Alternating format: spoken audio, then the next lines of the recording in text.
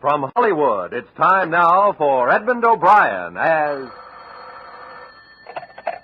Johnny Dollar. Harry Poulton, shipper's indemnity. Johnny, how soon can you get to Buffalo? 6 hours by train. Take a plane. All right, I'll take a plane. Why? So you can get on this case while it's still hot. Get on what case, Harry? Atlantic Central Railway. Some guys knocked over one of their boxcars last night and heisted half the load. We carry a blanket policy on all their freight, so get going. Yes, sir, Mr. Poulton, right away. And watch your expense account.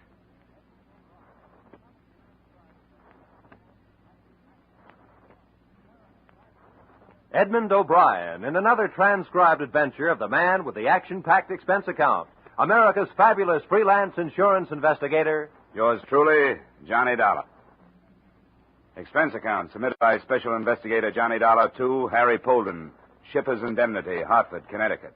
The following is an account of expenditures incurred during investigation of Atlantic Central Railway's claim regarding missing freight, or the story of the 1008. Expense account item, transportation, plane fare, Hartford to Buffalo, $48.16, plus cab fare, $6.35 to the main offices of the Atlantic Central Railway, where a tall, heavy-set man in a dusty blue serge pulled a cold cigar from the side of his mouth and spun a swivel chair in my direction. I'm Eve Grimm's, Dollar. Sit down. Now, let me close this door. Well, you didn't take long getting here. I wasn't very far away. I'm the cinder bolt for this outfit, and I'd be doing what you're going to do if it was like the old days. Only Shipper's Indemnity handles the insurance, and it's our job now. That's the service you pay for, Mr. Grimm. When they stuck me in this desk, I'd been knocking deadheads around for 20 years and seeing they got themselves 30 days on the road gang. Now I'm just... I guess they figure I'm too old. Well, maybe you can give me a hand on this. Well, I'd like to, Don. I need some action. You want to tell me about it, Mr. Grimm? You bet. Atlantic Central hustled 6 gully jumpers a day up to Rochester. 5 hours after the 1008 leaves here last night, she jerks up at Batavia so the clowns can water her down. That's when the Donegan notices one of her brownies is busted open and half the jig is gone. So, right away, he wang-doodles a copper buster up the line. Are you getting this? I think so. Translated, you mean the brakeman at Batavia found the boxcar had been broken into and half the cargo stolen, and he phoned ahead to the telegraph office. That's it. All sorts of stuff on the car. Don't know what all's gone yet. It was a make-up, any kind of freight, you know. I got the poodles over in the bullpen looking up the invoices to see exactly what's missing. It'll take a while. Good, that'll help. Who is in charge of the loading here? Andy Matson. Been with us 13 years. He inspected it and sealed it down himself. I talked to him already, but call him in if you like. Well, I might want to see him later. What about the brakeman in Batavia? A gandy dancer, Skeeter Minkowski. Nah, he couldn't have done it. That highball only lingered there long enough to get water. Can't unload a brownie in 3 minutes. Take more like 3 hours. What other stops did she make? 1. 6 minutes at the junction, 15 miles outside of here, waiting for a hot-shot passenger to get by. And all in all, the train stopped 10 minutes at the most, huh? Not long enough to unload a kiddie car. Engineer named Roper claims he spotted a dame in a red dress hanging around the yards yesterday afternoon. And the boys at the roundhouse say the same dame was in asking questions about trains leaving. Said she was from a newspaper. She give a name? Ruth Smith. I checked. No newspaper in town got any Ruth Smith working for him. Well, she's our tipster. Let's get somebody out to look for her. Already got somebody out doing that. Good. Now, along the route up to Rochester, between here and Batavia, there must be a highway running parallel to the track somewhere, huh? And whoever cracked into that boxcar had to get aboard at the junction, then toss the stuff from the moving train and jump off somewhere this side of Batavia. And there had to be a truck following along on the road to pick up the stuff in the dark. You been out there yet, Mr. Grimm? No. Kind of thought I'd wait around, see what sort of bulwarkers the insurance companies are turning out these days. I like you, Johnny. You're all right. You figured how it was done fast. Other guys that are hemmed and hawed around asking train crews questions I already asked. Well, what's next? Find out who did it. Kind of frisky, ain't you? I like that, too. Hey, have you got a car I can borrow, Mr. Grimm? I got a Jeep and a chauffeur to go with it. Who's the chauffeur? Me. You said you might want me to help you. I bought the thing from Army Surplus.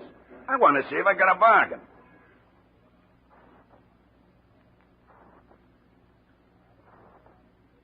Expense account item, $4.38 for gasoline, which went into a Jeep that Eve Grimm and I used to follow the lonely stretch of old road that ran parallel to the Atlantic Central Railroad tracks. 2 miles beyond the junction, we found heavy-duty tire marks which could have been made by a truck, which could have left the road, then driven over the flats as far as the embankment to pick up freight which could have been thrown from the moving train. Following the right-of-way, we found several such tire marks at several points turning off the road, but no building nearby. Finally, at one place, we found an unpainted shanty that stood barren and lonely against the sky. It belonged to a man named Bogatis. Big truck? You're danged right I did, mister. You're dang boodly-doodle right. Woke me up, it did. Well, what did the truck look like? Do you remember what the truck looked like? Yeller. Yeller it was, all yeller. Seen it plain, even though it was night. You happen to notice the license number? You kidding, sonny. All right, forget it. Did you happen to notice any lettering on the truck, Mr. Bogatis? Don't read, never learned, never believed in it. No. Well. It don't make no difference, though. It wasn't nothing writ on it anyhow. Oh. The trucks usually got printing on them. Dang things making all that noise. Grunting and heaving and waking a man out of his sleep. Ain't had nothing like that since the Army maneuvered here in 41. No, sir. You going to stop it? Well, I hope so. Good. Did you happen to see who was driving the truck? Nope. Do you know about what time it was here? Nope. Did you happen to say anything to the man? Nope. Well, do you know in which direction it went from here? Yep. Huh? They turned around and headed back for Buffalo.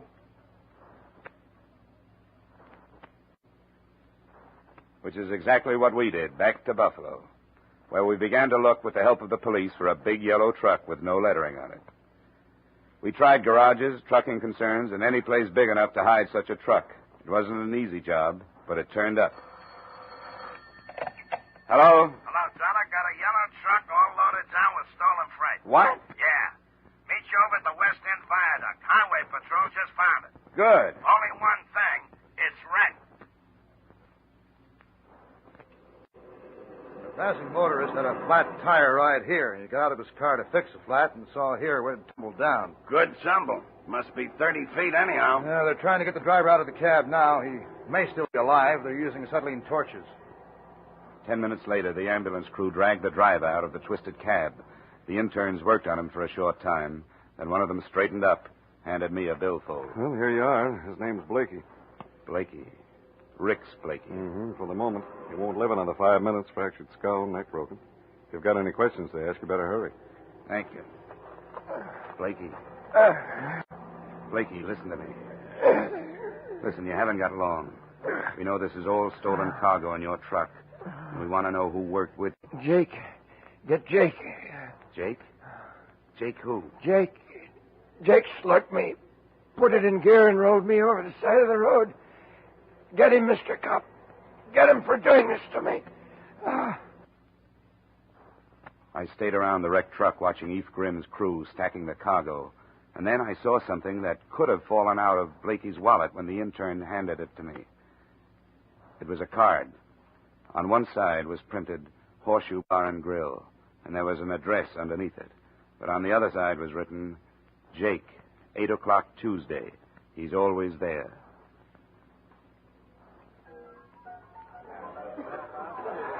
The Horseshoe Bar and Grill was short on lights and even shorter on drinks. After a couple, I signaled the bartender. Yeah? Another one? Uh-huh. Good. Dame trouble, pal? I'm here to see Jake. Here's your drink. He been in here tonight? That'll be 50 cents. Jake hangs around here, doesn't he? Look, the minute you walk in, I look at your feet and I say to myself, flatty, gumboots, flim-heeled cop. Not City Hall type cop, but something else, I say. Something different that still spells law. I was asking about a guy named Jake. Something else, I say. Maybe private people. Then I say, if he's working, he's got himself a bib. And a bib means it don't come out of his pocket when he's around looking for somebody and asking for guys. Will this help? Oh, thanks. Old Abe took a great picture. What was you asking? About a guy named Jake. Sit tight, Shamus. I'll tip you when he comes in.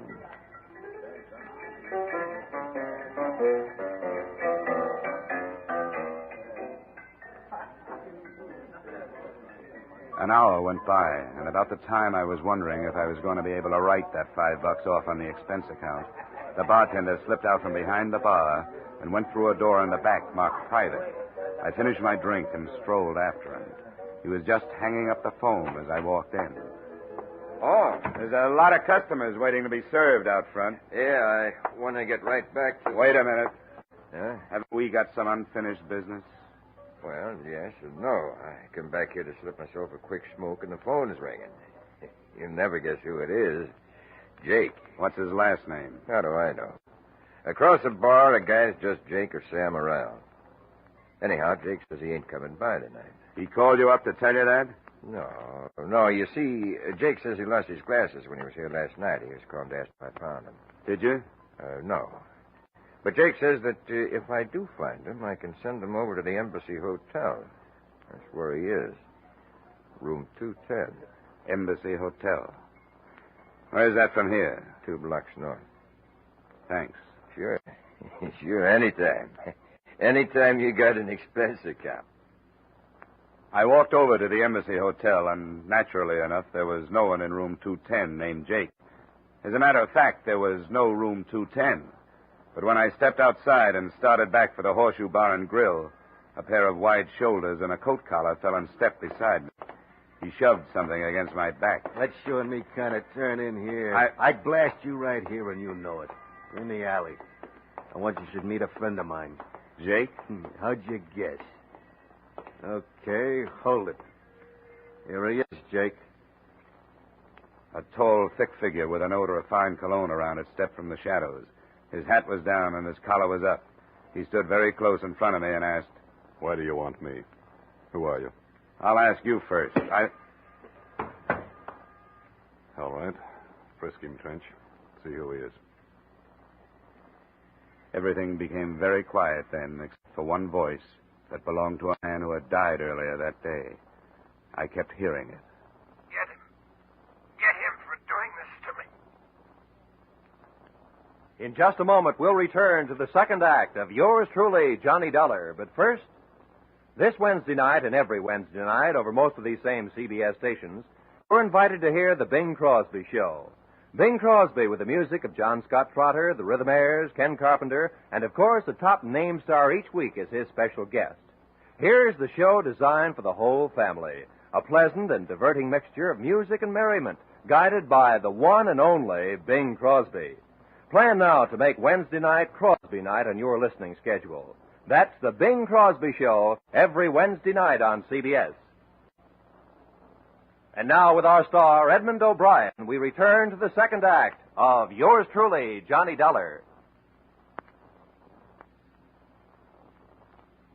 I was lying in a dirty alley with my face up against a cold brick wall, and something warm was dripping down the back of my neck. I didn't move. I couldn't. There was a steady ringing in my head, and my body seemed far away. I struggled to my feet and headed for the man who had led me into this. What do you want? Hey, what's this all about? Let go of me! Look, I've been beaten and slugged and frisked, all because I talked to the wrong guy. I looked for you in the bar, but they told me you went home. Now spit it out. Spit what? Does that remind you of anything? You tipped Jake off that I was looking for him. Why? Let go of me. I can't talk like this. If you can breathe, you can talk. Come on. Look, Jake's a steady customer of mine. I gotta treat him right. I never seen you before in my life. What's Jake's full name? What does he do? And where can I find him? I don't know. You don't know what? Anything about him. Except that he's a big black-haired guy who dresses like a bookie, Flash. He just comes in with some guys and drinks. His name is Jake Samuels. He has a sidekick named Trench.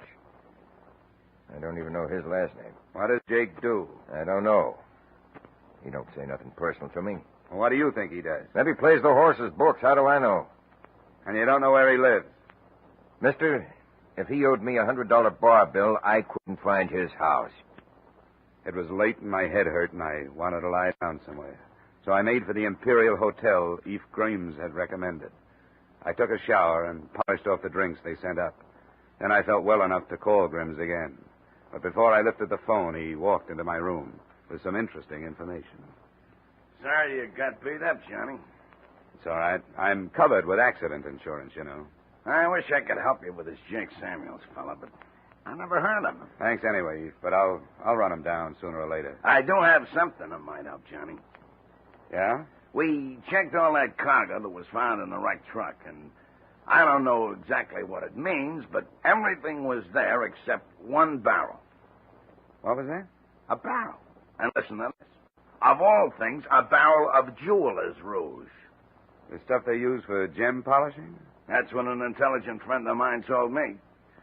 It was insured at, I got it right here, $247. Now, why would anybody want that? Well, who sent it? A jeweler by the name of Ralph Morton. Morton Jewelry Company, 1312 Shenandoah Street. Sent to Michael Adelson, Adelson, 177 Carling Terrace, Boston, Mass. Adelson, huh? Yeah, Adelson or Adelson. Know him, Johnny? Not sure. Something rings a bell. Well, thanks a lot, Grimms. I'll have a talk with that jeweler, Ralph Morton, in the morning.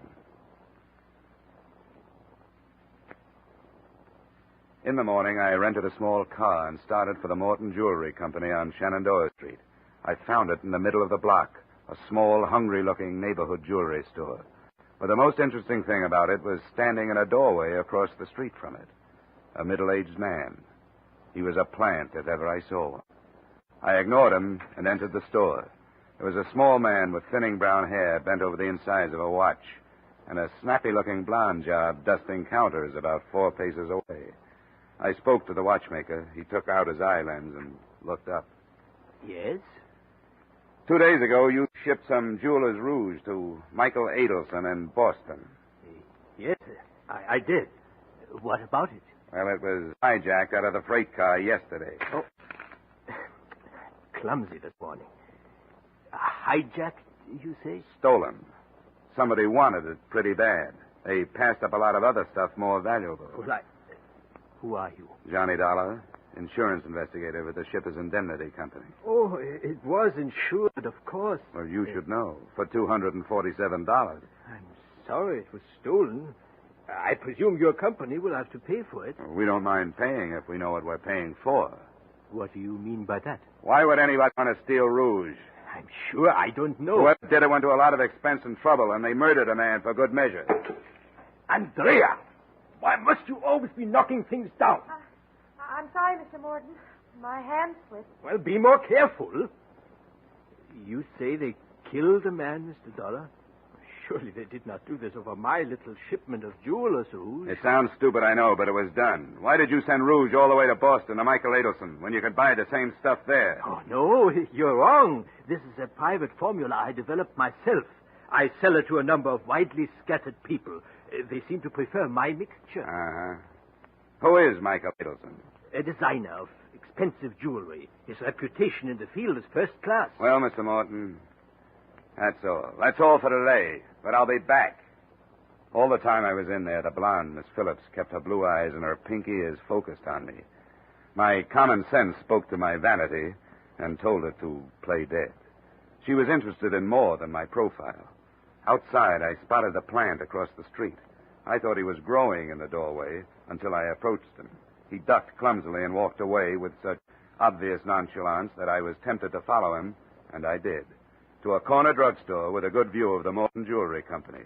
We shared adjoining stools while he cut into a butterscotch sundae. Hey, a little more butterscotch on this, please. You got the 20-cent special. What do you want for 20 cents? Butterscotch? Okay. Okay, I don't pay for it anyway. What's the job? What's the... Huh? Oh, it's you. Well, beat it. Here. We're both in the same racket. Oh, insurance? Are you working on the Arcadia job, too? No. What's the Arcadia job? What are you working on? A railroad hijack. What's the Arcadia job? Oh, Ben Sanchez is my name. How do you do, Dollar? How do you do? Yeah, I'm working independent. I don't take divorce cases. In 2 months, I haven't had a decent job. But I got myself a little old idea. You see, 3 months ago, a wholesale jewelry house was pried open, see? And $250,000 worth of uncut stuff disappeared. And so far, none of it has showed up anywhere. And somebody will pay a lot of money if it's found, especially an outfit called the Erie Mutual Fidelity. What's Morton's edge on it? Well, I I could be wrong, but I seen that guy operate for a number of years. Here's the butterscotch. Oh, thanks. It's a little jewelry store stuck off in a forgotten part of the city. Buys watches for $10 and sells them for $12. Well, lots of guys do that. Yeah, but they don't own a little old $85,000 house in the Longacre section with 2 new cars in the garage.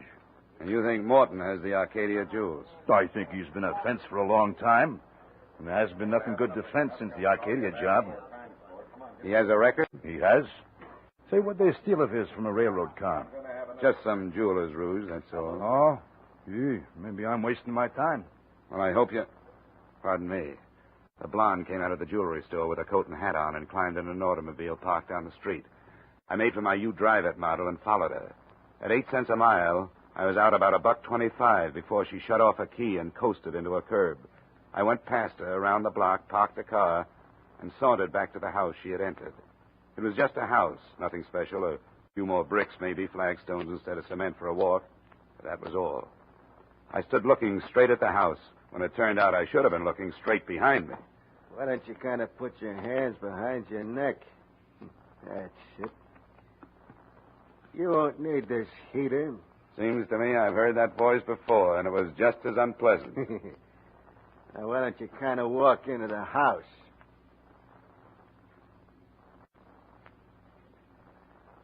I would have been amused to know that I kind of wanted...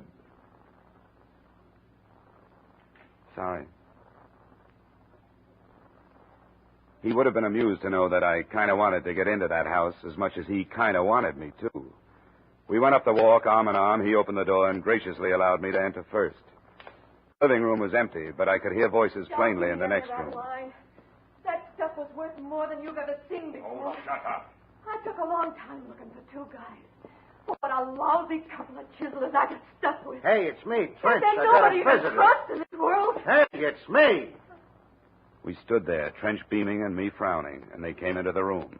The guy was big, black-haired, and overdressed, the way the bartender had tagged him. It was Jake Samuels, all right, and hanging on his elbow, giving him a hot ear, was the jeweler's dame. Samuels wasn't in too good a frame of mind. I'll blast it all over town. And you won't be able to touch me, because I got protection. Now, will you shut up? I got to talk with a friend. Johnny Dollar, Jake. Yes. Welcome to my house. Just the same, it's too bad you had to come. This isn't exactly the day we're receiving. Well, I work weekends, and this is the only time I could make it. Jake will do the talking. What is it you want to see me about? Last night and the night before. Oh, you mean when we roughed you up? That and the Atlantic Central job and Rix Blakey, whom you killed at the wheel of his truck. Then there's the little matter of your blonde girlfriend here. I saw her in Morton's jewelry shop. She couldn't possibly be the phony reporter who was hanging around the railroad yards. Or, could she? Jake, this guy really knows. Shut up. Is that all you can say? Yeah, is that all you can say? Shut up. Well, listen here. Shut up. I won't. You owe me $45,000. What are you talking in front of him for? What do I care about him? That's your worry. $5,000 for $300,000 worth of jewelry. Go on now, get out of here. Take what you got and consider it lucky. We took all the risk, now beat it. All right, I'll beat it. When I come back, you're going to wish you were dead, Jake. Go on, you cheap... When she reached the door, she pulled a gun from somewhere, spun, and Trench got both slugs. He dropped groaning to the floor, and I kicked his gun into a corner. Jake Samuels stood frozen to the rug, looking at the barrel of the automatic she held. The next one's going to be for you, Jake. You going crazy or something? Put down that gun. Go on. Say shut up to me now. Go on, say it. You yellow two-bit woman beater. Andrea, you're making a big mistake. Now, am I going to get my $45,000 or not? But I don't have that much in the house. Well, then call somebody and get it. Or come up with some jewelry. Yes, tomorrow. Tomorrow, I promise. Not tomorrow. Today, now. Miss Phillips. I'm talking to him. Now, don't you get any ideas? Look, there's only one way for you to get out of this, and that's to kill everybody in this room. If you leave me alive, I'll track you down. That's what I get paid for. If you... Can elect you. I know what I'm doing. If you leave Trench or Jake alive, they'll get you, too. You bet we will. Oh, I'm so scared. Come on, Jake. The money. Right now, you've only got a petty crime against you. Do any more, and it'll be murder. You'll last a month, if that long. What are you getting at? Give me these 2 guys. Are you kidding? Turn them over to me, and I'll go the limit in helping you. I'll forget the $5,000 you got from them. The most you can get is a year in the county. $5,000 clear is good dough. What happens to them? They're wanted for murder.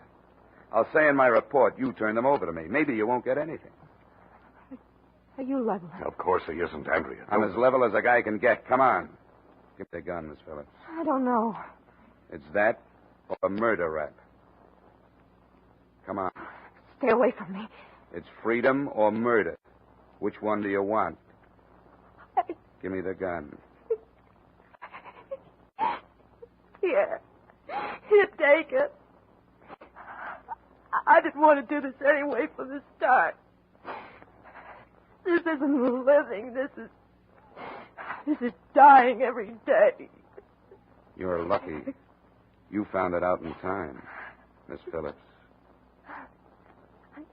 You know, except for the guy in the gas station, nobody ever called me Miss Phillips. And that Poldham is the way it all wound up. I called the police, and they took things in hand. The jewels, of course, were buried in the barrel of the Jeweler's Rouge, and Miss Phillips, knowing that Morton was unloading them in Boston, sold the information to Jake and Friend for $50,000, which she didn't get. The Arcadia Wholesale Company jewels were in the stuff the police picked up. Oh, by the way, you'll notice one item on the expense account, $4.85. That was a gift, a foam rubber seat for Eve Grimm's surplus Jeep. Total expenses, $312. Yours truly, Johnny Dollar. Yours truly, Johnny Dollar, stars Edmund O'Brien in the title role and was written by E. Jack Newman and John Michael Hayes with music composed and conducted by Leith Stevens. Edmund O'Brien can currently be seen starring in the Harry M. Popkin United Artists production, D.O.A. Featured in our cast were Ted DeCorsia, Pat McGeehan, Harold Durenforth, John Daner, Bill Boucher, Gene Bates, and Clayton Post. Yours truly, Johnny Dollar, is produced and directed by Jaime Del Valle. Join us again next week at this same time when, from Hollywood, Edmund O'Brien returns in another transcribed adventure of Yours truly, Johnny Dollar. Join us again next week at this same time when, from Hollywood, Edmund O'Brien returns in another transcribed adventure of Yours truly, Johnny Dollar. From Hollywood, it's time now for Edmund O'Brien as Johnny Dollar. This is Bob Case, Dollar, Piedmont Mutual. I've got to see you right away. What's the rush? The girl was pulled out of the East River. It turned out to be a policyholder. What am I, a private eye? Why don't you go to the police to find your killers? Oh, we know the killer. He's being executed right after midnight. What we want to know about is the victim.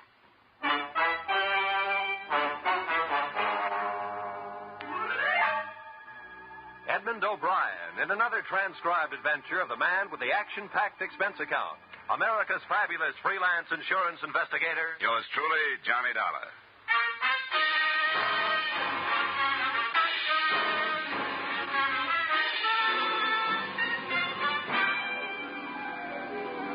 Expense account submitted by Special Investigator Johnny Dollar to Home Office Piedmont Mutual Life Insurance Company, Hartford, Connecticut. The following is an accounting of expenditures during my search for the beneficiary of policyholder Pearl Carassa. Expense account, item 1, $4.50, mileage, Hartford to Sing Sing Prison, last place of residence of the girl's convicted murderer, Marty Pruitt. He was sitting in his cell playing solitaire. Hey, what time is it? About 11, Marty. An hour more. How much you say the policy was for? $5,000. $5,000. That's funny. Just what I got paid for the job. Who'd she leave it to, the old lady? Yeah. Yeah, I knew she would. You know where I can find the beneficiary? The beneficiary? You didn't know the beneficiary, did you? Never had the pleasure. If you'd known her, you wouldn't be looking for her. Mrs. Carrassa's virtues are none of my business, Marty. The company has $5,000, and I've got to help them get rid of it. What good are you doing yourself by not telling me where she is, if you know? What time is it now? A little after 11. Boy, did that money look good. You know all the things you can do with $5,000? This girl back home. I was going to get married. Nah.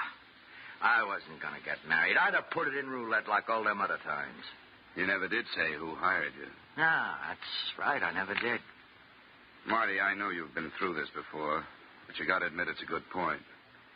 You're going to die, and the real murderer is getting off free. Does that make sense to you? What's your business, mister? Insurance. Stick to it. I think I will. You know what I'd do if I was you? I'd take that $5,000 and put it in flowers. Thanks, anyway. Hey, Dollar, let me give you some last-minute advice. Leave it alone. It's the most unnatural mess you ever got yourself into in all your life.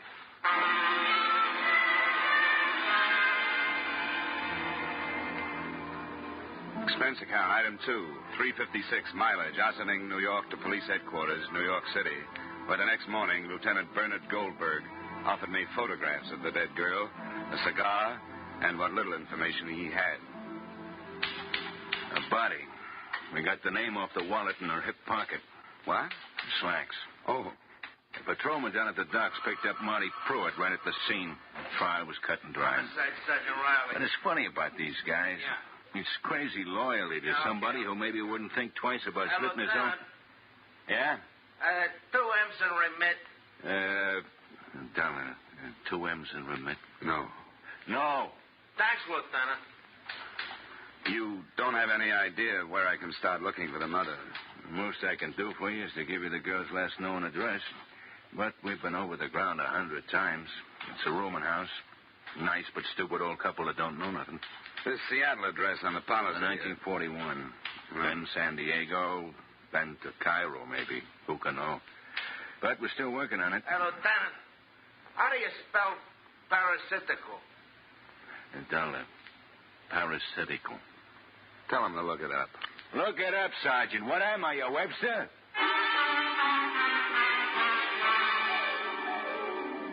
Expense account, item 3, $1.50 cab fare to a stack of dirty bricks in the Lower East Side.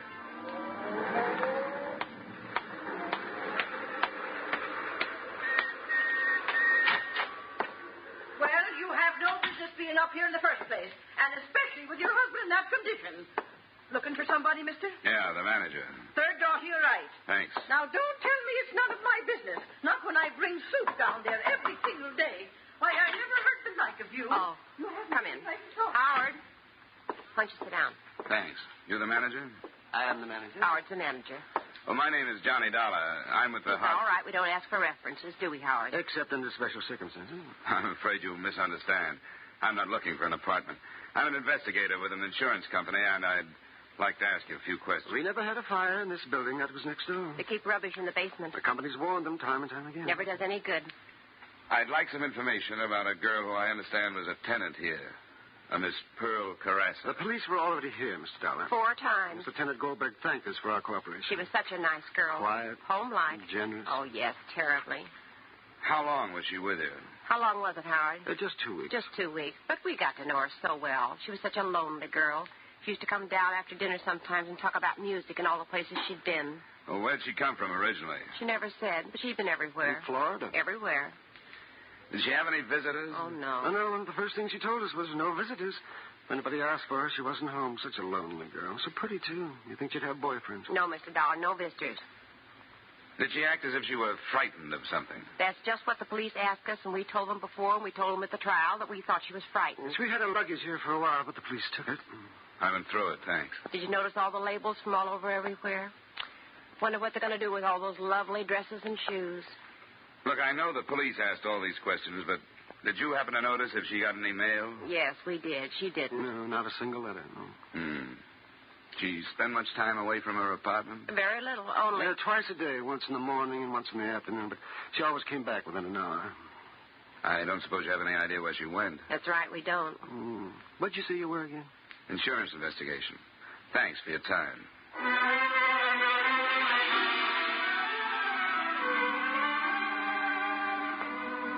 Expense account, item 4, $50 in cab fares. It took me the rest of that day and half of the next visiting neighborhood postal substations. It looked like a beautiful way to waste time, but I was betting on the impossibility that her daily excursions had been for mail. This kind of foot padding taught me very little other than the fact that there are a good number of substations in any given half-hour area. The second afternoon, I dragged into a fruit store which advertised Postal Station 324 along with a special on honeydew melon. I walked up to the little cage. Anything for Carassa today? Who? Carassa, general delivery. Just a minute. Grant? Carassa. C-A-R-R-A-S-A. Carassa. Just a minute. Yes, here we are. Place and postage due, Las Vegas, Nevada. I looked at the envelope. Pearl Carassa, all right. It had been forwarded from Las Vegas 3 days before. I said something to myself about hard work, patience, and fool's luck, then headed for a phone.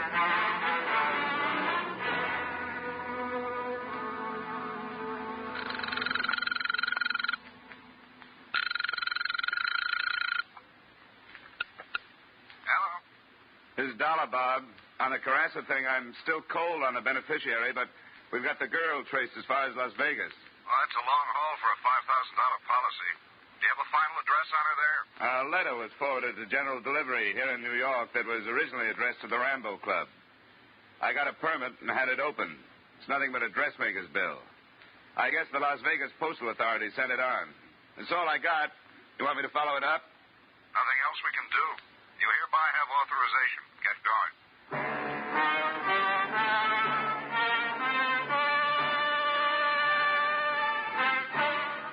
Expense account, item 6, $200 air travel and expenses to Las Vegas, Nevada. Specifically, the Rambo Club. It's always the same when I hit Las Vegas. I expect to find tuxedos and evening gowns playing the games, but I never do. A bootblack comes in off the street with the last quarter he made and plunks it down on 21. A grandmother with a California pension. A red-headed kid with Oscar's Super Service tattooed on his overalls. I always ask myself, where's all the big money? The answer is they're getting rid of it in the back rooms. Jackpot on the nickel one. How do you like that? Oh, boy. Come on. I told my relief I had to go powder my nose. What I really wanted was a drink. Sly, real sly. Is this taken? No, sit down. Thanks. What do you have, mister? A good bourbon, soda. Oh, thanks for your confidence in me. I'll fix you up. You worked here long? Have I? You like Nevada? What's your hometown? Las Vegas, there I had in the summer. Yeah, I guess you know a lot of people here, huh? By sight, mostly. Very few by name. Everybody's a stranger. Say, maybe you know a friend of mine. I went to school with her. What was her name again? Carassa. Pearl Carassa. Save me my drink, Eddie. I gotta get back to work. Take it easy, mister. Best bourbon in the house. Thanks. Yeah, that's $1.50. This is a real clip joint. Yeah, I can see. Yeah. Thanks. Say, wait a second. Do you know where I can find Mrs. Henrietta Carassa? She's the mother of a girl that used to hang around here, Pearl. Well? Yeah. I think I can help you. Harry, take over. Here's your $1.50. Come on. $60. Oh, I'm sure going to win it this time. I'll tell you, boy. Wait a minute. Grace, will you quit? Grace, will you? Will you quit, Grace? Grace, I'm telling you, quit. Listen to me, Grace. Will you quit? Grace, quit. Shut up. The stairway led to the mezzanine. I followed the bartender along the thickly carpeted hall to a door labeled Peter Barron. My benefactor knocked, a shadow loomed on the frosted glass, and just like that, there he was. A long red gash of a scar ran across the left side of his face, twisting it into a humorless smile. The barkeep was dismissed with a nod. We sat down. Cigar? Thanks, no. What can I do for you? I'm looking for a Mrs. Henrietta Carassa. Why? I got business with her. What kind of business? Insurance? She don't need no insurance. Where can I find her? She don't need no insurance. Well, thanks, anyhow. Sit down. What for? You see this mark across my face? You know how I got this? Asking foolish questions and not giving the right answers. Suppose you tell me what you want with Mrs. Henrietta Carrassa. I'll tell Mrs. Carrassa you were interested. Oh, look, this is no way to talk to me. Now, I got a lot of respect for your business ethics and all that, but you know how it is sometimes. Now, come on, Mr. Insurance. What do you want with Mrs. Carrassa? Are you a pretty good shot with that thing? 38's my specialty. In that case, I've got a check. What kind of a check? A $5,000 kind of a check. From whom? A daughter. Pearl? Pearl. She left another $5,000. How did you trace Pearl to Las Vegas? Never mind. You know what you look like to me? You look like a city official. It's the pinstripe. Now, how do I find Mrs. Carrassa? It's very simple. Mike, this is Mr. What's your name, Insurance? Dollar, Johnny. Take Mr. Dollar to see Mrs. Henrietta Carrassa. Treat him gentle. He's got some money for her.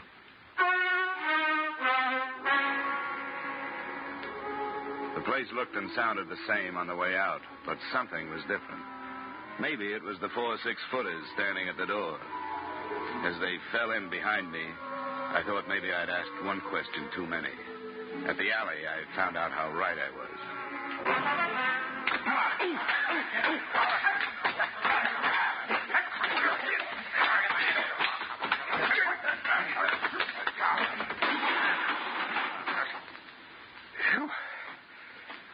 He was a tough one. Would have been easier. Just slipping my Mickey.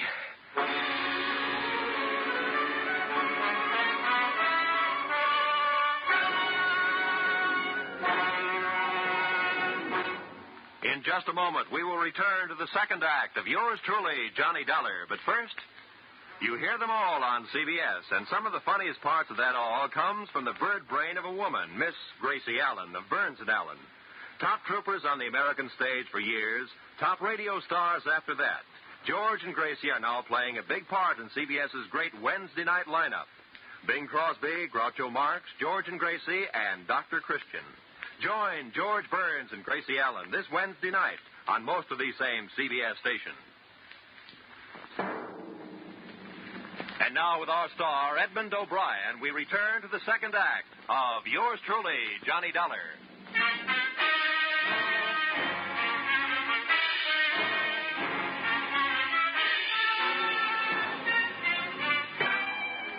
There was a lot more to this case than a $5,000 insurance payoff. I'd sensed that from the beginning. A hired killer with a still unknown employer had searched out the girl in her New York hideaway and done a thorough, if not profitable, job.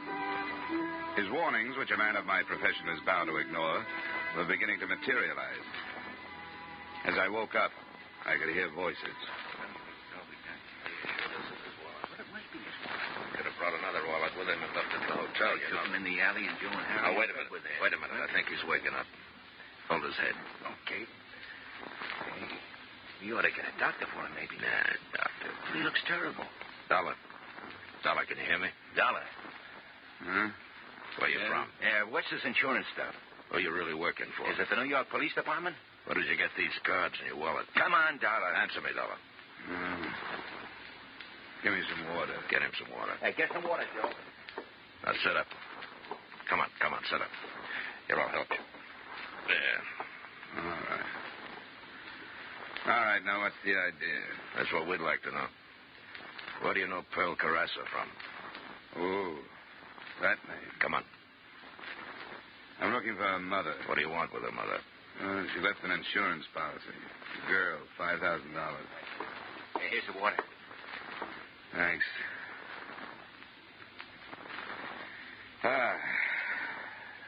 Who are you? Pete Barron. Oh, yeah. Yeah, the face is familiar. You mustn't be bitter, Dollar. Why? My questions. Look, I'm just a working man. It's so simple.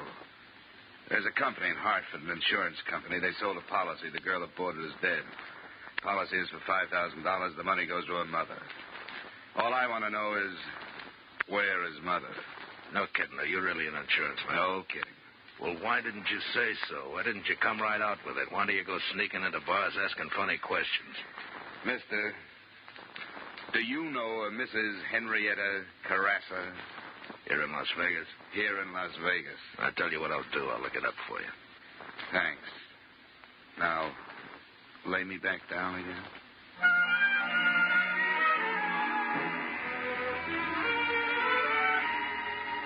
Expense account, item 7.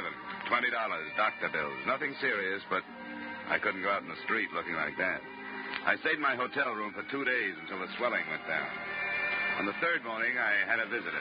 It was the girl who gave me the brush-off in Rambo's bar. She had an overnight bag with her. There was a label. Bloomington, Indiana. You're in trouble, you know that? 3 days ago, that information would have done me some good. I'm in real trouble. You don't think Pete Barron let you out of there because he believed your story. No more than you think you weren't followed here. I know. She'd never come here. But Pearl, get a message to her, will you? Tell her never to show up here again. She won't. What do you mean she won't? She's dead. I got to her. You know why? I got to get out of here. Wait a minute. Why did Pete Barron hire Pruitt to kill her? Let go. I got to get out of here. He came up here for a purpose. Yeah, but I didn't know she was dead. You're going to let him get away with it? It's narcotics. The gambling places up front. They fly it up from Mexico at night and get out by morning. Pearl found out about it, and that's why they did it. Does Barron know Pearl told you all this? I don't think so, but I'm not taking any chances. I got a bus ticket. It leaves from across the street. I only got a minute. Good luck, honey. I went to the window and watched her leave the hotel and cross the street. A nice girl, I thought. And I wondered how she got mixed up with Barron's crowd. The bus door opened, and she put one foot on the step. She crumpled to the sidewalk. The little overnight bag tumbled into the gutter. I got downstairs just ahead of the deputy sheriff, just after the bus had left. The people were still standing around. She was a nice kid. You knew her? Not for long. Did you see this happen? Yeah. Step over here for a second, will you, please?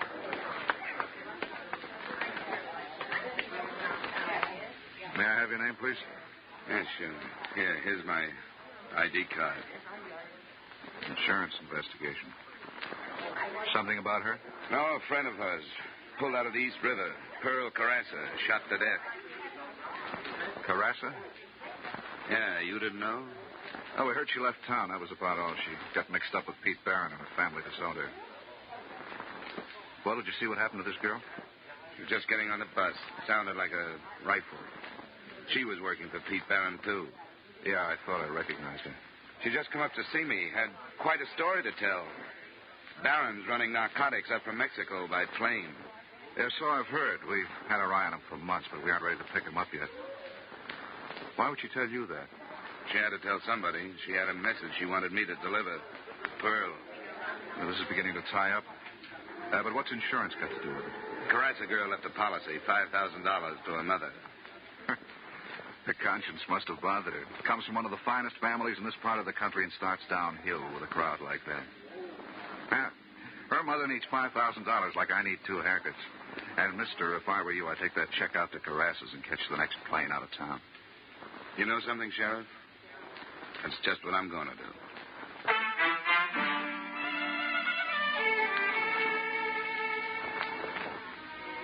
And that's just what I tried to do. Expense account item 8, 50 cents cab fare to the Carrassa estate on Juniper Drive. They should have charged admission. There was an ivied stone wall running all around it, and a mile drive through a cactus rock garden to the mansion. I felt a little like a grocery boy delivering a check for a measly $5,000. I was met at the door by a butler in a business suit and was toured around an indoor swimming pool and potted palms to the library. Buried in a large leather chair, reading a 25-cent version of How to Be Your Own Gardener, was the man of the house. I was introduced and left alone with him. Insurance? Investigation. How long since you've heard from your daughter? Oh, such a long time, such a long time. Is she in more trouble? She's dead, Mr. Carrassa. Dead?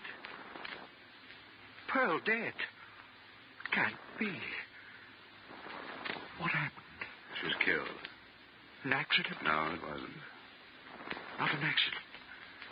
Someone hired a killer. Oh. It's my fault. I knew, and I did nothing. Gregory, I've been looking all over for you. Have you watered the palms today? No. You didn't water the palms. Now, Gregory, the leaves will get all yellow and fall all over the floor, and it'll take simply minutes to clean up the mess around the pool. And I told you specifically that the music club had changed from Wednesday to Monday, and Monday is tonight.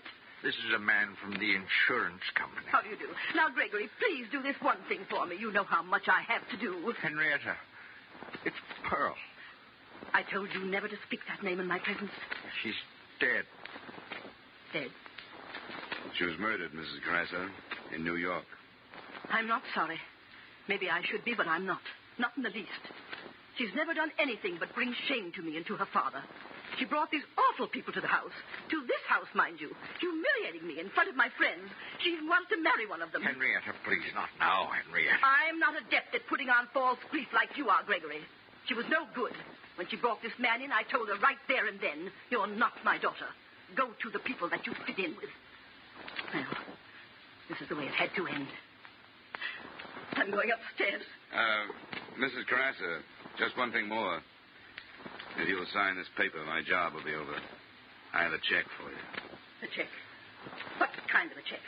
She left you $5,000. Me? She left me $5,000? I remember.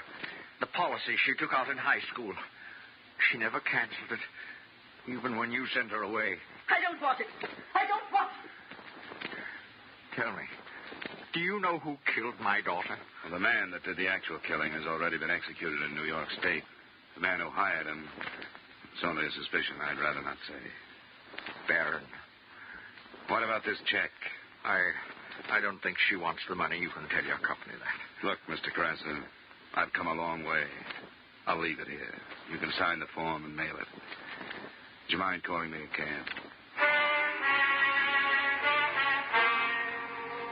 Expense account item 9, 50 cents cab fare.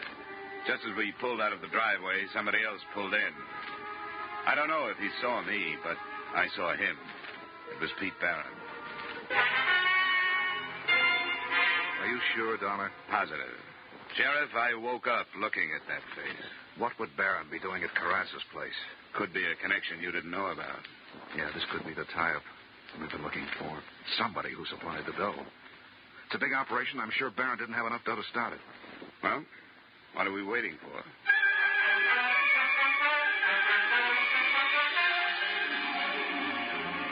I rode down with the sheriff. We bypassed the butler by taking him into custody.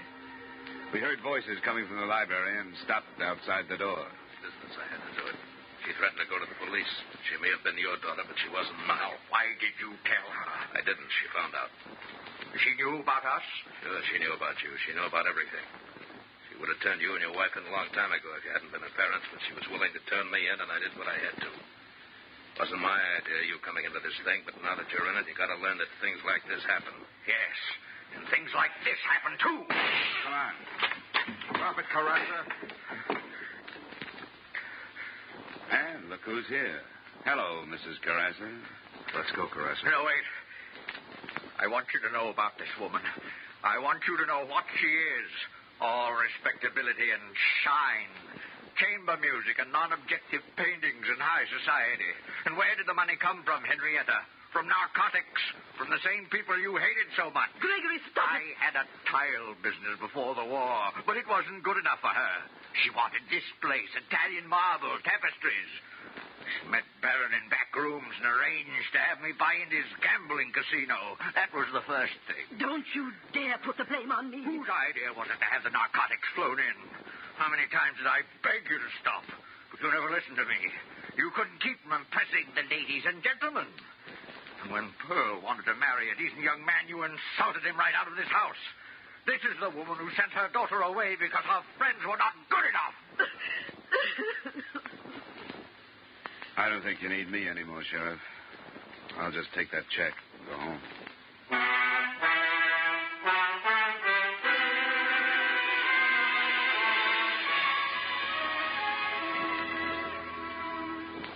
Expense account, item 10, $200. Transportation back to Hartford. I don't know what you can do with the check. If it were up to me, well, I'd use it to clean up the respectable slums. But that's not my problem. Expense account total, $712.55. Yours truly, Johnny Dollar.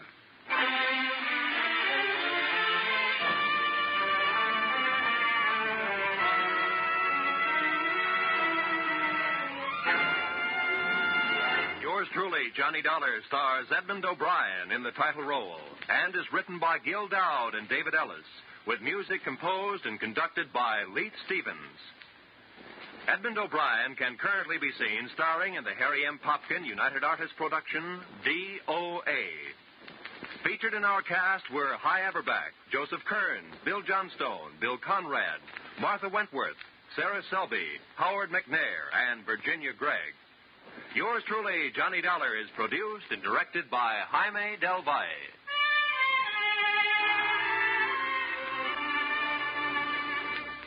Join us again next week at this same time when, from Hollywood, Edmund O'Brien returns in another transcribed adventure of... Yours truly, Johnny Dollar.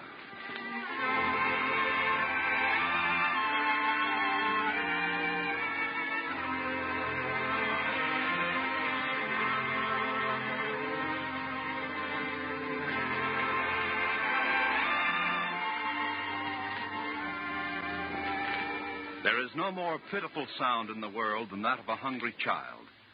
And it's a sound which can be easily heard in Europe and Israel, Korea, and the islands to the east. You can do much to help alleviate this condition through your continued purchases of care packages. Help banish the sound of hunger through your donations of care packages now.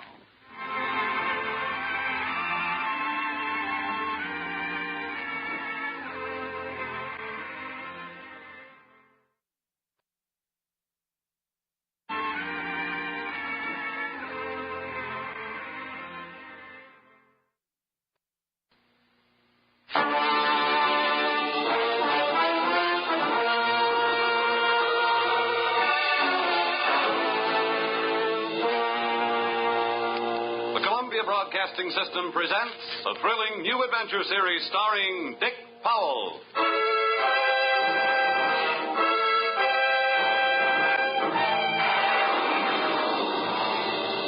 I'm an insurance investigator. My name is Johnny Dollar. What? You heard me, Johnny Dollar, and I can pad an expense account with the best of them.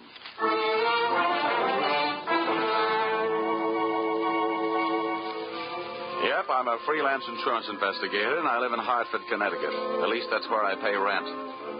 My work sees to it that I really live anywhere, except at home.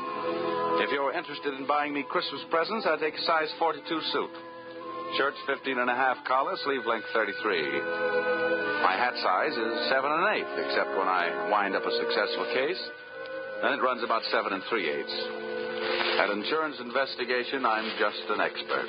At making out my expense account, I'm an absolute genius.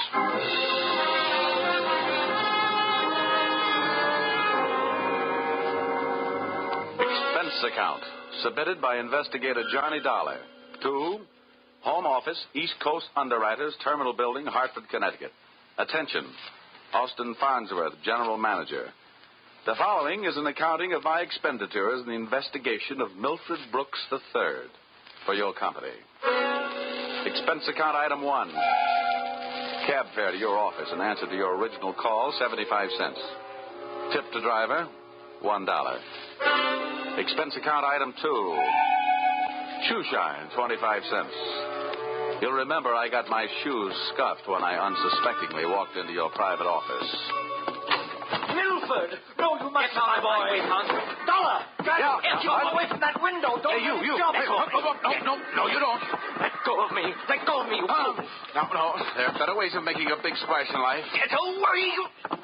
Well, nice try, Sonny. Now pay attention to teacher.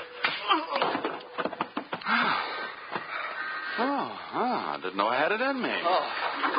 Oh, goodness gracious, Dollar. Did you have to hit him so hard? I hope you haven't killed him. He isn't too strong, you know. Don't worry.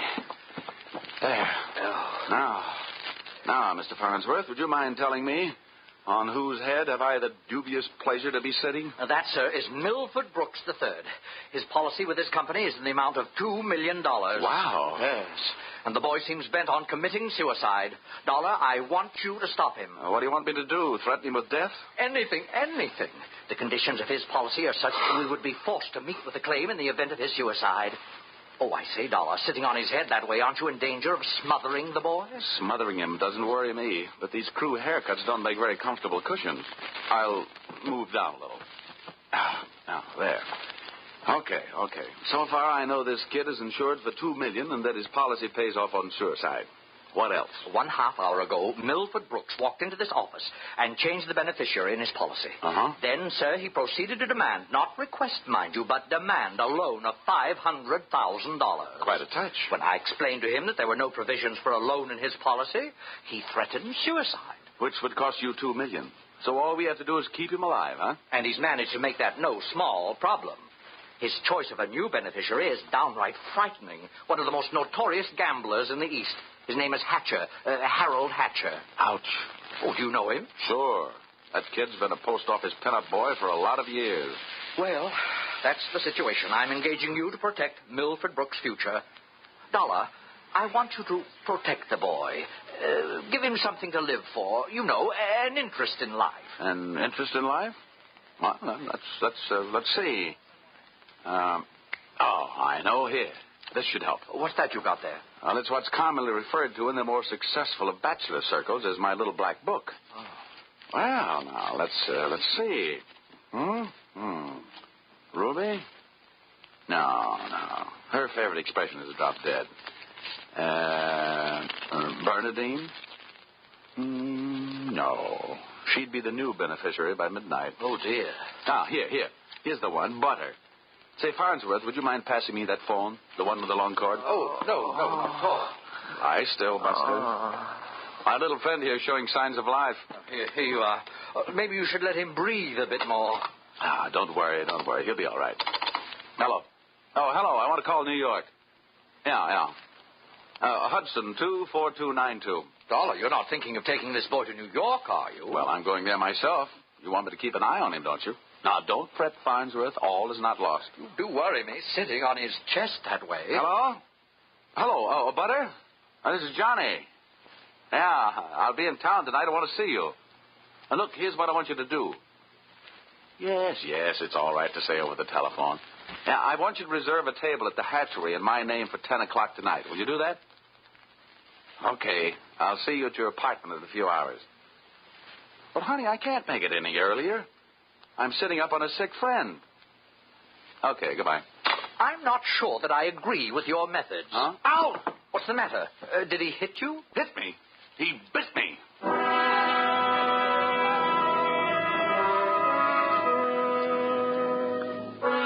Expense account, item 3. Liquor, $18. Keeping Milford Brooks III peaceful seemed to be the immediate problem. And a bottle of rare old brandy seemed to be the immediate answer.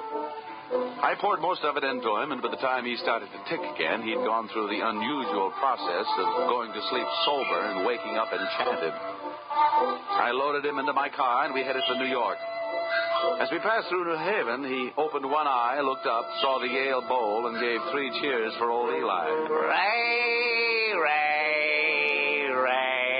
Oh, old Yale would sure be proud of you. Why anybody would want to insure you for $2 million is more than I can figure.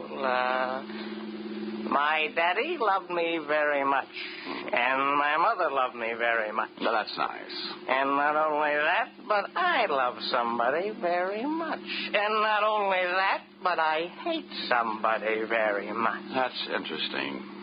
You know something? Next to one other guy, I hate you more than anybody else. Oh, here, lover boy, it's the cocktail hour again. Time for your bottle.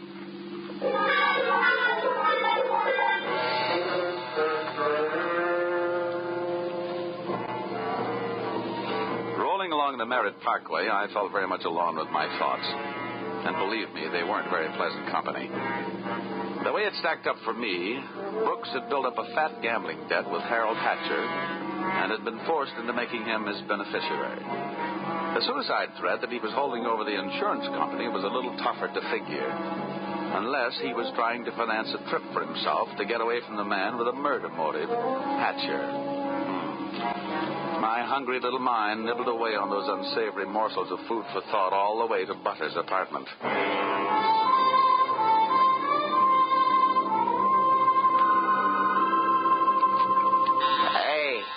Hey, where are you taking me? I want to go to New York. If you don't behave, Buster, I'll punch your ticket. Johnny, darling, welcome to New York. Well, that's the fastest trip I ever had. Quiet. Well, where did you find this? In a box of Cracker Jack. Let us in, dear. I don't know about you. Some men bring me flowers, some bring me candy. What do you bring me? A boiled owl and a Brooks Brothers suit. Pleased to meet you. Let's trot him into the bedroom, honey. You'd look more at home in the bathtub. I need to pull down the cover. All right. Now, come on, Buster. Lie down.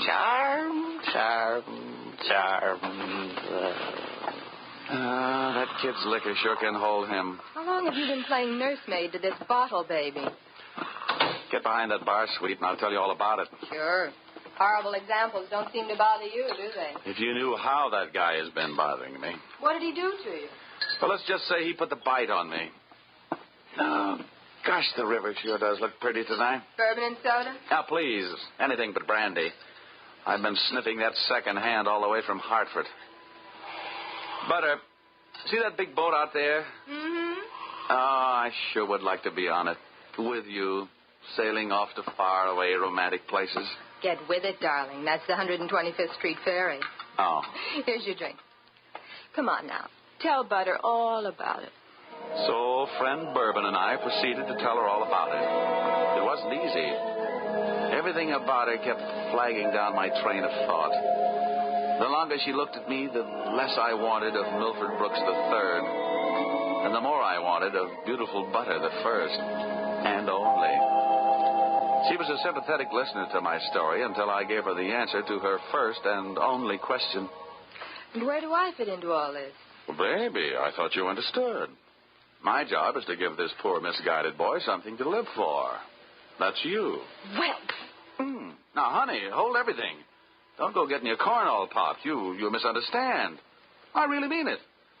I thought if he'd just got to look at you and realize that things like you exist, why, you'd make any man glad to be alive. Oh, come on now, Butter. Melt a little. I wouldn't let anything happen to you. You know that. Did I hurt you? Oh, no, I'm getting used to it. People have been taking pokes at me all day. I'm sorry. That's better. You want some more bourbon? I want some more you. Well, help yourself.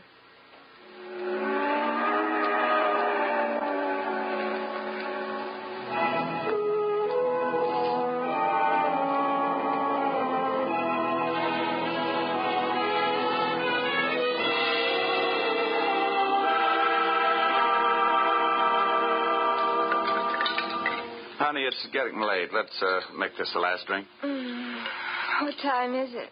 Oh, it's 20 to 10. Oh. My reservation at the hatchery is for 10. Here. Thanks. Cigarette? Oh, empty. Some more out in the other room. I'll get them. I'd love to get you on a slow boat to China. Johnny! Oh, I'm coming. He's gone. What? Well, he can't be. But he is. The window's wide open. Oh, the fire escape. What a smart guy I am. Trading 3 drinks of bourbon for $2 million on the hoof.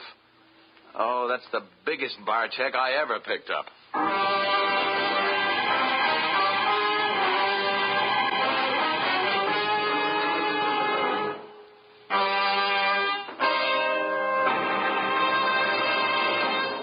That's a big bar check for anyone to pick up.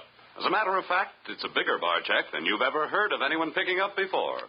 And that should give you an idea of what to expect in the second act as you follow this new CBS series starring Dick Powell in the title role, yours truly, Johnny Dollar.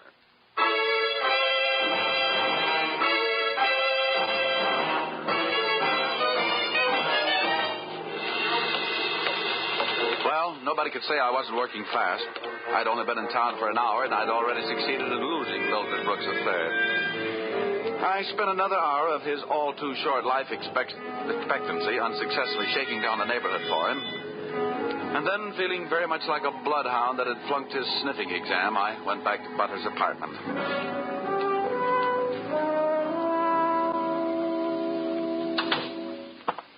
No luck, Johnny. Oh, sure, plenty of luck. All bad. Is there anything I can do to help? A kiss for luck. What are you going to do? Nothing. Just a little phone call.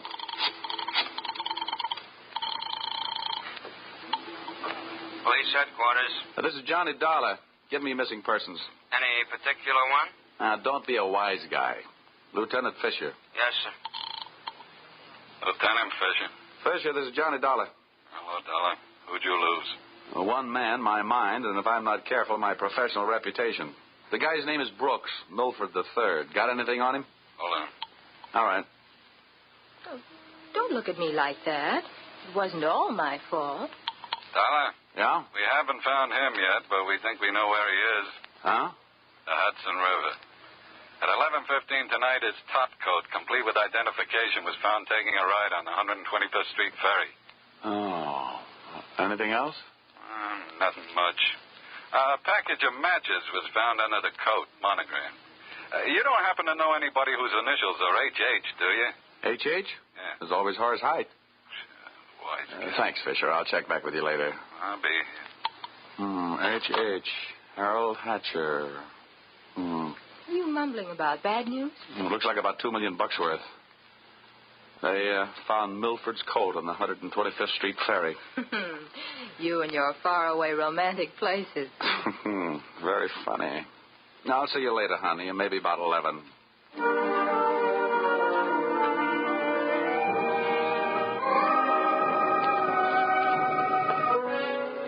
Expense account, item 4. Nightclubs. $28. Harold Hatcher's hatchery was in a cellar under a hotel, but the prices were high enough to rate a penthouse. The club was draped in too much satin, its lady customers in too little. The decor was French provincial, the music was Brazilian, and the food was from Dixie. The drinks looked weak and the waiters looked strong. All in all, the joint was a sight for sore eyes, for making them sore. The only pretty thing in the place was a blonde. She came strolling up to my table, her hips unconsciously sending subtle little messages back to the rumba band. She opened her mouth, slid her tongue over her lower lip, and let a few warm, soft words slide out. Looking for someone?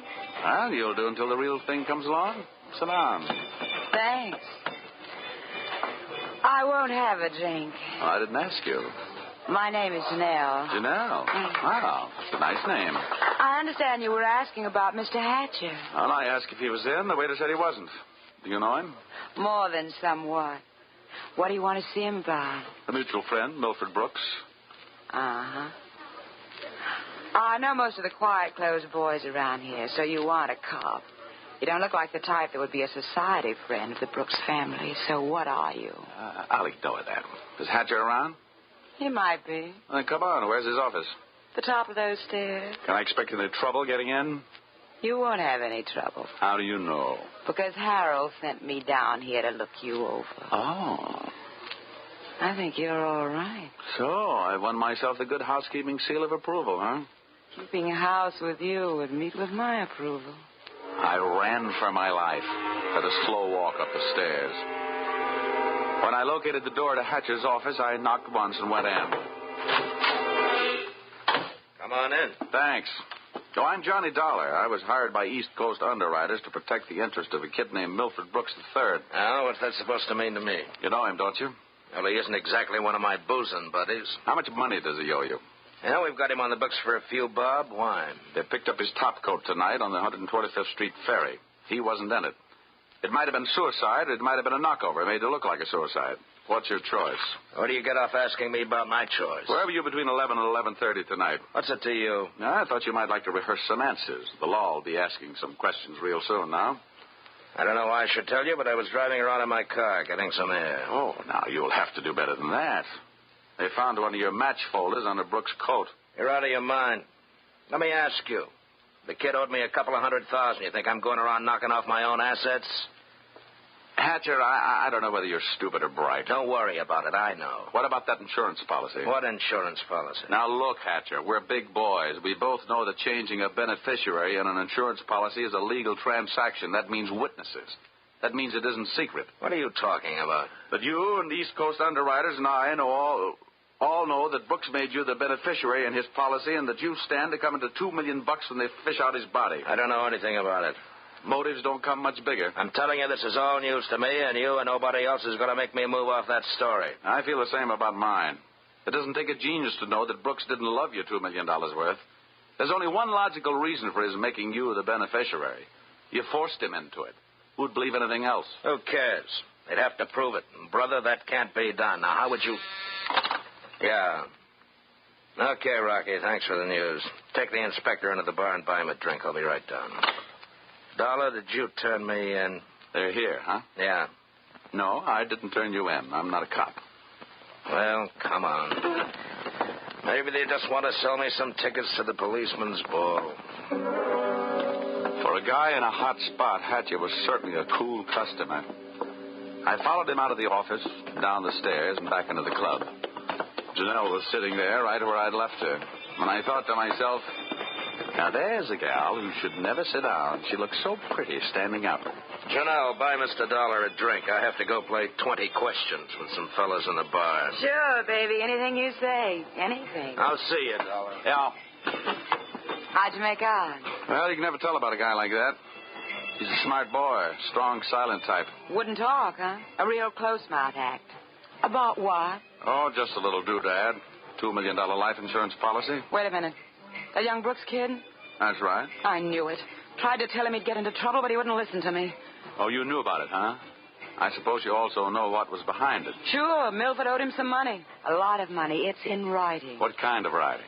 The personal note that Brooks was going to get back if he made Harold beneficiary. Well, where is this note? Do I look like the kind of girl who'd put the finger on her boyfriend? You look like the kind of girl who'd do anything if she wanted to. Thanks. I'll give you a slight hint. It's in his office. You'll find it in the inside pocket of one of his suits in the wardrobe. What are you waiting for? I'll watch the bar. Nothing, sweetheart. Nothing at all.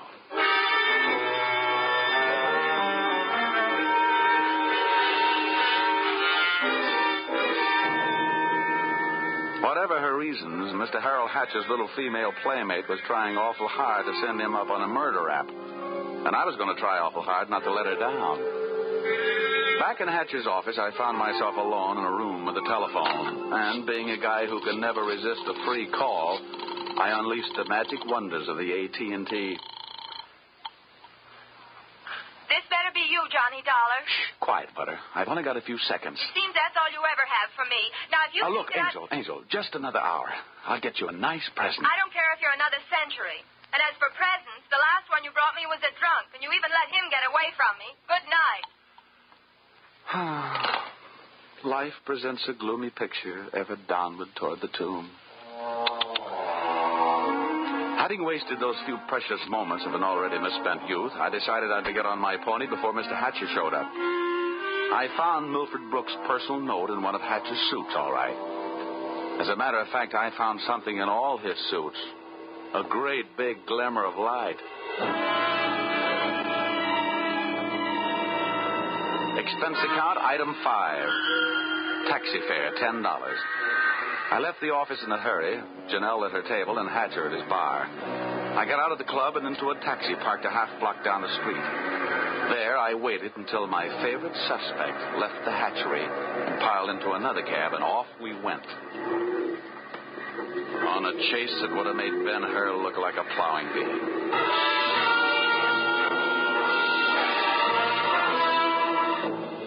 We skittered over to Lexington and headed uptown. At 72nd, the cab turned right and pulled to a stop. My driver was on his toes, and his toes were on his brake. We stopped, too, half a block behind. You want us to wait, huh? No, here you are. Keep the change. Hey, thanks.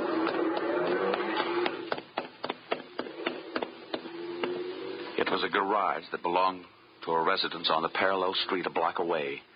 The living quarters upstairs were dark enough to look interesting. I indulged in a bit of genteel breaking and entering. Entering that old barn didn't take much breaking. I crept up the stairs. It sounded like they were left over from an old ghost story. And so did the first voice I heard when I stopped halfway up. We've got to be careful, especially about that Johnny Dollar. Are you sure he didn't follow you? That voice sounded awfully dry to be coming from a guy who supposedly had spent most of the night snoozing in the bottom of the Hudson River. It was Milford Brooks III. Get up on your feet, Brooks.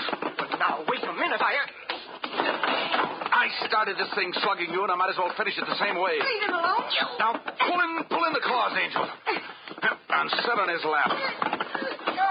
You hard-footed, eh? I'll kill you. Get off of me. Huh? I should have known better than to get mixed up with a low-class female like you. Why, you come. Now, hold it.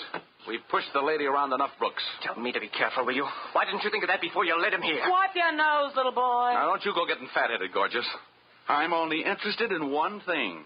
Saving the insurance company $2 million. And, Buster, I think you've done it for me. Dollar, This is insurance fraud. It has been ever since you put on that fake suicide attempt. Trying to extort $500,000 out of the company. Dollar, wait a minute. Now, come on. We're leaving. You heard him, Dollar. Harold. Hatcher. He said, wait a minute. He wants to talk. Yeah, everybody wants to get in on the act. How did you get here? When the police in this town think maybe a guy's jumped off a ferry boat and nobody's seen him do it, they check the counters on the turnstiles at each end. In the case of Brooks, as many people got off that boat as got on. Well, it makes sense. They'd hardly hold the guy because somebody lost a topcoat. How did you know we were here? You know me, baby. You never go any place I don't know about. Okay, Brooks, you felt like talking. Now I feel like listening. Get it up. Well, I don't know what you mean. I know what you mean, Hatcher. One, he gave you a big, fat $2 million motive for murder. And two, he did his best to make it look like you did murder him with that broken-down match cover plant on the ferry boat. It's just that simple. And you, baby? Harold, please. You put him up to it, didn't you, you cheap little muscler? Trying to get rid of me, will you? No, Harold. Now, calm down, Hatcher. You don't need any gun around here. They're tame. Well, maybe I'm not. Since so many people have gone to so much trouble to hand me a nice, easy way to make $2 million, maybe I'll just go ahead and make it. I'll show these amateurs how these things are really done. Come on, Brooks. How'd you like to go for a nice, cool, half a ferry boat ride? No, Hatcher. No. Look, it's her fault. I'll give you anything you want. You're wrong, sonny boy. You're going to give me everything. No. You can't. Let me out of here. Brooks bolted for the door. Hatcher snapped a shot at him. And I hit Hatcher with a do-or-die tackle from behind. The gun flew out of his hand. No, you don't. I beat him to it and swung it straight into his skull.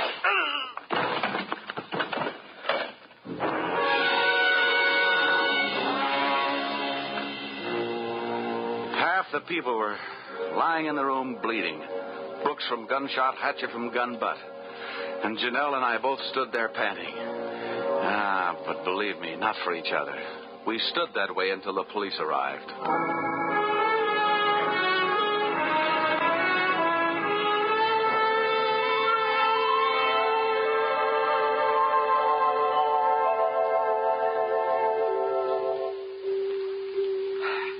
Dollar, it's beyond me. I sent you out to protect the life of a very important policyholder, and now where are we? Standing in a hospital corridor, worrying about whether he's going to live or die. As far as I'm concerned, Mr. Farnsworth, you're only half right. I'm just standing in a hospital corridor. Dollar, you're heartless. If you'd been bitten where he bit me, you wouldn't care if you'd lived or died either. I'm getting out of here. Well, where are you going? It'll be explained in my expense account on the miscellaneous expense. Now, don't fall over when you come to an item for $318. $318? For what? Not for what, Farnsworth? For whom?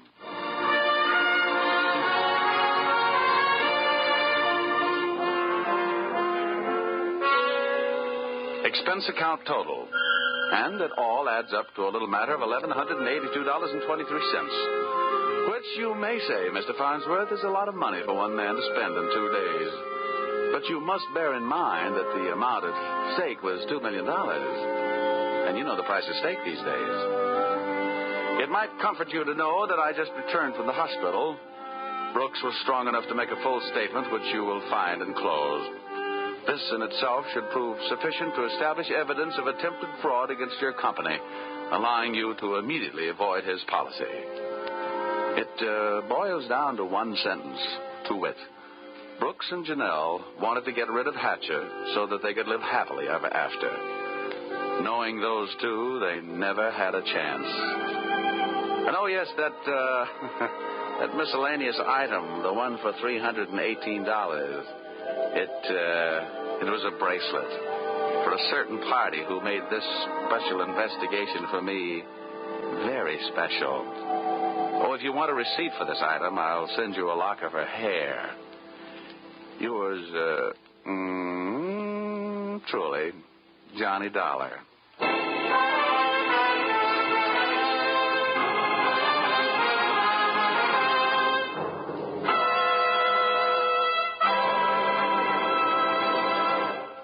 So, with the final signature on his expense account, Dick Powell as Johnny Dollar has just closed the books on his first adventure in this new CBS series.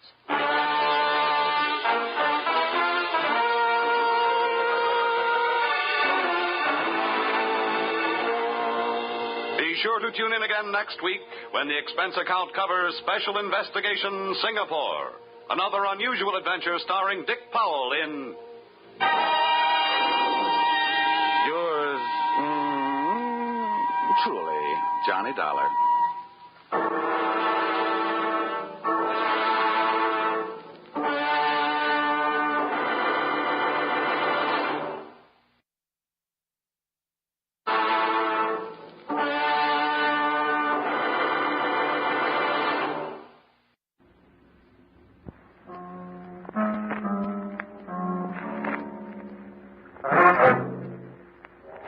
Time now for yours truly, Johnny Dollar.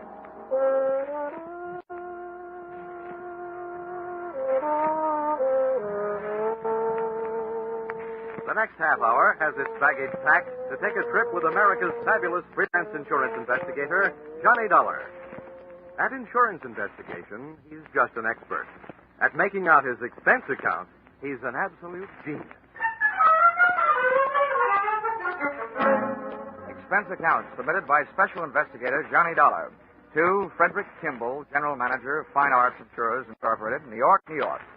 The following is an accounting of my expenditures in the investigation of the stolen portrait of the Duke of Masson, or who opened the season on canvasback dukes.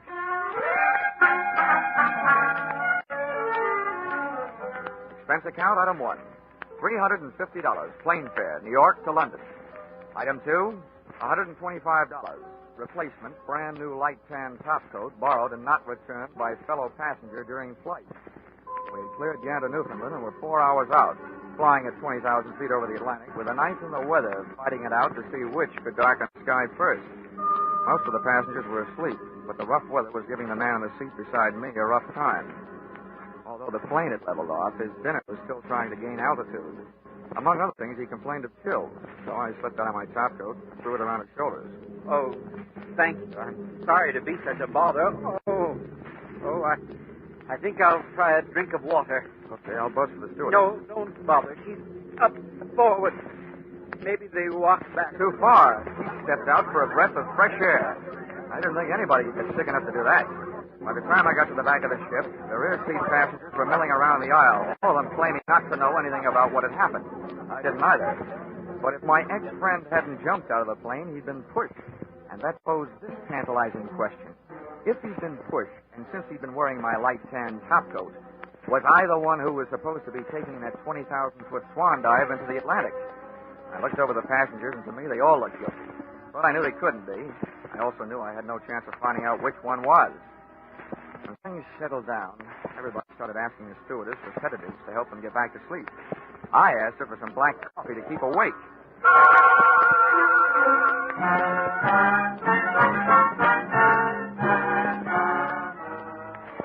By 4 o'clock the next afternoon, I was in good health, in London, and in the office of your policyholder, Dexter Morley. Yes, I've been expecting you, Dollar. Your company cabled that you were coming.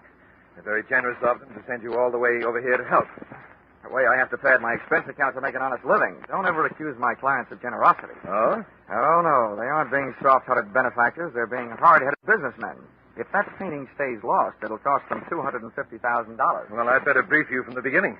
Oh, if I yawn during your story, Morley, don't mind. I'm just sleeping. I see.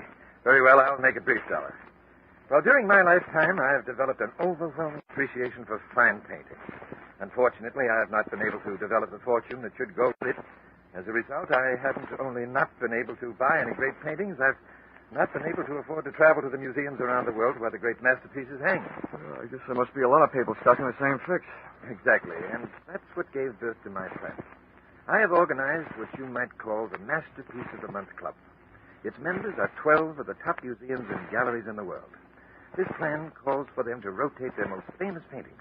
In other words, if the people can't afford to come to the pictures, my scheme brings the pictures to the people. A new one, every month.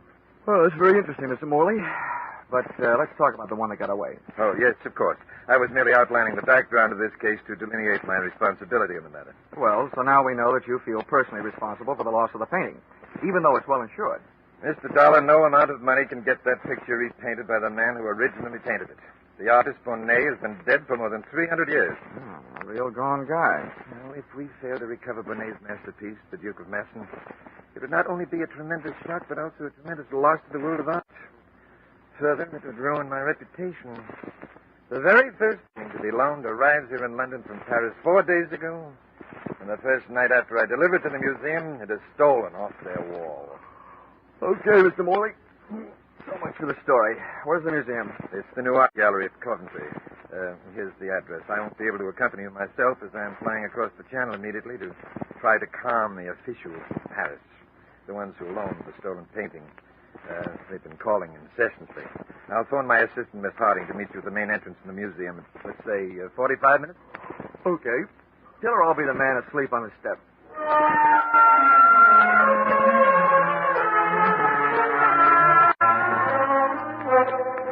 Expense account, item 3.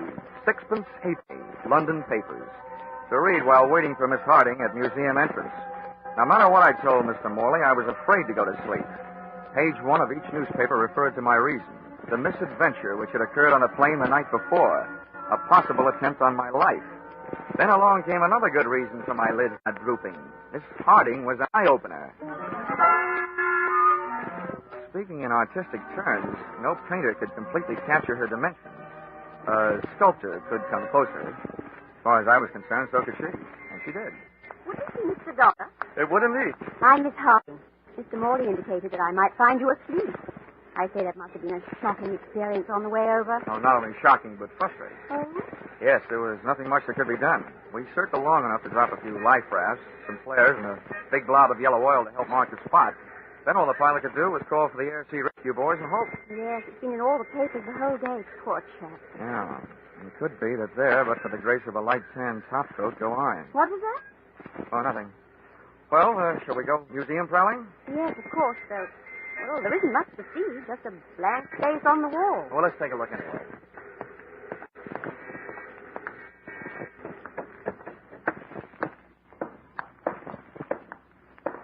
Hey, did you say a blank space on the wall? Why, yes. You mean they stole the painting frame and all? Indeed they did. Oh. Art thieves are doing things the hard way these days. Usually they just cut the painting out of the frame, stick it to the coat, and make a getaway. Yes, Mr. Dollar, I know. But perhaps this job was done by a beginner, or perhaps the burglar was interrupted and had to make a run for it, frame and all.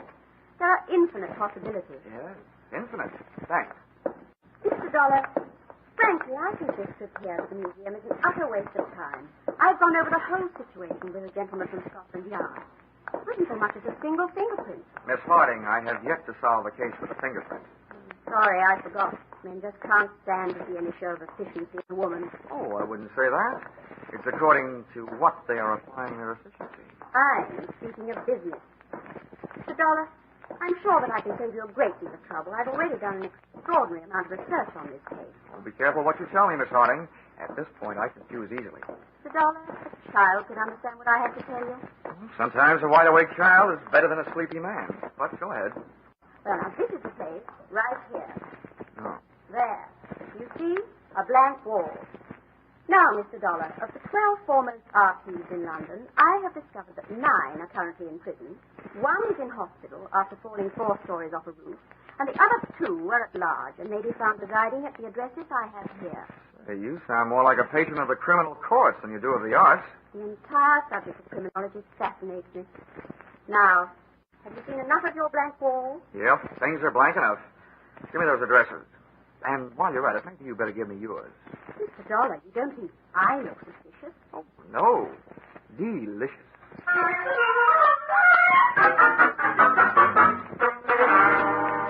Expense account, item 4. 5 shillings. Cab fare to Scotland Yard. Tip to driver, 2 bob. When it comes to money, I speak all languages. Scotland Yard from the outside looked like a big public school. Well, it has taught a lot of lessons to a lot of people. Inside, it was tea time. When I inquired for the officer in charge of the robbery with which I was concerned, I was led to an Inspector Carew. First, he gave me a cup of tea. Then he gave me my lunch. Mr. Dollar, you sit here and ask me why we haven't done something. Believe me, sir, the yard is not as archaic as its architecture. There's a simple legal procedure which must occur before we can make either an investigation or an arrest. Well? First, a complaint must be lodged by the legal owners of any stolen property. At that point, and at that point only, are we allowed to act. You mean nobody called for help? Well, naturally, when the museum discovered the painting gone, they immediately rang us up. We went to court to gather primary evidence. Unfortunately, there was none. Well, what about the owners of the painting, the museum in Paris? As yet, we've heard nothing. We expect to momentarily. Inspector, just out of curiosity, what about this girl, Miss Harding? I'd say she's, a jolly fine type. I mean, do you know anything about her? I say, didn't you Yanks carry off enough of our girls after the war? I'm not in the importing business. I mean, is she known to you professionally? What? You suspect her? Well, not particularly, but she did give me this list. In her opinion, this is the who's who and where they are of your city's light-fingered art lovers. Let me see it. Well, quite complete and quite accurate. Hardly the work of an amateur. Where in the world would a young lady like Miss Harding come into such information? That, Inspector Carew, is exactly what I'm driving at.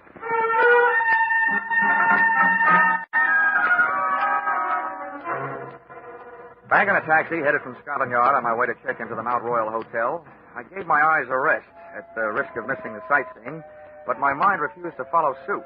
It now had 3 blank walls to stare into. The one in the museum, the one at Scotland Yard, and the most provocative of the 3 to look at, the girl who knew too much, Miss Muriel Harding. My mind also kept ruffling my nerve ends with a question. Was I supposed to be the guy who got dumped out of that plane the night before? We arrived at the Mount Royal Hotel, and I got my answers. Here we are, sir. That's the Mount Royal, right? Dead on across the way. You can't miss it. Okay. What's the bill? To you, sir? That'll be half the crowd. How much? 2 and 6, sir.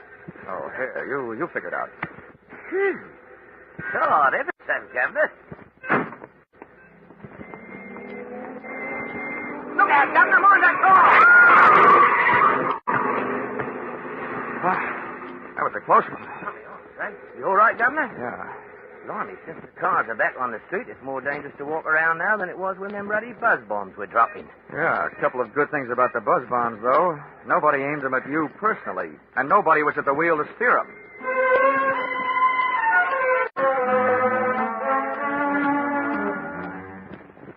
That made it official. I had been set up for a pigeon, and it was me somebody had tried to turn into a seagull during that flight across the Atlantic. Expense account item 5.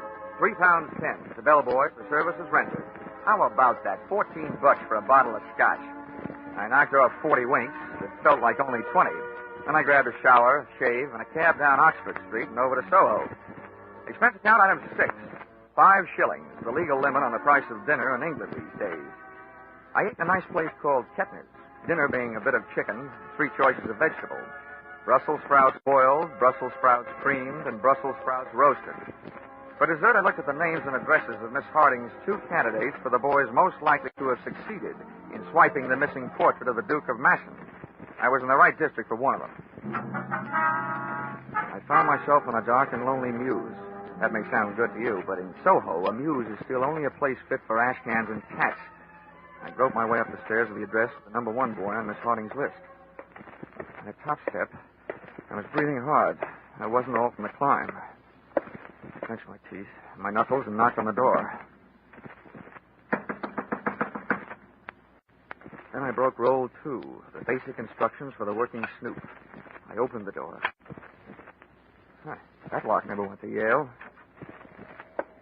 The door of a wood-burning stove across the room was open, the flames erratically painting the walls with orange light, then erasing them back into black darkness. I finally dared to breathe. Then I saw what I was looking for, lying on a table, its edges curled upward. An oil painting of a guy with short breeches and a long face. I started forward, but something barred my foot. I stared down at the floor in front of me. First it was pitch black. Then the light from the stove flared up, and I saw that the object was what I thought it was, and hoped it wasn't. A man, wearing his head, and I don't mean his hair, parted in the middle. I rushed across the room, flipped the middle off the top of the stove to give me more light, and looked for a telephone. There was none in the room with a corpse, so I tried the door of the next room. And the door I was trying started erupting.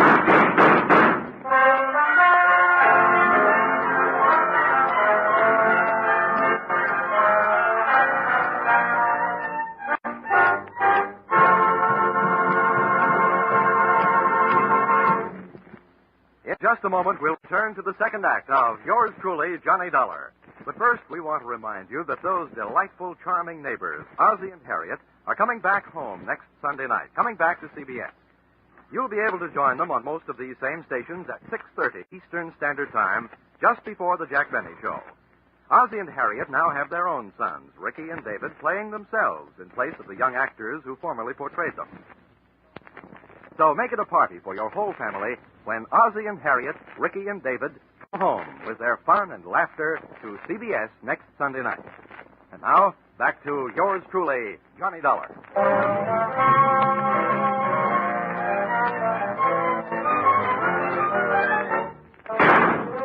When those bullets came crashing through the door at me, I dropped to the floor. I still don't know whether my knees buckled or I meant to go down. I stayed where I was. But whoever it was on the other side of that door decided to take off. Out the window. I got to my feet, but by the time I kicked the door open and got to the window, I had that old Mother Hubbard feeling. The cupboard was bare.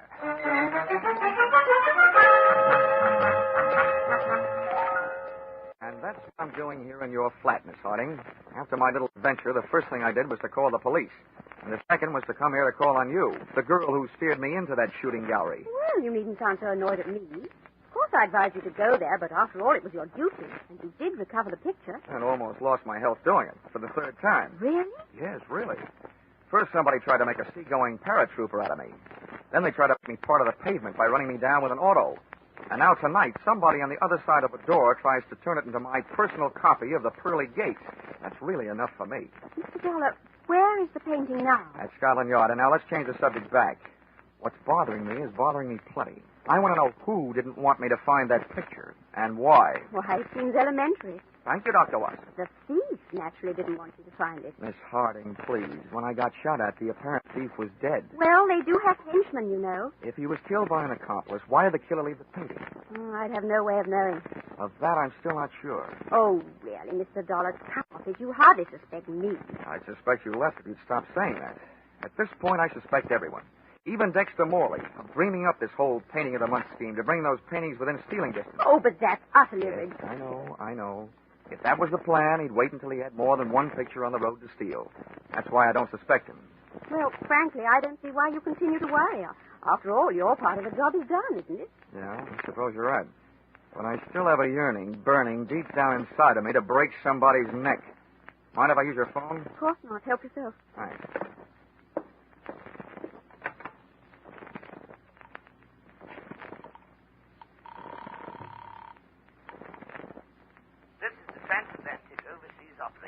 Hello, I want to talk to New York.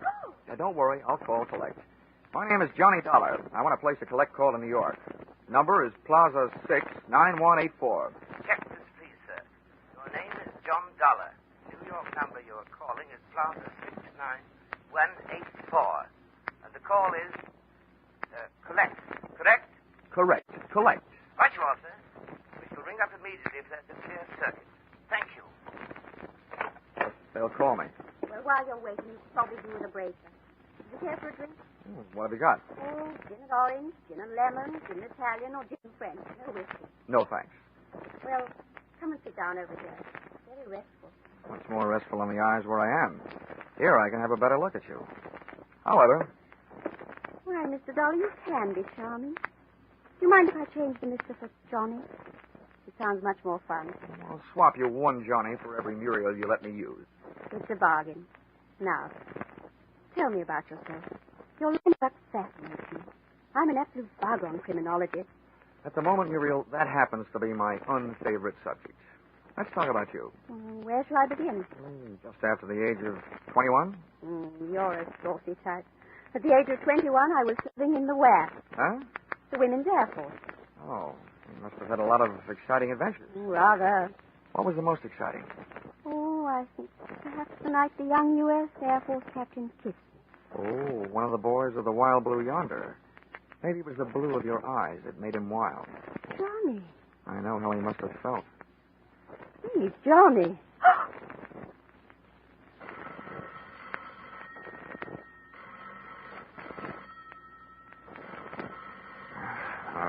I'll be right back. All right, darling. Hello? Are you there? Are you there? Of course I'm here. Mr. Dollar? That's right.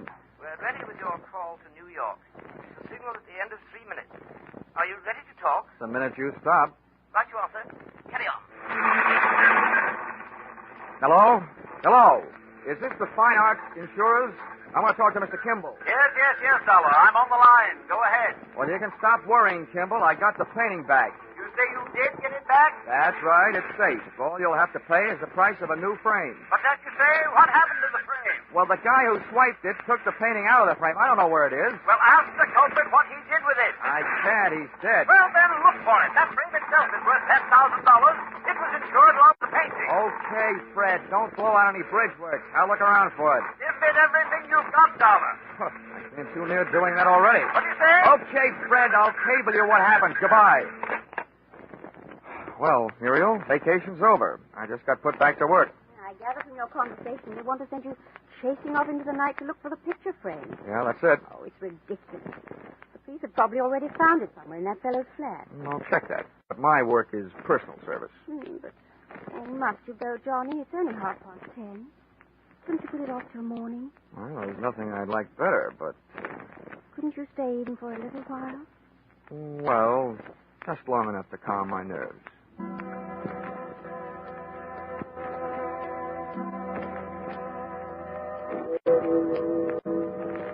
Big Ben was ringing up midnight on TYME's greedy cash register when I finally cleared with a bobby guarding the back alley flat, but had not so long before given up one unprecious life and one very precious painting. The place was darker than it had been on my previous visit, and when I groped for the electric switch, I realized why. There had been a brisk fire blazing before. In the bottom grate of the stove, I found enough unburned portions of the hot picture frame to justify my conclusions. And I found something else that came under the category of hot rocks. Expense account, item 7. Cab fare to the office of Dexter Morley. The front door was not only locked, it was barred. However, at the back of the building, I had better luck. A loose window down to the basement. I just broken the law, but I didn't want to break my neck, so I snapped on a light. The basement was loaded with cabinet-making equipment. But for my dough, they weren't making any cabinets. There was a bench with a power drill, and on the floor below it, a pile of sawdust and wood shavings. That was normal enough, but the sawdust pile was glinting with tiny specks of crystallized glue. With what I had now, all I had to find was Dexter Morley. He made that easy. He found me. Stay down there, Dollar. Right where you are. Well, welcome home from that trip to Paris you didn't take. That gun in your hand suggests that I'm right about one thing, anyway. Yes, and what would that be? That whoever took the shots at me earlier tonight was probably not an Englishman. The bobbies over here don't carry guns, which makes most English mugs afraid to. You're an American. That's interesting, but hardly valuable. I've got some more. How valuable is this? I think you're in on, or at the head of, a very high-class smuggling racket. And I think you set up that painting of the month scheme of yours to establish just about the neatest method of smuggling that I've ever heard of. You're very generous. I know how I operate, so what you could tell me about it could do nothing more than bore me. What I want from you are the diamonds. Maybe I can trade you. Some diamonds for some answers. You're in no position to bargain. Give me the diamonds or I'll shoot you and take them off you. No, wait a minute. I'd better explain my bargaining position. I think you'll admit it's not the worst. Since you have followed me here, you know I took a cab from the murder flat. One without a tail light, so you don't have the number. But, brother, I do. And the diamonds are jammed down behind its back seat. Now, let's bargain. What? You... All right. What do you want to know? Just let me do the guessing, and check me if I'm wrong. You set up a chain of famous paintings which would move around the world through your branch offices. As each one passed through your hands here, the frame was to be dismantled and holes bored in it at the joints for the purpose of smuggling diamonds. Right so far? Yes, Dollar, right. But remember, the more you are right about, the worse it is for me. So naturally, the worse it is for you. We'll take care of that later. This scheme of yours fascinates me. The stuff moves around the world in the picture frames, under official armed guard, and enjoying virtual diplomatic immunity through customs. It's great. It would have been great if it hadn't been for that heavy-handed oath. Oh, that fills in a missing link. From out of the night comes a burglar, steals your first loaded picture, shoves the frame into his stove to get rid of it. You arrive, cream him with your gun, then I arrive, interrupting you before you get what you want out of the burning frame, and then... You saw what happened to him when he resisted me, Dollar. But now you must realize that I won't hesitate a moment. It works the other way, doesn't it? You kill me, who tells you the number of that taxi? And without it, you'll never get your diamond. There are ways. Keep your hands behind you. Painful. I thought so. Your head will wear out before this gun barrel does. Now, feel more like talking? Just enough to tell you one more thing. You can tell that blonde accomplice of yours I was onto her from the start. Johnny, what do you mean? What? Ow! Don't shoot back!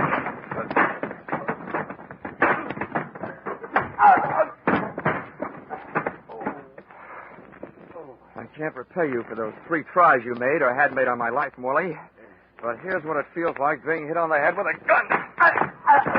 Yeah, rockabye booby. Muriel, look out, you'll fall. I told you, that's a very undignified way for a lady to enter a room, through a basement window. Johnny, I was only trying to help, and there you were accusing me of being his accomplice after all those nice things you said to me before. Whoa, wait a minute. Oh, I followed you. I wanted to see how you were. Oh, great. You and your criminology. At least you might have stepped in before he hit me those 2 licks. Look at my head. Oh, I'm sorry, Johnny. It's just that I love crime. Well, come on, get up. Oh. Would be a crime if Mr. Worley there woke up and I had to put him back to sleep again before the police got here. Well, what was it all about? It was about these little black things. I've got a pocket full of them. Here, scrape one of them with your fingernail. Oh, glass. Honey, that's the kind of glass a fellow hands his girl when he wants to be engaged to marry her. Johnny, darling, you mean... Yes, I mean only that they're diamonds.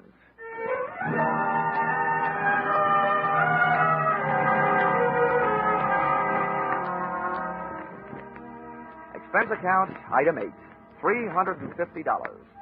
Plane fare out of attempted matrimony by the party of the second part. Item 9, $25. Gift to Muriel Harding.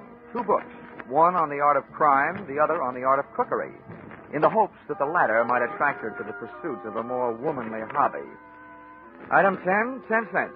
Roma Seltzer. Purchased upon landing at Gander, Newfoundland.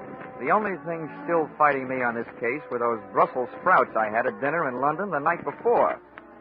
Expense account total, $1,563.40.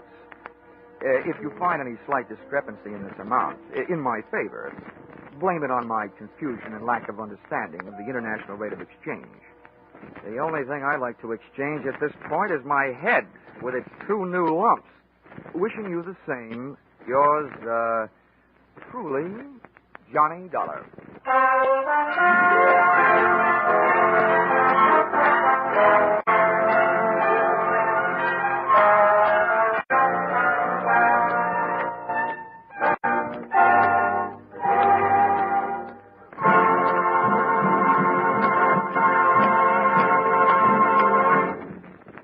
In just a moment, more about Johnny Dollar. But first, Academy Award winner Jane Wyman comes as guest to the Family Hour of Stars, and Ozzie and Harriet return in triumph to CBS. These are 2 headline-making events for next Sunday night. Add these 2 shows to the top comedy of Jack Benny, the feminine charm and dramatic talent of Helen Hayes and Eve Arden, the ace comedy teams of Amos and Andy and Lemon Abner, and CBS Sunday night makes great news. On top of this, there are the notable mystery capers with Sam Spade and the laughter with Life with Luigi and It Pays to Be Ignorant. So don't miss a single one of CBS 10 great entertainments next Sunday night when they're heard over most of these same stations. Jack Benny, of course, comes to you over them all.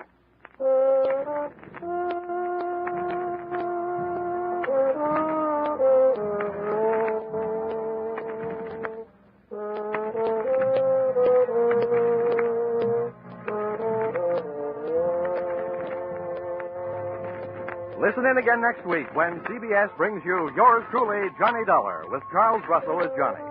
Yours Truly, Johnny Dollar is written by Paul Dudley and Gil Dowd, with music by Mark Warnow, and is produced and directed by Richard Sanville for CBS, the Columbia Broadcasting System.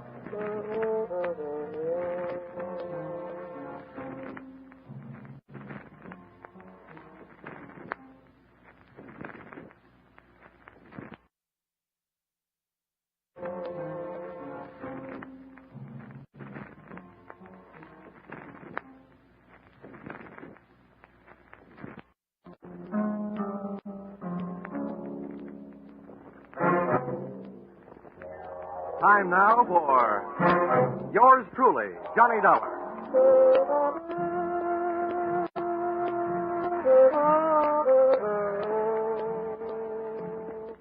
The next half hour has its baggage packed to take a trip with America's fabulous freelance insurance investigator, Johnny Dollar. At insurance investigation, he's just an expert. At making out his expense account, he's an absolute genius.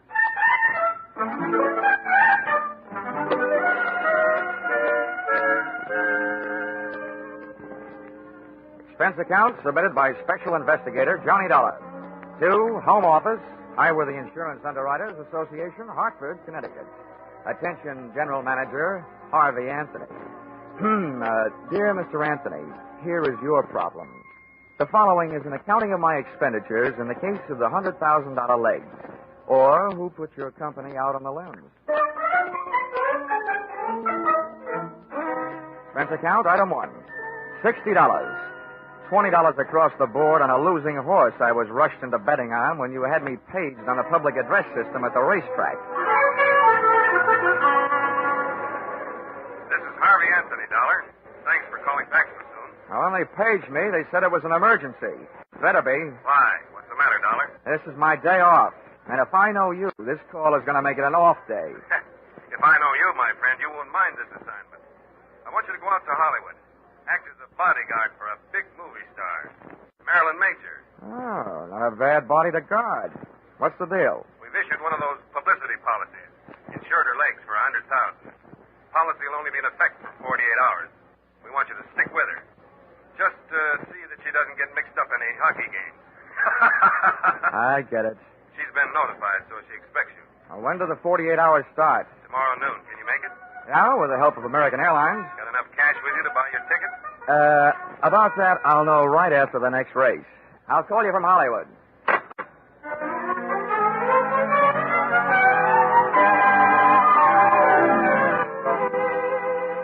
Expense account, item 2, $10. Borrowed from a friend. Taxi fare from the racetrack to town, where I cash check to pay, item 3, $186.13. Plane fare, Hartford to Hollywood. Item 4, $350. Cab fare, Los Angeles Municipal Airport, to the home of the insured, Miss Marilyn Major, at the Horizon View Apartments on the Sunset Strip. Tip the driver, $1. Miss Major's apartment had the best view of the horizon, it being the penthouse. But her outlook was anything but rosy. I found the apartment door open. First I looked in, then I went in.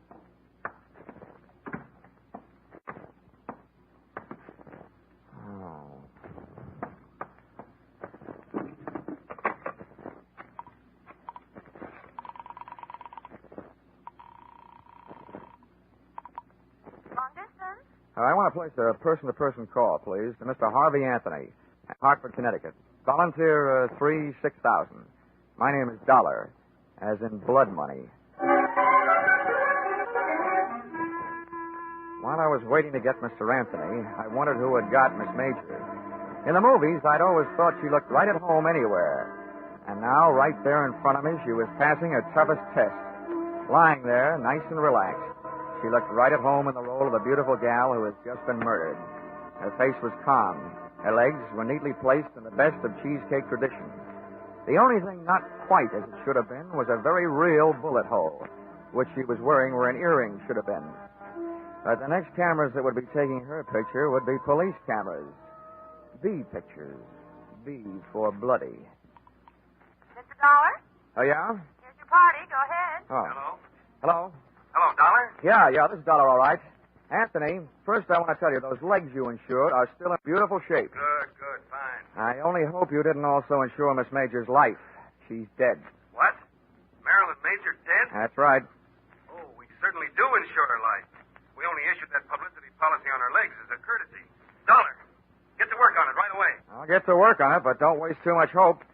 To me, it looks like your only out is if the policy does not pay off on murder. Murder? Good heavens. Well, there may be something about the case that'll save us from paying double indemnity for death by violence. Oh, this is death by violence, brother, any way you look at it. Okay, Anthony, I'll get to work on it right after I call the cops and make a report. Do your best. Goodbye. Okay, goodbye. Well, Hang up that telephone, mister. the dame standing in the kitchen doorway had .32 caliber steel in her hand to back up the brass in her voice. She was a youngster, but obviously an old-timer at a lot of things. Her hair was the same color as the murdered woman's, smoke blonde, and her dress was tobacco brown, and round and firm and fully packed. I said put down that phone. Yeah, sure, okay. Now, you do me a favor, will you? If you feel you want your finger near that trigger, how about moving it up to the front end of the trigger guard, huh? Mister, I only heard part of what you said, but you're not calling no police. What makes you think so? That dame in there's done me enough harm. I came here to kill her, but somebody beat me to it, and I'm not taking the rap. Okay, so beat it. Who cares? Then I'll call the police. Somebody's going to eventually. Before I go, I'm finding a few things and taking them with me. Now, come on, get up on your feet, mister. You're coming with me in the bedroom. Okay. Don't get excited.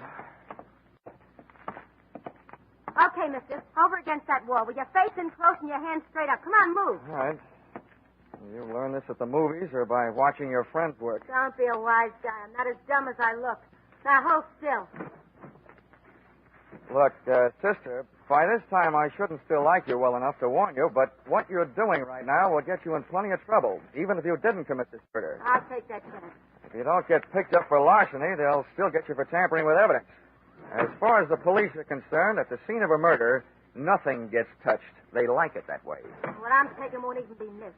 There are plenty more here just like him. That's all she's gotten here. Love letters from men. Who are you covering up for? Your boyfriend? It's none of your business, mister, but it's my husband I'm covering up for. Well, then you're just plain nuts. If he knew her, they'll find that out. And then if they want him, they'll find him. Yeah, and they'll find him dead. Huh? My husband committed suicide over that no good dame this morning. Oh. Now, I've had enough out of you. Back up. 2 steps. Okay. Now, get over there and into that closet. Come on. Too bad. What's the matter? I always feel sorry for a sucker. I felt around in the dark. It was a small closet. That meant not much air. That meant doing something about it. I took my fingernail file, stood it on edge, and slipped it under the door, pressing down the nap of the rug. I did the same with my fountain pen. That would at least allow a small supply of air to sneak into my stuffy little cell. And then I glued my ear to the thin wooden panel that separated me from the bedroom. It wasn't long before my captor apparently completed her search. I heard her pass the closet door and head for the front room. I didn't hear her dial the phone, but it didn't take me long to realize that's what she was doing and who she was calling. Give me the police. This is an emergency. Hello? Hello, police. I want to report a murder. All right. Hello? There's been a murder. The movie star Marilyn Major in the penthouse. The Horizon View apartment on the Sunset Strip. Never mind who I am. I've caught the murderer. You'll find him locked up in the closet. From the moment she hung up, I could only guess what was happening. I heard a man's footsteps rush in and then his voice. Blackmail me, will you, you That's what I'm paying you for these letters. Now I'm taking them with me. I didn't think I had the time to spend picking the lock on the closet door, so I started kicking. The girl who had just tried to turn me into the cops was lying on her face in front of the telephone stand, and a covey of bullets had turned the brown silk on her back into wet red lace. She'd been shot in the back, and if she'd succeeded in finding her letters, her killer had taken them with him. I made a quick search myself and took a look for the remaining sets of letters. One from a guy who signed himself Baron, and the other one from a guy whose autograph read, "With all my love, Lawrence." My instincts were trying to pull me out of that apartment, but one look down the street threw them into reverse. Black and white prowl cars were arriving, and it was less than another minute when their passengers started pouring out of the elevator and through the front door. All right, watch out. I'll pay him. All right, come on. In the bedroom closet, boys. Make sure you don't stand in front of that door. Okay, Lieutenant. Never mind the closet, Lieutenant. It's empty. I kicked my way out. All right, let's see your hands. Get them up. I swear I'm going to buy some stock in a gun company. Everybody's got them. Miller, get around behind him. Check him for weapons. Yes, sir. He's clean, Lieutenant. Okay. Who are you? Johnny Dollar. And if you lend me back my right hand, I'll give you my ID. It's in my wallet. Keep him up. Miller, get his wallet. Yes, sir. Here it is. Insurance stick, huh? Please, I'm a freelance special insurance investigator. It sounds better. Keeps my price up. Hartford, huh? What's your story? Well, first, I'd like to go on record as saying I didn't commit either one of the murders. Either one? What are you talking about? Well, this one here is the girl who phoned in the report that brought you here. The one she was talking about, Marilyn Major, is lying just as dead on the floor in the bedroom. Miller, get in there and take a look. Yes, sir. While he's looking, you keep on talking. Okay, I'll start from the beginning. I was sent out here by Highworthy Insurance. They just issued a policy on the legs of that dame in the other room. $100,000. Publicity stunt. I was supposed to protect their interests. What do you mean by that? Well, what do you think? I was supposed to see that she didn't attempt any Hindu fire dances or try walking any tightropes during the next 48 hours. Well, your worries are over that department, at least. What else? When I got here, the door was open. I walked in and found her, dead. Any way to prove that? Any witnesses? Just one. She's lying there behind her. Uh-huh. Over the phone, she accused you of the murder. That's the wrong kind of a witness. No, Lieutenant. The wrong kind of dame. She knew I didn't do it. She was somewhere in this apartment when I arrived. Then why did you say it? I can hardly ask her. Listen, Lieutenant. She did tell me that she came here to get some letters. Her husband had written them to the major dame. She said she was trying to protect him. From what? Who knows? Maybe she just wanted him to rest in peace. The guy committed suicide this morning. We can't shake a story with him, can we? You've got a lot of dead friends. How did this one here get that way? I'm not sure. While I was in the closet, I heard her call you. And then a man came in and yelled something about blackmail at her and shot her. And naturally, he had disappeared by the time you kicked your way out of the closet. That's right. This story of yours may win some kind of a prize, Dollar, but not for me. I'm not a judge. That's one thing in my favor. Hey, Lieutenant, I got something. The dame is dead, all right. And look what I found in that closet. A fingernail file, a fountain pen with a name on it, Johnny Dollar, and a .32 caliber revolver jammed in a shoe. Well, Dollar, that combination puts you in a kind of jam, too. Look, Lieutenant, I think I can make you see things my way if you let me go through my story once more. I was sent out here by Highworthy Insurance underwriter.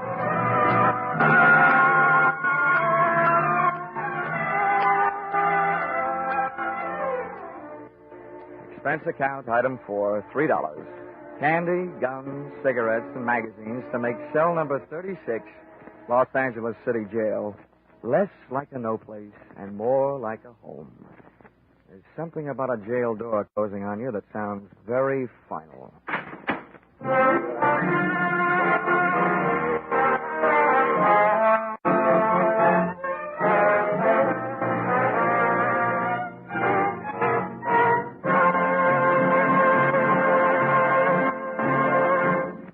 In just a moment, we'll return to the second act of Yours Truly, Johnny Dollar. But first, we want you to know that the biggest jackpot in the history of radio, $50,000, goes in the works tomorrow night when CBS' great Saturday night quiz show, Sing It Again, comes to you again over most of these same stations. $50,000, $25,000 in marvelous prizes, plus $25,000 in cold, hard cash. And that's only the beginning, because the longer the phantom voice questions elude the listeners, the higher the rewards go. Be sure you're around tomorrow night when Sing It Again sets telephones ringing across the nation and $50,000 goes riding on each call. And now, back to yours truly, Johnny Dollar.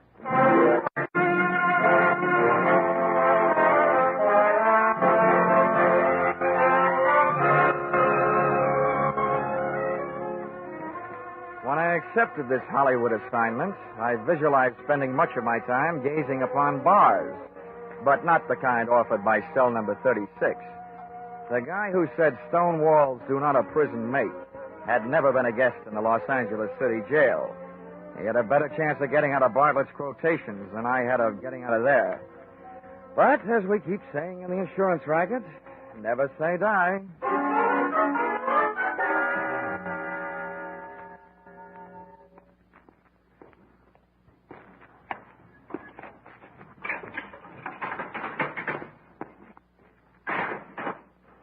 Lieutenant Roach, what are you in for? I've heard tell the boys around headquarters have a very funny joke about roaches in jails. But that's not why I'm here. Sit down. Make yourself uncomfortable. Thanks. I can't offer you a mint julep. The closest I can come is a spearmint lifesaver. Oh, thanks. This kind of zero is a pleasure after facing the kind we're up against. Huh? So for a dollar, all we've got to go on is you and a mess of evidence we haven't as yet been able to trace down to its rightful owners. Oh, incidentally, about that gun we thought might be yours. Oh, don't tell me you're going to give it to me as a birthday present. It was the weapon used to kill Marilyn Major, all right. The paraffin test we took in your hands let you out. You haven't been firing any guns lately. Does that mean you've come here to escort me to the front door? No, not so fast. We do want to know what your fingerprints were doing all over those 2 bundles of love letters we found. I'm going to have to learn to pick things up with my knuckles. Lieutenant, I just had a natural curiosity as to who killed the cat. The only difference between us, Roach, is that your curiosity is official. How far did you get? Not far enough. Didn't take much figuring to know that Miss Major's been playing a high-class badger game. All the perfume in the joint couldn't cover up the smell of blackmail. On top of that, we found the 2 batches of letters that you'd been messing around with. One signed Barron, the other signed Lawrence. Those the fire department should be handling. Oh, yeah. Oh, and remember, there's probably a 3rd set floating around. Why do you say that? Well, I'm not an eyewitness to this, only an ear witness. But from what I could hear inside that closet, the dame who came there looking for her husband's letters found them, and she called you to turn me in. Mm-hmm. On her way out of the apartment, some guy came in, mistook her for Marilyn Major, and shot her in the back. When I kicked my way out of the closet, those letters of hers were gone. So, figures the murderer grabbed the letters out of her hand, thinking there was some he'd written. Uh-huh. Then in your file, the killer was either that Barron fellow or the other one, Lawrence. Lieutenant, in my file, they're both murderers. It's just a question of who killed whom. The guy who killed Marilyn Major certainly wouldn't have come back to kill her again, would he? In this town, you never know. Look, Lieutenant, I got a 2-way stake in this thing. One, to get my name cleared. The other, to get my job done. And I'm in a hurry. I imagine you are, too. Well, Marilyn Major was a big name. That means we'll soon have newspapers burning under our seats. We're in a hurry, all right. Okay, then listen. If I were either one of those murderers, and I know that the police probably had a handful of letters that could send me to the gas chamber, I'd head for the border. Yeah? But if I thought an outsider had them, somebody they might be able to buy off or scare off or beat off, then I'd go find that guy. Well? Let's bring this thing to a head in a hurry. Run a story in the papers. Tell them you released me. Tell them I escaped. Tell them anything. Just so long as you tell them that you suspect that I have those letters hidden someplace. Well, if you don't mind taking the chance of having 2 murderers gunning after you, we certainly don't. Oh, I mind. Believe me, I'm not doing you any favors. It's just that I'll feel safer in my own hands. Okay, Mr. Pigeon, you got yourself elected. We'll publish that story. Then we'll let you fly the coop. Good enough. Just make sure that you give me plenty of fighter cover. Expense account, item 6, 7 cents. Purchase of newspaper, an extra edition that hit the street about a half an hour before I did. Item 7, $5. A big square meal to make up for the ones I'd missed, ignoring the little round beans while a guest of the city. Seeing the lieutenant's fiction in black print on the front page of a newspaper almost had me believing it. There was my picture, big as life. And when those birds set up a pigeon, they made sure everybody would know the location of his roost. Firmly planted high in the story was the name of the hotel into which they had registered me, and to which I was under orders to proceed immediately.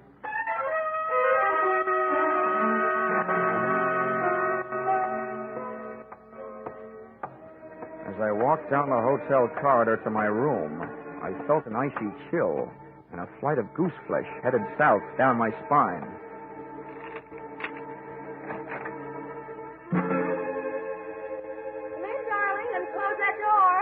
I expected company, but not your kind. At first, I thought I'd gotten into the wrong room. This kid looked right at home. And she used some of the clothes from a half-packed overnight bag to make her look it. So you're Johnny Dollar. Yeah. Thanks for saving me a calling card.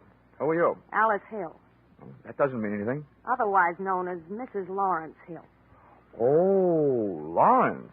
Oh, the last time I saw that name, it said, with love. But not to you. That's why I'm here. I want those letters. Why aren't you carrying a gun? It'll be here if we need it. We? Yes. My husband's down in the lobby. Look, if you give me those letters he wrote, I'll pack up my little bag and leave, and everybody will be very happy. Yeah? I think I know the next line, but go ahead. I hope you keep on being that smart. My husband was watching for you when you came in, so he knows you're up here. Naturally, he knows I'm here, and he's on his way up. We want those letters. This isn't just a Badger game. This is the World Series. If I don't give you the letters, your husband busts in here, shoots me, and I get written off under the unwritten law. Neat, neat, neat. It's a handy law. You're right. It's covered a multitude of sins. Where are the letters? Where's your husband? What's the matter with you? What do those letters mean to you? Well, right now, they look like my only hold on the future, Mrs. Hill. How do I know that you and your dear Lawrence won't kill me after you get them? You want me to take your word for it? Well, I'll have to trust Lawrence. He'll know what to do. I already know. There's nothing else for him to do. Look, Mrs. Hill, why don't you wise up? Your husband is ready to commit one murder to remove the evident motive for another. And he's dragging you into this with him. You'll wind up an accessory before, after, and during the fact. You're running up a blind alley as fast as you can run. And it's too late to turn around, so I'll just have to keep running. Ah, well, here he is. Lace up your track shoes, lady. The race is on. Come in. All right, sit still. Freeze, both of you. It's okay, Alice. You can hold off on the dog and pony show. Save it for the witnesses when they arrive. Don't waste it on Lawrence and me. That isn't Lawrence. What? Oh, so this must be Barron. You all through? That depends on that gun in your hand. Where are the letters? Letters. You know, I'm beginning to feel like a mailman when he's late getting around in the morning. There's one thing I want to know. Where did an ugly part-time Romeo like you find all those pretty words you wrote? Look, don't get me sore. I'll blast you, letters or no letters. That's the tone I was trying to bring your voice up to, Mr. Barron. No letters is exactly what I've got to offer. He's lying. He admitted to me that he has them. He's trying to blackmail you, Barron. That's what he's doing. Who are you? Never mind. My husband's in the same boat you are. I read the papers. Lawrence, huh? That's right. He'll be here any second. Between us, we'll figure out something. Now, stay away from it, Dollar. I'll answer it. Yeah, good idea. If a man answers, hang up. It'll be Lieutenant Roach. Wait a minute. Okay, answer it, Dollar. But the first wrong word fires this gun. Oh, you can believe me. Nothing but right words are on the tip of my tongue. Hello? Whoever was on the other end of the line decided not to talk and hung up. So I started an imaginary conversation with Lieutenant Roach of Homicide. While I was talking, I was thinking. Barron's voice was the voice I'd heard when I was locked in the closet. That made him the guy who shot the girl who turned me in. By the process of elimination, Lawrence Hill was elected murderer of Marilyn Major. During my talk, which made no sense, and my thoughts, which made plenty of sense, I was checking the length of cord on the phone. I needed Barron a little closer, so I started tossing enough dangerous words into the mouthpiece to draw him closer, threatening me with his mutters, his looks, and his gun. He moved into range, and I moved into action. I heaved the base of the telephone straight into his face. I moved in with my knee right after it. Stumbled back, letting go of the gun, which I kicked under the bed. Then I made a break front out of the dresser next to the bed, using his head to break the front. The water from the cracked-up pitcher hit him in the face, but it didn't do him any good. Hey, get out from underneath there. Get away from that gun. Come on. Well, I got a hold of your ankle. I got a good mind to do this thing right and heave you out the window. Let go of me. Come on now, stand up. You. All right, how much do you want? We don't want any trouble. Just let me out of here. We'll pay you anything. My husband's an important man. So am I. I've had all the pushing around I'm going to take. From now on, I'm the dealer, and your hand is to shut up. All I want to do is get out of here. Oh, no, you don't. I baited you. You tried to bait me. Now we'll both sit here and bait your husband. It must have been him that called this room and hung up when he heard my voice. One thing I didn't bother to tell you. Your husband couldn't have known I was up here until then, because I came in the hotel the back way and came up here the back way. Elevator and all. What do you mean? You baited me? Why do you think the police put my name, my address, and my picture in the newspapers? To draw autograph hunters? Oh. Oh, is right. Now get over there in the corner while I retrieve Mr. Barron's gun from under the bed before some mouse crawls out of the woodwork and tries taking a shot at me. Go on, get going. Turn around. Okay. Now, if you don't want me shooting runs in your stocking, don't make a move while I'm under the bed. I feel like something that old maids hope for. Lawrence! Where is he? On the floor. He's got a gun. Shoot him. Kill him. Under the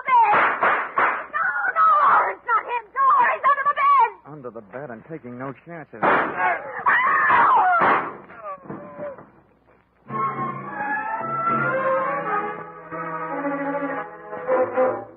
Listen, Roach, you may be a lieutenant to the police department, but to me, you're just a big, fat private. Now, calm down, Dollar. I don't mind setting myself up as a pigeon, but you promised me protection. Where was it? Temper.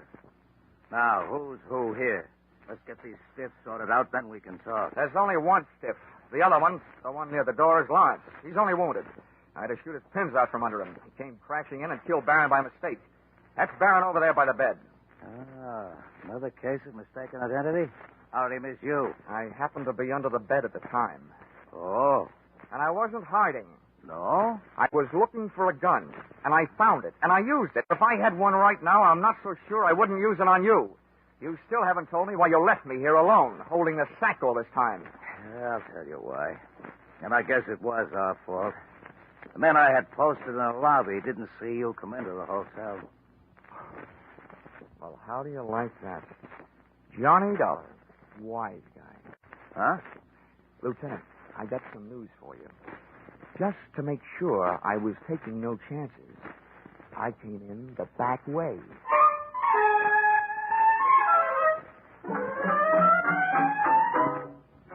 Expense account, item 8, $62. Hollywood Entertainment.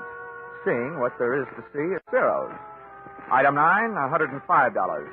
Seeing to it that one of the things I saw at Ciro's had a good time with me at the Motambo. Item 10, $186.13. Plane fare, Hollywood back to Hartford. Item 11, $1.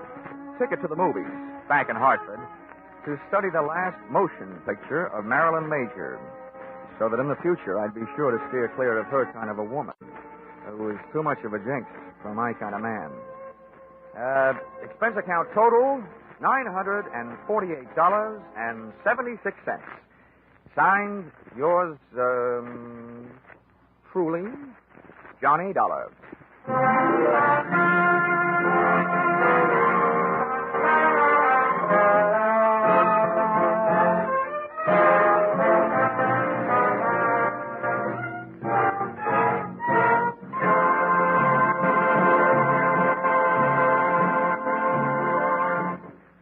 In keeping with the Easter season, you'll hear a different kind of story on CBS Gangbusters tomorrow night. The authentic story of a former gangster's fight to go straight, broadcast in cooperation with outstanding parole authorities. You'll find this Easter Eve Gangbusters drama as gripping as any program CBS has ever brought to you. Tomorrow night, you'll also find a mid-April adventure with the intriguing title, The Heat Wave, on CBS Philip Marlowe program. Gangbusters and The Adventures of Philip Marlowe are regular Saturday night features on most of these same CBS stations.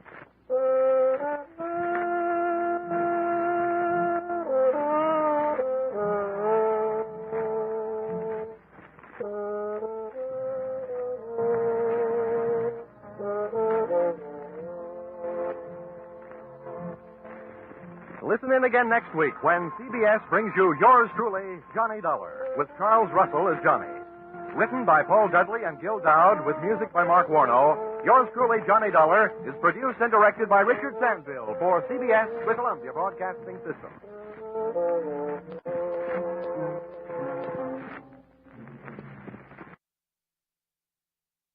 For CBS, the Columbia Broadcasting System.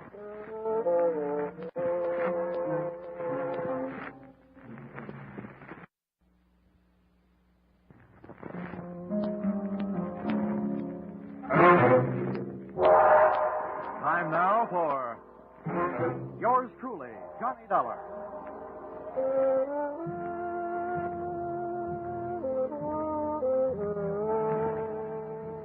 The next half hour has its baggage packed to take a trip with America's fabulous freelance insurance investigator, Johnny Dollar. At insurance investigation, he's just an expert. At making out his expense account, he's an absolute genius.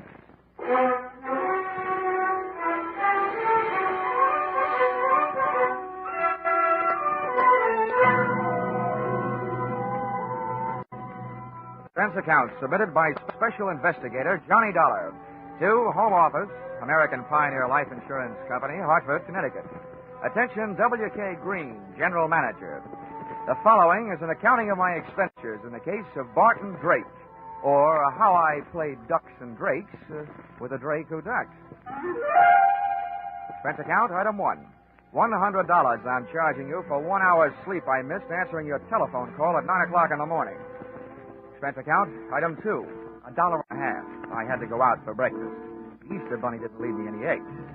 Item 3, cab fare to your office, $1. Tip to driver, $1.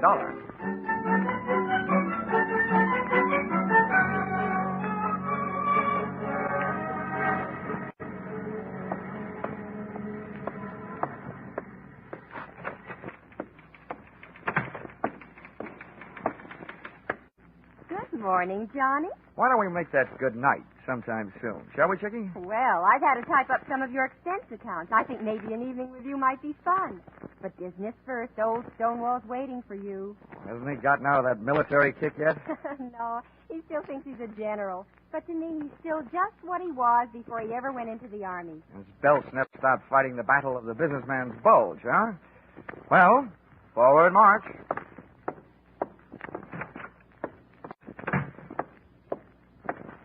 Good morning, Mr. Green, sir. Mr. Dollar reporting as ordered, sir. Eddie. Oh, yes.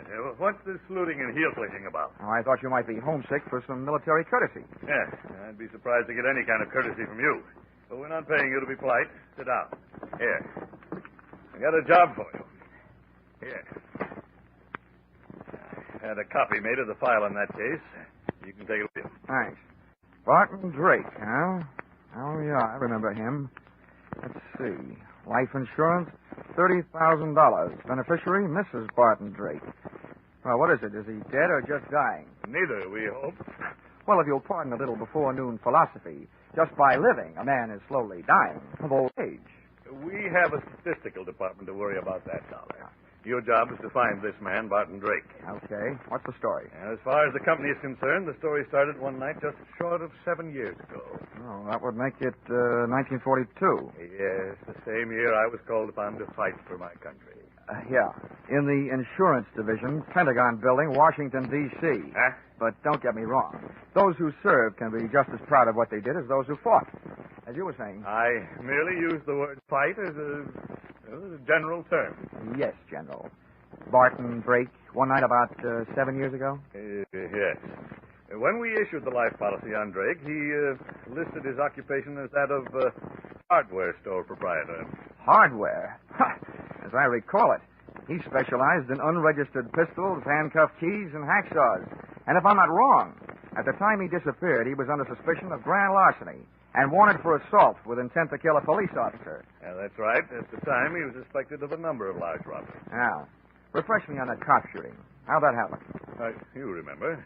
When the police arrived at the house to pick him up, he opened fire from the bedroom window, made a dashboard out of the back to his own car. And there was a chase during which the car skidded and went through the rail of a bridge into the river. Oh, yes. Now I remember, yeah. They never did recover the body or the loot. All they got back was a wet Buick. Dollar, that was 7 years ago. At least it will be 7 years in 1 more week. At that time, Barton Drake will be declared legally dead by the probate court. His wife has already instituted proceedings. And when the court says she's a widow, she says, I want my $30,000, and you have to pay it, right? Exactly. But we're not going to pay that $30,000 if we can help it.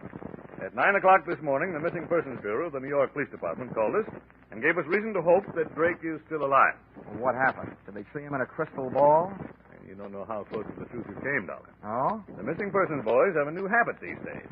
Whenever there's a television show where there's a public crowd involved, they watch it. Last night, they think they spotted Barton Drake at the prize fight. Now, that's all we've got to go on, but we think he's alive and that he's somewhere in New York. Well, that's a start, anyway. I know where to find New York.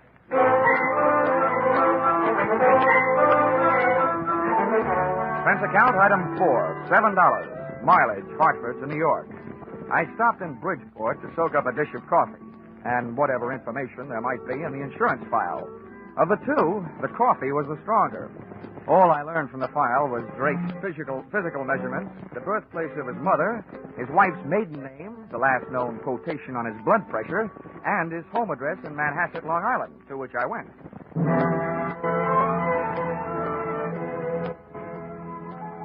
The house had a $40,000 look about it, and its grounds were being manicured by a gardener who had a $12 a day look about him.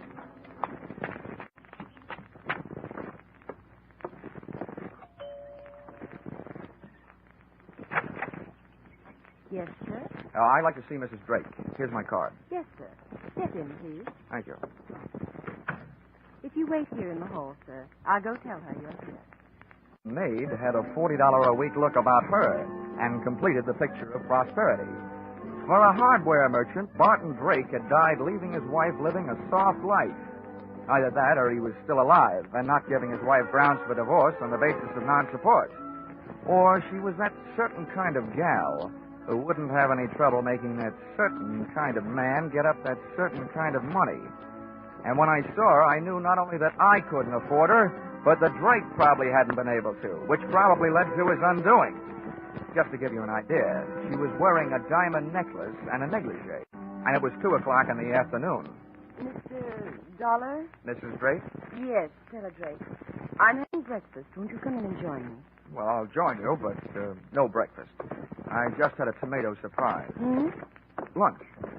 Oh, I'm glad you didn't mean me. Come on, right in here. Are you sure you won't have some breakfast? No, thanks. I couldn't bring myself to hurt that poor, tired trout you've got there. Oh, please. That's a genuine English kipper. Oh, I beg your pardon. I didn't recognize it without its monocle. Oh, you're more fun than an eye-opener. I should have you around when I get up every day. Well, I have something to tell you that should make you really feel good. You don't mean that bunch of stuffed shirts at the insurance company who decided to give me my money without going through all that fuss at probate court? Oh, I've got better news than that. You may not get that money. Hey. But we think you have a good chance of getting your husband back. What? Yeah, the New York police think they saw him last night. Alive. Oh. Maybe I was wrong. Maybe that doesn't make you happy. Why, yes.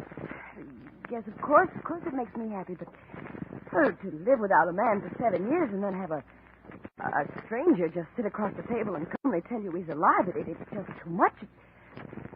Tell me, where did they find him? They didn't. They think they spotted him at the fights they were watching on television. I imagine they're looking for him. I know I am. Well, it's impossible. If he were alive and back in New York, he'd come to me. That's what I was hoping, Mrs. Drake. Well, I don't believe it. Why would he do a thing like that to me? Why would he make me suffer all these years? I think you'd better go now. I've got to be alone. I've got to think. Oh, Barton, why? Please, Mr. Dollar. I won't be alone. I figured if she wanted to be alone, it was for a good reason. Because that lather she'd gotten into was strictly from soap opera. She flooded me to the door on a tide of tears. Once outside, I picked up the hedge clippers the gardener had conveniently left near the front walk and pruned the telephone wires leading into the house. Then I took a plant on the place from the other side of the street. I figured Mrs. Drake would want to share her troubles with somebody, and with the phone wires cut, she'd have to leave the house to do it, giving me a chance to follow her. And that's the way it worked out. She led me someplace, all the way into New York City, but not to Barton Drake. That would have been too easy. Once in Manhattan, she headed for a drugstore and a telephone booth.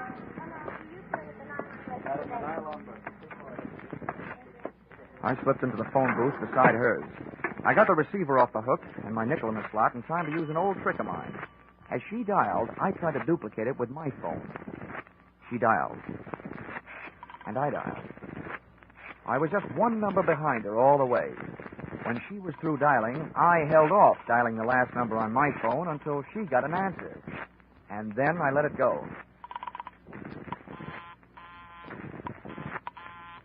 The number she was calling was busy. There was room for coincidence, but it was good enough for me. I jotted down the number I'd gotten from my little telephone game of tag and then listened. I've got to see you right away. We're in trouble. All right, I'll be here for you. The usual place.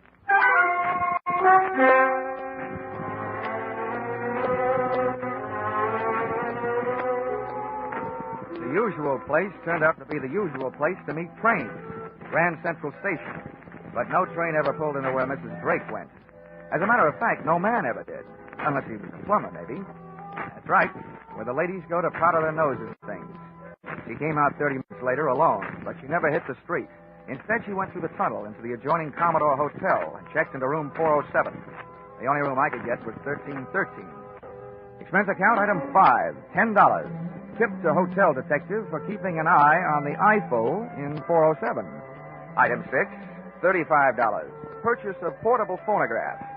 Item 7, 65 cents. Purchase of phonograph record, Frank Sinatra singing night and day. With this for ammunition, I went back to my hotel room and, gunning for a bird I'd never seen, I set up the phonograph near the telephone, put on the record, and placed a call to the number Mrs. Drake had called earlier in the day.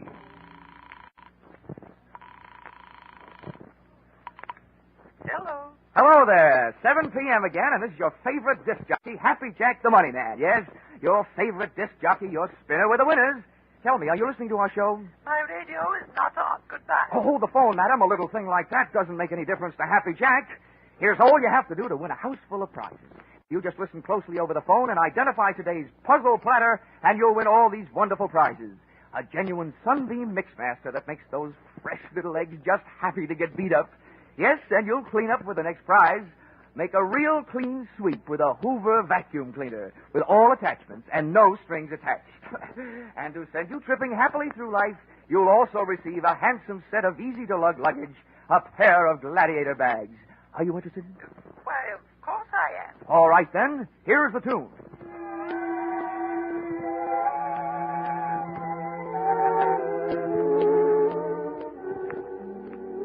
Night and day. There it is. What's the title of that song? Night and day. You're right. You win all the sensational prizes. Quickly now, give me your name and address.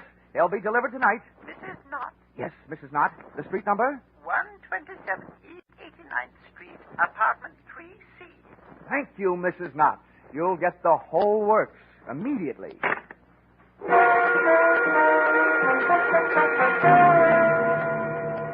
Expense account, items 8, 9, and 10. $39.50, purchase of Mixmaster. $79.50, purchase of vacuum cleaner. And $89.50, purchase of luggage. You may resent this expenditure, but there's one thing you must remember. Nobody can resist trading their name and address for something for nothing.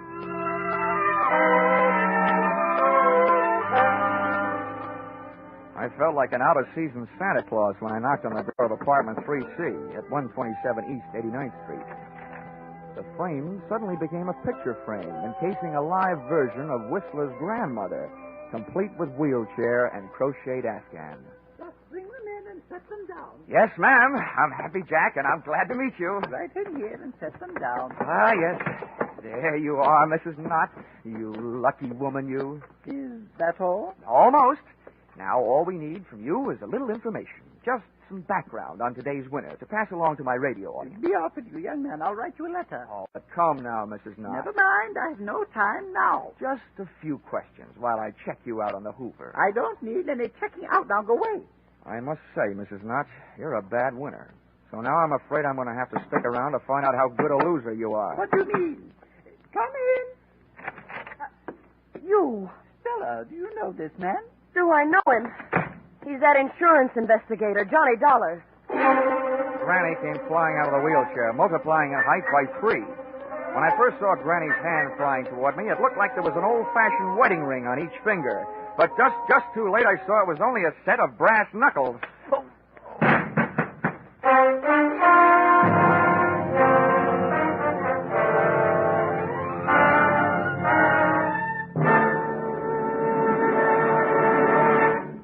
In just a moment, we'll return to the second act of Yours Truly, Johnny Dollar.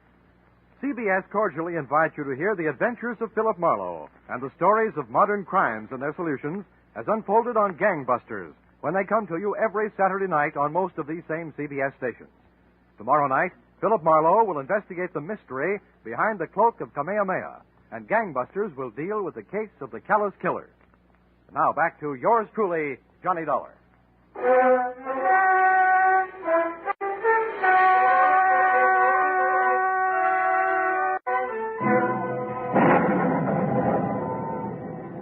Up, the thunder and lightning in my head was getting an answer from the sky. And I started getting some answers, too. You, James, give me a favor. Granny's You're all voice right. had changed to the bass register, and its owner was smoking a big cigar. I stayed on the floor and quiet. I didn't want the brass knuckles crooning me another lullaby. I'm awful close to fouling up the whole deal. I told you I didn't want you to try to collect on that insurance. Why'd you do it? It's $30,000, that's why. To hear you talk, you'd think you were going hungry. What do you think I am, some empty milk bottle you can run down to the corner and get your nickel back on? What were you trying to do anyway, sell me out? Sell you out? You know what started this trouble. You had to go to the fights last night. Oh, a big man. Dumb cops, you call them. Don't worry about me. They haven't found me. I'll take care of myself. But not with you lousing me up, getting mixed up with dirty dealers like this guy Dulles. Oh, you're so smart. Why did you let him in here? Shut up! He wanted to give me something for free, that's why. Well, I've got something for him. A free boat ride. Wheel that chair over here. We'll take him out in that. The wheelchair ride was short, to the street. The auto ride was longer, to the ocean. And from what I could gather on the dock, the boat ride was to be even longer, to my doom. I was still playing Sleeping Beauty and listening to the supposed-to-be dead man, Barton Drake, telling his wife Stella how he was going to make my slumber permanent. Come on, get a move on. I've got his hands tied. Hurry up with his feet. I'm almost through. There. Now what? Now stand back while I heave him up on the deck. Oh, aren't you going to tie him to something? For what? If they ever find this boat, they're going to find it empty. One good wave out there, and this guy goes for a swim. There. The wheels lashed. He's got plenty of gas and plenty of ocean out there. That'll teach Mr. Happy Jack. Now I'm giving him away.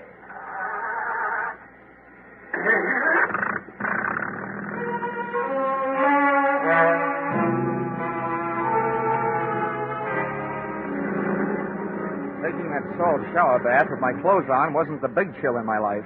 I was scared. My heart was racing faster than the boat engine. And for the first 20 minutes, all I could think about was hanging onto that slippery deck with all I had to hang with, my hopes and my heels. I was on the thin strip of deck aft of the wheel. Hard by my hands was a deck cleat. With that for a starting point, I went to work, trying to out-navigate that rope, with which Barton Drake had lashed the wheel. I worked my side wrists over the cleat and dropped my legs down over the side into the icy racing water. I had rigged myself into a human jury rudder to swing the boat off its course. I didn't know where it would take me, but I didn't care, so long as it wasn't out to the open sea.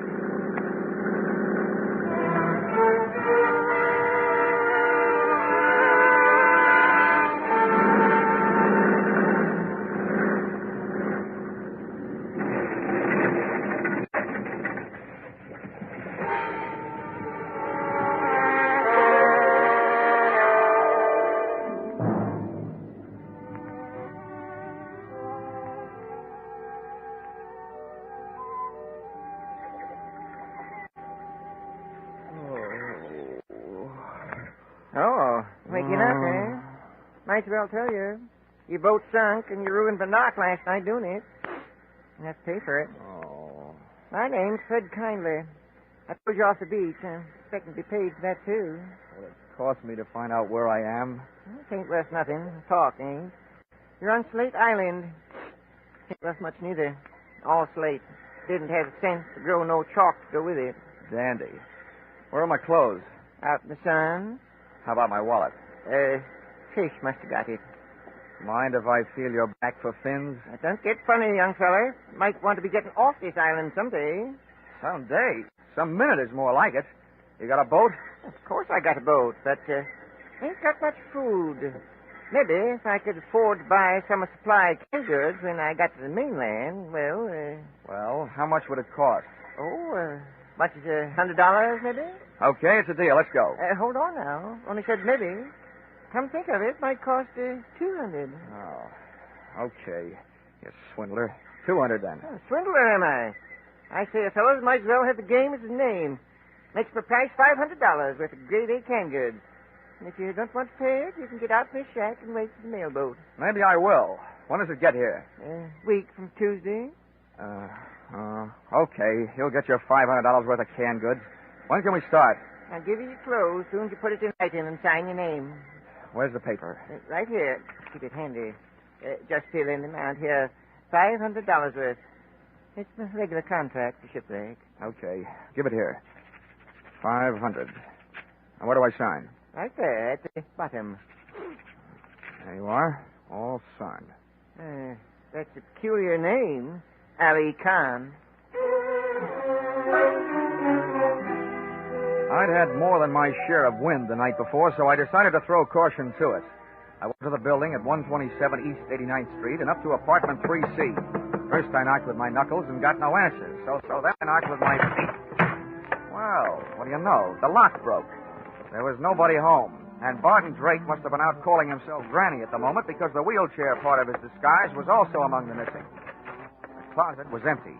And the brand new Gladiator bags I had delivered the previous evening were nowhere to be found. Well, nobody could say I hadn't made it easy for Drake to make a getaway with my little giveaway. I'd even supplied the luggage. But all the traffic wasn't going. Some of it was coming. Oh, well, Stella, there's one bad thing about kicking your way into places. You can't lock the door behind you. Well, now that you're in, you better come all the way in. What are you doing here? You should be asking me what I'm doing alive. The only answer I've got for that is I don't murder easily. Where's Barton? Oh, that was the next question I was going to ask you. Now that one's gone, I've got a couple more I'd like to ask you. And don't argue. I don't know anything. Well, then let me tell you something. If you're not guilty of anything else, you are guilty of attempted insurance fraud. That's in my department. The tougher you make it on me, the tougher I'm going to make it on you. Now, about those questions. How long has your husband been back here in New York? He never left here. Oh, the night his car crashed through the bridge, he just grabbed himself a hideaway in New York and stayed put, huh? How long has he been using that old lady disguise? All the time. Okay. Well, now my last question. That bag in your hand, where were you going?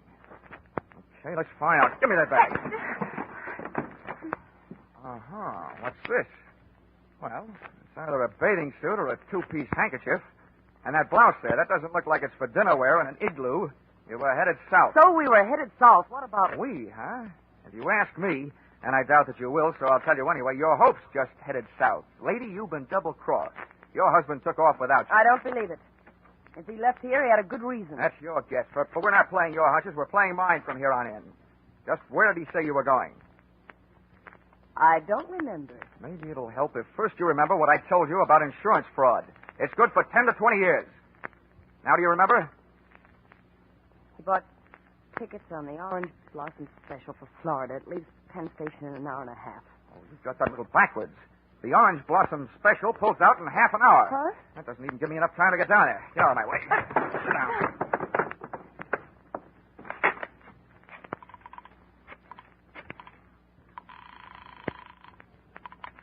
Information. Hello. Information. Look, I want the telephone number of the Penn Station branch of the Travelers' Aid Society. This was once when I didn't want the society to aid the traveler. I told them that Barton Drake was my invalid aunt and as nutty as a fruitcake. With Stella's help, I described his costume from the daisies on his hat to the buttons on his shoes. I tagged it off with a warning that when my aunt left the house, she thought she was a honeybee and was on her way to throw herself in front of the Orange Blossom Special, wheelchair and all. The guy on the other end of the line took off to round up the railway police, and I took off to round up a taxi.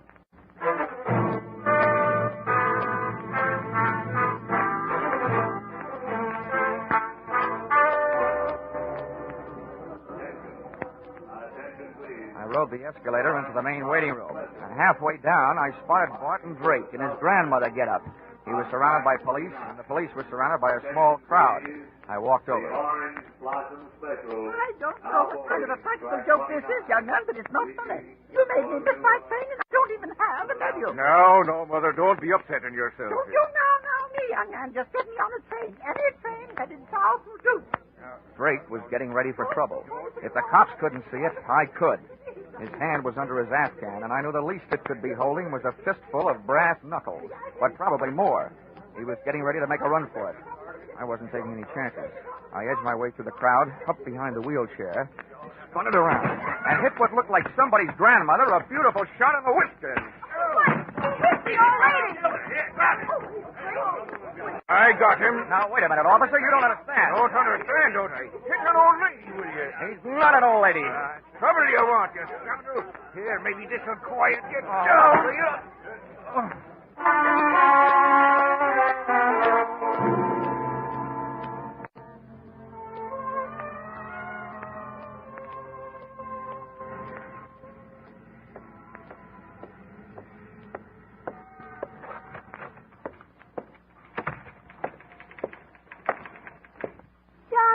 Hi, Chickie. Oh, that bandage. What's the matter with your head? No brains. Where's the general? Oh, when he found out you saved American Pioneer $30,000, he decided to take the morning off and celebrate. He's out playing golf. Oh, great. To celebrate my getting hit on the head with police clubs, he goes out and swings golf clubs. Oh, Johnny, I was sort of Now, hoping don't that... worry, Chickie. I've still got enough energy left for nightclubs. You want to help me with this expense account? I'll get it out of the way. Well, that's all that stands between us. Uh-huh. Expense account submitted by Special Investigator Johnny Dollar to Home Office, American Pioneer Life Insurance Company.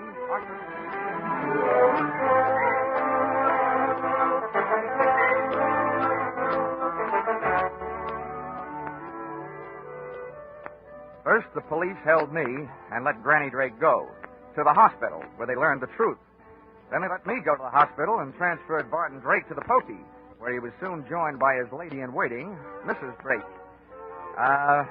Expense account item 11. Something I almost forgot. $500. Canned goods. For the man who got me off the rocks on Slate Island, Mr. Fred Kindly. Even if he did rob me, I didn't feel like robbing him. The only thing I did do was remove all the labels from the $500 worth of canned goods. I'm sure that this will see to it that Mr. Kindly had some very unbalanced meals, because I happen to know that there's no difference in the sound of canned tomatoes and canned peaches when you shake the can. Expense account total, $1,482.63. Yours, truly, Johnny Dollar.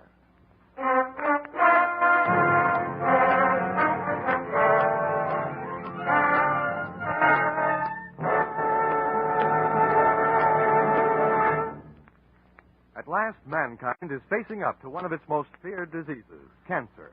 Research scientists are working tirelessly, exploring every avenue that might lead to new treatments, new cures, and new insight into the causes of the disease. At the same time, the American Cancer Society is working to keep the public informed of all the progress that has been made, trying to reach everyone with the message that the sooner a diagnosis is made, the better the chances of cure. Together, this public education and research attack should bring great progress in the control of cancer. But both phases of this program are costly. Realizing you are giving to a fight against a disease that could menace you, give generously to the American Cancer Society's drive for funds this year.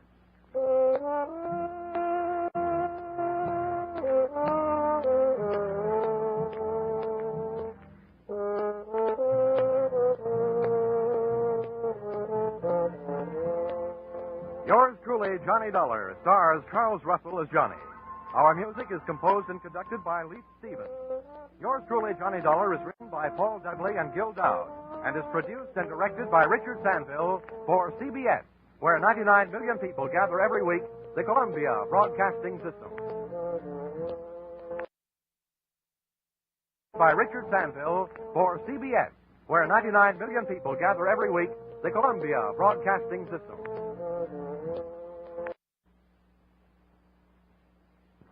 I hope St. Peter's listening. This report may one day help qualify me for that pass through the pearly gates. This case almost rushed me up there.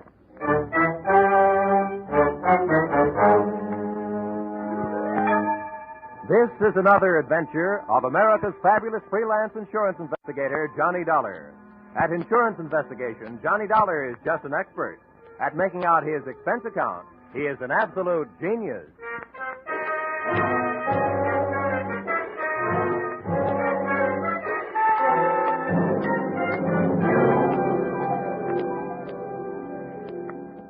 Expense account submitted by Special Investigator Johnny Dollar. To Special Investigator Johnny Dollar. This one's on the house. I wouldn't even bother itemizing it, except that the whole thing is probably tax deductible.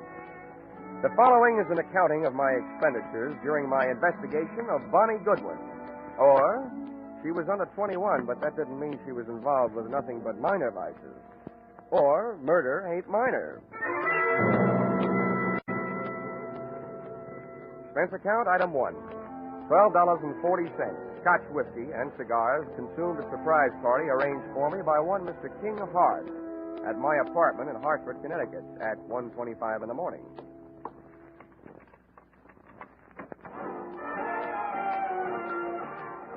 Well, who are you? And which one of us is in the wrong apartment? Neither one of us. I'm King Hart. I came down from New York to see you. I hope you don't mind my helping myself to a cigar while I was waiting. Well, no, not at all. I'd even join you in a drink of my scotch, only I don't think I could squeeze it out of the cork. yes, I'll send you a case. in the morning. Send me a copy of your pass key while you're at it. Maybe I can drop in on you sometime. This verges on the illegal. Let's not waste time trying to scare each other, huh? Let's talk business. What is your business? Well, that verges on the legal. That's why I need you. In your racket, you're well enough known to do me some good. In mine, I'm too well known to do it myself. Do what? Find a girl for me. Oh, now, wait a minute. I'm in the insurance business. So's the girl. She's a beneficiary of my insurance policy. This is a very unusual case. I was a sucker. The way that policy is written, I need her signature to do what I want to do. Change the beneficiary? Yeah. I'm all set to marry an honest dame. She's lovely. Well, I'll tell you, Mr. Hart. I make it a habit to work for big insurance companies, not individuals. Sorry. How come? I can't look up your credit rating in Dun & Bradstreet. Look it up in this wallet. Go ahead. Don't be bashful. Mm-hmm. Yeah, well, you're solvent. Corners of these bills look like the tally on a baseball scoreboard. 1 run on the first and then 3 goose eggs. Help yourself. Not so fast. Your money may be okay, but about your story. What about it? Look, there's any number of good licensed private detectives that you could have gone to. Philip Marlowe, Sam Spade, and Richard Diamond. And he would not only have solved your case, he would also sing you a song. Why did you come to me? I thought you had me straight. I don't like detectives. I'm allergic to coppers, pro or semi-pro. So's the girl. Look, Dollar, all you have to do is find the girl, get a signature on the form, and bring it back. Is that so tough? My wisdom tooth still finds it a little tough to chew. I'd like to see the policy. Sure, I brought it with me. Here you are. Wow, this is a motive-sized policy. $100,000. How'd you ever get it, Mr. Hart? When I took it out, I was a haberdasher. Uh-huh. Specializing, no doubt, in bulletproof vests styled by Hart, Schaffner, and U.S. Steel? Oh, yes. Beneficiary, Bonnie Goodwin. That's her. Well, before I can start looking, I should know where she stopped being around. Chicago. You'll find that and a lot of other stuff about her stapled to the back of the policy. My, you're the very model of efficiency. I should be. As a model prisoner, I ran the accounting department at Leavenworth for 5 years. Thanks for not being bashful about your past. Makes it easy for me not to be bashful about asking you for something. What's that? My assignment in writing. I just don't want anybody to get the wrong idea about my association with you. That's okay. All right. If you'll pay for the ticket, I guess I'm ready to take the ride. How much? A $3,000 retainer, and I'll bill you for my expenses. It's a deal. And don't hesitate to travel first class. Don't worry, Mr. Hart. Don't worry.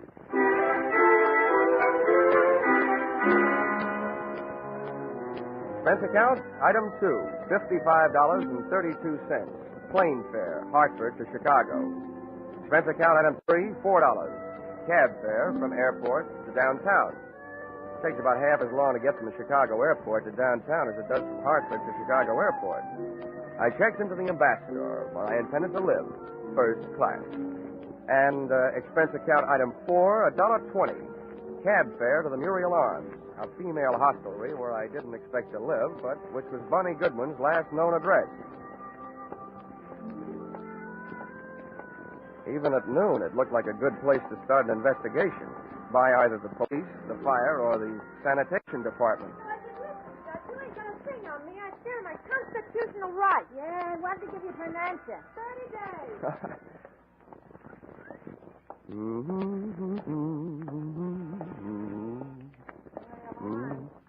She hasn't called back before. Hello, Muriel Arms. I'm sorry, Miss Graham left a note to serve until 2:30. Hello, Muriel Arms. Call back after 2:30, please. Pardon me. Muriel Arms. No, she isn't. She'll be back in 5 days. Hey! Yes, sir. Where can I find the room clerk? That's me. Oh, good. I'm looking for a girl who used to live here. Her name's Goodwin. You remember her? Oh, the little princess? Yeah, I remember. I'm trying to forget her. Well, I'm trying to find her. You know where she went from here? No, and I don't care. One of the girls said she saw her hanging around Emma's place. That's over on Rush Street. You'll hear it before you see it. I'm sorry, mister. That's all I got time for. These calls are piling up. Hello, Muriel Arms.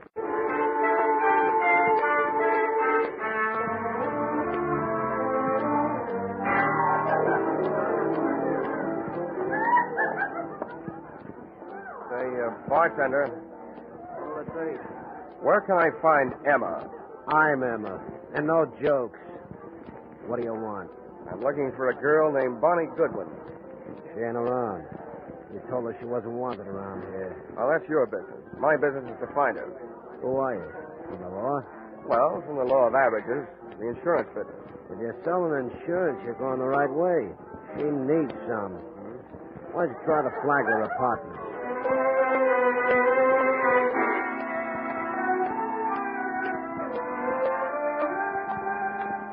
Not only did the Flagler Apartments fail to produce Bonnie Goodwin, but so did about 18 other wayward way stations scattered from the Loop to the far north side. She was an easy girl to follow, but a hard girl to find. One of the things I learned along the trail was that Bonnie's heart was apparently no express train. It made a lot of local stops. And one of the things I was reminded of during the tedious search was a philosophy passed along to me at a tender age by an old Pinkerton operative. He said, being a detective is 90% legwork. It's like being a mailman with no address on the letters.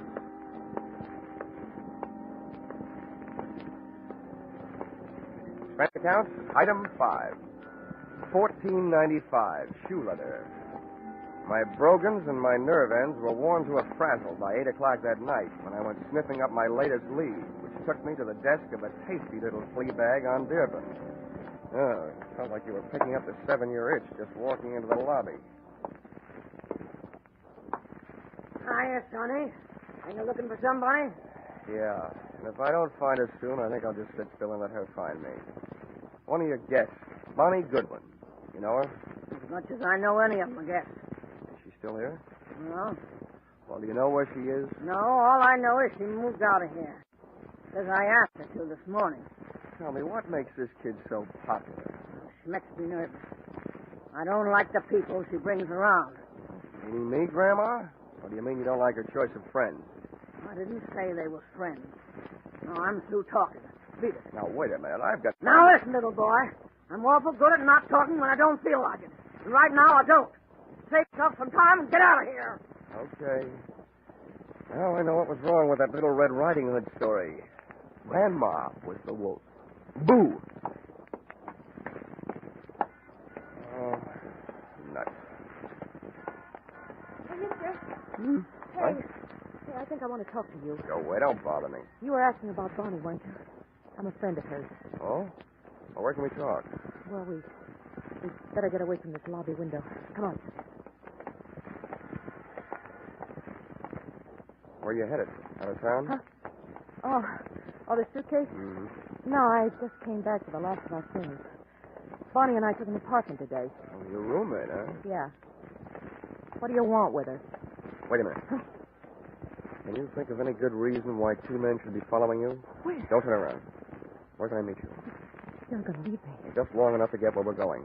Where's a good place? The hangover house on North Clark. Who do I ask for when I get there? What's your name? Jamie Page. Why can't I go with you? I want to find out who's being followed, you or me. Now, there's a hack stand.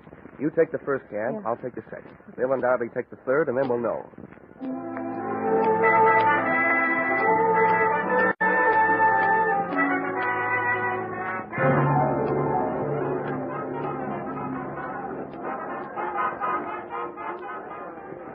What did you find out? Oh, nothing, Janie. Those guys pitched me the biggest curve since Lefty Grove. What does that mean? Oh, we took 2 cabs, so they took 2 cabs. One of them followed me, so it figures one of them followed you. Any idea why? Now, wait a minute, mister. First, I got to get you straight. I just picked you up on a hunch because you don't look like the other ones. Who are you, and what do you want with Bonnie? My name is Johnny Dollar. My business? Insurance. Insurance? Who's dead? King Hart? Did I hear a hopeful note in your voice, Janie? Well, is he? Look, in my business, I've learned never to give a definite answer to that question. But, as far as I know, he's still alive. He was when I saw him yesterday. He hired me to find Bonnie because he wants to get her name off his life insurance policy. As simple as that. That skunk. After what he put her through. You can file this question under N for none of my business, but just what did he put her through? He built her way up, and then he dragged her way down. And she's still too good for him, for anybody who works for him. Something out of here. Maybe I told you too much about my business. Just enough. You're trying to help King Hart take away the only thing he left us. If I have my way, she'll never sign away the money from that insurance policy. Good night. This was the first chance I'd had all day to make anything happen. With a little luck, Janie Page was going to finally bird dog me straight to the little chick who had flown so many coops, thus making herself so hard to find. As she started down the 60-foot length of the long, narrow bar toward the back door, I saw two familiar hulks launch out of their chairs up near the front door. They were after her, and too big for me, our opponents from that game of taxi tag. So I set about stopping them. I took advantage of the narrow room, the big crowd, and a little bitty drunk. I hated to do it, but I had to turn the bottle baby into a bottleneck. I hope he was too numb to care. Hey, lay off the little guy. Guys like you, Come on, let me through here. Get out of our way. We're coming through. If you like mob scenes, it was a great go-round, but it lasted. But it only lasted 40 seconds. And then we got upstaged by some off-scene action out in the back alley.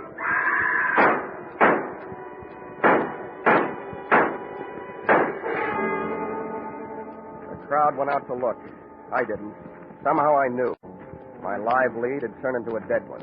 And the morning news flash over my hotel room radio read the funeral services over what little remained of my hopes. Guns roared on Chicago's north side again late last night when 6 slugs tore the life out of a 105-pound brunette in an alley shooting reminiscent of the early 30s. Listed at the city morgue as dead on arrival, the body was identified as that of 19-year-old Bonnie Goodwin, ex-girlfriend of the notorious hoodlum King Hart.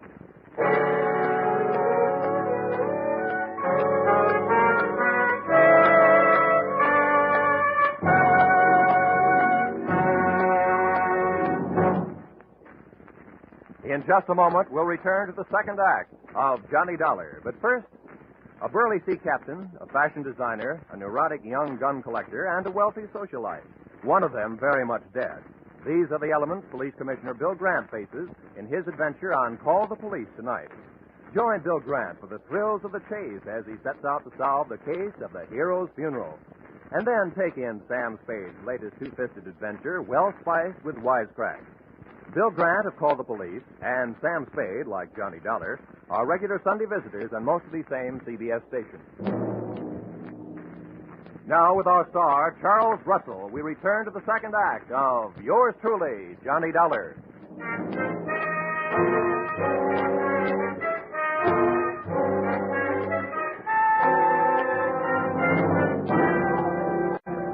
An alley shooting reminiscent of the early 30s. Listed as dead on arrival at the city morgue, the body was identified as that of 19-year-old Bonnie Goodwin, ex-girlfriend of the notorious hoodlum King Hart. And now for yesterday's baseball scores in the National League. Expense account item 6, $22.50. Replacement of one hotel room radio, which I punched on the dial. After it told me that the girl I'd been using as a bird dog the night before was really the bird that I had spent an hour with, Bonnie Goodwin, looking for Bonnie Goodwin. I agree that isn't the proper way to turn off a radio, but the fight up to that time had been one-sided. I had to throw one punch even if the fight was all over. But then the bell rang, calling me out of my corner for another round. The bell on my telephone. Hello. Hello, Dollar. Tom, I'm at the airport. Well, 9 a.m. News travels fast. We got private lines to the major morgues of the country? A friend of mine phoned me last night, Joe Emma. What the devil happened, Dollar? I'm not sure, Hart. It could be that you used me for a leadoff man on a relay team. You hire me to find the girl, then hire some gunmen to follow me. And when I find her, boom. Now, wait a minute, Dollar. From now on, it looks like you don't have to worry about who's going to collect on your insurance. Do you, by any chance, collect on hers? That's out of my line these days. And flying 800 miles just to be at the scene of the crime has never been one of my habits. I'm not so sure you just flew in, but I'm dead sure that I'm not on your payroll any longer. Dollar, listen to me. You listen. I didn't follow through last night because I didn't want to be picked up as a material witness.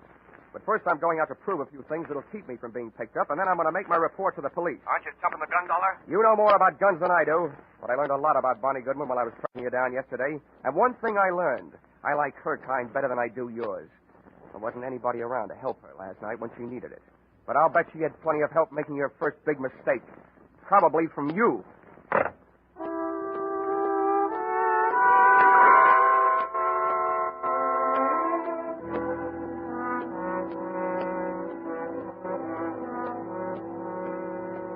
Any morgue is a masterpiece of refrigeration. Just thinking of one can give me a real cold chill.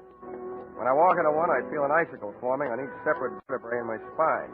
And when I start walking out of one, I feel the ice begin to melt. You do yourself any good? Maybe. Thanks for letting me go through the things. Here, buy yourself a cigar. Oh, this I'll buy a box. It's a big tip. It should be. You've been a big help. I'd gone to the morgue to find an address, and I'd found it. In the suitcase, monogram BG for Bonnie Goodwin. I also found that the body had been identified by her roommate.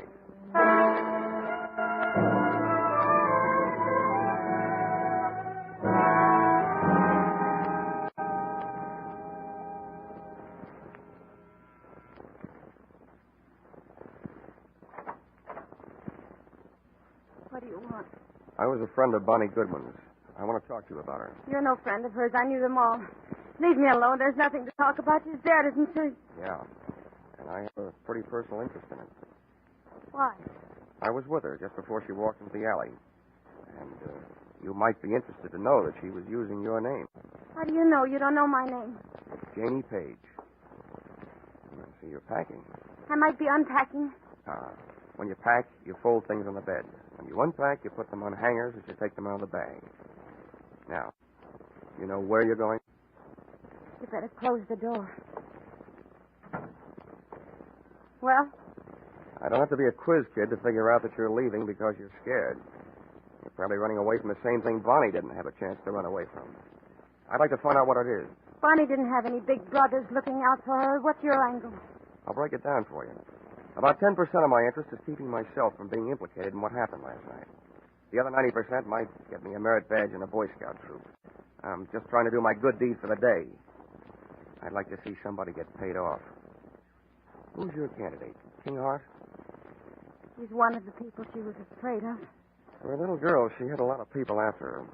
Did she double-cross too much, talk too much, or just know too much? She knew too much. About what kind of things? The kind of things smart people stay away from. Wasn't she? She couldn't. For a girl being mixed up with the wrong people's an incurable disease. She just waited out. Mm-hmm. I see what you mean. You can't throw a bad reputation into reverse. If you can stand a compliment, you strike me as being a gal who might have a better chance than most of busting out of this unsmart set. I can't figure you out. What do you really want from me? What are you doing here? Who are you working for? I always feel sorry for you kids. Particularly the nicer ones. Oh, who knows? Maybe I'm just being selfish. Maybe this is a good chance for me to show off in front of heaven. I'd like to revise those percentages I gave you. From now on, let's call it 10% me, 10% Boy Scout, and 80% you. Well, now that I've cut you in for most of the profits, I'll get some help. I haven't got much to give you, but I think it was King Hart. Why? That insurance policy? That'd be one good reason. And the others? She brushed him. He wanted to marry her, but she brushed him. He was crazy jealous. King Hart claims he was in New York at the time of the shooting. If he can prove it, he's clear.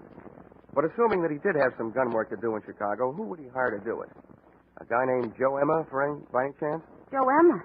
He'd be more interested in shooting King Hart. They split up over Bonnie Goodwin. Emma wouldn't leave her alone till after Hart got out of town.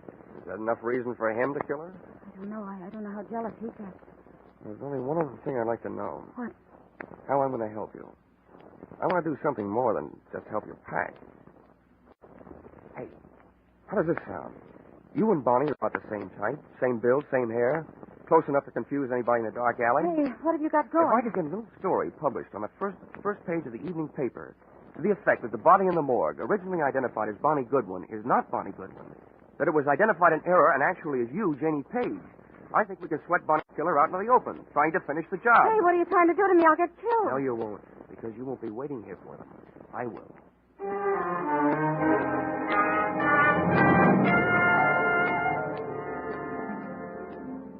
Expense account, item 7, 5 cents. Phone call to an old newspaper friend.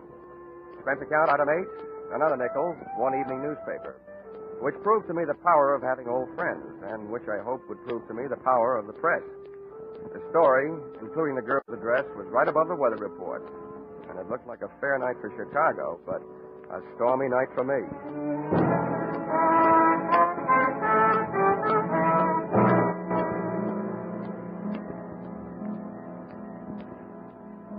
I learned early in my career that when you're waiting in an apartment for the arrival of killers, don't just wait. I opened a window onto the street, made myself a pot of coffee, some sandwiches, sat down in an easy chair facing a door near the telephone, and had a picnic. For dessert, I had a sweet, rich idea, which made me feel much better. When a little after 10, I heard a car pull up outside. When I heard footsteps coming up the hall 20 seconds later, I picked the telephone out of its cradle, dialed 1 to get rid of the telltale tone of a line not in use.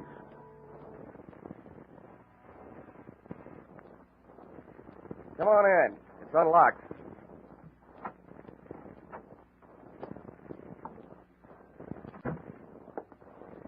King Hart. Repeat, King Hart. What are you up to, Dollar? I'll tell you what I'm up to. At the other end of this phone line is a police lieutenant listening. He knows that you're here with me, so don't get rough. I don't care who's listening. Where is she? Who? You know, who, Bonnie. That body down some more isn't her. I wish I had this much luck fishing. People seem to bite easier. I suppose you're here because you missed her the first time. Don't be stupid. I'm trying to save her life. Where is she? She's sitting next to the lieutenant who's listening on his telephone. I don't believe it. Come on. You can talk to her. Okay. But you better be right. Here, take the phone. Right over the head. Oh!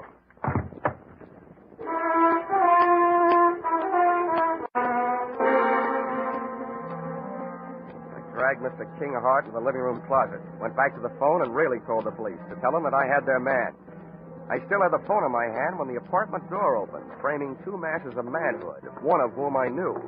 So this time, just to play safe, I said into the live phone, Joe Emma, and help her. Shut the door, Angie. Yeah. Well, if it ain't our insurance sale, who you talking to with that telephone? The police. I just gave them your name. Hang it up. Okay. Pretty smart trick, I suppose. But I got news for you. What you just did ain't even evidence. Because you ain't going to be around to corroborate it. And we ain't going to be here when the cops get here. Now, where is she? If you're looking for Bonnie Goodwin, your search is narrowed down. You've got the whole rest of the world to look because she ain't here. Too smart. Now, where is she? Hey, Emma. She's hiding in that closet there. The knob just moved. Oh? So that's where you got it. Okay, Angie, stay on this guy. I'll take care of Bonnie. On out, sweetheart. I'm coming, Joe! Where are you?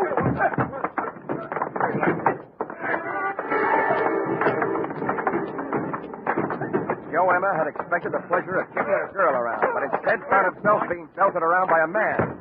Angie's right hand dove for his armpit and not to scratch himself. Just as he snapped another shot at King Hart, I sent a flying tackle at him. Oh! Now you missed again, Angie, and it's over you. Now.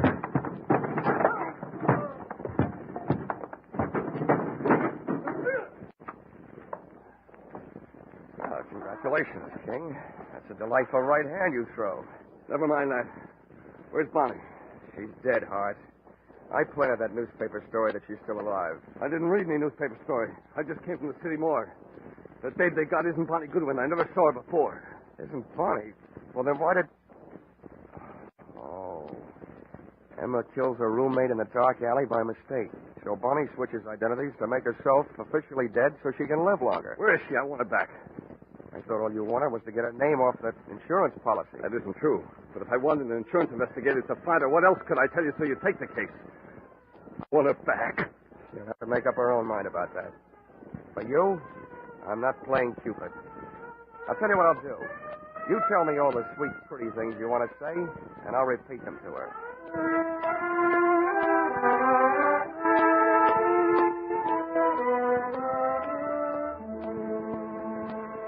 Expense account, item 9.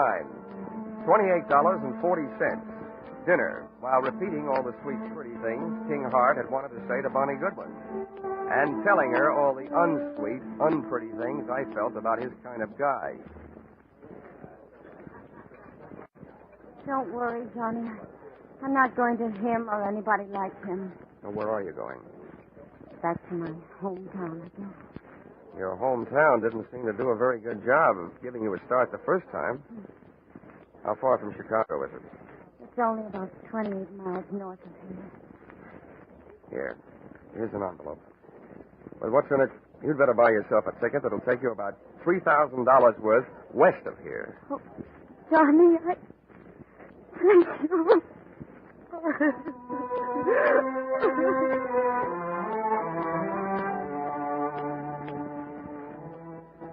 Expense account, item 10, 20 cents. 2 beers, one for me and one for King Hart. I told him that his money was taking Bonnie on a little trip back to happiness.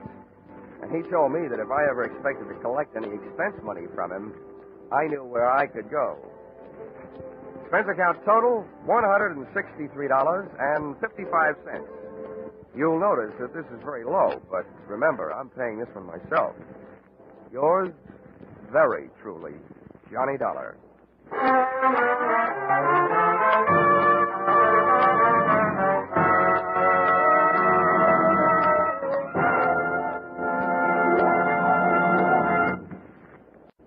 Yours truly, Johnny Dollar, directed today by Gordon T. Hughes, stars Charles Russell, with script by Paul Dudley and Gil Dowd. Featured in the cast were Georgia Ellis, Paul Dubov, Martha Wentworth, Lou Krugman, Gene Bates, and Larry Dobkin. The special music is written and conducted by Leith Stevens.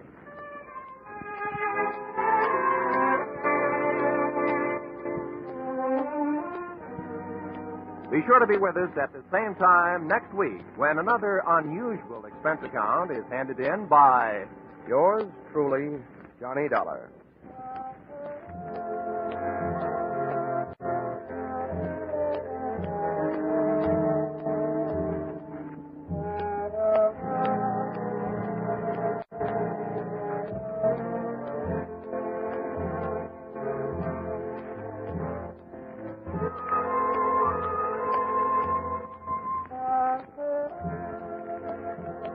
Cheek to cheek, I'm in the mood for love.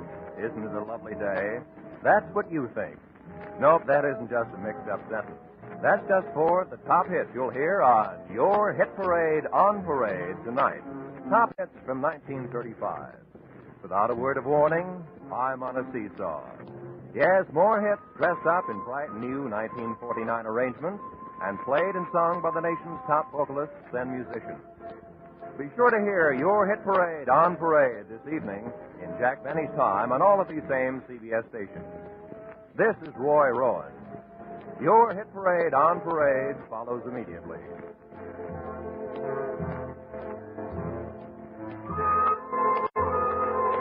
This is CBS, the Columbia Broadcasting System.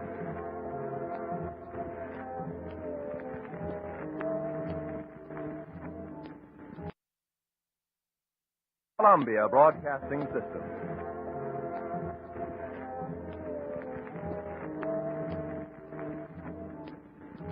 Mrs. Perkins won the prize, but I got in the biggest pickle at the county fair.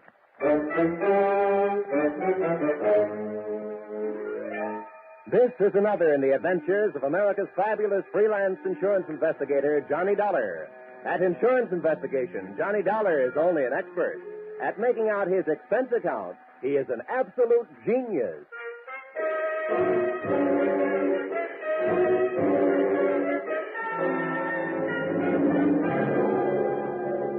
Expense account submitted by Special Investigator Johnny Dollar. To Home Office, Corinthian Liability and Bonding Company, Terminal Building, Hartford, Connecticut.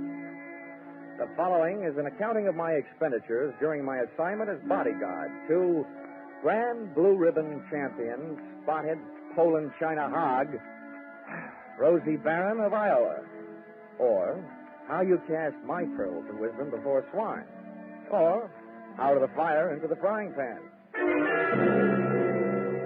Expense account, item 1. $76.80. Train and bus fare, Hartford, to the town of Carver, county seat of Carver County, Iowa. Expense account, item 2, $2.50. 1 coat, 3 handkerchiefs, a bottle of salt tablets, and sunglasses, with which to combat the Corn Belt heat. Item 3, 6 bits. Get me ride to the Carver County Fairgrounds. Undoubtedly named that because the band I found in the midst of playing its afternoon concert was only fair. Hey, friend. How's that? I'm looking for a pig named Rosie Barron of Iowa. Tell me where I'll find his cage. Cage? They don't keep Rollo in no cage. Rollo?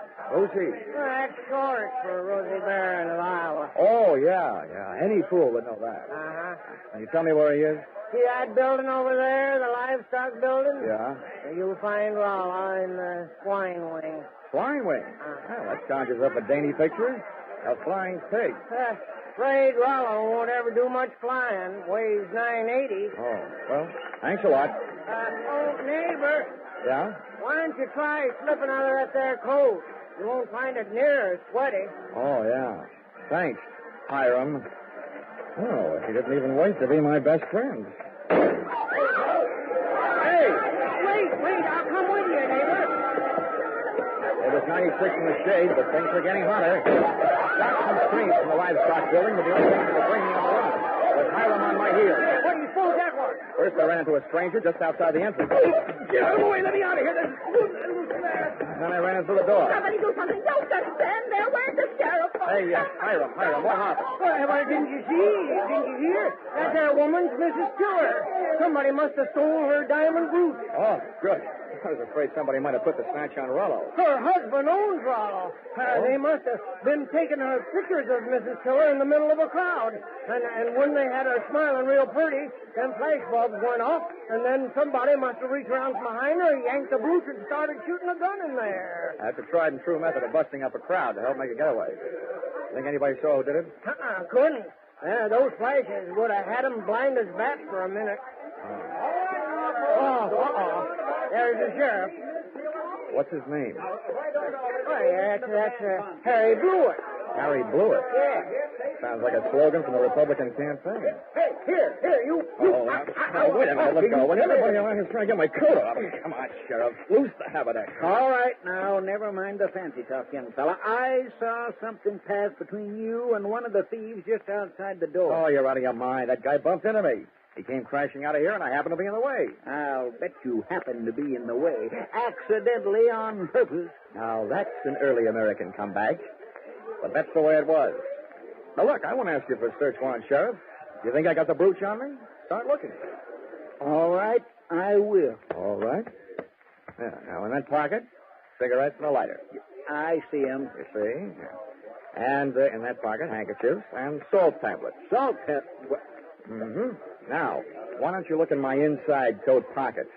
And there you'll find my wallet and identification. I was coming to that. Where? Dollar. Insurance investigator, Hartford, Connecticut. Well, what brought you out here? I'm a piggy sitter for the Corinthian Liability and Bonding Company. They wrote a policy for $25,000 on your friend Rollo, Rosie Barron of Iowa. Who ever heard of taking out a $25,000 insurance policy on a hog? I did. And right now I wish I hadn't. Some people pay high premiums for publicity, Sheriff. And that's what the Blue Ribbon Prime Packing Company is doing in this case. Now, may I have my wallet back? I want to count my money. Yeah, now, here. All right. Here's your wallet. You may think you're quite the joker, young fella, but I'm telling you right now, I'm going to keep an eye on you. I got a better idea than that, Harry. If I were you, I'd go looking for that photographer. Why? What'd he do? He took the picture. And there's just a chance the thief may be in it. Say, that gives me an idea. Sheriff, whoever says you aren't smart makes no mistake.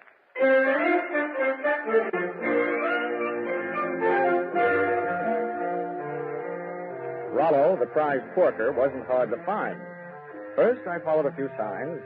Then it was a matter of closing in on a contented series of juicy, slurping grunts that came blurping up out of the succulent mound of Louisiana yams. Rollo was all fat and a yard wide, but his table manners weren't much. He didn't look very smart, but he sure looked healthy. 980 pounds on the hook. A fine figure of a pig. Pardon me, miss. Could you tell me who's in charge around here? Well, just for the moment, I am. Well, I'm trying to find a Mr. Worthington Tiller, who I take it owns this monster. Monster? What? What's the matter? Have I said something wrong? You certainly have. And you've also said it to the wrong person. In case you don't know it, my name is Alva Anderson. Oh, my name is Johnny Dollar. How do you do? What's all this got to do with Rollo? Nothing. I just raised Rosie Barron of Iowa from a suckling, that's all. Trying to get away from you, didn't it? I'm sorry, Miss Anderson. I apologize. To you, too, Rollo. Sorry about the interruption, Miss Anderson. Some fool made off with my wife's diamond brooch.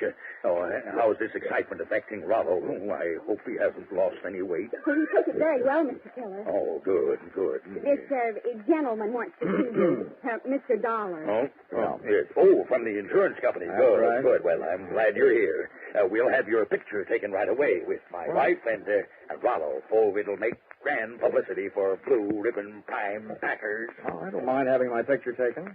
Just so long as your wife doesn't mind having people pinch your diamond brooches. Oh, well, then, don't worry about that. It was fully insured. Oh, that kind. The thing I want you to worry about is Rollo here. As president of Blue Ribbon, I paid Miss Anderson $10,000 for this magnificent swine, and I don't want anything to happen to it. You bought him for $10,000, insured him for $25,000, and you don't want anything to happen to him? Well, I don't mind paying those exorbitant premiums when I get back the kind of publicity this will bring in. I can see it in the papers now. America's fabulous insurance investigator, Johnny Dollar, sent from Hartford, Connecticut, to guard the life of that fabulous prize swine, Rosie Barron of Iowa. Well, Mr. Tiller, I don't mind getting my name in the paper for a pig, just so long as it is not in the obituary column. I just couldn't stand having my tombstone read, Johnny Dollar no longer am. He gave up his life for a great big hand.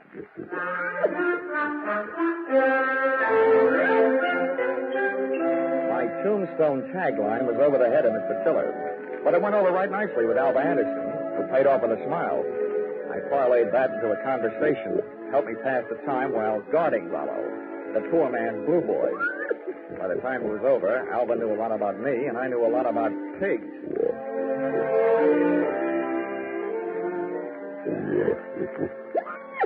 You know, your beautiful eyes, Alva. Mr. Dollar, do you know what's really interesting about the origin of swine? Why, it's estimated that the Chinese people domesticated swine about 2900 B.C.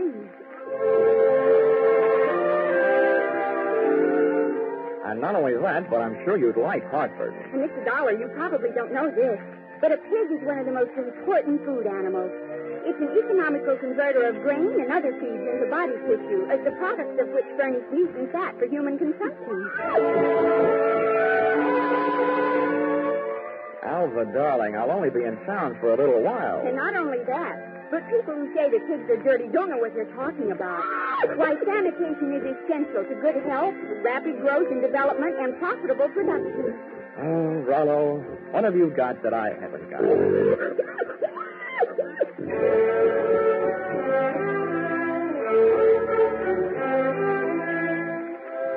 still don't know whether Alva stuck around because of my charms or Rollo's. But she was still there at the changing of the guard when Mr. Tiller, in person, came to relieve me long enough for a trip to the dining hall. And what do you think they had for dinner? What else?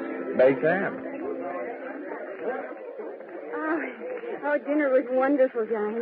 Coming from you after eating baked ham, that sounds practically cannibalistic. Oh, Johnny, stop. More coffee? No, I've had it. Alva, you know, there's something I've been trying to say to you for the past 5 hours. Yes, Johnny? Well, it's just that, I want...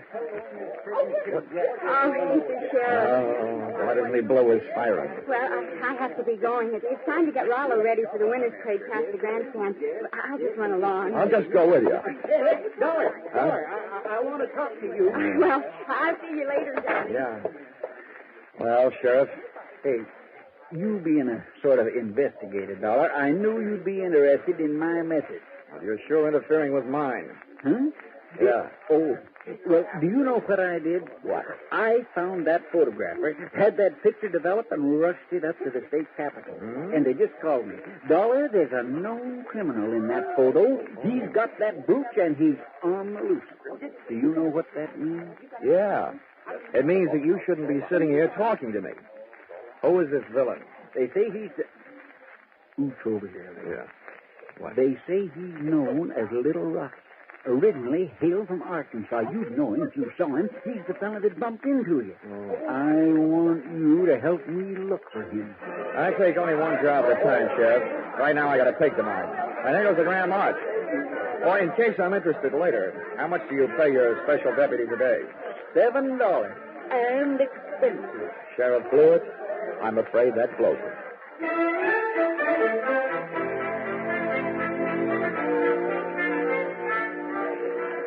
The Carver County Pickle and Pie winners were lining up to lead the Grand March by the time I got to the grandstand.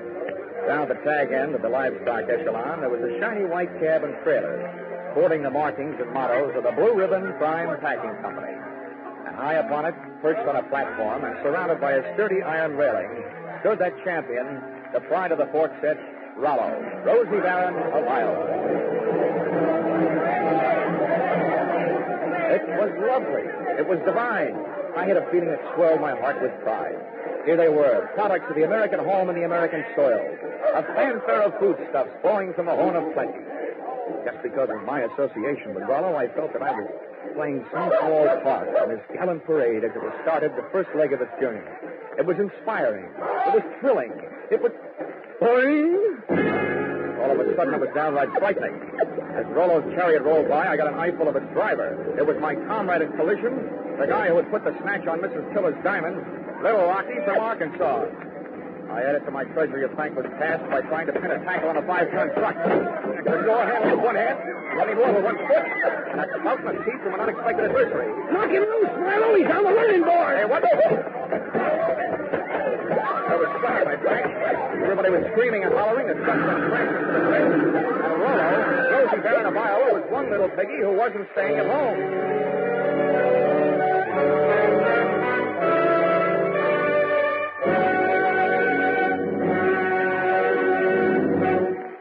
In just a moment, the second act of Johnny Dollar. But first, taking in the action from Johnny Dollar, are you? All right, that's good, because staying with CBS is the way you'll head straight for the big return from vacation 8 days from now, Monday the 29th, of Lux Radio Theater and all the other big Monday night CBS favorites. And by staying with CBS, you'll find more action later tonight with Bill Grant of Call the Police and with Sam Spade, who will be heard from on most of these same CBS stations. Now, with our star, Charles Russell, we return to the second act of yours truly, Johnny Dollar.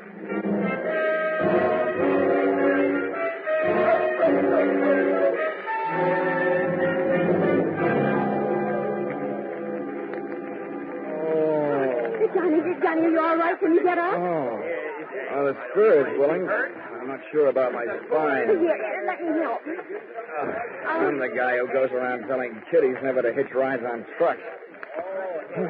Well, nobody can say I didn't make a dent in Iowa. It was wonderful the way you tried. But what are you going to do now? Right now, I don't know. The only place I can think of at the moment where I might find a hot pig is a barbecue stand. Oh, this is no time to be funny. Well, look, up until now, all the laughs are on me, kid, so let me be the judge, huh? Well, what are you going to do? Well, first I'm going to practice my arithmetic and see what adds up. You can't unload a stolen pig in a pawn shop. So, question number one is, where do you unload it? Where would you go? Well, where would I... Well, I'd never thought of it. Well, here's what I figured. The Rollo on the hoof is too well known to peddle for anything like the dough he's really worth. I mean, he's not like a big diamond that you can cut up and lip... Or is he? What is the going price on pork? The market this morning was at $23.50. Now that kind of money hardly sounds like Little Rocky's kind of project. But maybe things are tough. By the way, Alba, have you ever been in Arkansas by any chance? Why, no. Why'd you ask? Just wondered. Dollar, just a minute. I want to talk to you. Barnyard bloodhound himself.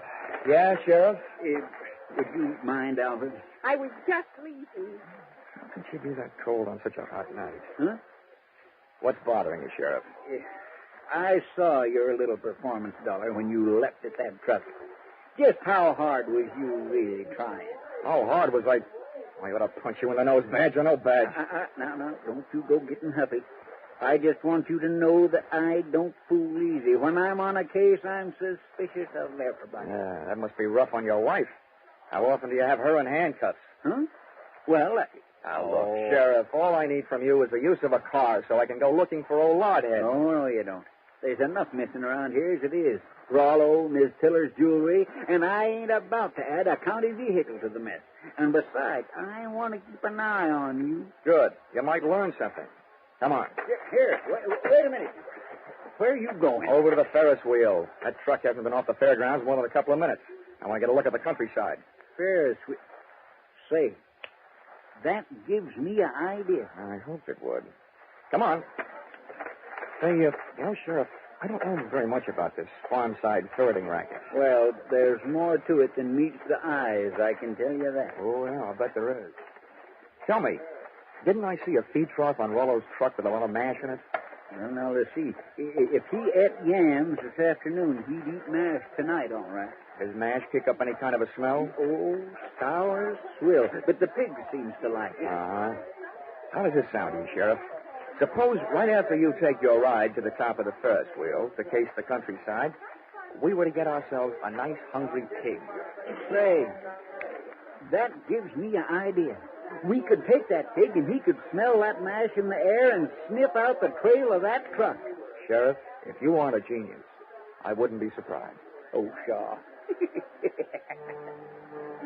It was planting time in Iowa that night, at least for ideas. Two of which I had planted in the not-too-fertile mind of Sheriff Harry Blewett. And as long as it took us to walk from the trotting track to the Ferris wheel, it came harvest time for notion number one.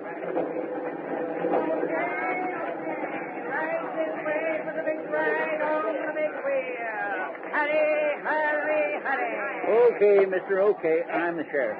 I want you to run me up to the top of that wheel and hold me there long enough for me to get a look around.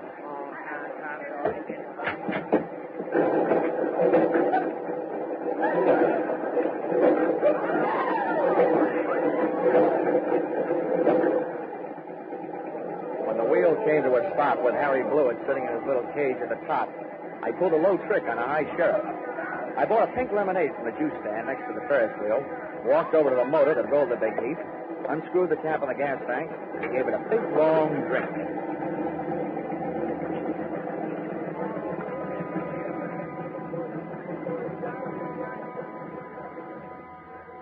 I hope it wasn't doing to people's stomachs what it did to that motor.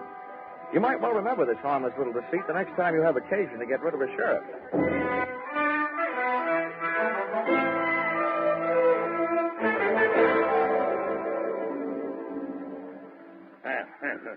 This kind of publicity is a little too expensive, Dollar. I demand that you do something. Now, don't worry, Mr. Tiller. I am going to do something. And I'll thank you to remember that the only ones who stand to get hurt right at this point are the insurance companies that wrote the policies on your pig and your wife's diamond brooch. Why, Worthington, I hadn't thought of that. Huh? Why should we worry? My brooch is insured for way over the value there. We hadn't...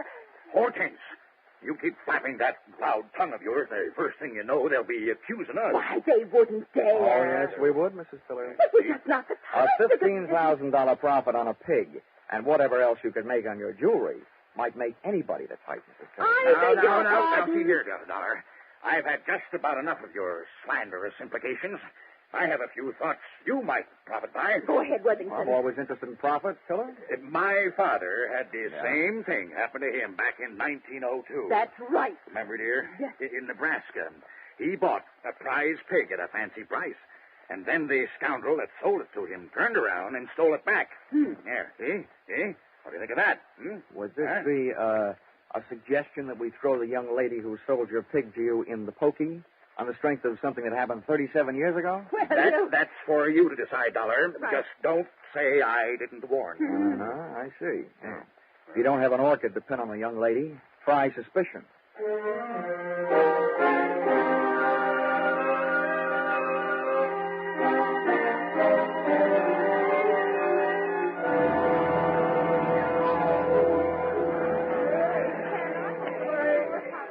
Most of the crowd packed in the grandstand watching the free attractions, I had a good chance to scout the fairground for Alva Anderson, from whom I wanted to learn a little bit more about the habits of not only pigs, but their ex-owners.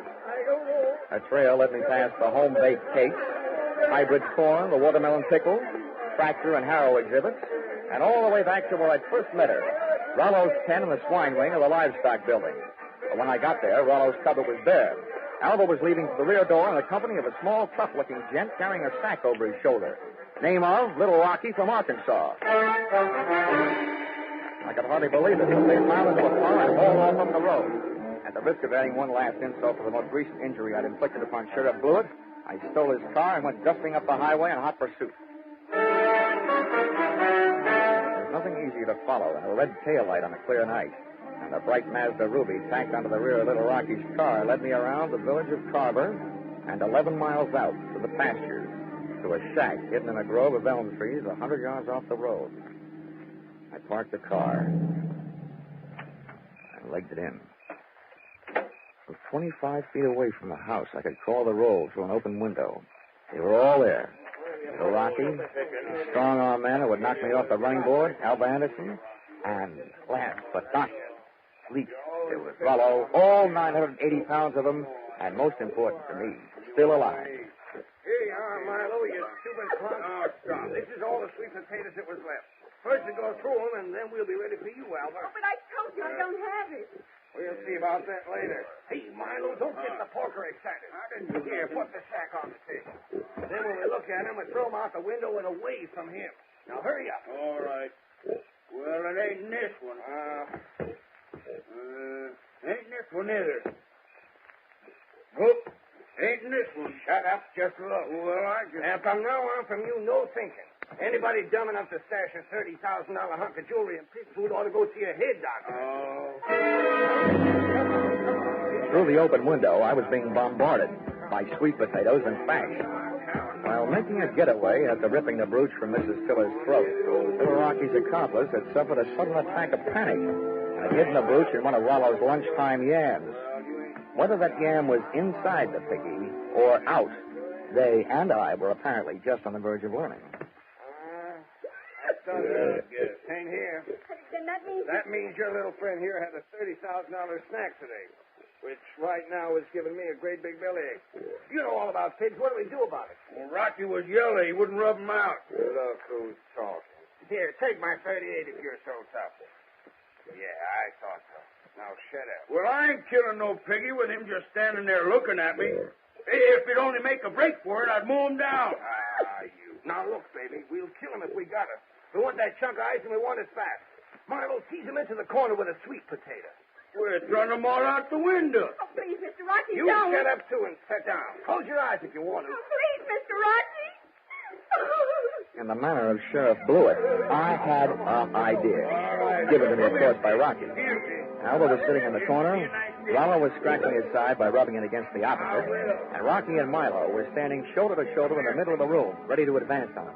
I groped around in the dark until I found one of the yams, and taking a sweet potato delicately in my hand, I tossed it through the window so that it would roll to a point just behind Rocky and his pal Milo.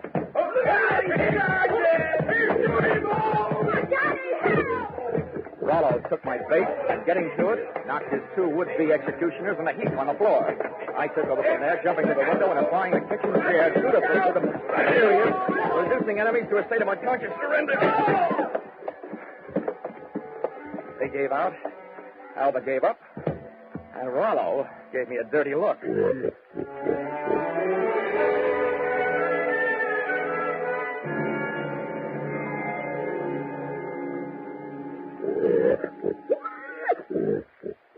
Well, Mr. Tiller, here he is, safe and sound, good as new, fat and sassy. Well, good. Congratulations. And not only that, but in him someplace, he not only has a good fighting heart, but also that diamond brooch of your wife's. Oh, yes, very interesting.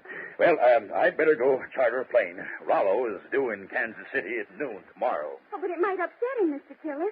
Rosie Barron of I was never flown before. He might lose weight. Yeah, what's the big hurry to get him to Kansas City? Is he booked for a personal appearance? Oh, no.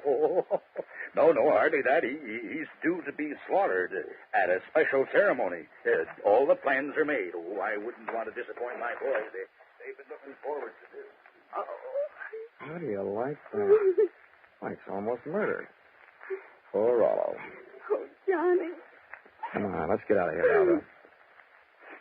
Gosh, who'd have ever thought I, Johnny Dollar, would ever gotten so attached to a pig?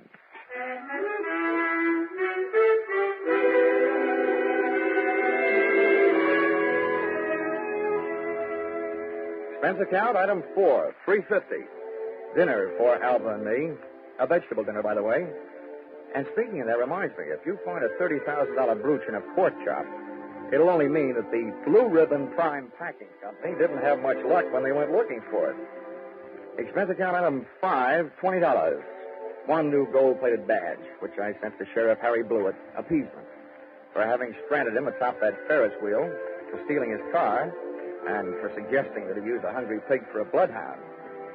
Oh, the porter followed the mash scent, all right. Next morning, they found Sheriff Blewett searching an old mash factory, 8 miles the wrong side of town. Item 6, $76.80. Bus and train fare, Carver, Iowa, back to Hartford, Connecticut. Well, I'm still wondering every morning at breakfast time, what else can you eat with eggs? Except ham or bacon or sausage. And maybe you don't think that's a problem, having known a certain champion named Rollo, Rosie Barron of Iowa. Expense account total $1,463. Yours, truly, Johnny Dollar.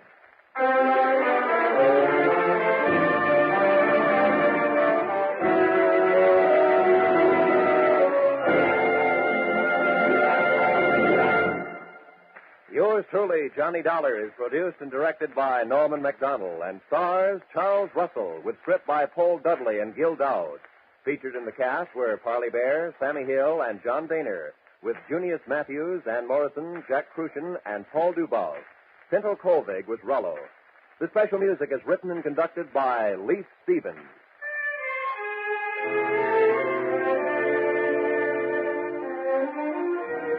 Be sure to be with us at the same time next week when another most unusual expense account is handed in by yours truly, Johnny Dollar.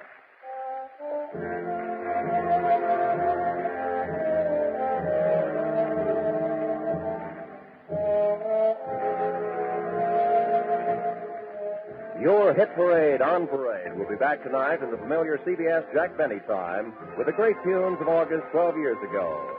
Sweet Leilani and Where or When. Many another still green in your memory will be among the hits you will hear. Speaking of hits, put down August 29th this year in your little book. That's when Arthur Godfrey and his talent scout, the stars of Lux Radio Theater, My Friend Irma, and Bob Hawke return to join Inner Sanctum.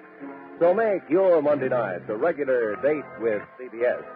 This is Roy Rowan speaking. Stay tuned now for your Hit Parade on Parade. This is CBS, the Columbia Broadcasting System.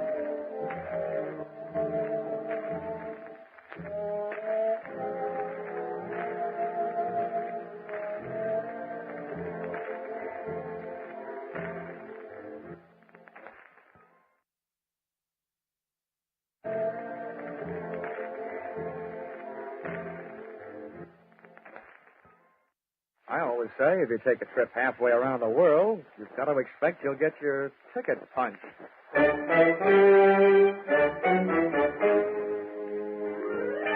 This is another in the adventures of America's fabulous freelance insurance investigator, Johnny Dollar. At Insurance Investigation, Johnny Dollar is only an expert. At making out his expense account, he is an absolute genius.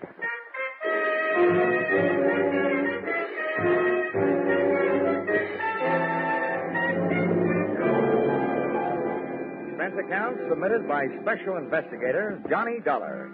To the Constant Sun Trading Company, Cairo, Egypt. And may I say, this is an unexpected pleasure. The one thing I didn't expect to bump into during this case was somebody to pay the bill. It started out being my answer to a fire alarm rung 12,000 miles away by an old wartime friend. It wound up being a game of who gets killed first, with a bunch of guys who suddenly declared themselves a small peacetime war. The difference of opinion arose over a little hassle I might call the expiring nickels and the Egyptian jackpot. Expense account, item 1, $2,200.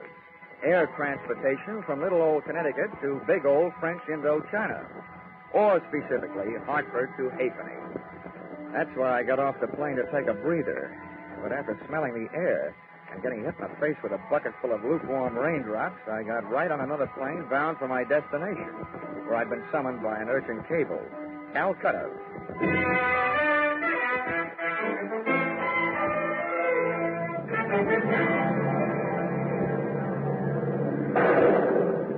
We took off on instruments in the downpour of a drenching monsoon. It was like climbing up a waterfall, blindfolded. We got chased up to 20,000 feet, clear up into the penthouse, by a batch of black-hearted thunderheads laced with lightning. And there we stayed, sucking oxygen for 9 dreary hours, and waiting for the moment we'd get off our island in the sky.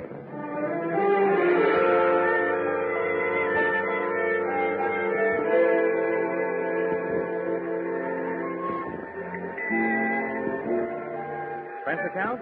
Item 2. 3 rupees. Transportation from airport to the address of old friend who had summoned me. A place you'd never expect to find trouble. In church. And what a church. 2 Quonset huts on Chowrangi Road. A couple of dozen wooden benches, a retired USO Hammond organ, and, most important, its pastor. A guy I'd met when I was calling the CBI Theater my home away from home, Chaplain Joe Blessing. Johnny, it's good to see you. Long time, Joe. Too long. You haven't changed a bit since you were passing out those SL slips to unhappy GIs. So you did decide to stay out here after all. Yeah, I decided the East Indian brand of soul needed a little more saving than the kind I used to know back in Magnolia, Tennessee. Now, come on in the office, Johnny. It was good of you to come right over. You must be wondering why you did. Well, your cable did start a worry or two, Joe. You know, when an ex-soldier gets the trouble call from a chaplain, something's really wrong. What's up? Sit down. Johnny, tell me, how'd you like to do some work in my department? Wait a minute. I wouldn't know where to start. I'm asking you to save a man's soul and to save another man's life while you're doing it. Why me, Joe? Why did I ask you to come all the way from Hartford, Connecticut? Well, Johnny, the ways are devious. There wasn't time for me to do anything else. Huh? If I'd gone through the proper channels here, if I'd become involved with all the inevitable red tape, well, there just wasn't time. Johnny, there's a man in Cairo waiting to be executed at dawn day after tomorrow for a murder he didn't commit. And here in Calcutta is a man who not only witnessed that crime, but has in his possession the evidence that can save that man from swinging. Uh-huh. Now, who is this man on the flying rope end? Lionel Brooke Nichols. He's the president of a vast enterprise called the Constant Sun Trading Company. Now, Johnny, I wasn't ignoring the fact that you work for a living. I'm sure that if you're successful, you can name your own price. This is not a colloquialism, Johnny, but Mr. Brooke Nichols has nothing but money. I didn't realize that such big men got into such big trouble. Oh, he didn't get into it all by himself. Huh? Oh, no. Now, this particular big man had the bad luck to have a fun-loving cousin who'd like to see him out of the way, and the faster the better. Name of? Miles Atkinson. He must be some sort of big wheel in the Egyptian government. That's all I know about him. Except that to gain control of the Constant Sun Company, he would move heaven and earth to see Brooke Nichols dead. Well, I don't care what he does with the earth, but I guess I can't stand by and let him mess around with your heaven. Now, let's get down to cases. What about this dude here in Calcutta, the witness with the evidence? Well, his name's William Briggs. He's a very sick man, Johnny. Mm-hmm. Knowing that he might die soon, and it looks like he might, he's had a sudden rush of conscience to the mouth. He wants to talk. Evidently, he's decided that since it's too late to save his body, he'd better do a quick job on his soul. And I nurse him to Cairo, is that it? No. I'm sending a young assistant of mine who'll take that job off your hands. I think you'll like him, Johnny. Now, I want you to get Briggs to the right officials. Arrangements have been made for an ambulance to meet you in Cairo, and, well, we've chartered a cargo plane to take you there. Now, the pilot says he can get you there by tomorrow night. Well, I spent so much time in the air getting here that it shouldn't make any difference, but why a cargo plane? Why not a passenger plane? They have nice soft seats. So, Johnny, the airlines refuse to transport a leper.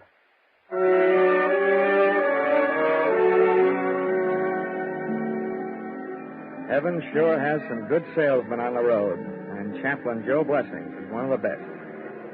Before I knew it, a big Horizons Unlimited plane was lifting off the runway at Calcutta, and I was in it, sitting on a suitcase that looked like I'd never have time to unpack. The invalid Briggs was forward, being bedded down under the gentle hand of Chaplain Joe's assistant, Frankie. Well, that is done.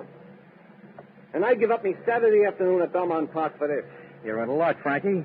Think of all the losers you miss betting on. Mr. Dollar, you have the philosophy of a man who has never enjoyed the exquisite thrill of losing his last $2 upon a horse who was retarding the improvement of the breed. Young man, you've never heard of the Bluegrass branch of the Dollar family? Kentucky, sir. Mr. Dollar, sir, if it were not for a certain horse from Kentucky named Breezy Boy, who ran a very poor eighth at Rockingham, I would not only be a Kentucky colonel, I would be a Kentucky general, passing the time of day with my esteemed co-general, 3-star Hennessy. Here. What's this? Whose briefcase? Briggs, he wants you should take care of it. What's that? What's in it should be in a holster. How do you know? Mr. Dollar, I got a sense of feel. Besides, I looked. It's a Luger. A Luger, huh? Yeah. Off that, I'd say we are now in possession of the evidence. The murder weapon, in person. Exhibit A. Oops, still loaded.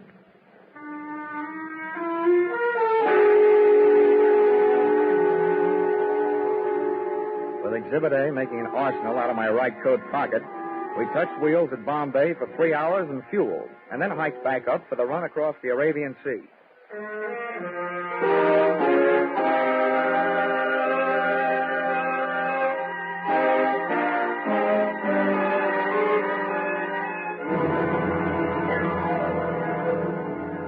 We made landfall high on the coast of Saudi Arabia, and the freight of the Cuff shoreline led us on to the Queen of Sheba's old hometown, Aden, where we sat down again for service, airplane and personal. Frankie and I got our sick man Briggs out and into the shade of a hangar, figuring he could use a breath of fresh air. But he didn't find it in that sun-baked hellhole. A grubby little ground crew burned up 4 valuable hours, taking their own unsweet time servicing the ship.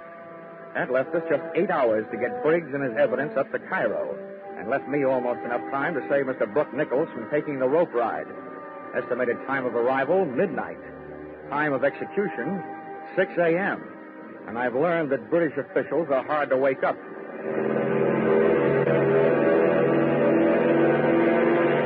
The pilot stood the ship straight on its tail and made a fighter takeoff getting out of there. We were 40 minutes out of Aden, about 5,000 feet above the Red Sea, when we ran into what I've learned to expect in my business, the unexpected. Oh. Could either of you gentlemen tell me where I pay my fare? Well, where did you come from? Hey, a walk-on like this I have not seen since Minsky. It's all right, gentlemen. You can pop your eyes back in. You've seen a woman before. Well, I've never scooped one up out of the sky before. Could it be she's an angel? What are you doing here? I'm afraid I'm what you'd call a stowaway. How'd you get aboard? When the plane was empty, I locked myself in the powder room. I'm sorry I had to do it this way, but I have to get to Cairo immediately. The next airline flight doesn't go out till 11 tonight. I should write to the captain and have him turn around and dump you back. Please, don't. I'm perfectly willing to pay my way. Don't worry. We can't spare the time. Mr. Dollar, there are only certain things which make air travel a pleasure to certain people. With me, that is a stewardess, and I would be glad to brief her about her duties. You go check the patient, Frankie. I'll check Miss Stowaway. That's what comes from always being only an assistant. I noticed that poor man on the stretcher when you took him out. Who is he? Never mind. What's your name? Fabian. What's so important you've got to get to Cairo this way? Sorry, Mr. Dollar, that's a secret. It's also a secret how you get into that tight little dress you're wearing. I'm glad you like it. A dress, yes. Secrets, no. When I find myself in an airplane with a stowaway, I smell trouble. That trouble you smell costs $85 an ounce. Now, listen, save your sharp talk for a cocktail lounge. Don't waste it here. You must think I'm kidding. This is serious. You're flying across international boundaries. Now, who are you? I told you. Fabian. Here's my passport, and here is money. How much? Okay. We'll call it a sort of bond to ensure your good behavior. $500. All that for good behavior? That's awfully high. So is this airplane. If you don't like it, jump.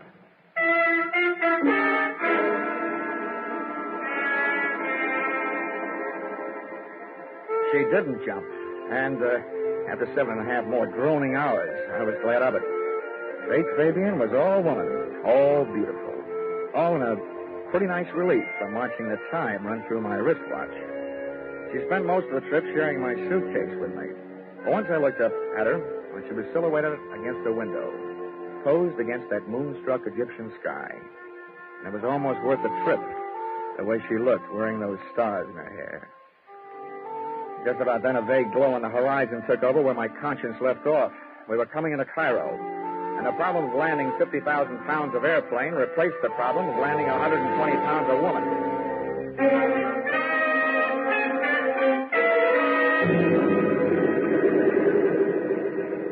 I've never learned how to hold back a sigh of relief when I hear those big tires take off on the runway. And I sighed another one when I saw an ambulance standing by at the parking ramp. By the time the loading platform was pushed into place and the door opened, the ambulance was backed up, ready to receive Briggs. Oh, are you the chap bringing a Mr. Briggs in from Calcutta? Yeah, that's right. Never mind the stretcher. He's on one. Oh, right, sir. We'll fetch him off then. Come along, Roscoe. Come in. You all ready to go, Frankie? Mr. Dollar, watch your language. That is not the thing to say about Mr. Briggs. But he will look at home in that ambulance. Now then. Oh, congratulations upon the trip, Governor. Thanks. Take the other end, Roscoe. We'll hoist the poor chap out of here. Here we go now. Hey, I'd better check with the pilot, Frankie. Give these guys a hand, will you? They may need it getting down that ramp. Anything that moves me toward the end of this is a pleasure. Easy now. You want me to help lift him in? Hey, Mr. Dollar, these guys ain't just plain ambulance drivers.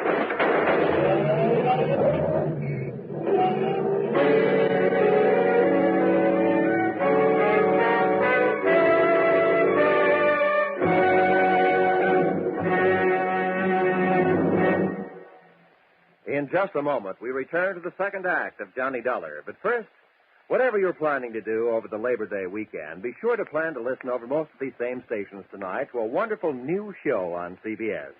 It's Horace Height's original Youth Opportunity Show, a full half hour of fun and excitement. You'll get the thrill of a lifetime hearing talented young Americans get the chance of a lifetime.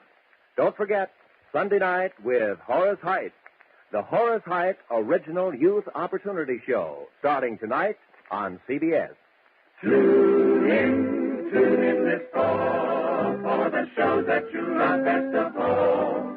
Listen carefully, here's the address. It's CBS.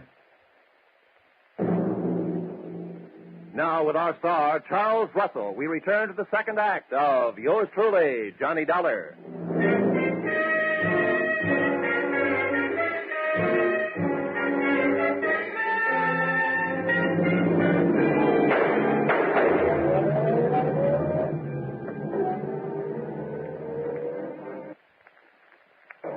I had made 4 steps toward the cockpit when I heard Frankie yell, and a half a step back toward the door when I heard the shots.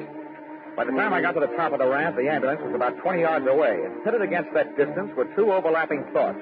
1, the way to stop, or at least slow it down, was to puncture the rear tires. 2, the tool at hand was that loaded Exhibit A Luger that should have been in my pocket. It wasn't there. I looked around, didn't see it. But I thought I knew where to find it. Come on, open up, or I'll put this fire extinguisher to that door. And if your head isn't in the way, I'll get that next. Wait a minute. Mole, don't use the same hiding place twice. It could be that I wasn't hiding. And it could be that purse is now holding a Luger. Give me it. Yeah. Now all I need is to hear you say you don't know how it got there. I don't know how it got there. That does it. Come on, you're coming with me. Come on, get going. Ouch! You don't have to do that. What I did have to do was dig up some transportation. It turned out to be a taxi whose driver had slept with the excitement, and therefore was the only one at the hack stand. I think he was still asleep when I gave my unwilling companion an ungentlemanly shove into the rear seat, and we left.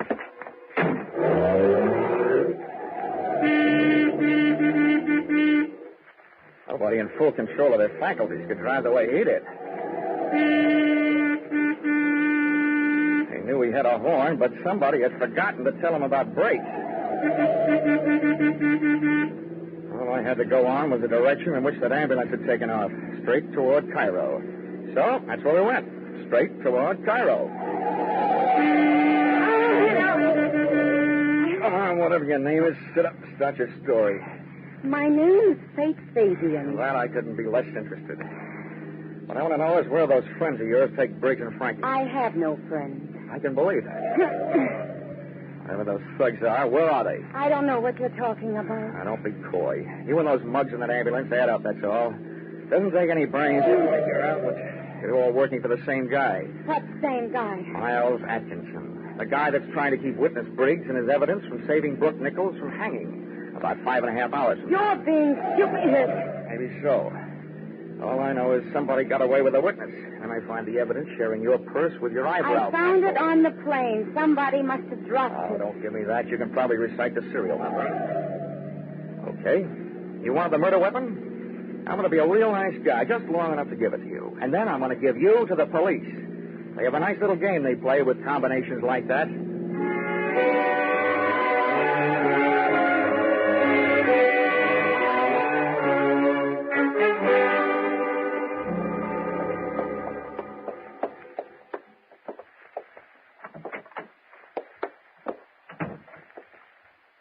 Hello. Are you the chief inspector? I am. This girl keeps telling me her name is Faith Fabian. How do you do, Inspector? I've looked forward to this. I'll bet. Well, my name is Johnny Dollar. I'm looking for somebody who knows the Brooke Nichols case. Well, you certainly came to the right place. I know about the Brooke Nichols case. Well, that's what I'm here about. You can bust that case wide open, Inspector. Brooke Nichols is innocent. Now, here. This Luger is all the evidence we'll need. Thank you, Mr. Dollar. One thing you'll still have to help me find, though, is a man named Briggs. He was an eyewitness to the murder. I brought him all the way from Calcutta, and somebody put the snatch on him at the airport. Not only that, they grabbed the guy who was helping me. Oh, yes. Yes, that would be the obstreperous young gentleman you call Frankie. Oh, you know where he is? Oh, yes, indeed I do. Then he's all right. Yes. If you could call a man all right when he's just been arrested for the murder of Mr. Briggs. Murder? Yes. Mr. Briggs was shot in the ambulance that took him from your plane. Hey, what is this? This is a very good time for both of you to remain perfectly still, Mr. Ballard. After you raise your hands, Miss Fabian, you needn't bother. There's hardly enough of that dress to conceal all of you, let alone the weapons. Thank you. Mr. Ballard, this is what a romanticist would call a poetic injustice. You see, this Luger, the evidence, as you call it, happens to belong to me. But that's the murder weapon. Who are you, anyway? Chief of Inspectors Miles Atkinson. Miles Atkinson? Oh, no. Oh, yes. I fly 5,000 miles from Calcutta to put you in the hands of the police. And you turn out to be the police. Yes. Bloody convenient, isn't it? Not for me, it isn't. Steady, old boy. You know, this gun was probably the most fortunate purchase I ever made in my life. First, it killed a man who was in my way. Then, because it disappeared, it made it possible for me to establish false evidence, ostensibly proving that my esteemed cousin, Brooke Nichols, was guilty of the murder. And now, his death by hanging will place in my hands the controlling interest of the Constant Sun Trading Company. Quite a bargain. Thank you, Mr. Dollar. Not you, the gun. Which I shall now put to its final use. And after it is disposed of you two, I shall dispose of it. That was the prettiest confession I've ever heard. I'm surprised that a chief inspector and bargain hunter should sell himself out so cheaply. What do you mean by that? That the confession was complete, voluntarily made in front of witnesses, and that we are leaving with it, and that you are coming with us. Hey, Faith, baby, take it easy. No sense going on the make for a hot bullet. Mr. Dollar is right. I warn you, the one who moves first dies first. Very well. Hey, one step closer, Miss Fabian. I'm not afraid of you. All right, you asked for it. Now take it. What is this? No use, no bullets. No, you can't stop me now. You won't. And ladies say so far, now it's boys' time. Somebody's trying to die.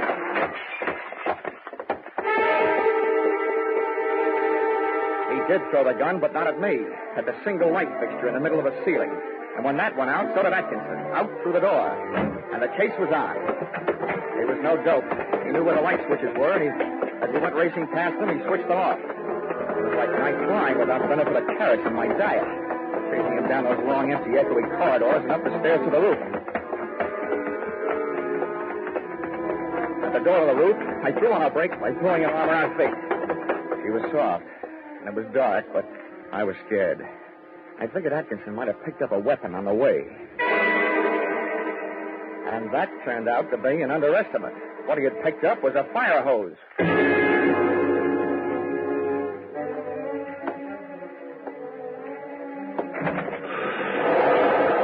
stepped through the door, we got hit by a big fat bolt of liquid lightning. A couple of 100 pounds of water backed up by a couple of 1,000 pounds of pressure. It felt like a salmon swimming upstream to spawn. Over at the edge of the roof, braced against the low parapet, was Atkinson, using all his weight to keep the writhing nozzle from flipping him around. He was just one man on a fire department's errand. Hey, Fred, I'm over around the other side. Try and blow that water off you. Get over that valve. See it? Where? That wheel over there. The end of the hose, he ain't on. Turn off the water. Come on. I see it. I got it.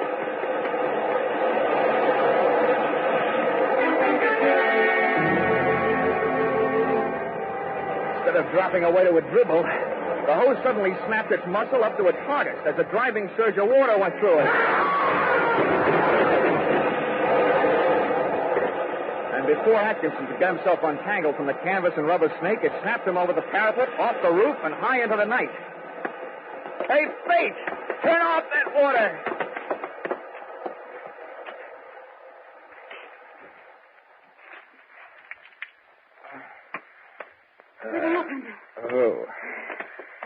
Oh, what a justice, baby.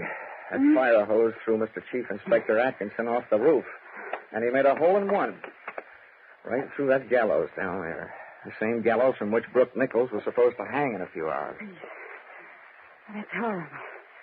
Let's move away from here. Hey, wait a minute. That's not like you. After all, you're the gal who turned that water up instead of down. If you wanted it done right, why didn't you send a plumber? I won't ask you whether you meant it that way or not. As far as I'm concerned, it turned out just jolly this way. Oh, and while I'm at it, I'd like to thank you for taking such a brave chance with my life downstairs in the office. Oh, really, Mr. Dollar? I knew that gun wasn't loaded.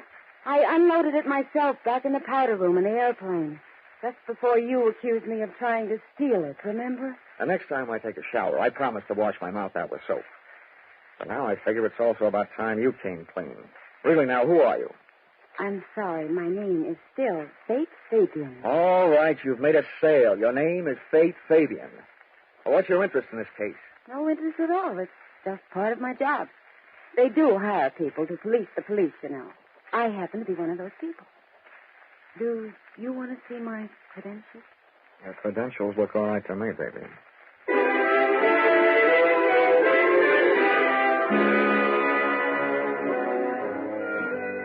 We got off the subject, off the roof, and into the problem of getting Brooke Nichols off the end of a rope. After going through those motions, and that gal made all the motions, including retrieving young Frankie from the pokey, I kissed Fate Fabian goodbye, just for luck. And receiving no interest on our investment, we headed back to the airfield.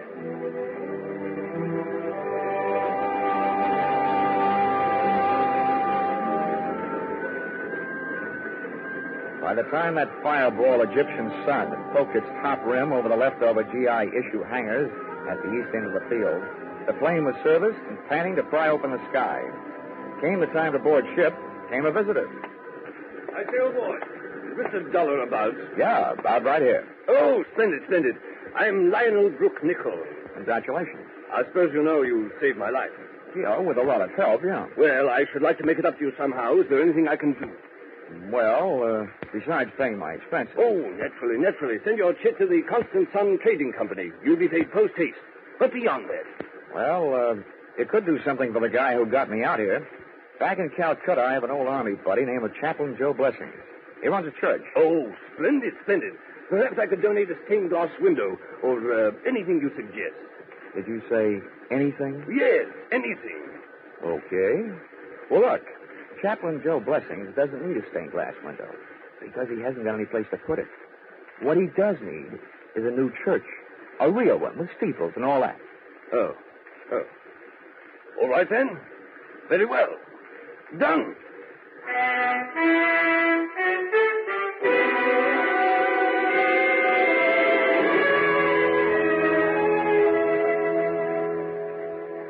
Expense account, item 3. Same as original entry. Transportation from the land of the Sphinx to the land of the free by way of Calcutta, where I delivered a happier, though wiser, Frankie. Received the blessings of Chaplain Joe Blessing and ordered a custom-made lightweight pearl-handled blackjack in blue suede and inscribed, to Fate Fabian.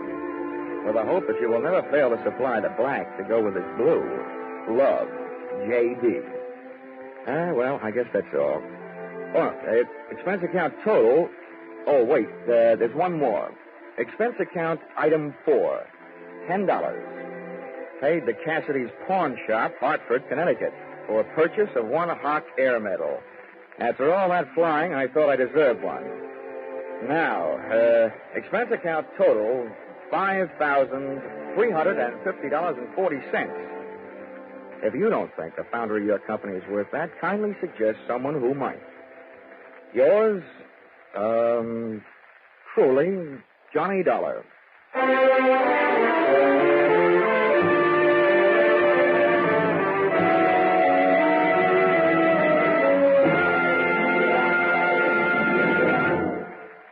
Yours truly, Johnny Dollar, was produced and directed by Gordon T. Hughes and stars Charles Russell, with script by Paul Dudley and Gil Dowd. Featured in the cast were Georgia Ellis, Jack Edwards, Parley Bear, and Paul Dubov. The special music is written and conducted by Leith Stevens.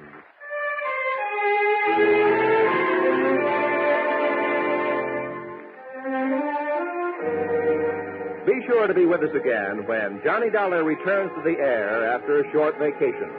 Listen on Saturday, October 1st, when another most unusual expense account is handed in by Yours truly, Johnny Dollar.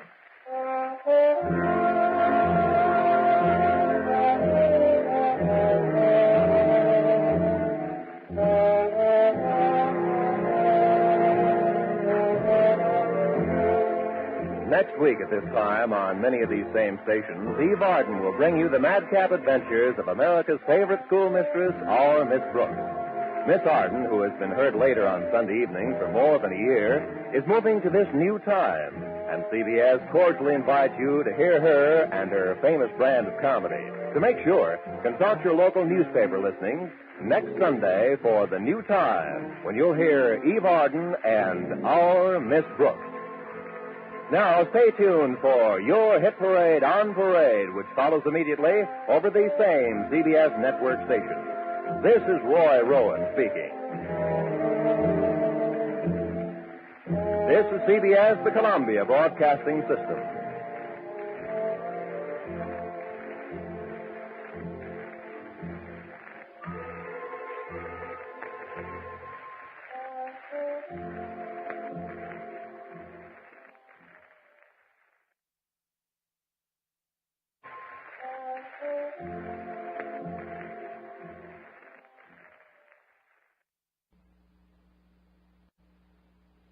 Sure, they may have plenty of blue blood in Boston, but from what I just saw, they've got plenty of the other kind, too.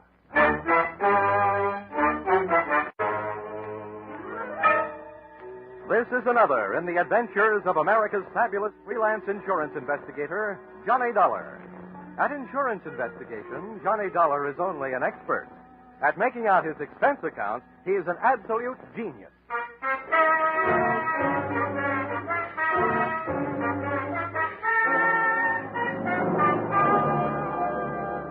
Expense account submitted by Special Investigator Johnny Dollar. To Home Office, Tri-State Life and Casualty Insurance Company, Hartford, Connecticut. The following is an accounting of my expenditures during my search for your missing policyholder, Miss Michelle March. Or, she came in like a lion and went out on the lamb. Or, she should have been banned in Boston. Expense account item 1. $2.85. Railroad transportation, Hartford to Boston. Expense account item 2, $1.80. Cab fare to the corner of Longwood and Huntington Avenues, a half block from the apartment house that was Miss March's last known address. Boston may be called the cradle of liberty, but somebody else got rocked to sleep that morning on Longwood. The shots came from 2 carbines and 2 men in one light tan club coupe parked across the street. I waited long enough to memorize the license number as the pop out of there, and then I headed for the victim. My heart was pounding, but not from exercise. He'd been sprayed coming out of a doorway that, in another 20 seconds, I would have been going in. But the coincidence didn't stop there. Take it easy now, will you? We'll get you some help. You know who did it? March. What? I didn't get you. Tell him. Ask. Michelle March. Michelle March? Well, that's who I'm looking for. What's she got to do with it? Can you hear me? What's Michelle March got to do with it? Come on now, try.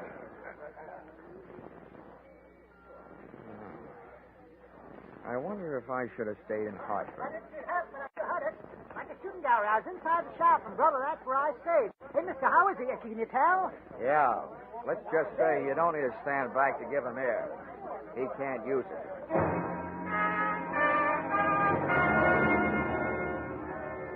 While the two limelight-happy characters from the crowd argued about who was going to notify the police, I disappeared from the scene by way of that desk doorway, pausing inside just long enough to learn from the buzzer panel that Michelle March's apartment number was, unluckily, 213.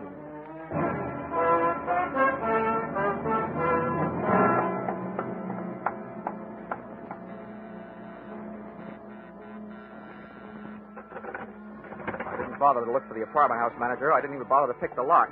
I put my shoulder to work on the door.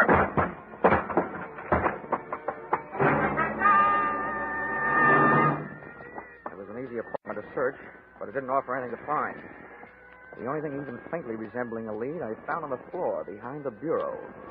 A book of matches that advertised Boston's Best Bar by Far, Flannery's, with an address on Washington Street. Just about then, I decided that rather than being found at the scene of breaking and entering, I'd look up the police at the scene of murder.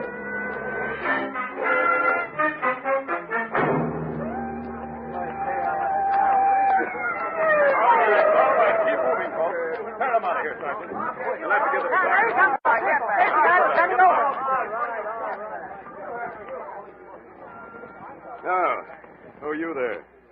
What do you got to say about this? Oh, not much, Lieutenant. He was shot from across the street by two men in a tan club coupe. Probably stolen. License number, Massachusetts, 3R165. Weapons were carbines, .30 caliber Army issue. You sure of all that? Yeah. Here. This will tell you why I make it a habit to be sure of things. Oh. Dollar. Insurance investigator. Uh-huh. Hartford. Well, in a way, that makes two of you. Huh? I'm Lieutenant Baldeller. Glad to meet you. The dead man was a local detective. Private license, good business. And a bad reputation. Name of?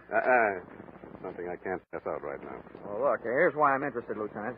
If friend detective was on a case, he could have been hired to find the same party I was hired to find. And since he was blasted at said party's last known address, it could be that somebody doesn't want said party found. Which paints an interesting but gloomy picture of my future. Who is this said party? A girl, Michelle March, reported a missing persons in New York yesterday by a worried sister, who was also the beneficiary of a $25,000 insurance policy owned by Miss March.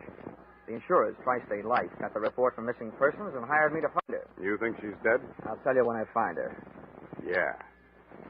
Now, what makes you think the deceased might have been looking for her, too? Because he mentioned her name just before he went bye-bye. Where are you staying, darling? Just in case we need you. Cartwright Hotel. Now, look, Lieutenant. You've got a murder and I've got a missing person. You can loaf if you want to, but I'm eager. I want to talk to the apartment house manager. Any objections? No. Go right ahead, darling. Good luck to you.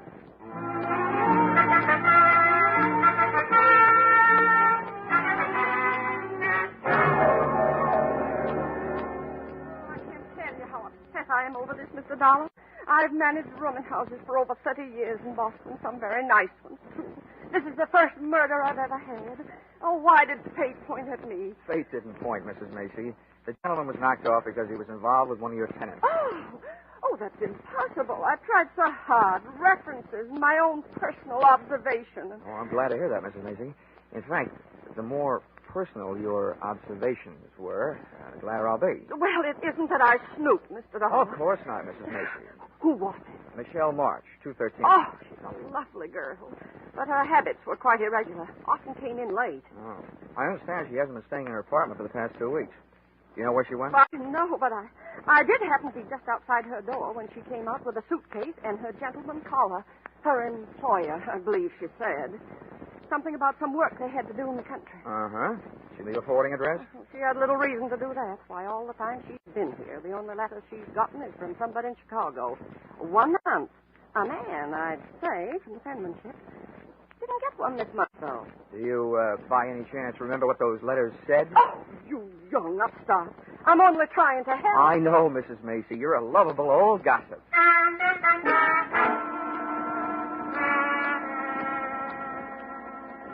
After Mrs. Macy chased me out of her apartment, I questioned some of Michelle's second-floor neighbors. What they gave me only augmented the story I already had. She hadn't been seen in the company of anyone for 4 or 5 months, until Dapper, medium build, and Swarthy took over. All of them had seen him. None of them knew his name, but they all agreed he was the guy Michelle March had marched away with.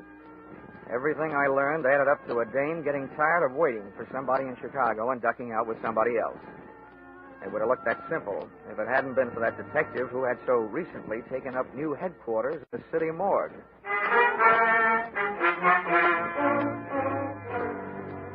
Expense account, item 3, $4.75, drinks and dinner. After which, expense account, item 4, $1.80, taxi ride. Taken on the strength of the weak clue I found on Michelle's apartment floor. The match folder from Boston's best bar by far, Flannery's. Flannery's look like they wouldn't want to know how old you are, but how many stretches, and in what prisons. Above a row of greasy bottles, the wall behind the bar was covered with pictures of fighters, right from old John L. up to Rocky Graziano. But none of them looked as brutal as the 8 or 10 gorillas who had their feet on a brass rail. I decided this was no place to ask for a lady, so I asked for a drink. Yeah? Straight rye, double.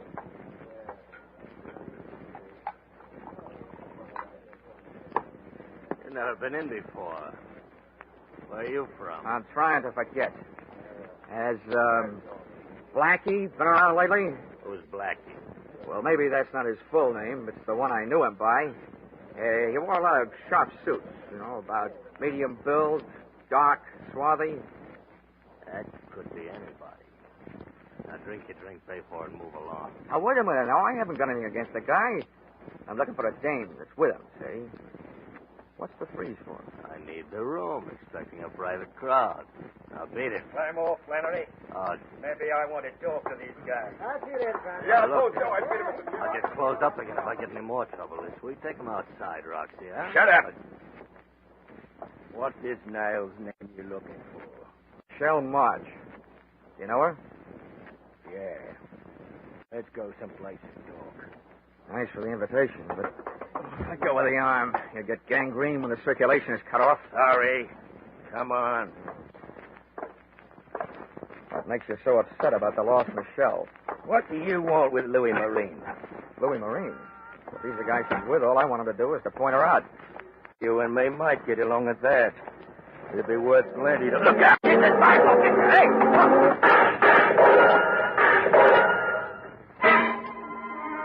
The car they were in was different, but those carbines sounded the same. I rubbed my nose raw, trying to bury my head in that sidewalk. I knew they had to empty those carbines sometime, but instead of sounding better, it started to sound worse. I twisted my head, shot a look at the street, saw one of the attackers in the process of falling out of one of the windows of the gun car. Closed my eyes again and realized why they never let my kind of insurance investigator be a policyholder. I'd been sent to find a missing girl, and there I was in the middle of another Boston massacre.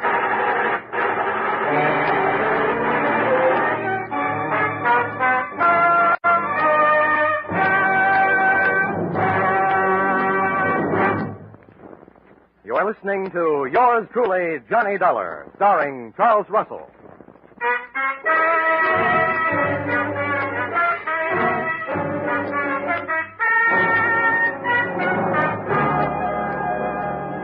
It took a full 20 seconds after the smoke of battle had started to clear for me to realize that I'd been saved by the arrival of fire support from an unexpected source, the police. I looked around for my new friend and brother target, Roxy, but he had disappeared. A wave of suspicion broke over my flow of thought with this question. How did it happen that all those cops with all those guns just happened to be in all those hiding places waiting for those gunmen to drive up and open up. Answer? A hunter's stew like that usually calls for a pigeon. I didn't feel like flying, but I did. Straight back to my hotel, with one landing and a newsstand. An evening paper gave me everything else I needed, except the feathers.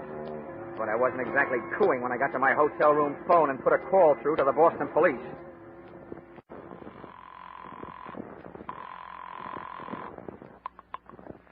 South Precinct, Sergeant Miller.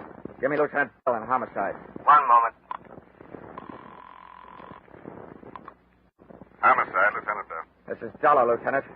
Oh, Dollar, sure. I'm glad to hear from you. I'll have your badge for this. What did you say? The evening paper. Quote, Boston private detective, whose name has been withheld by police, was slain today, presumably to stop his search for a missing girl.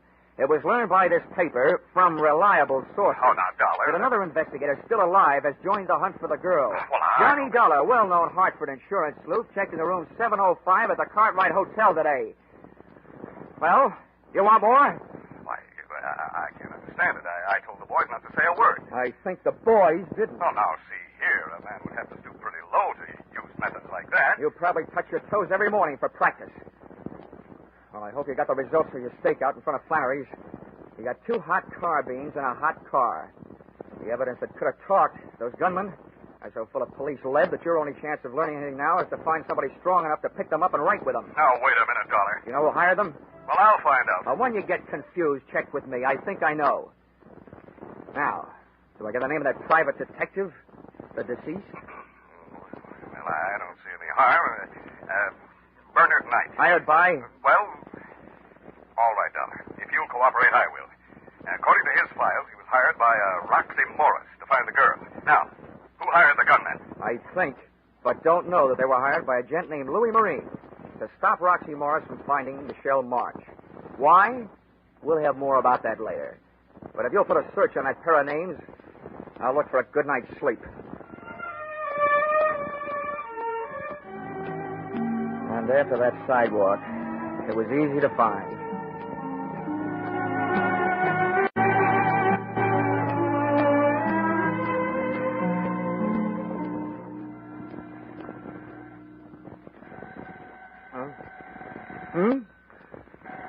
Oh, Boston.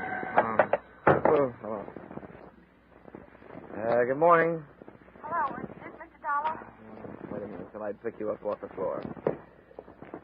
Who is this? Is this Mr. Dollar? Yeah, it is. Well, this is Michelle March. Huh? Well, good morning, Michelle. I've been looking for you. That's why I called. I read that you were hired by my insurance company. Yeah, that's right. They don't like disappearing policyholders. Well, let me tell you this. If they want to save the money, they'll have to pay for me. Stop looking for me. What are you afraid of? That Roxy Morris will follow me? What do you know about Roxy? But he'd like to find you and Louis Marine. What did he tell you? Oh, what counts is that I filled in what he didn't tell me. Namely, that he was in Chicago for a year, and you were supposed to be waiting for him in this fatal apartment on Longwood Avenue. But instead, Louis Marine landed, took the situation well in hand, and captured you for himself. You're just trying this on for size, aren't you? If it fits, keep it on approval. Now, the point is, there are too many people looking for you to stay lost. Where can I meet you? How do I know I can trust you? I can't trust anybody. Look, I'm still working for the insurance company, so my greatest interest is keeping you alive, not selling you out. What about the police? My promises aren't equipped with lifetime guarantees, but I'll do what I can. If you tell all, and if the story is big enough, they should be willing to make a deal. It's big, all right. They'll clear something out of their books that's been there for a year. Where do I meet you? You know where Charlestown is? I know it's part of Boston. Take the subway and get off at City Square. An hour from now. I'll be in a bar. The Gangplank. On Chelsea Street. Near the Navy Yard. Okay, sweetie. I'll be there. Up until now, whoever's been doing the shooting has used everything but battleships.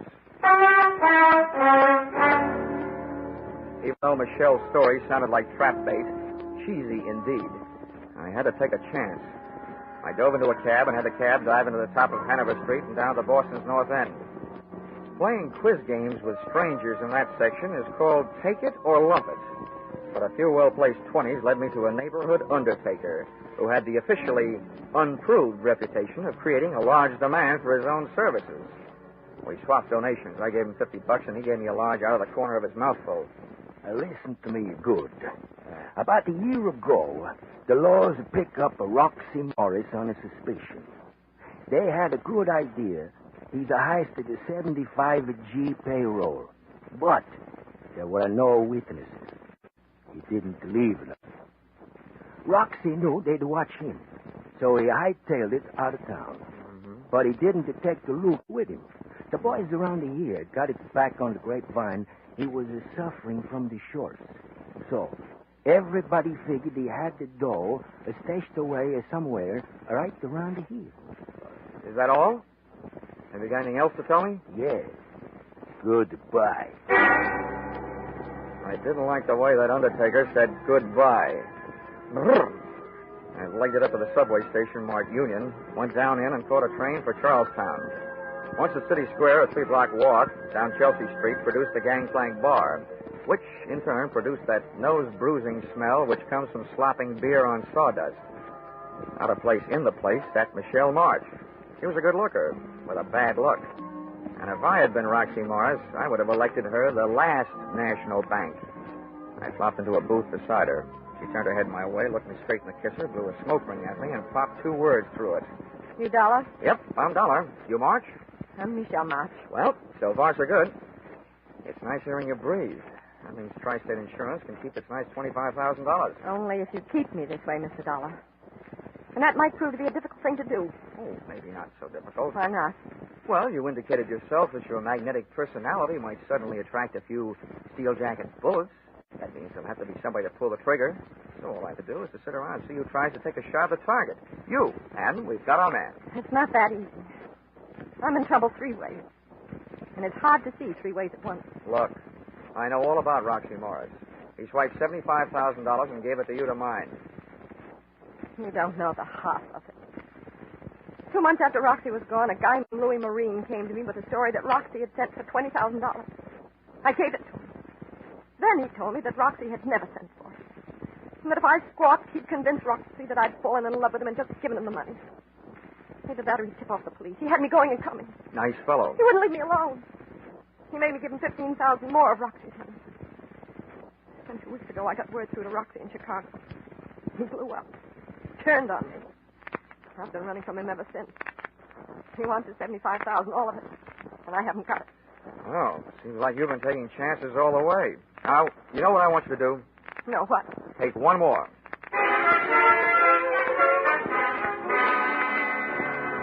I told Michelle what I had in mind for her, during the next few hours at least, and grabbed a cab back across the bridge into the North End. Expense account item 5, $50. Another donation to my expensive undertaker. This time I paid him for talking, but not to me. Then I took over the telephone and dialed my way through to the guy to whom I was about to give a chance of becoming the ding-dong daddy of the Boston Police Force, Lieutenant Bell. Yes, Dollar, this is Lieutenant Bell. Bell, how would you like to get the goods on Roxy Morris? I'd like it fine. Okay. And along with that, how'd you like to pin a receiving stolen property rap on Louis Marine? I hope you aren't just being salty, Dollar. I'm not, Lieutenant.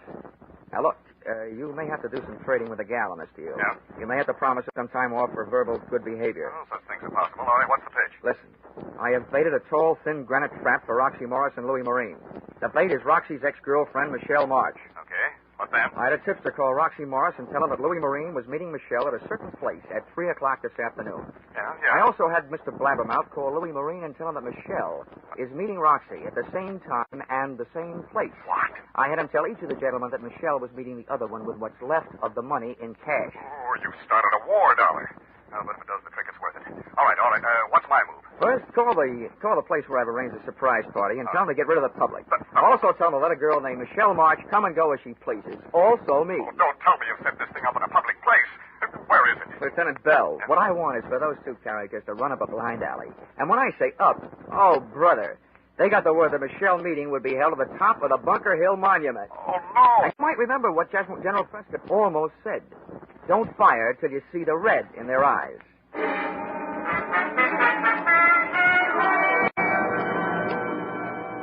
I was back in Charlestown and at the base of the Bunker Hill Monument at 2:45. The door of the museum at the bottom was open, but a state park officer stood by its side. I told him who I was, and he nodded me through the bronze doors. Officer, did Miss Mark get here? Yes, sir, young man. She went up the shaft. Oh, well, look, can I run the elevator myself? There isn't any elevator. Just steps. 200 to 300 of them. Oh. Ow, this may be going to heaven the hard way, but here goes.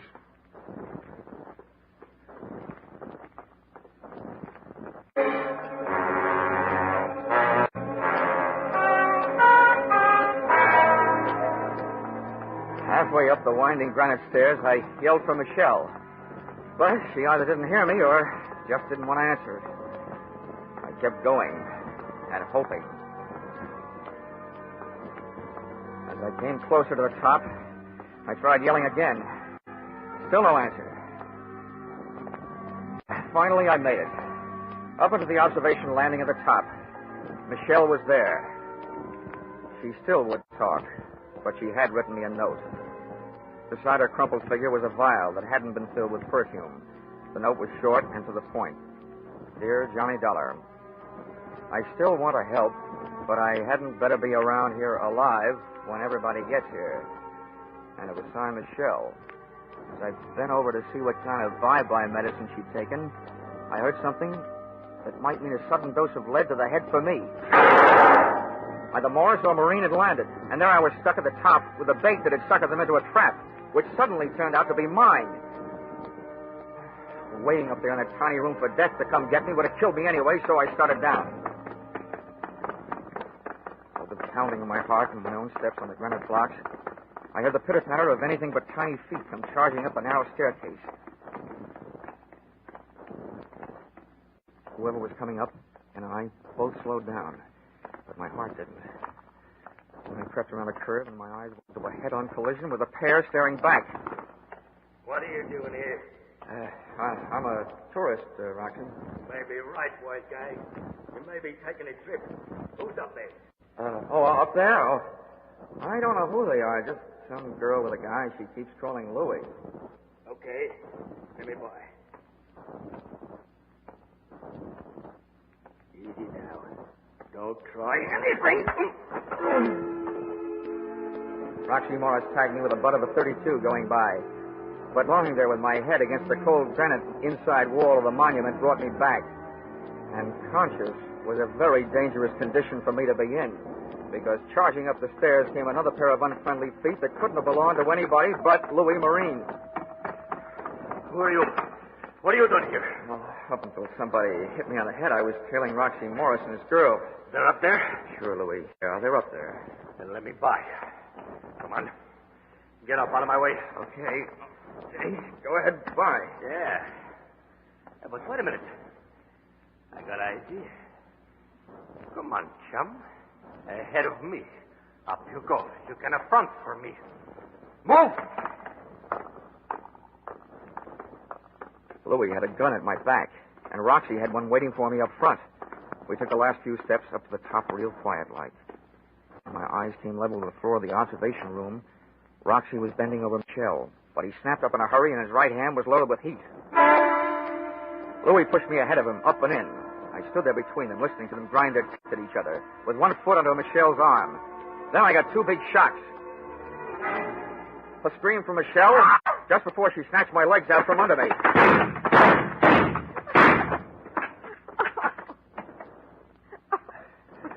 Hey, what are you doing alive? I don't know. I guess I didn't take enough. Well, whatever you're doing alive, I'll tell you one thing.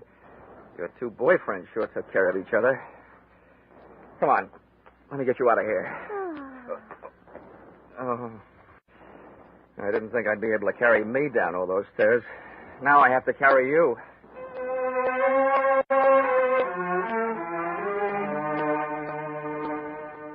Expense account, item 6, $20. City Hospital, having Michelle's stomach pumped out. And the way Michelle took my suggestion that she voluntarily turn herself over to the police was very good. Lieutenant Bell was very cooperative.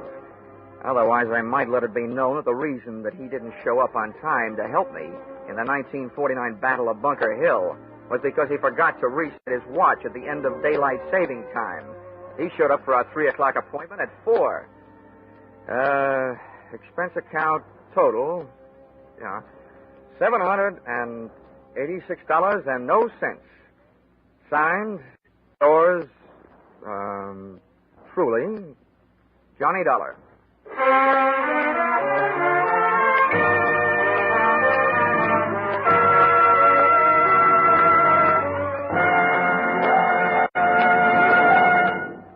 Yours truly, Johnny Dollar, is produced and directed by Gordon T. Hughes and stars Charles Russell with script by Paul Dudley and Gil Dowd.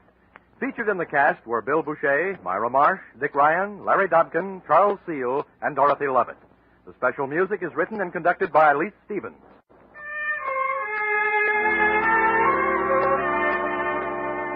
Be sure to be with us next Saturday, October 1st, when another unusual expense account is handed in by yours truly, Johnny Dollar. That's right. Yours truly, Johnny Dollar, will be heard on Saturday evenings starting next Saturday. And look at who's going to be here at this same time on Sundays.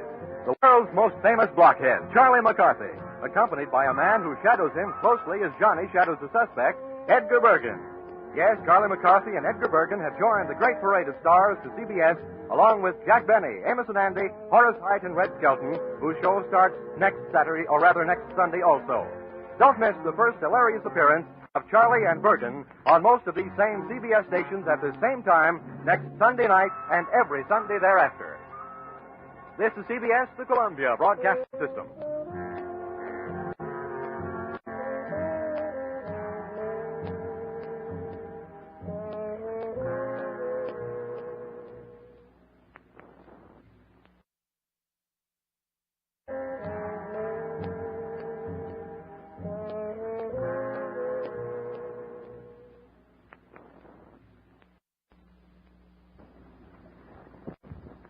This is a horse on me. But I did find out that in a race for life and death, the police laboratory is where they make the photo finish.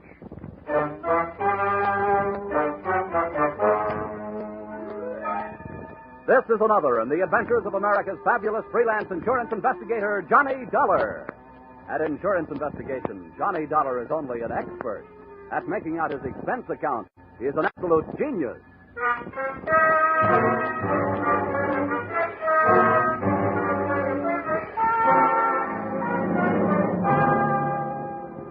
Expense account submitted by Special Investigator Johnny Dollar to Hartford Branch, Lloyd's Underwriters Association. The following is an accounting of my expenditures during investigation of the circumstances threatening the life of the insured, the racehorse pile driver. Or, he'd have been way off his feet if I didn't know my oats. Or, it's great to get a kick out of life so long as it isn't a kick in the head. Expense account item 1, 18 cents, 1 package of cigarettes. You may consider this a personal item, but that's where this case really started. At the cigar stand, ground floor, terminal office building, here in Hartford. I'd come down on one of the elevators and noticed a little guy with a cane standing with a starter. After I passed him, I felt myself being pointed out. And not being the type who likes being followed for long periods of time, I gave myself a good reason to stop and look things over. Hello, Mr. Dollar. Hiya, Mac. Give me a pack of Luckies, will you? I just sold you a pack when you came in. I know. But things may really start smoking any minute. Here. Good morning to you, sir. I've been led to believe that you were one Mr. John Dollar. Would that be a fact? Yeah, I'm Dollar.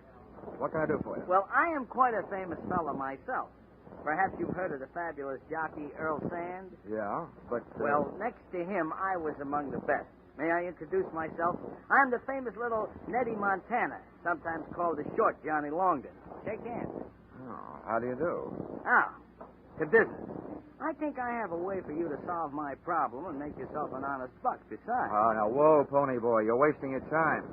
I don't bet the horses, and when I do, I don't buy tips from touts. Oh, now, wait a minute, pal. I did not introduce myself for the purpose of being insulted. I will have you know that I, too, do not consort with touts. I will thank you to keep a civil tongue in your head. Oh, I can see this is going to be one of those days. What is your problem, mister? Well, it is a problem best not overheard by people in the lobbies of office buildings. But this much I can tell you. It is about a horse and $50,000 insurance. That is why I came to you.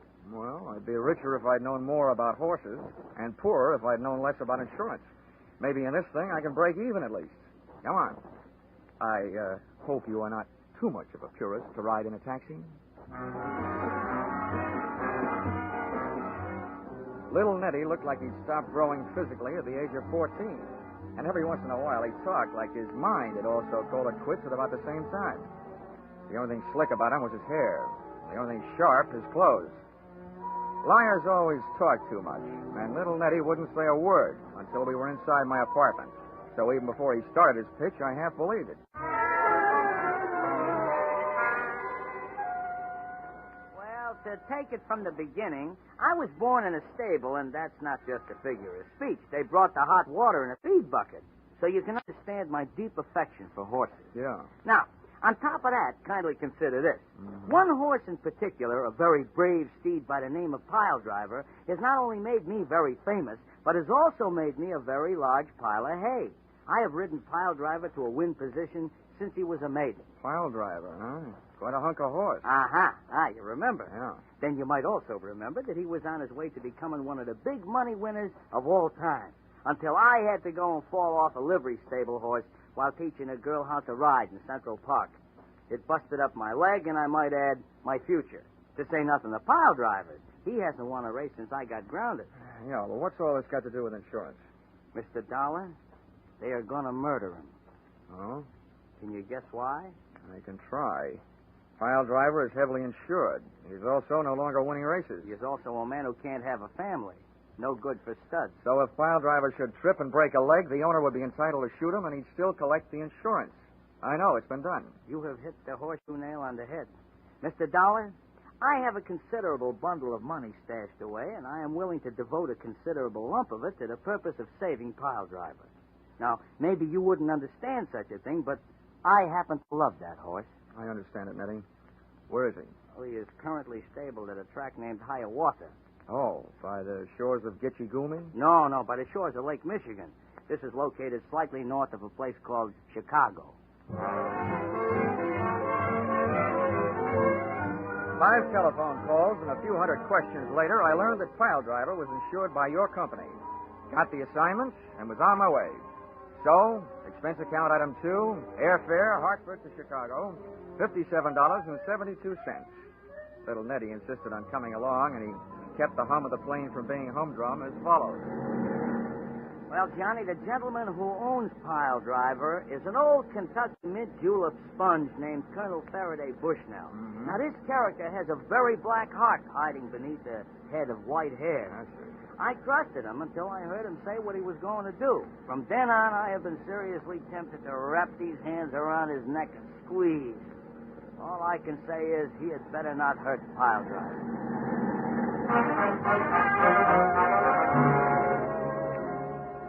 Expense account item 3, $16.40. Cab fare, Chicago Municipal Airport to Hiawatha Racetrack. Arrival time, 10 a.m. To me, a racetrack always smells good, of horses, green grass, and excitement. There you are, driver. Keep the change. Well, this, as the saying goes, is it, Mr. Dollar. You'll have to take it from here. Okay. Oh, hey, one last word of warning. Watch out for his daughter, Lila. Oh, why? Is she dangerous? To a guy like me? No. But to a guy like you, yes.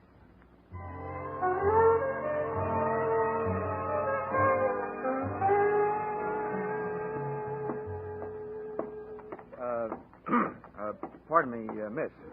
Can you tell me where I'll find the boss around here, Colonel Bushnell? Oh. I was just going to chase you away. But you don't look like just another hay and grain merchant. What's selling? I'm not. I'm buying. Where's your daddy? How do you know the colonel is my daddy? Well, he told me he had a pretty daughter. Oh, well, thanks. Just who are you, mister? Well, as for the name, that's Johnny Dollar. As for my business, that's trying to buy one of your father's horses. Well, the colonel won't be back for a little bit, but I'm bossing while he's away. I'll tell you now, I don't think he's figuring on selling any of his horses. I'll be glad to show them to you. Good enough. But there's only one I'm really interested in. Pile driver. Pile driver? Why, no, Daddy wouldn't sell him. Why not? Well, he's practically one of the family. He put me through the last 2 years of college. You mind if I see him anyway? Why, no, not at all. Right over here. Okay. Here, baby. You have company, darling. Meet Mr. Dollar. Hello. Quite a horse. No, he's just a perfect dear, aren't you, darling? Mr. Dollar, why do you want to buy Pile Driver? Oh, he's a great horse. Got a great record. Have you been following him lately? Yeah. Oh, I know he hasn't been winning. That ought to make his price cheap and the odds long when he gets back running. I just happen to think I can make a winner out of him again. But his spirit's all gone. How do you think you're going to do that? Well, if I told you, his price might go right back up. Johnny, darling, I can't help it, darling. Hey, Yes. wait a minute. Let go. Wait a minute. Please, darling, please. Well, it was great fun. But what was it for? Johnny, you shouldn't have. Right out here in the open. Huh? Oh, Leo. Yeah. What's going on? Now, wait, Leo, honey. This guy ain't your brother. He'll wish he was. Besides, that's no way to kiss brothers. You, get out of here. Look, Buster, if you want this girl's father, you'd better start doing some wishing. Oh, you think so, huh? The roughest game of post office I ever got mixed How up do you in. like that, please? Johnny! Johnny, what are you doing to him? Hammerheads like this, hammerlock. Let him get tough now, and I'll bust his arm. Gentlemen, what's going on here? You spectators there, run along now about your business. Leo, I must say I am surprised at you. Fighting in front of a lady. Dad. Get him off of me. Here, young man, I demand that you dismount Mr. Corbett. Sooner or later, I guess I'll have to. Now, listen, Leo. Are you paying close attention? Yeah. After I let you up, if you make one move except away from here, I'll give you a pair of fat ears, okay? Oh, look at the suit. I'm going to have to start wearing knee pads. Come on, Leo, honey. Let's get away from here. I hope you're not blaming me for what happened. I don't know who to blame. Now, see here. I demand an explanation. So do I. I came here to get in the horse business, and I end up in a fight racket. Oh, who is that guy? That gentleman, sir, is Leo Corbett, a brother horse owner. And I might do the favor of warning you that Mr. Corbett is a hard enough man in business dealings. But when it comes to my daughter, he's downright violent. Your daughter was downright impulsive. Maybe so. But Leo is hardly the type to stand by while some other fellow kisses his girl. And I saw that happen with my own eyes. Now, don't let it worry you, Colonel. I didn't come here to collect lipstick samples. There's one thing I can be glad about in my encounter with Mr. Leo Corbett. What is that? That he isn't James J. Come on, Colonel. Let's start business.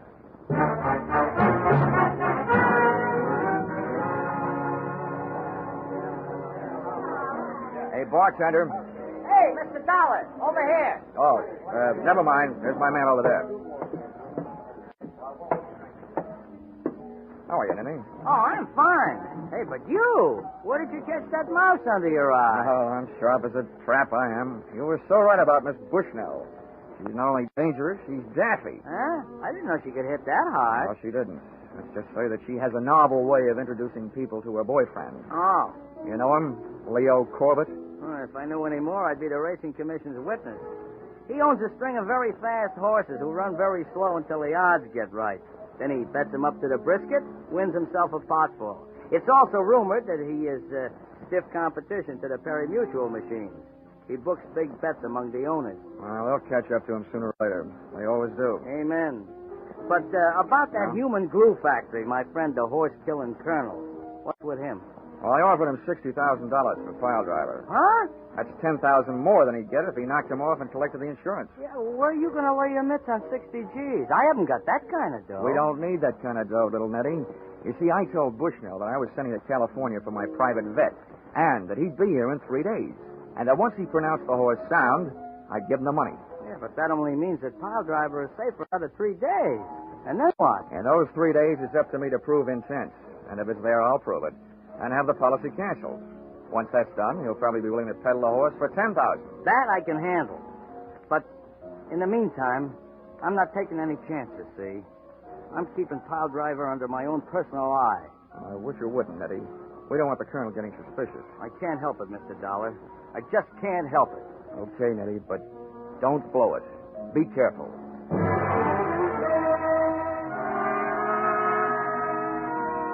Like all racetracks, Hiawatha was surrounded by motor courts and bungalows with rooms for rent. So, expense account item 4, $3. Room rent. I set the tin alarm clock for 8 and my ear for any time and went most of the way to sleep.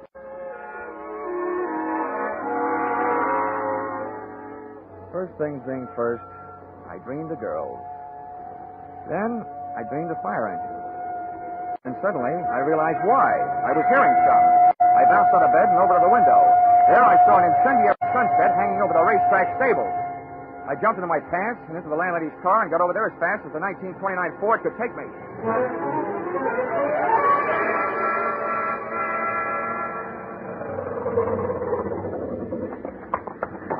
Hey, you.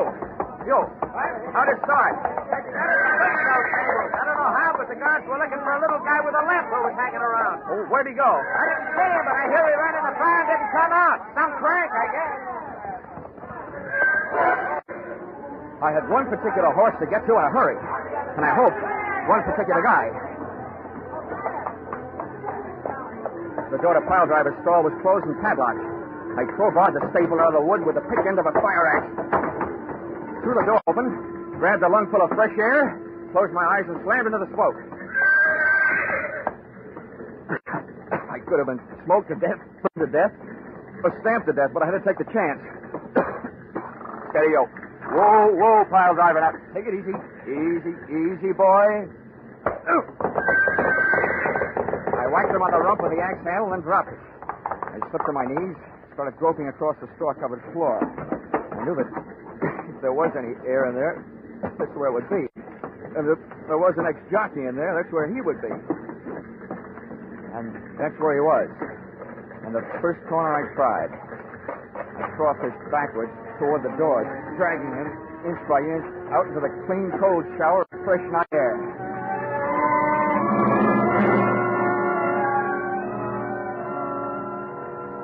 But I could have saved myself the trip. Little Nettie Montana was dead. He'd had a horseshoe hung on his forehead, but not for luck. And all I could think of at the moment was, a jockey's best friend is not always his fourth.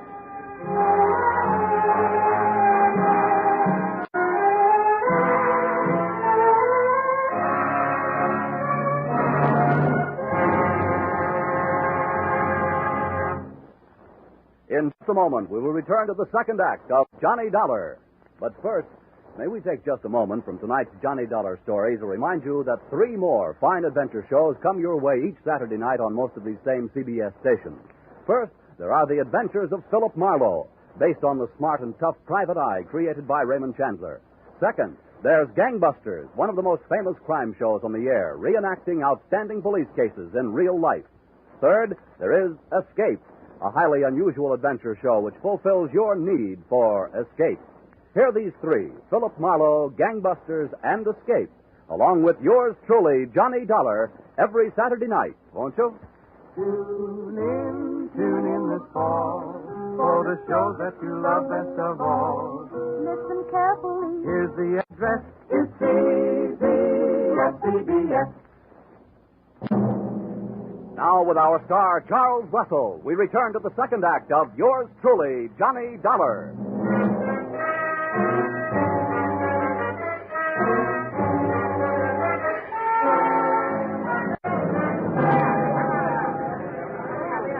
Tough luck. Nice try, little Nettie. Mr. Dollar, this is horrible. Why, little Nettie. It sure is. What's left of little Nettie? You don't... Yeah, I mean he's dead. You know, when I was a kid, I knew about a story with a horse and a woman in it. Helen of Troy. I should have remembered that before I tangled with you. Why don't you get lost? Well, whatever's the matter with you? Look, Miss Bushnell, 2 minutes after I met you, you bagged me into a fist fight with your boyfriend with a phony kiss. I don't know how much you had to do with putting little Nettie where he is, but I intend to find out. Why, you're insane. Any fool, even you, Mr. Dollar, can plainly see that this boy's been kicked in the head by a horse. Lila, child, what are you doing here? Why, I saw the... What? Who's that on the ground? What? It's little Nettie. Don't tell me he's dead. What would you be if you got kicked in the head by a horse, Colonel? Why, the poor boy. I held this lad in deep affection until just a few months back. He was my best jockey. What on earth was he doing around here at this time of night? From all I can see, little Nettie swapped his life for pile drivers. As small as he was, it's a pretty big price to pay. Although I guess you wouldn't think so, would you? What? What's that? I demand an explanation of precisely what you mean, son. I mean that to some people, a dead horse is more valuable than a live one. Too bad you can't go count your money. I gotta take my friend to the morgue. An hour later, little Nettie was resting better than I was. I'd made my report to the police and was back pacing the floor of my rented room. It wasn't a long walk.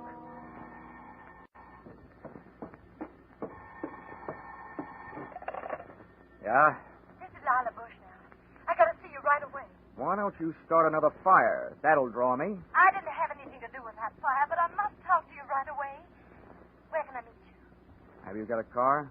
Yes, I'll come any place. Now, pick me up here in 20 minutes. Come alone, and we'll take a little drive to the country. I want it to be just the three of us. You and me and the dewdrops.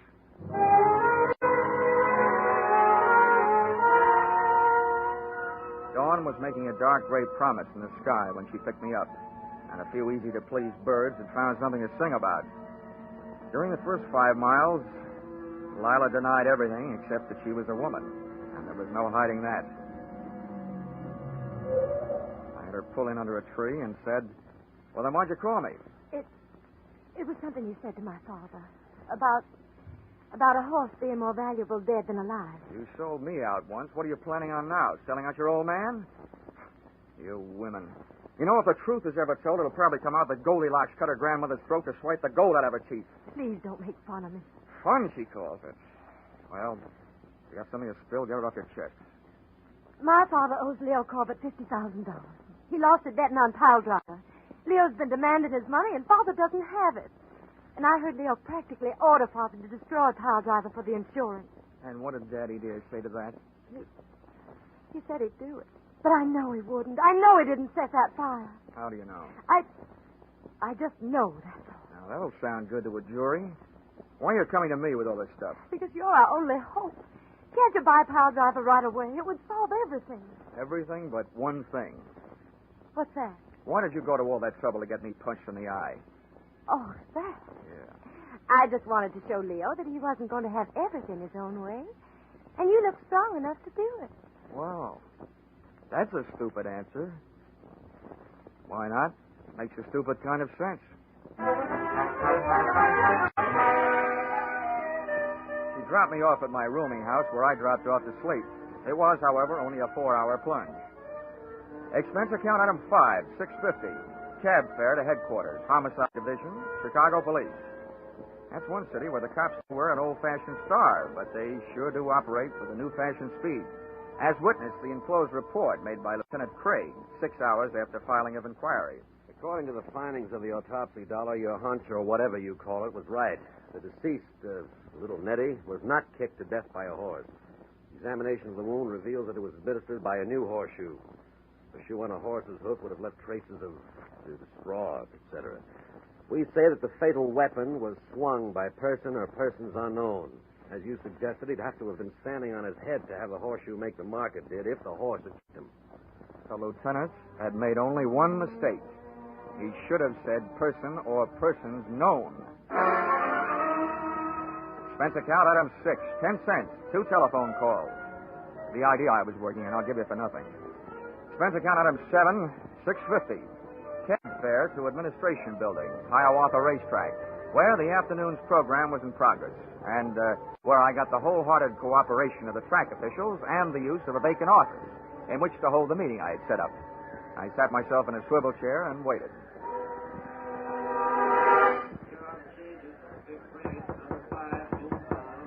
Come in. Mr. Dollar, I can't tell you how happy I am that our transaction is about to be consummated. If you have the money with you, sir, pile driver is yours. Now, wait a minute, Colonel. Let's not go consummating too quickly. But, my boy, you indicated over the telephone. I indicated over the phone just this. I said my offer was as good as it ever was. And to tell you the truth, it's not very good. No, see here. Who's there? Sit down, Colonel. Come in. Why, Leo, what are you doing up here? Anytime anybody shows up to hand over $60,000 to you for pile driver, I'm going to be here. That's exactly what this smart guy called me up to tell me he's about to do. Now, gentlemen, let's take it easy. Before I do anything, I want to make sure I'm not doing business with a murderer. I demand an explanation. What about you, Leo? Yeah, so do I. Well, here it is. The Chicago police know two things. One, that last night's fire was set. And two, that little Nettie was murdered. And that little Nettie got a couple of lungfuls of smoke before he got hit over the head with a horseshoe. That means that whoever hit him over the head sucked in some smoke, too. Well, I've never heard such a pack of nonsense in my life. What are you getting at, wise guy? Just what I told you. I don't want to do business with a murderer, especially $60,000 worth. But I've made it easy on you to prove that you aren't. You see, I got a doctor in the next room with portable X-ray equipment. If you've got fire smoke in your lungs, it'll show up. Now, how about it? Why, this is ridiculous. Why don't you leave the Dick Tracy stuff to the funny papers? Because I don't feel like laughing. Now, once more, how about it? That's it. I still don't know what this tomfoolery is about, and I'll feel downright silly while I'm doing it, but I'm willing to take my chances. Okay. Leo, you're first. Follow me.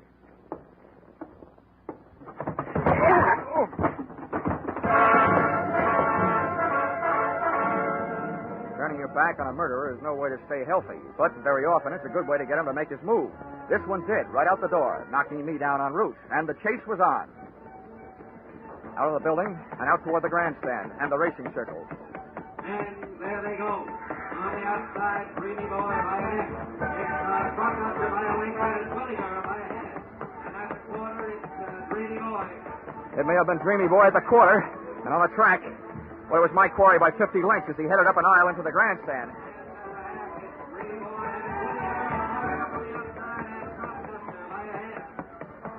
Dreamy Boy was still doing fine down there, and I was moving up here, right up near the top of the grandstand, and onto the ramp leading to the press box section.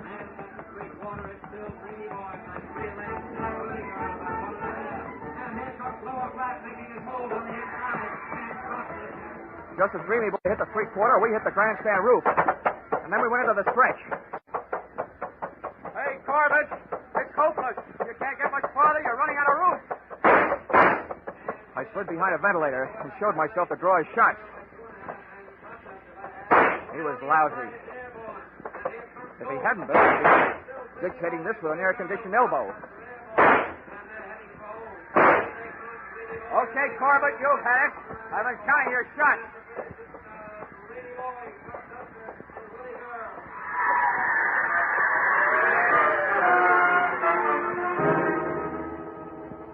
Corbett tried a few ventilators himself, and then apparently he decided the second time he fought me, he'd do better.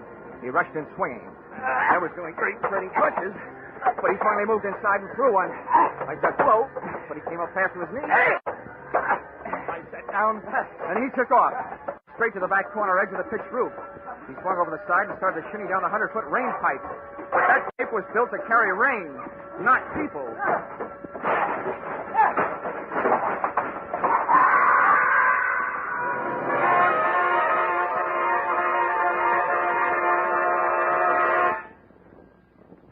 At the finish line of one tiny segment of the human race, it was gambler, arsonist, murderer, Leo Corbett, by a head.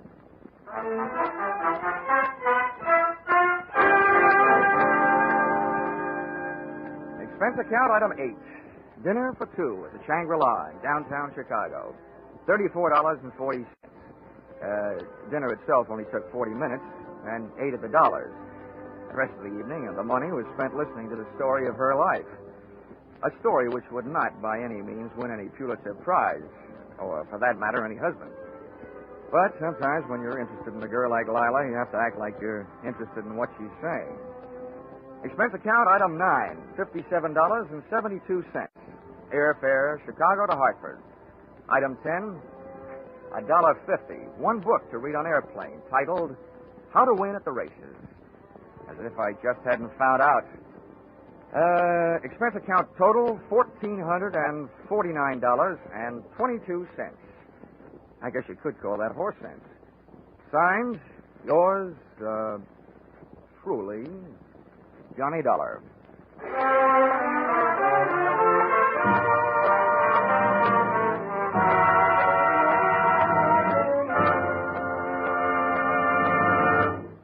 Yours truly, Johnny Dollar, is produced and directed by Gordon T. Hughes and stars Charles Russell. Script by Paul Dudley and Gil Dowd. Featured in the cast were Bill Conrad, Dora Singleton, Jerry Hausner, Herb Butterfield, and Hal March. The special music is written and conducted by Will Patch.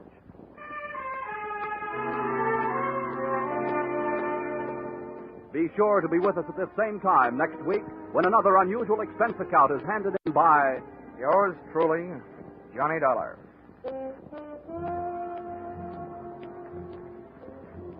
Those mystery adventure shows we mentioned earlier, the fun and music and fabulous jackpot of Sing It Again, and two outstanding music shows. They're on tap for you every Saturday on most of these same CBS stations. Gene Autry comes along with his sagebrush ballads, and Vaughn Monroe is due with his songs and his great orchestra. In fact, you're invited to stay tuned right now for the Vaughn Monroe Show, for it follows immediately over most of these stations. Paul Masterson speaking. This is CBS, the Columbia Broadcasting System.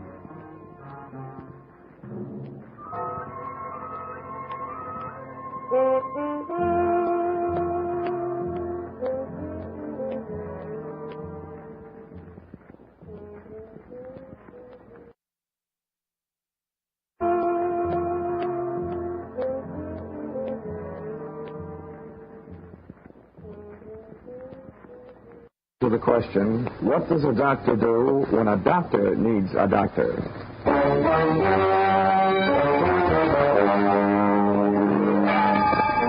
This is another in the adventures of America's fabulous freelance insurance investigator, Johnny Dollar.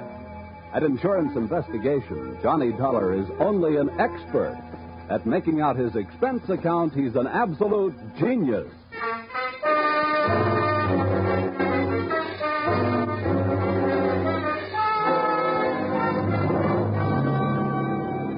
Expense accounts submitted by Special Investigator Johnny Dollar to American Volunteer Liability Insurance Company, Hartford, Connecticut.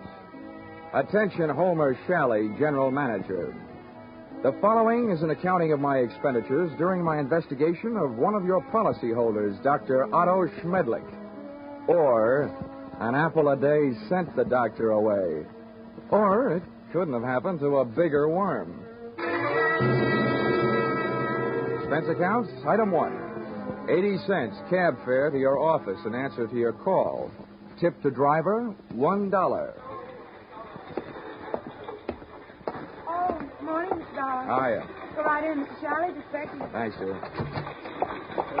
Good morning, Dollar. Good morning. Sit down. Thank you. I'm sorry we had that unfortunate altercation over the last expense account you submitted to this office. Oh, that's all right. Because it was ridiculous.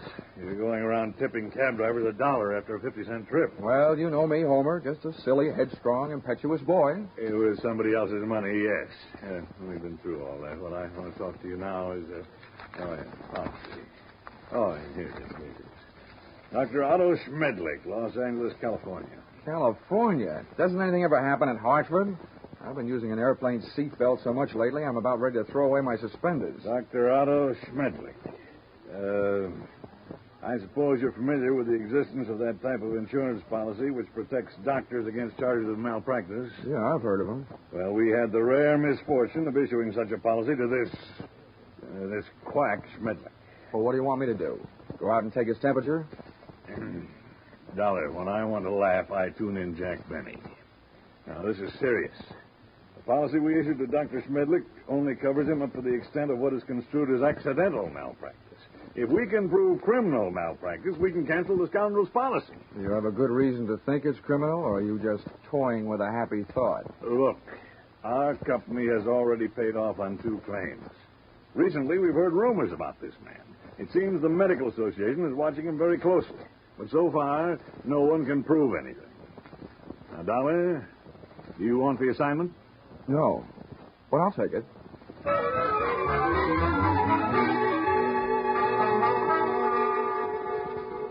Expense account, item 2, $194.04. Airfare, Hartford to Los Angeles. Item 3, $4.50. Cab fare, Los Angeles Airport to the Sun Tower Medical Specialist Building, which I first spotted looming through the smog on Wilshire Boulevard, high in the high-rent district of the City Beautiful. Item 4, 55 cents, 11 nickels.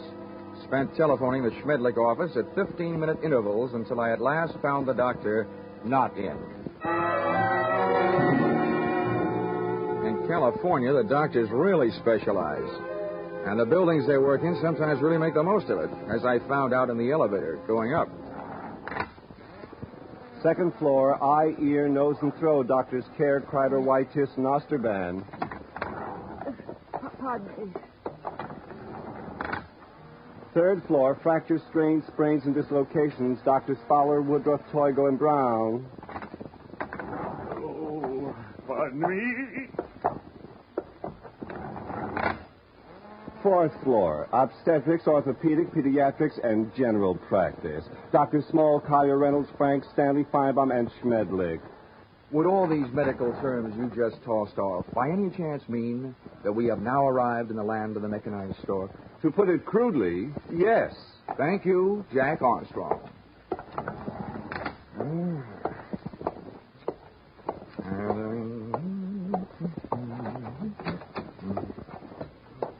Good afternoon.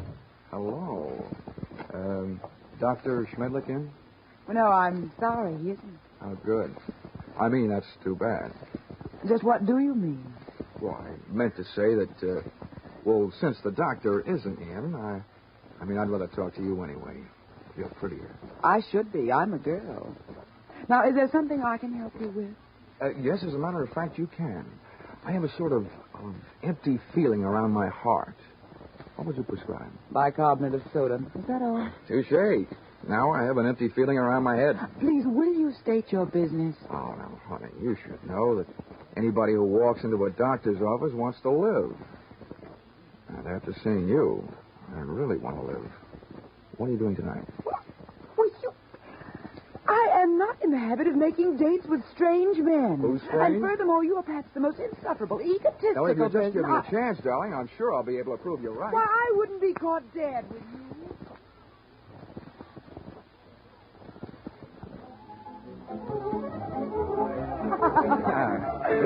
Oh, Johnny, you ain't. You like that, huh? Now, this is the first time I've ever tasted champagne. Good old champagne. The rich people 7-Up. Well, here's to us. To us. Doreen, I feel like talking. Well, thanks for putting me on guard. Listening to you can do strange things to a girl. I want you to know more about me. I'm an insurance man. I didn't go up to your office hoping to see the doctor. I wanted to see his nurse. You. Why, Johnny Dollar, if you try to sell me... Oh, hey, now, wait a minute. Hear me out.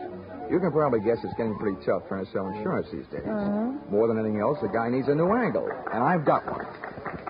People who go to doctors are worried about their health. Now, people who are worried about their health are worried about the security of their families. So they become good prospects for insurance policies. No, but at the same time, aren't they also bad risks? A lot of them are, yeah. But they can't pass the insurance physical. But there are plenty of others. You should know the figures prove that as many healthy people go to doctors as do unhealthy. Perhaps the most popular disease in America is hypochondria, and the national headquarters seems to be located right here in Los Angeles. I see. And from me, you want a list of Dr. Schmedlick's patients? Smart girl. Smart boy.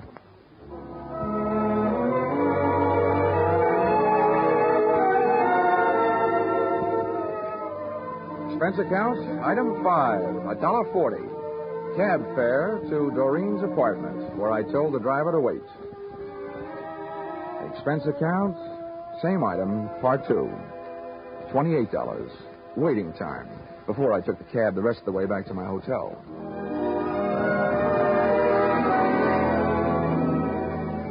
Expense account, item 6. Breakfast the next morning. 2 hard-earned dollars for 2 soft-boiled eggs. The hen that laid them must do barnyard bits in the movies. At least at those prices, she could have autographed them.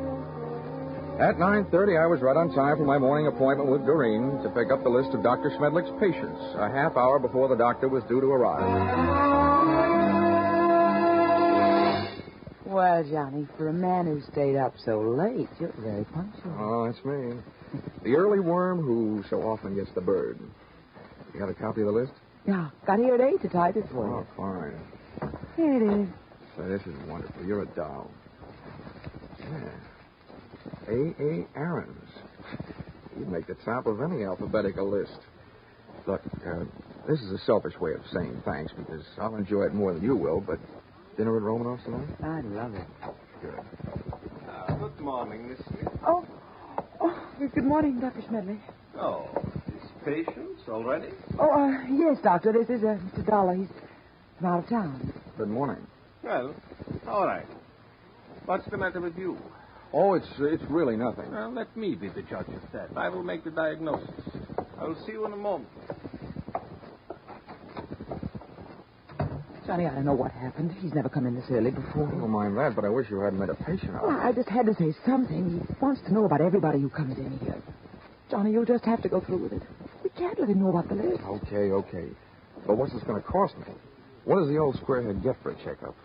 $50 a consultation. Oh.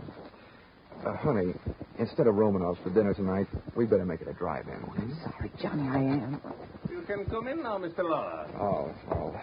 With a D, Doctor. The name is Dollar. Oh, yes, I forget. I have so many cases on my mind. Now, if you will be so good to slip off your jacket and your shirt while I talk. All right. Now, what is the nature of your complaint? Well, my back. See, I was in a small automobile crank-up driving out here. No, that's a dangerous, complicated area, the back. Now, if you'd be so good to get up on the table and lie down. Oh, all right. No, on your stomach. The feet down here, please. That's good. Now, I tap your back. When I reach the painful area, please, to tell me. Yes, Doctor. Oh. Very well muscled, Mr. Dollar. No bruising, strange. There it is. Aha. Well, not dangerously near the spine, but very interesting. Here, I think this will help. Oh! At first, it felt like a big bee sting about a quarter of the way up my back. Then came the buzzing inside my head. Whatever kind of liquid lullaby the good doctor sunk into my spine, it really rocked me to sleep. I had time to move my head and watch Smedlick put down the hypodermic, walk across the room to my coat, and take from it the list of his patients, plus my wallet containing my identification. But I didn't give it a second thought. I didn't have time to. For me, the lights went out.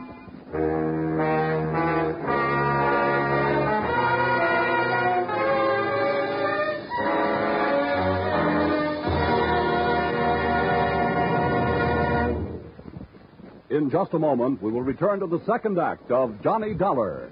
But first, assets, one block of wood. Liabilities, more trouble than the legendary paper hanger with the hives. It sounds as though Edgar Bergen had a pretty bad bank balance, doesn't it? But luckily for you, he comes back week after week to the CBS studios with his block of wood named Charlie and lets himself in for more trouble. As for you, you're really in the chips when you take in the Edgar Bergen Charlie McCarthy show, heard over most of these stations every Sunday. Don't miss their brightest, gayest show tomorrow night on CBS, where this fall you hear them all. Tune in this fall for the show that you love best of all. Listen carefully, here's the address. It's CBS. Now, with our star, Charles Russell, we return to the second act of yours truly, Johnny Dollar.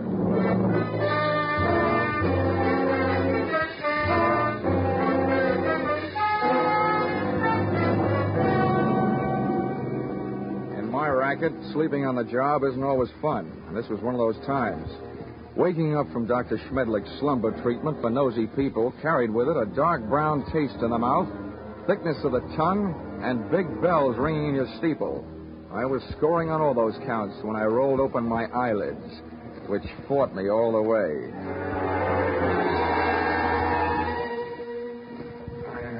sat up and found myself on a hard canvas cot in a bare room with soft walls. They were padded. The window wasn't much. What there was of it was barred. So was a tiny opening in the upholstered door. At first, I thought I was going crazy. Then I realized I was in the kind of place where they put people they think have already joined the ranks of the enchanted. It took me only 10 years to make it over to the door, where I looked out through the small slit.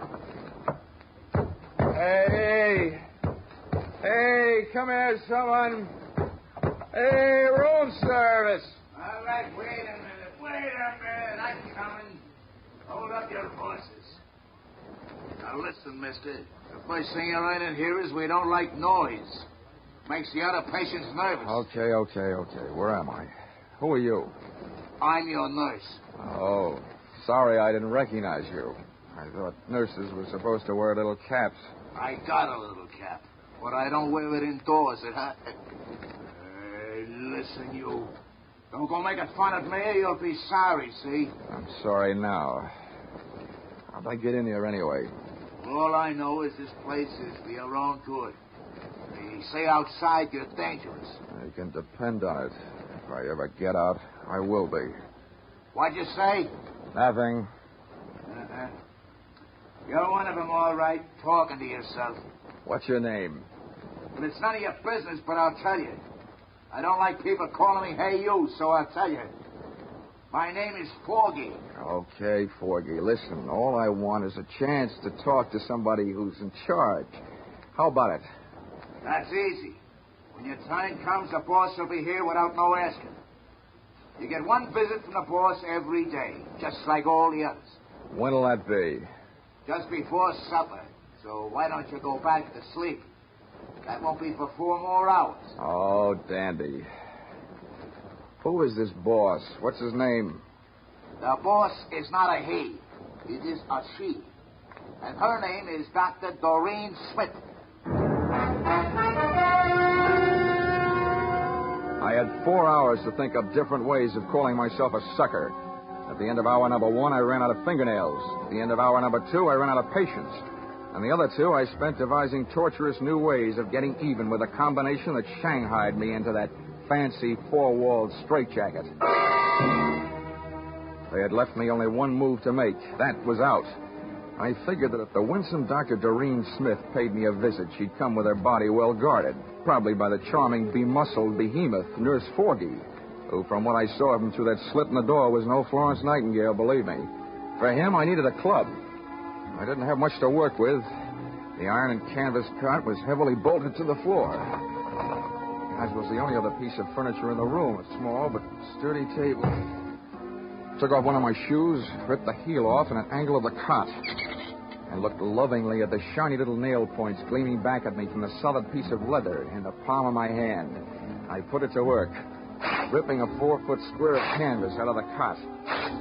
Then I put both of my shoes into the center of the square, picked up the corners, tied them together close to the weight, gave it a heft, feeling that I now had at least the start of a weapon. Hey, you. Here we are. Oh, I suppose you think that's good news. He's safe, Dr. Smith. He's still groggy from that salt. Don't trust him. Grab his arms when you go in and hold on. Now go ahead. I'll follow.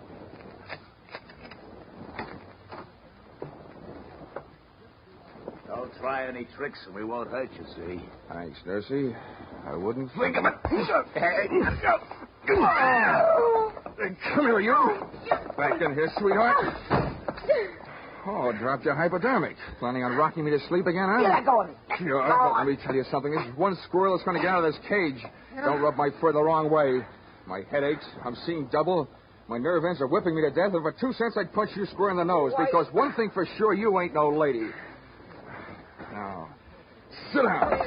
Stay there while I put on what's left of my shoes. You better go back to Hartford, little boy. This is big for you. Hanging around you will make anybody grow old in a hurry. What do you think you're going to do? Right now, I'm going to take your keys, lock you in here with Sleeping Beauty there, and then I'm going out for a breath of fresh air. Have fun, the two of you. You can make a peach of a pair.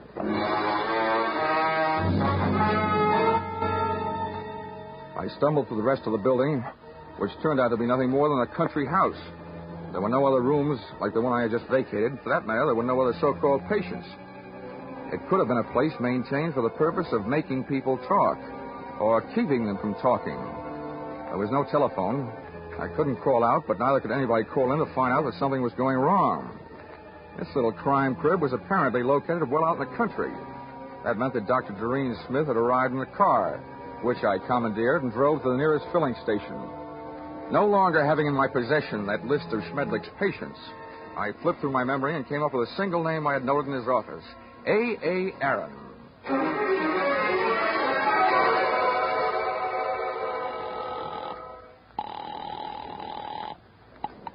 Hello? Hello, is Mr. A.A. Aaron in, please? It is Aaron speaking. Oh, good. Mr. Aaron, I'm representing a group of West Coast druggists. I'm making a survey. Where do you have your prescriptions filled? It is at the Enjoy Pharmacy on Beverly Boulevard. Oh, I see. One more question, Mr. Aaron. I know that in many cases people go to the pharmacist recommended by the doctor. Is this the case with you? Yes, that is right. Well, thank you, Mr. A.A. Aaron.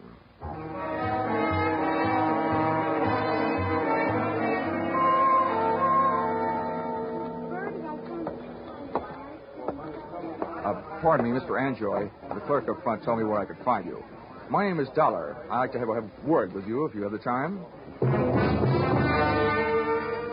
On the basis of ethics, the state of California should have picked up the gentleman's pharmaceutical license and issued him a barber's permit. Mr. Anjoy loved to talk. From the few thousand words he threw at me during the ensuing half hour, I managed to sift the following information. Dr. Schmedlick's prescriptions were usually refillable, dangerous, and habit-forming. I also managed to memorize the names of a few of his patients from the narcotics book. With these tucked into a lonely corner of my cerebral cortex, I limped out into the newborn night.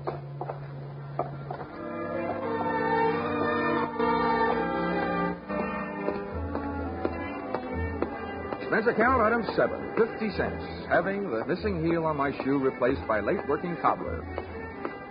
Checking the owners of the first 4 names drew me nothing but blanks. The 5th drew me closer. Come on in. Her name was Millicent Royal. She was the kind of girl whose family takes up a full page in the Blue Book, and whose personal habits take up full pages on police blotters. Well, don't just stand there. Come in. Thank you. Sit down. Miss Royal, I'm going to be honest with you. I'm an insurance investigator. I don't want any. You don't understand. I said investigator, not salesman. I want to get a line on a doctor. Otto Schmedlick. You recognize the name? I might, but I'm not sure it's any of your business. Look, little lady, let's quit sparring. I've tailed friend Schmedlick this far, and now I want some information. What have you got? Nothing. He's a fine doctor, a wonderful doctor. I don't think he's doing you any good at all. You don't know anything about me. I'm afraid I do, more than you think. I know enough about Dr. Schmedlick to know that he's doing a lot of people a lot of trouble. I want to put him out of business, and you can help me. Oh, look, honey, Schmedlick isn't the one that needs protection. You do. You and the other people on the same spot you're on. Why don't you do yourself some good? I think you better leave now. Okay. Perhaps I'd better drop around to the home of Quincy P. Royal, Bel Air. My father? No, don't do that. And give me some answers. You can't make me. Nobody can. Anything that passes between a doctor and his patient is a secret. Nobody can make me say it, not even a judge. Whoa. Wait a minute. All right. If you change your mind, I'm staying at the Park Beverly Hotel. I'll trip them up sooner or later. If I have to, I'm turning it over to the federal men. Narcotics Department. Why did I ever let you in here? Get out. Leave me alone. Go away. Please. You can't make me do anything. Well. Is my estranged wife having a lover's quarrel? Bill, get this man out of here. Make him leave me alone. I don't see why I should rescue you from anybody's clutches. But you, I don't like your look, so get out before I bust you in half. You know, you look like just the guy who might be able to do it. Happy honeymoon.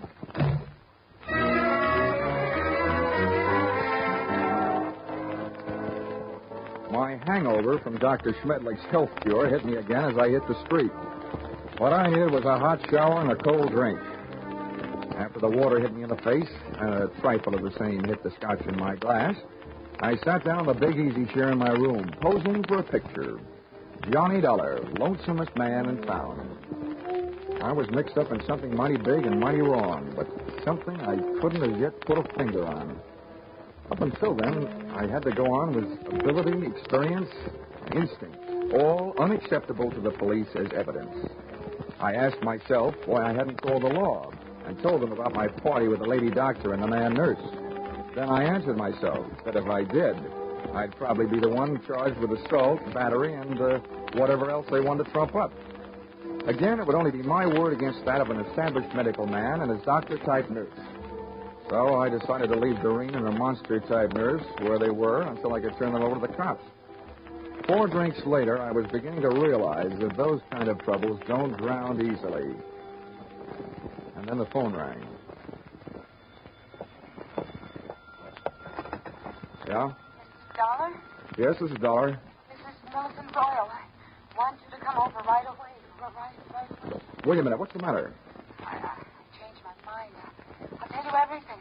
Anything you want to know. Oh, listen, Millicent, take the advice of an old hand at this sort of thing. If you want to help, tell me now, over the phone. No. They're just telephones. Somebody's always listening. Oh, listen to me. It never fails, Miss Royal. You're playing around with the kind of suspense they like to put into movie scripts. The dame calls with some hot information she's afraid to spill over the phone. Then when the investigator gets there, she's dead. Hurry. Bye.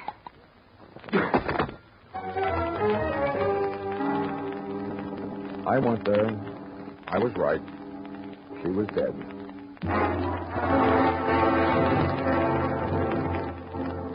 That gave me 2 people to go looking for. I didn't know where her estranged husband Bill lived, so I went to work on the doctor.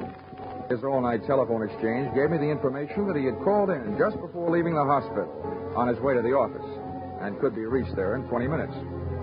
I was apparently closer than he was, so I walked over to the building and up to the 4th floor. There were lights on in the Schmedlick office, so I walked in. What do you want? I came here to see the doctor, Bill, but I was going to get around to you eventually. I just came from your wife's apartment. So did I. That's what I mean.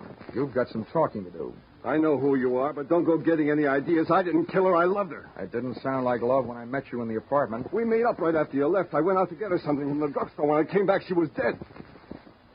That's what I'm doing here. I'm waiting here to kill the man who did it. How do you know it was Schmedlick? Because after you left her apartment, she called the doctor and told him if he didn't stop shaking her down, she was going to tell you the whole story. And he threatened her, and she called me. What was the grounds for blackmail? Narcotics? That's right. He got her started on it during the long illness she had. After she was well but still needed the drug, he told her he'd see that her family heard about it. She didn't pay him off. Nice guy. He wrecked us, wrecked our marriage, made a victim of her. And she wasn't the only one. There were others. He made drug addicts out of them and then threatened to blackmail them if they didn't pay off. Can you prove all this? I can't prove it. Nobody can. The cops, the medical association, they've tried, but Schmedlick is clever. Too clever. When I blast that monster out of the world, I'll be curing it of a big sickness. Now, hey, take it easy. Look, I know how you feel, but you haven't got the right answer. Why don't you let me take over? Stay out of it, Dollar. I never belonged to any Boy Scout troops. I'm not joining now. You know what they say, an apple a day? Well, I've got one here for the doctor. You see this? It's left over from Guadalcanal. Sure do see it. A pineapple.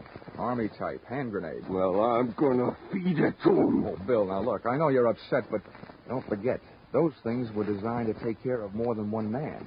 Have you thought of that? I've thought about it a lot, and it still all adds up. I haven't got a thing left to live for. Hey. That's him. Bill, you're off your rocker. Don't do it. Give me that thing. Shut up, stand away. What are you two doing here? Come and get it, Schmedlick. A bomb!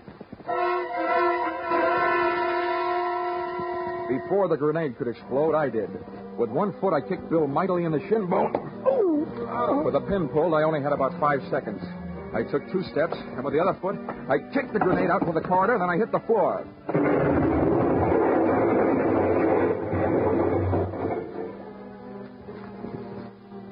All right. I'll still take you to pieces, Schmedling. I let Bill go to work on the doctor until he had socked him into a state of unconsciousness. And to save Bill from a murder rap, I did the same for him with a loose portable typewriter. Sorry, but it's time to typewrite the tagline, William. P.S. Then I called the police.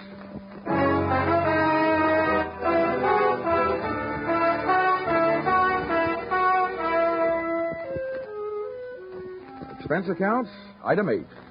$50, airplane rental, Burnsley Charter Service for a flight to Palm Springs. Item 9, $62. Dinner at the Dunes, party of 3.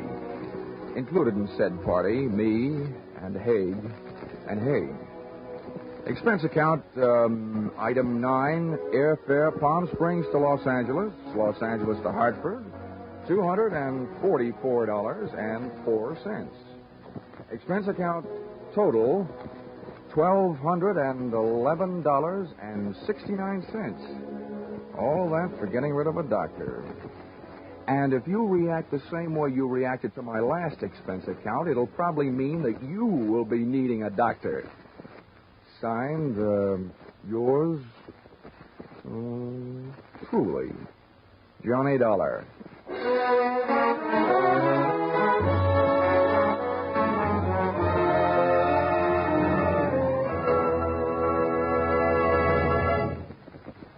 Yours. In this case, most of the principals were out on bail. It put me out on a limb.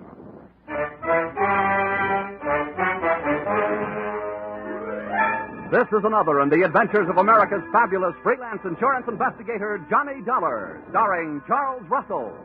At Insurance Investigation, Johnny Dollar is just an expert. At making out his expense account, he's an absolute genius.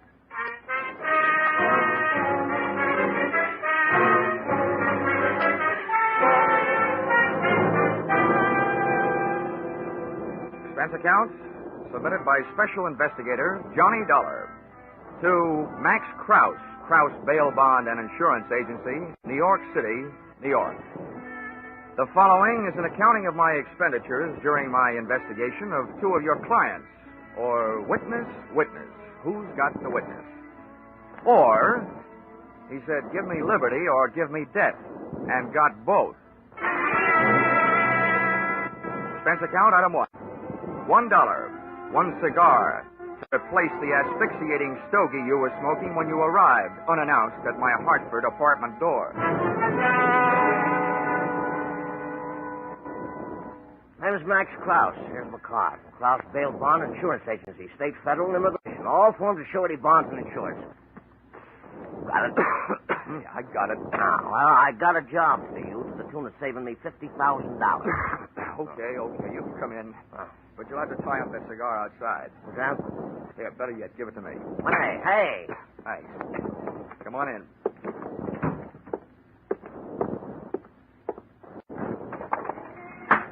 Hey, what's the idea of throwing it out the window? That was an expensive cigar. Oh, can you think of a better way to get rid of it? It was killing me. Here, have one of these. Oh. Well, not the quality I'm used to, you understand, but much obliged. Forget it. They were a gift. Maybe I won't even charge you for it, if I go to work for you. Well, shall we find out if I will or not? Sit down. What do you know about Leo Persino? Just what I read in the paper. Did you put up his bail? I wish I had. Well, the bonds I put up were for 2 prosecution witnesses. Know what I mean? They either took a run out, jumped from one of the bridges, or some of Leo's men put them out of the way. Get me? Vaguely. They're gone. Yeah, that's right.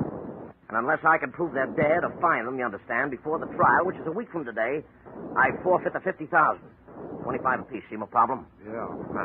Tell me something, Mr. Krause. Why'd you come to me? I'll tell you why. To the police, these witnesses are only 2 names on a long list of missing persons. You up with me? Yeah. Now, and as for private detectives, I could never be sure that one wouldn't make a deal with Persino and make more money not finding them than I'd be paying to find them. Get the point? Yeah.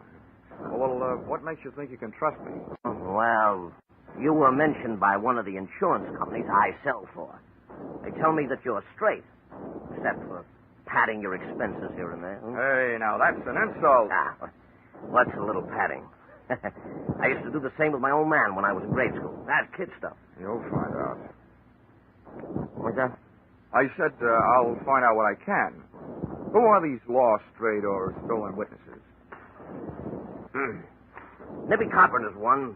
Real name is Glenn. You hear? Glenn. Yeah. The other is Dan Patterson. I got their addresses, next to kin, you know what I mean? What else do you need? A big fat retainer, about $2,500. That's pretty steep. I've only got $1,000 with me. It just so happens that I'm a grand person to do business with, Mr. Krause. I'll take the 1,000.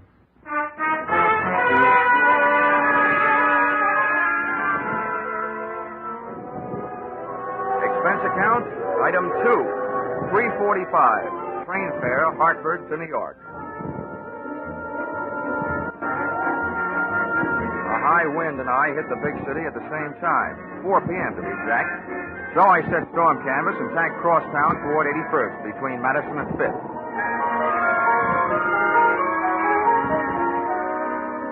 One of the bits of information that had come with that $1,000 bit of paper was the fact that one of the missing witnesses, Nippy Cochran, had a sister, stage name Mona Doyle.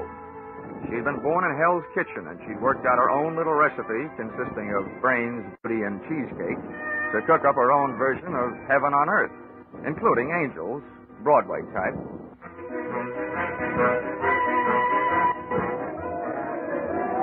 When I hove to in front of her 81st Street brownstone, a delivery boy was buzzing his way into the building. Not wishing to argue with Mona over the intercom system on the buzzer panel, I waited for the boy to come out. Caught the door before it closed. Thanks, Bub. Went in and up to her second-floor apartment.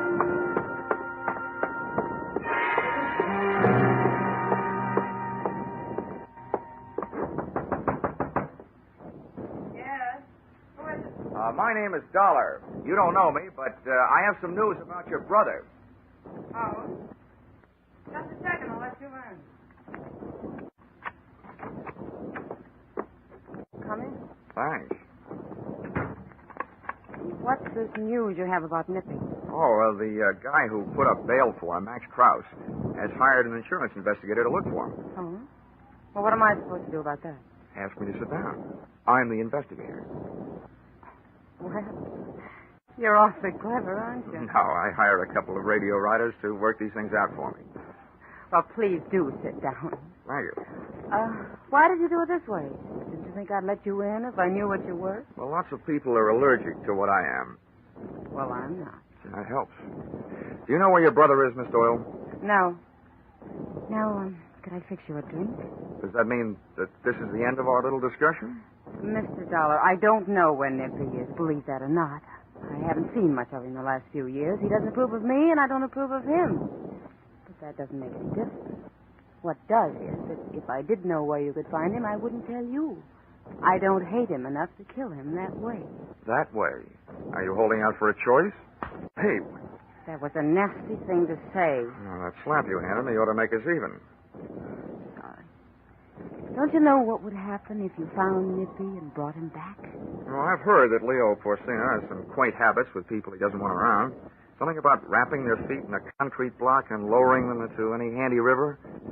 But the law will give him protection until after the trial. What difference would that make? Even if Leo were convicted, don't you think he'd leave orders behind to take care of Nippy? Well, that could probably be worked out, too. Well, look, I wasn't hired to worry about that. I was hired to find your brother so my client won't lose his money. Well... Oh, this is a lousy way for two people to meet, isn't it? I wish it were different. What's that supposed to mean? I'd like to ask you again to have a drink with me. That wind has my nerves jumping. And you haven't helped. Be a good guy, won't you? With what she had to back up that invitation, I defy any guy, good or bad, to come up with anything but an acceptance. Unless he was crowded 70, and had a car double parked outside, and was married to a suspicious wife, who was waiting in the car. So, I stayed, and we learned to know one another. 20 minutes later, we're close friends. I knew it had to end, and it did. The door buzzer sounded, and Mona bounded over to the little button that controlled the lock on the downstairs entrance. Don't be shocked, Johnny. I brush off a lot of my admirers this way. The only thing I admire about you is the act you put on. It's a good one. I'm glad you enjoyed yourself. There was one thing I forgot to tell you about my brother. I can hardly wait. I'm all ears. He gave me everything I have. Without him, I'd have none of all this. Is it Nippy who's on his way up here? That isn't what I mean. All Nippy did was introduce me to Leo Porcina. That's who's on his way up. Oh, yeah. Well, blood may be thicker than water, but where you're concerned, it isn't thicker than champagne with ermine on the side. Hi, Leo. Come on in and see what's on me. Well, what do you know about this? Who's he? Johnny Dollar, an insurance investigator, hired by Klaus to find Nippy. Well, it's interesting. Yes, it is. Oh, boy. What are you going to say for yourself? Matter Harry there said everything there is to say. Except that I'm also looking for the other missing witness, Dan Patterson. Yeah, I assume that. Very apt, Mr. Dollar, that we should meet this way. Two men interested in the same subject. The subject was more interesting before you came in.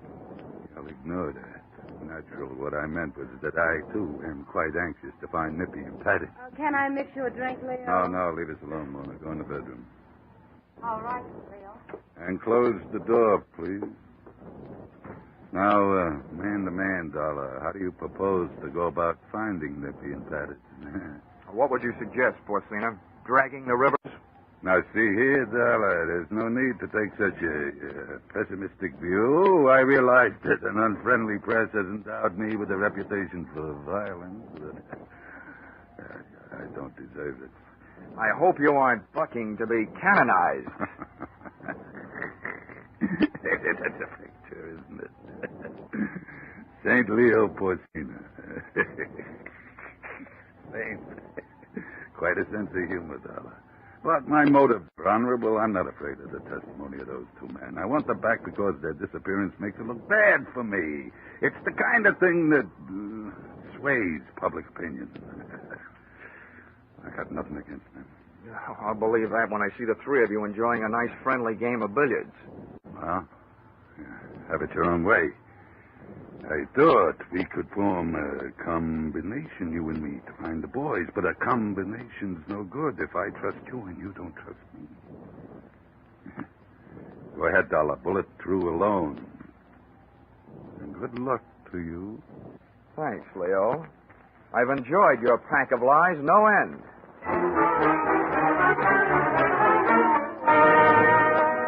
So I put on my top coat, picked up my hat, and left. He didn't shoot me while I was on the stairs, so by the time I felt the sidewalk underfoot, I also felt fairly safe. But not for long. The chauffeur in a limousine parked at the curb took off his uniform cap and put on a hat with an eye-hiding brim. I looked up at the lighted window of Mona Doyle's apartment and saw Leo's figure just slipping out of sight. As I started down the street, the chauffeur was no longer a chauffeur. At a signal from Leo, he had turned into a man who was following me. I grabbed a cab on Madison, and by the time our zigzag trip to Patterson's address was over, I felt reasonably sure that I was no longer being followed.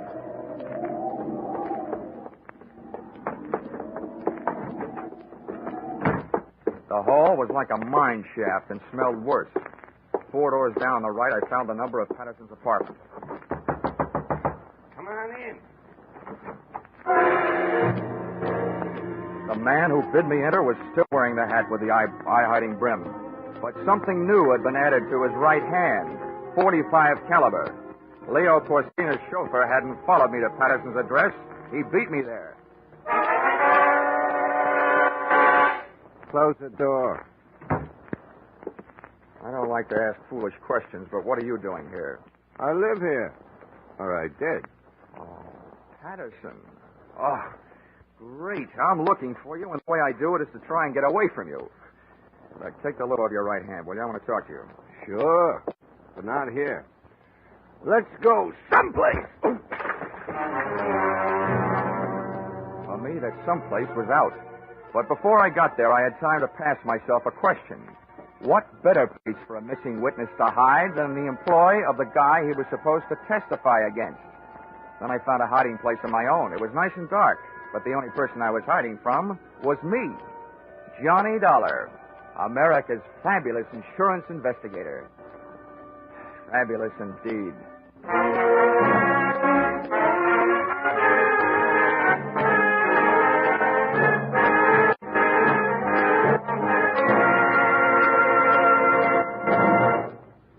In just a moment, we will return to the second act of Johnny Dollar. But first, a battle to the finish, a no-holds-barred as far as words and opinions are concerned. That's only one of the entertaining elements of People's Platform, a Sunday daytime feature on most of these same CBS stations. Attack and defense and attack again. Politicians, labor leaders, statesmen, farm leaders, men and women from all walks of life find themselves going from the frying pan into the fire many times in each Sunday half-hour session. You'll enjoy People's Platform every Sunday on CBS. Now, with our star, Charles Russell, we return to the second act of yours truly, Johnny Dollar.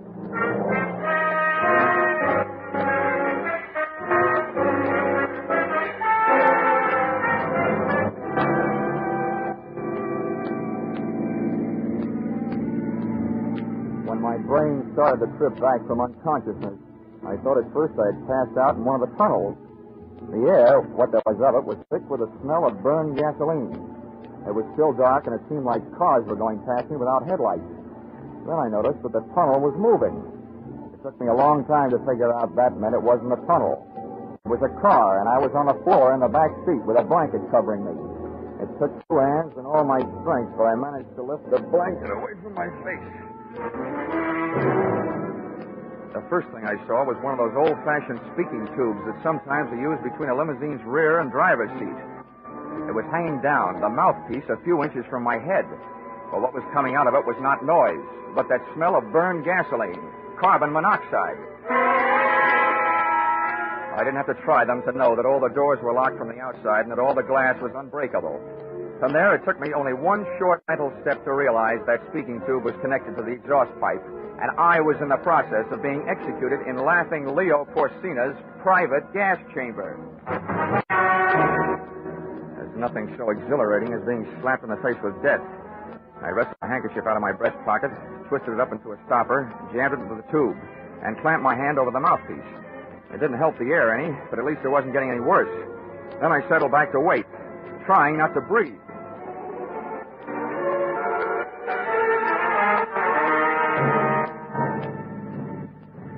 Chauffeur, leg man, executioner, Dan Patterson. Opened the rear door. When we came to a stop, waited a few seconds for the wind to clear out the fumes, then reached in, grabbed me under the shoulders, and dragged me out. I managed to stay limp until we got a few yards off the road and into the brush. Then I dug my heels in, and It was surprise more than strength that toppled him, but it was no time for niceties. I picked up a handy rock and bashed him one on the head.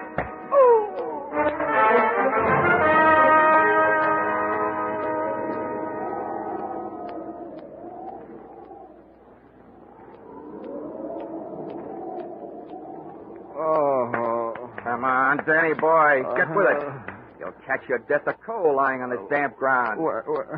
Oh, $1. Yeah, $1, which probably makes you feel like 2 cents. Listen, I couldn't help what I did. But Leo, it's either do what he tells you to or get it done to you. Oh, save that pitch for the jury, will you? I want some answers. First, where are we? In New Jersey, about 40 minutes south from the city. Listen, give me a break. I'll help you all I can. I know how to break your head. And save your time and effort. There's nothing in that shoulder holster your hand is moving for. I've got it. Now, do I use it or you tell me where Nippy Cochran is? I don't know. I swear I don't. You gotta believe that. If I knew, I'd sell the information to Leo for plenty. He wants him bad. Yeah, dream boy. I'll just bet you would. Okay, get up. Wait a minute. What are you going to do? I was hired to find you, and I found you. And now I'm going to put you away where you'll keep. Come on, get up. Listen, maybe I do know where Nippy is. Why don't you and me? Patterson, I'll have to stop you. I didn't want to fire, but I had to, and fast in the darkness. Aim was next to impossible, but I shot low. I guess it takes more lead than I threw into him to kill a guy who's so full of mental poison. Patterson was alive when I got to him, and alive and conscious when I left him in the hands of the nearest police doctor. Score, 1 up. 1 witness found and 1 still missing. Expense account, item 4, 50 cents. Toll paid to get Leo Forcina's lethal limousine across the George Washington Bridge and back into New York City. Expense account, item 5, 5 cents. Phone call soon after I got there. Yes? This is Dollar. Let me speak to Leo. Johnny. Yeah, sorry to disappoint you, but I'm alive and almost well. Johnny, I don't know what you mean, and I don't care what you think of me. You gotta help me. With what? Nailing my casket together? Nippy's in town. He killed Leo. Oh? Well, if it's true, that's a switch. All over the country, defendants are knocking off witnesses, but when I show up, the witness knocks off the defendant. I repeat, if true. It is true. I was with Leo. We went from here to his apartment. Nippy came in with a knife. And you gotta help me. I don't know what to do. Well, it's generally a good idea to call the police. Did you? Are you crazy? Probably. Where's Leo's apartment? Do you have to go over there? Well, why not? All right. Pick me up here. I'll pick you over. Goodbye. Whether she was asking me or telling me, she was right. I must be crazy. I gave myself 10 to 1 odds that my journey would end in a trap. But I've been wrong before. Leo Forcina was in his apartment, all right, ungracefully spread out on the floor in front of a not quite clean white leather chair. There he is. What are you going to do? Knife wound, left side of chest. No signs of struggle. Where were you? I was in the other room. You didn't see it happen? No, I hardly heard anything. I didn't even hear Nippy come in. The radio was on. I heard a mumble of voices that didn't mean anything. And then Leo screamed, Nippy. I ran in there, and Leo was just falling, and Nippy was watching him go down. I wish I knew whether you were bawling because you're grief-stricken or because you're scared. I wish I knew a lot of things about you. Now, come on. Let's go back to your place. And maybe I can find out.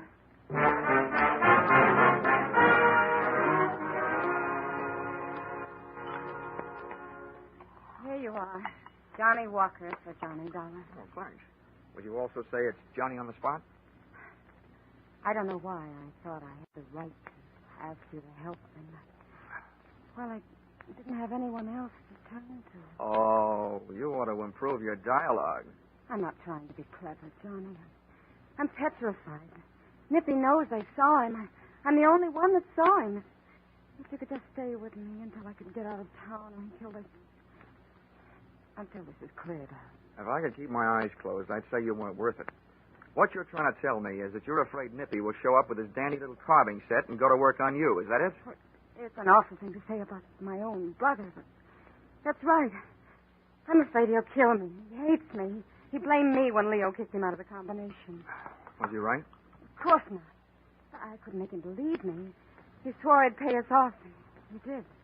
He sold the information that got Leo indicted, and now he's killed him. You know, that's an interesting point. That he'd go to all the trouble to turn state's witness against Leo and then kill him. Why would he do that? I don't know. What you started to say was to make it look as though you killed him, wasn't it? Yes. He'd do anything to hurt me. Johnny, if you only knew. Hold it. Never mind the dust in my eyes, gorgeous. To frame you, Nippy would have to supply you with a motive. Unless you already had one kicking around someplace. And your silence says you probably have. Johnny. Leo was nailed on tax evasion because it turned out that he had undeclared income deposited in various banks under various people's names. How much is in your account? You're smart. Not very. Doesn't take a wizard to add 2 and 2 and come up with a motive. With Leo out of the way, there's very little chance that you will be dragged into court as an accomplice. And I'll mention in passing the bank balance you didn't deny having. I know it looks bad, Johnny. Please put your drink down. Well, why not? It's empty. I know it looks bad. I'd be in big trouble if the police found out about the account. But do they have to? Johnny? According to all the rules, yeah. I didn't kill him, Johnny. You've got to believe it. I'd like to. You've got to, darling. Don't you think it'd be worth it? There's the money. There's me. Darling. Oh, Johnny. Get away from me! Johnny, what's wrong? In this case, everything. I've been slugged and gassed. I'd have shoot a man. I missed my dinner. But the worst of all is you. You think because you've got your kind of hair and your kind of eyes and mouth and the rest of it, you can hide all your lies and greedy ideas behind them and put a leash on any man you see. Well, it might work with a human being, but I'm not human. I'm an insurance investigator. What are you going to do? I'm going to turn you in for murder. That's what I'm going to do. Operator, get on this thing before I change my mind.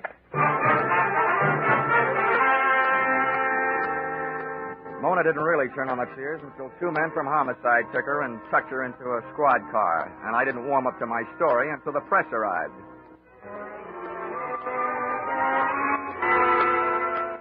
In print, in a very early morning edition that hit the stands at 12:01 a.m., it looked even better than it had sounded.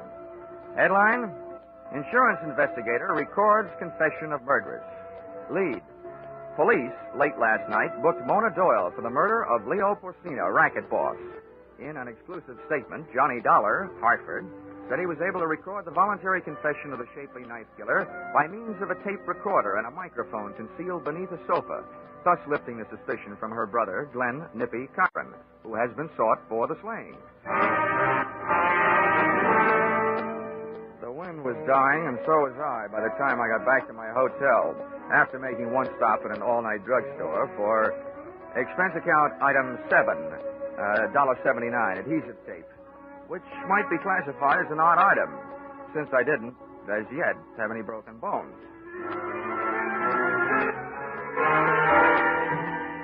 In my hotel room, I put the tape and the two telephone books, one classified, one general, to what I hope would be good use, slipped on a dressing gown, and sat down to wait. An hour and 10 minutes later, it turned out that I'd waited long enough. Yeah? Who is it? A telegram. Well, you can't say much for his originality. Wait a second. I'll slip on a robe. Okay, Dollar, get back in the room. This is hardly the way to deliver a telegram, is it? I've got a message for you, all right, but it's not in an envelope. I'm Nippy Cochran. Well, hello, Nippy Cochran. That confession you coaxed out of my sister isn't what the tape is recorded on. It's phony. The police seem to like it. And nuts. I killed Leo Porcino. Oh, that's your story, and it could be phony. Look, I'll tell you why the police like Mona's better. Huh? Leo died from a knife wound in the left part of his chest. There were no signs of a struggle. That means he was probably killed by somebody who just walked up to him and pushed. Someone he trusted, a friend. That doesn't fit you, but it fits your sister. I've got the answer to that. It says in the paper that confession of hers lifted the finger off me. The least I can do is take it off her. And you know how that's done. It's a little late for guesswork, Nippy. Killing the same way with the same knife while she's alibied by the police, that'll clear. What's it going to do to you? And if you get close to me, you can believe me, there's going to be signs of struggle this time. I don't have to get close.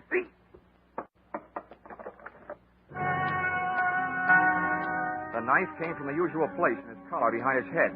His aim was perfect. I felt the shock just over my heart. But the telephone books I'd taped to my chest called his number. The knife bounced off, and Nippy stood there with his mouth hanging open. Then I found something to throw.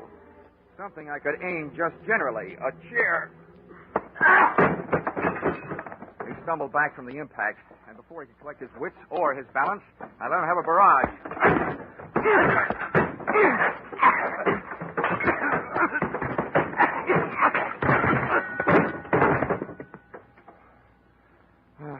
I should have known.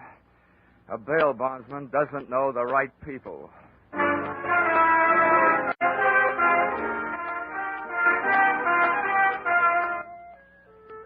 Expense account item 8. $15, doctor fee. If it wasn't worth it to you, it was worth it to me to get that adhesive tape off by using alcohol instead of violence. Expense account item 9, $28.50. Replacement of hotel room furniture broken in final brawl. And expense account item 10, if you don't mind, $367.25. See enclosed bar, cafe, and theater receipts. Buying my way back into the favor of the magnificent Mona. Oh, and you may ask me how I was clever enough to know that she was innocent all that time. I didn't. But I could hope, couldn't I? Expense account total, original retainer not returnable, $500.71. Signed, yours, Truly, Johnny Walker. I mean, Dollar.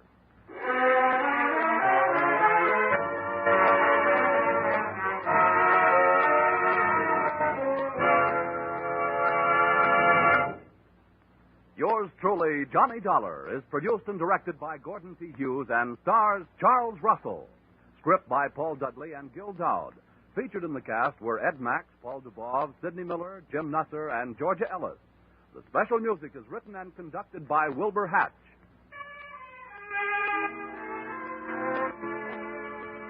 Be sure to be with us at this same time next week when another unusual expense account is handed in by yours truly, Johnny Dollar.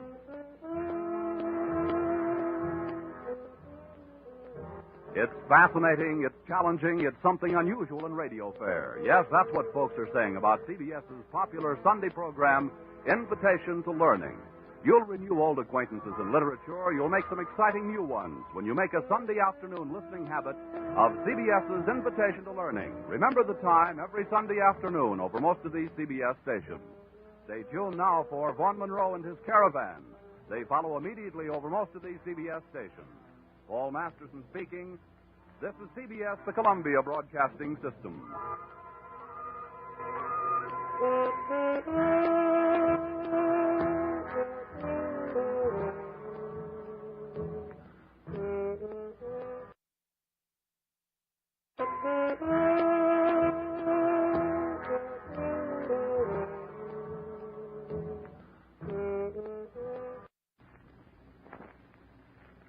The only reason I took this case on a savage island off the coast of New Guinea was that I'd been having a bout with a bottle of Old Fairy Godmother, and I was hoping to run into a native who would shrink my head.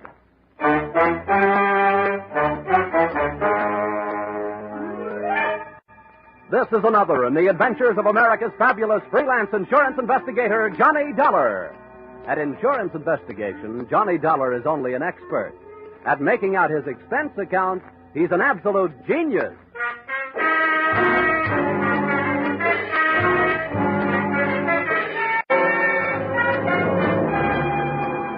Expense account submitted by Special Investigator Johnny Dollar to Seven Seas Maritime Underwriters Association, Hartford, Connecticut.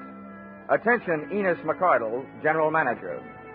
The following is an accounting of my expenditures during my assignment on the island of Tinyu-Tan. Or, south of the equator, things can get hot in more ways than one. Or, Mother, call my draft board. I'm leaving the country again. Expense account, item 1, $830.81, and 3.5 shillings.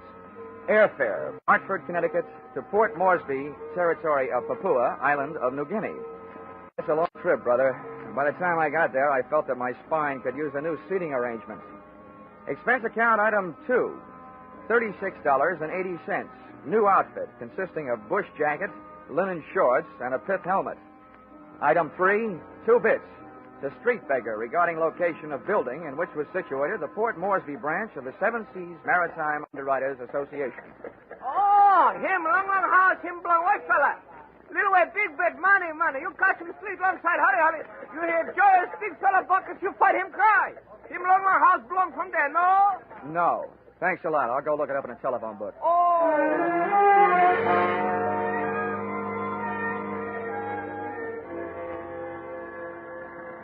Yes, sir, I'm Mr. Narky, and it's lovely having you here, Mr. Dollar. I wish I could say the same about being here. Oh, now you'll get used to it. I don't expect to be here that long. Cool. You're a feisty one, aren't you?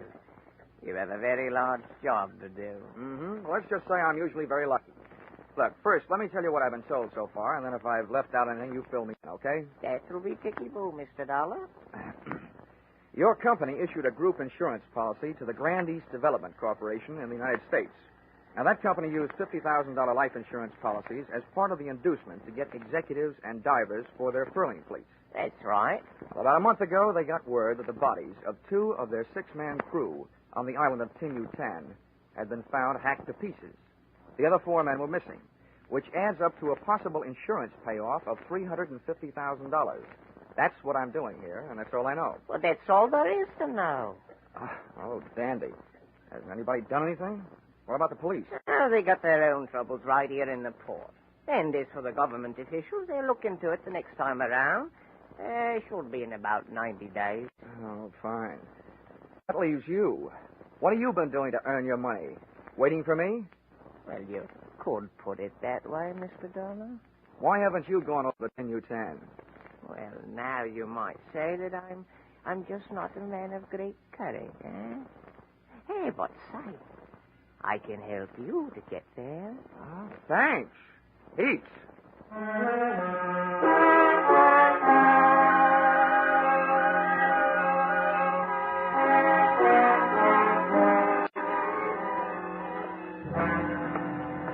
Hey, ahoy there, aboard the Kittiwake. Yes? What do you want? I'm looking for Captain Steve Granger. That's me. Come on aboard.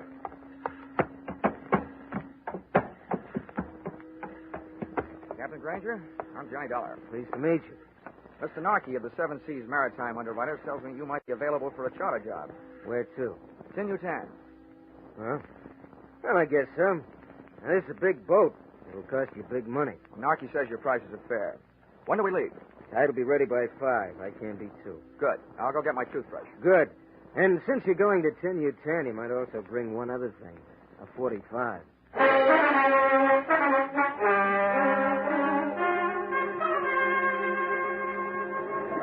Kittiwake was a two-masted schooner, and it skimmed the swell of the Arupa Sea like a saltwater bird after which it was named.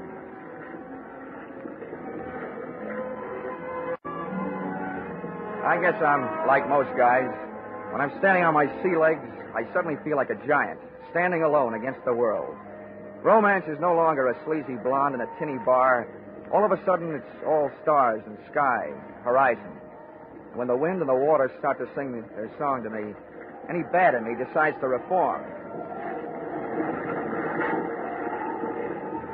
I was standing on top of the deckhouse like Captain Horatio Hornblower, with my legs spread and my outstretched hands gripping a pair of backstays.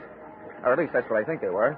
And just about the time I'd reached the decision to trade my Hartford apartment for a berth on a Macassar pearling lugger, I heard a footstep from out of the night behind me. Fair passage, eh? Huh? Oh, yeah, Captain. Guess you caught me dreaming. A waste of time. This is the only place where dreaming can't possibly be as good as living. It's none of my business, but this sudden jump in 10U10 tourist trade, what's it all about? What do you mean sudden? Well, it's the first time I've ever taken one passenger there, let alone 2. 2? Yeah, another guy came to me after you did. He's below deck. Oh. Well, that ought to make you happy. It'll cut your fare in half. About that, I'll just let the guy who pays my expenses be happy. As for me, I like privacy. Who is this guy? Look, Dollar, I didn't ask you any questions, did I? Well, I didn't ask him any.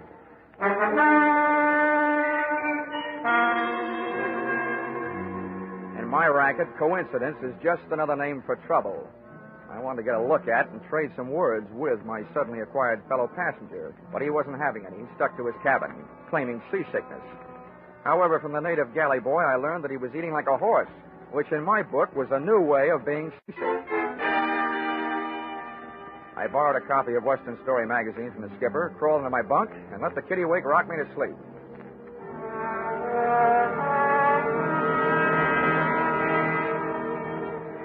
The next morning and afternoon were as uneventful as they were beautiful. And at sunset, we raised the island of 10U10. All right, boys. Here's where you go to work. House all sails. We'll go in under power. Hey, Beaky. You secure the ship. We got enough help back here.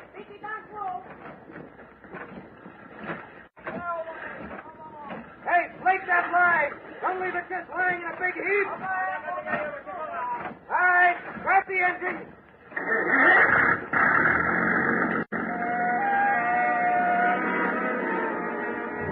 The big gas engine took over with the wind dropped it, and Captain Granger stood at his wheel, outfencing the submerged swords of coral with the slim prow of the Kittiwake. The ship had only inches of elbow room as we chewed our way through the boiling white passage of the reef, and my heart felt suddenly becalmed as we finally achieved the peaceful waters of the lagoon, which it protected. Let's go to the power ranger! Hey, never mind that anchor. All bets are off. We're getting out of here.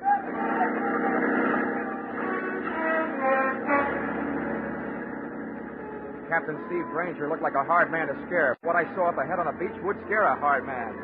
The broken body of a shipwrecked curling lugger, and hanging from its foremast, the elongated body of a native who had been strangled out of one paradise and into another. Granger spun the wheel to starboard, and the Kittiwake started a retreat. But it wasn't that easy. Cut your bow, Granger, and straighten out your rudder. We're staying here. I was finally getting a chance to meet my fellow passengers. I couldn't very well shake hands with him, though, because he had a gun in each one of them. What the devil's your game, Keely? I said cut your power. Got it!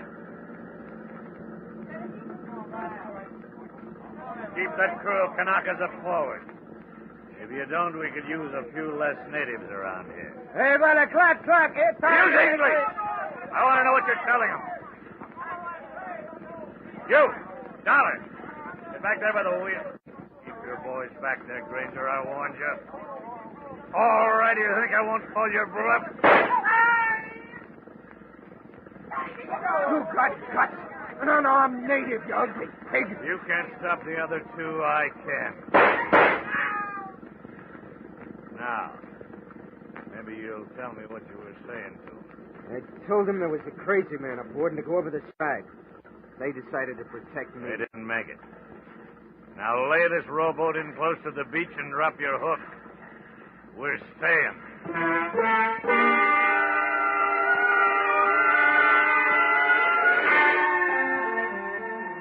One Matt Keeley, 2 guns, and what was left of 12 bullets had me outnumbered. I decided the best thing I could do was stay quiet and stay alive. And apparently the skipper felt the same way. After we dropped anchor, Keeley herded us into the small boat, and we rowed him ashore. His gun shoved us up a path, through a grove of nipa palms, and into a clearing. First natives I saw there were even deader than the ones we had just left on the Kittiwake. About a dozen of them in a semicircle. And what added up to the red-crusted craters on their naked, withering bodies was sticking out of a window in a small wooden tin-roofed hut. The water-cooled barrel of a .30 caliber machine gun.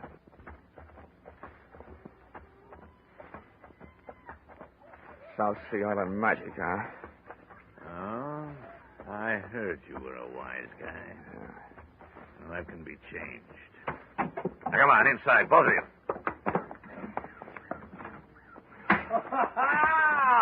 Keely, my friend. Why, you're shooting over the water.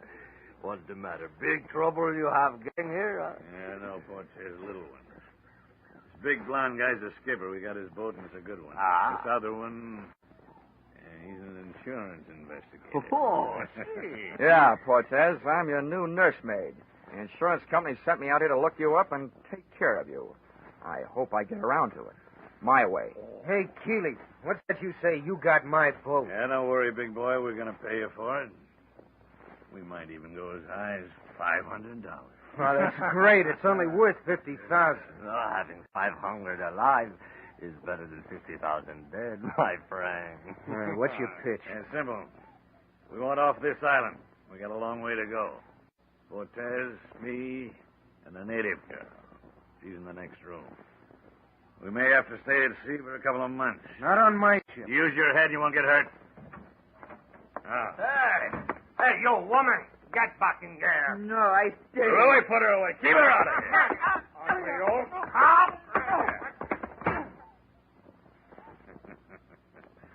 Yeah, for such an ugly broad, she sure has got a pretty name. Papalaya. Well, Dollar, you've seen yourself a South Sea Island princess. She's your date, Keely, not mine. Kind of boy, Dollar. They do look like they were meant for each other. Save your wind for your sails, Granger. Now, what about your boat? Do we get it with a bill of sale or without one?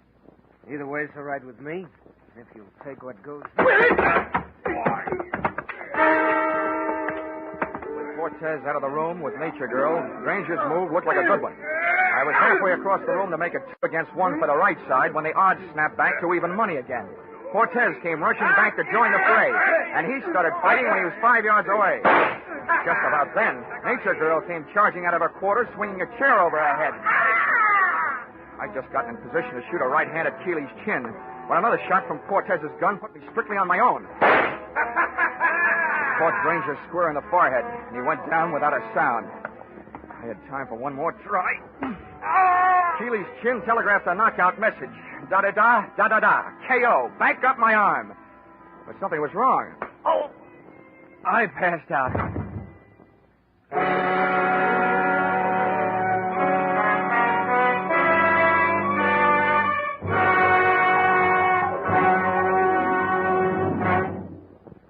In just a moment, we'll return to the second act of Johnny Dollar.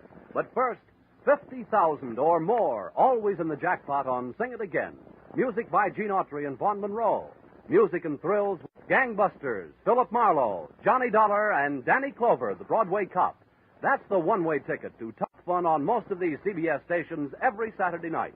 This fall, when you hear them all on CBS, Saturday night, Mama's top music, top adventure, and a chance at radio's top prize.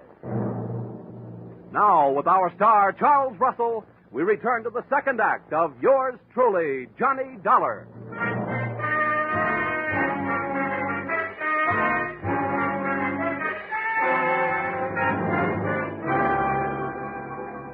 It was a beautiful dream while it lasted.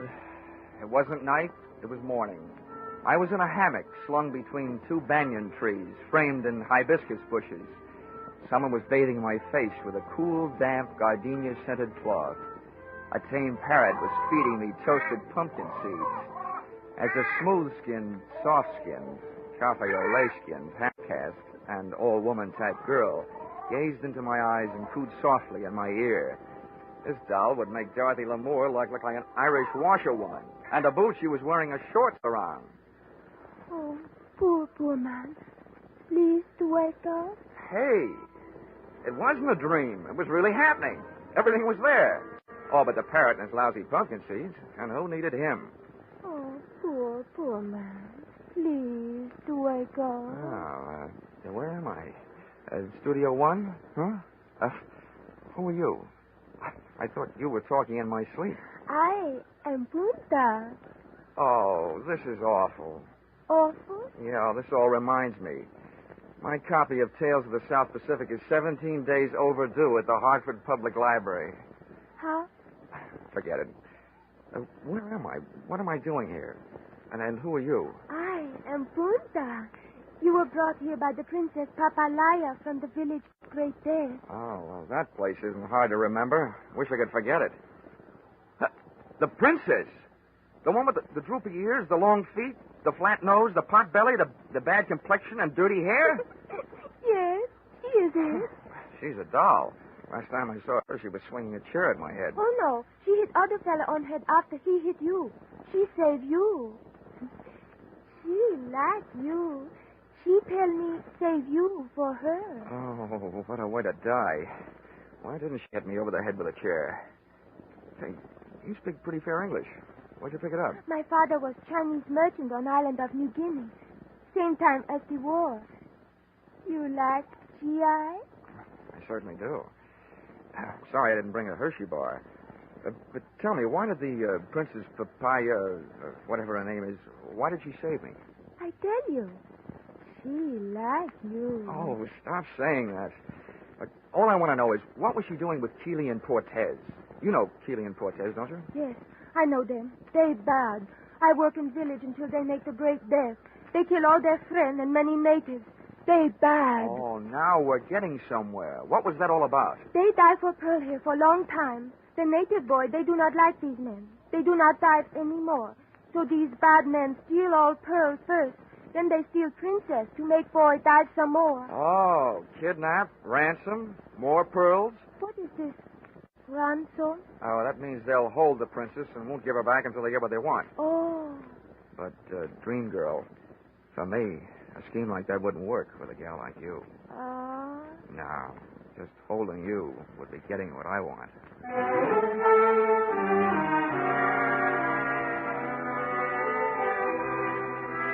Only one thing wrong. My knees were getting a little knobby, thanks to a combination of insects and my new white linen shorts. However, Punta was good nerve medicine. The rest of the story came out later, and in her soft voice, it was a bloody kind of lullaby. She crooned me to sleep with the facts that the natives had tried to rescue their princess from Keeley and Cortez, which gave me an answer for that semicircle of machine gun bodies outside their shack. Also that the princess had taken temporary refuge up in the hills. As nearly as I could figure out, I was left facing a very peculiar problem. 2 men out of 6 insured men had killed the other 4, and the 2 murderous survivors had this much going for them. To the insurance company, they were still worth $50,000 apiece on the hoof, which meant that my job was to keep alive 2 guys I felt very much like killing. And believe me, they felt the same about me.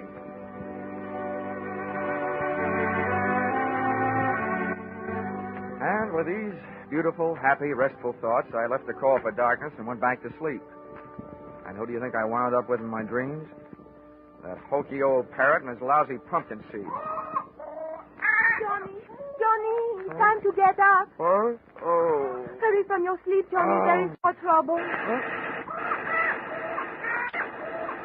Hey, somebody's getting straight. What's going on? They are killing again with their machine gun. My people trying to fight them off the island, but they are being killed. Now you must go and lead my people. Help them kill those bad men. This you won't understand, gorgeous, but my job is to stop your people and save Keeley and Cortez. Johnny, you say that now? You are one of them. No, I'm not one of them. I told you wouldn't understand. There's something I don't understand. Why don't they leave? They've got what they want. Why don't they pick up their pearls and the schooner and the rotten hides and get out of here? Johnny, they do not have this pearl. Here, see? This one is for you. Black. Wow. You say for me? Where'd it come from? The princess come back some time ago. She tell me she took all their pearl. She tell me to tell you that this black pearl, not company pearl, this her own for you. She like you. Well, I like her, too. Just the way she is, up in the hills. Right now, I wish you looked like her. Oh, Johnny. You don't like the way I look like I am? I love the way you look like you are. Why you say that? Because if you did look like her, I think I'd have an idea that would stop those men. Yeah. Turn around. Yes, Johnny. Oh, this will be the crime of the year, but maybe I can do it.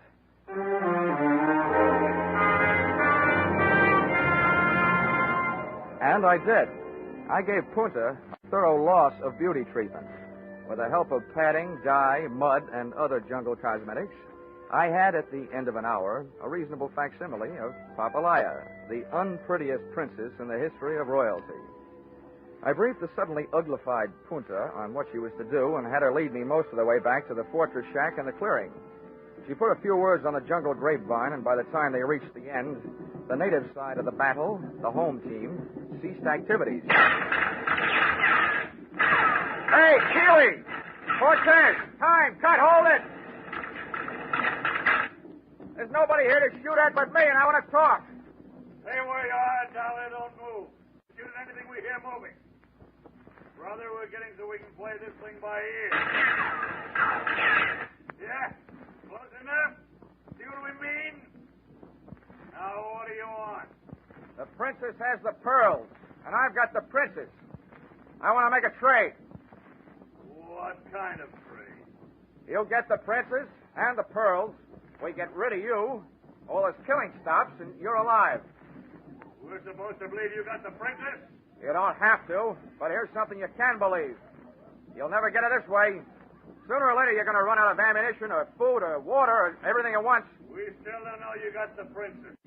And we ain't buying that pig in any fool. We want to see her. You'll see her when you're out of that shack and on the boat. We ain't moving out of here in the dark. Nobody's asking you to. Take me until dawn to get the princess down out of the hills. Okay, supposing we decide to do business. How do we know we don't get swamped by those natives between here and the boat? I'll take care of that. You can depend on it. Remember, my job is to keep you 2 guys alive and save the company I'm working for $100,000. All right, we'll give you a chance. We'll be on the boat at dawn watching the shoreline, and this machine gun will be at the rail watching the shoreline with us. You send out the princess alone. You got a deal. And that ain't all you're going to get. I hope. I hit the beach 2 hours before dawn, with Punta ready to paddle me out to the Kittiwake in a native canoe. I wanted to be there with all weapons handy when Keeley and Cortez stuck their heads up over the rail. But it seems they had thought of that, too. When we hit the sand, there they were, in the small boat, halfway out to the mooring. Oh, Johnny. There they are. They spoil everything. Stay out of sight, Punta. Yeah, they spoil everything, but not for long. Well, one thing for sure, I can't use the canoe. Tell me something. Are there sharks in this lagoon? Oh, no, not many. I hope traffic is light tonight. I've got a chance of it. Okay, Porter, you better stay here. I'm going a few hundred yards up the beach and swim for it. Johnny, be careful. Oh, baby doll. You sound so pretty, and you look so ugly.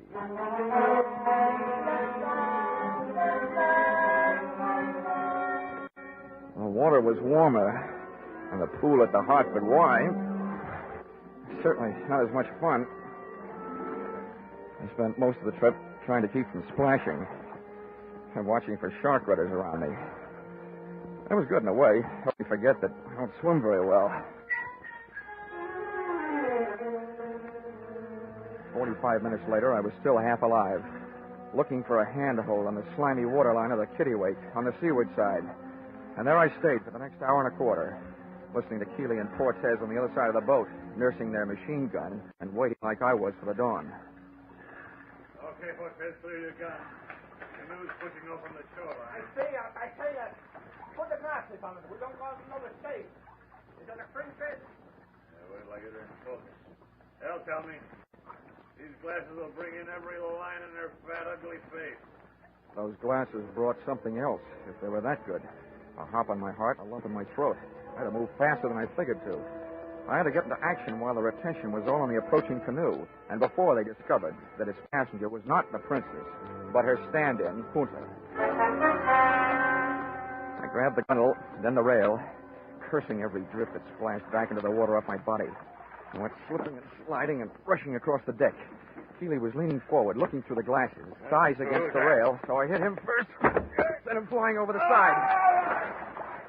With or without a machine gun, Louis was a tough guy. Just one for the road, chum.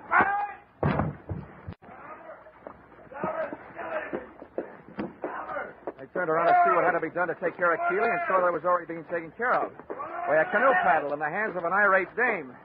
Punta! Don't kill him! I want him alive! Punta, stop! No. I kill enemy of man I love. Huh? Who? Oh, no.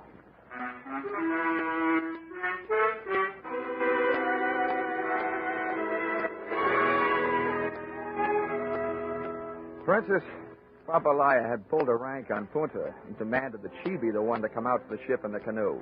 Because, as she kept telling me on the voyage back to New Guinea, she liked me. Oh, well, she may have been awful ugly, but she was also an awful good sailor. And knowing the way to a sailor's heart, I bought her a present. Expense account, item 4, $10. Tattooing job on the Princess Papalaya's fat right shoulder. A picture of a ship under full sail. So now when she laughs, it goes bounding over the waves. Expense account, item 5, $40. Long-winded cable to 7 Seas Maritime underwriters, that's you, gentlemen, recommending immediate cancellation of policies covering the lives of Keeley and Cortez, who were in the hands of the New Guinea officials and looking forward to a short life and an unmerry one. Item 6, $831.81, 3.5 shillings. Airfare, Port Moresby to Hartford. Item 7, 48 cents. Past due charges at 2 cents per day. Hartford Public Library, on my copy of Tales of the South Pacific, which incidentally I never did get around to reading. After all, it'd be an utter waste of time for a man who has known a gal like Punta. Expense account total $3,286.44. Signed, yours, truly, Johnny Dollar.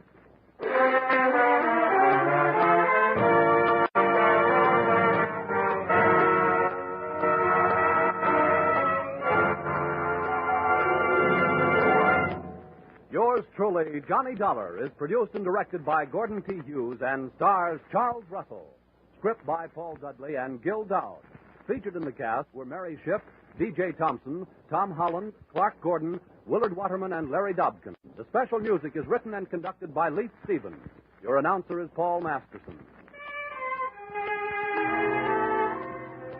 Be sure to be with us at this same time next week when another unusual expense account is handed in by yours truly, Johnny Dollar. Who's got the nation's most popular band? Vaughn Monroe. And who's the nation's most popular singing band leader? Vaughn Monroe again. Now, who brings you a caravan of the nation's most popular tunes every Saturday night over most of these same CBS stations? You guessed it. It's Vaughn Monroe. That's why everyone listens on Saturday nights to the Vaughn Monroe Show on CBS, where this fall you hear them all. Stay tuned now for Vaughn Monroe and his caravan, who follow immediately on most of these stations. This is CBS, the Columbia Broadcasting System.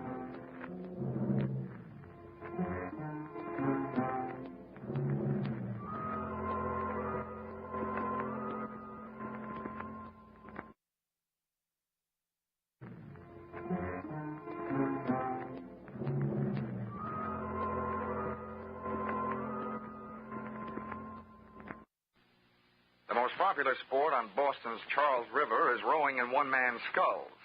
Or rather, it was the most popular sport, that is, until they took to beating on one man's skull. Mine.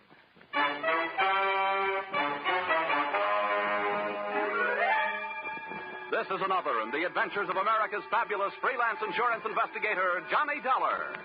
At insurance investigation, Johnny Dollar is only an expert. At making out his expense account, he's an absolute genius.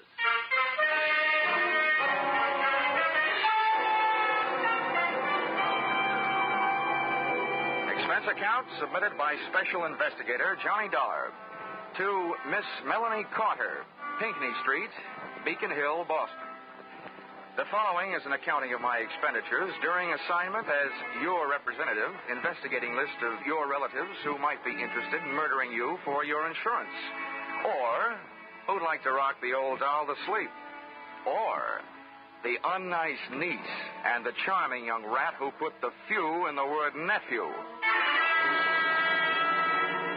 Expense account item 1, $5.98, airfare, Hartford to Boston. Item 2, $3 1/4, cab fare, Logan Airport to your residence on Beacon Hill. Who is it? This is Mr. Dollar, the insurance man from Hartford. Good. Just a minute. Come in. An electric latch unlocked the door of your flat, and I stepped through, straight out of this century into the last. It was another world, the remnants of which you see today in antique shops, including those Chinese wind chimes that tinkled over by the window. And you, its tiny and aged queen, sat across the 19th century room in your modern throne, that chromium and black leather wheelchair. Come in, Mr. Dollar. Oh, What's the matter, ma'am? oh, nothing. You just remind me of someone I once knew, that's all. He was so... Come, sit down over here. Thank you, Miss Carter. I take it you are Miss Carter. Oh, yes, indeed. You probably expected a younger woman. Maybe, but certainly not one any more attractive. Oh. Miss Carter, since you seem to know my name, I guess there's not much use in my telling you that I'm the investigator recommended by your insurance company, Royal Life. Oh, yes, they sent me a telegram saying you would be here. No telephone? No telephone. You see, Mr. Dollar, I was once a very happy young lady.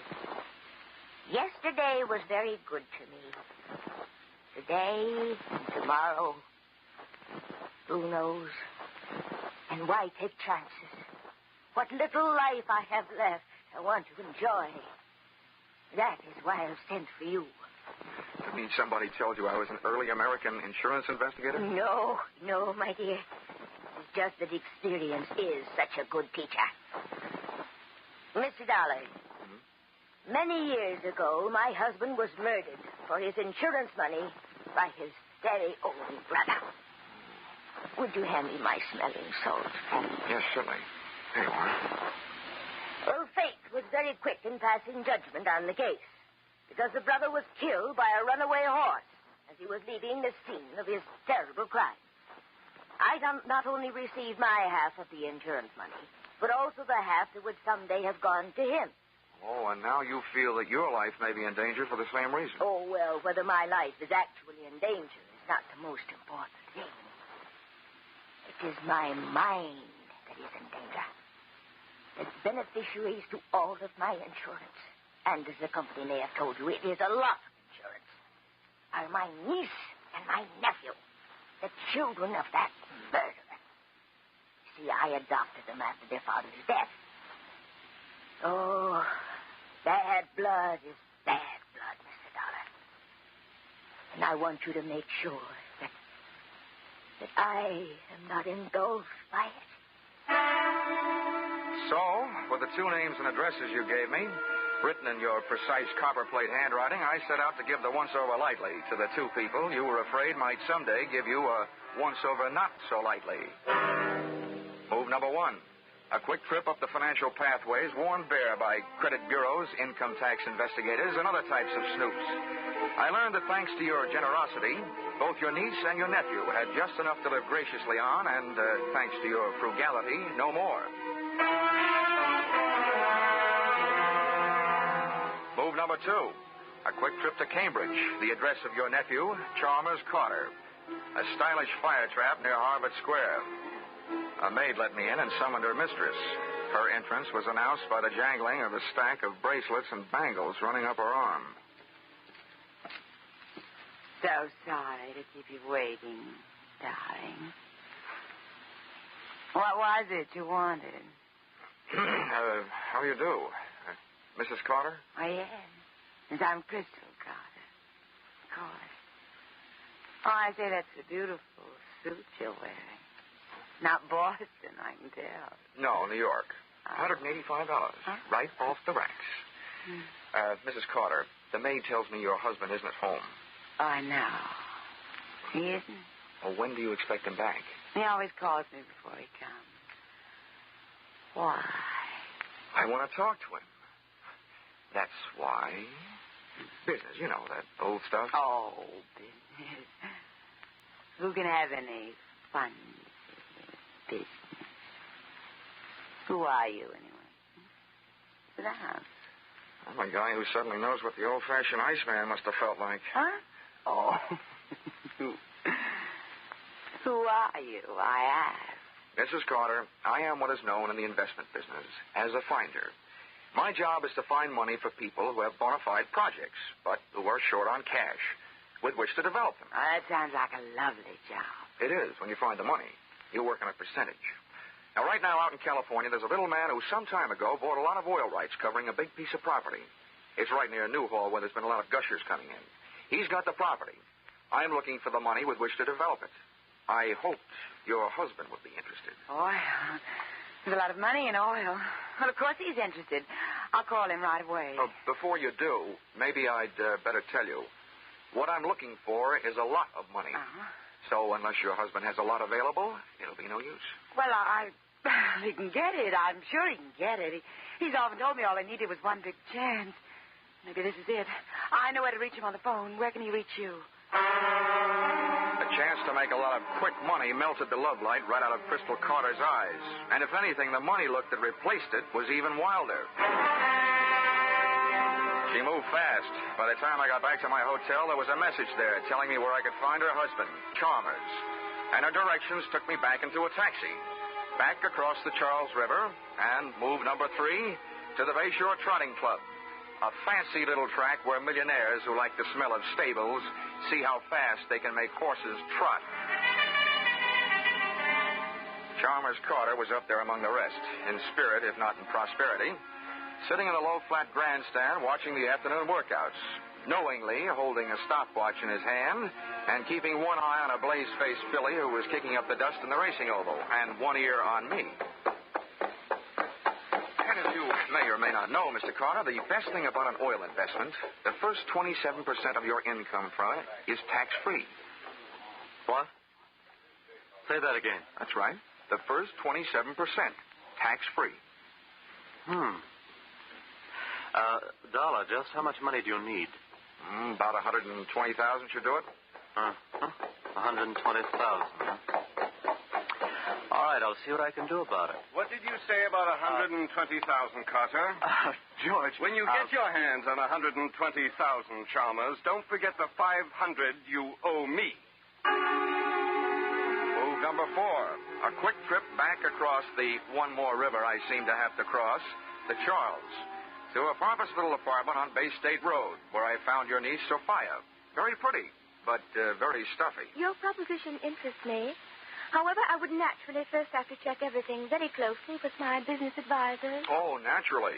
This first visit is only to find out whether you are interested and whether you do have money immediately available. Immediately? Yes. I see. Very well. I think it can be managed.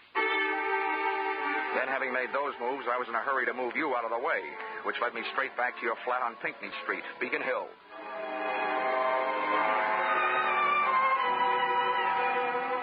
And there, once again, I bumped into what I've learned to expect in my racket, the unexpected. Your apartment door was slightly open. Your wheelchair was empty. And from outside, I saw you across the room, standing there, talking into something that earlier in the day you had very deliberately told me you didn't have. A telephone. Oh, Joseph, I'm so glad I was able to reach you. Now, listen, I have another little job for you to do. I want you to come right over. Both of you. You need Rocky, huh? You know where it is? No, this time it's somebody I have to get rid of. I took up a plant in the antique store across the street and waited for your visitors. They were charming. Just the sort of folks you'd expect to see on Beacon Hill, dropping in for a spot of afternoon tea. They were the kind of guys who never wear wristwatches, handcuffs being rough on watch crystals. I gave him a short lead upstairs, then pussyfooted up behind him. Oh, one of these days my right eye is going to wind up shaped like a keyhole, with my left ear shaped like a cauliflower from pressing against door panels. It's so nice having you young fellows around to depend on. Sit down, sit down. You want some nice tea and cake? No, thanks, dear. We just had some pizza and beer. Yeah, Joe and me just had some pizza and beer. What's on your mind, Grandma? Yeah, what's on your mind, Grandma? Well, boys, you know how worried I've been about that family of mine. Well, things are even worse now. What's up? Yeah, what's up? Well, I want you to understand that it wasn't that I didn't have complete faith in your ability to protect them. Sure. But I finally turned to my insurance company, hoping to save a few dollars. Yeah.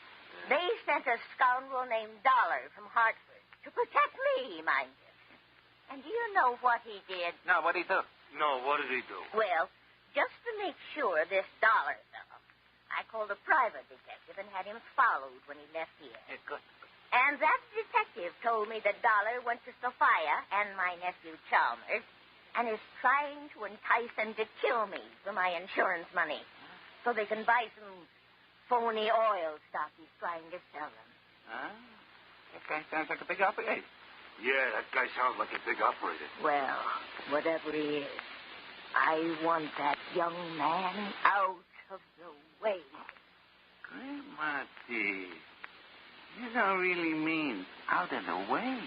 That's exactly what I mean. Joseph, I see something I don't like very much.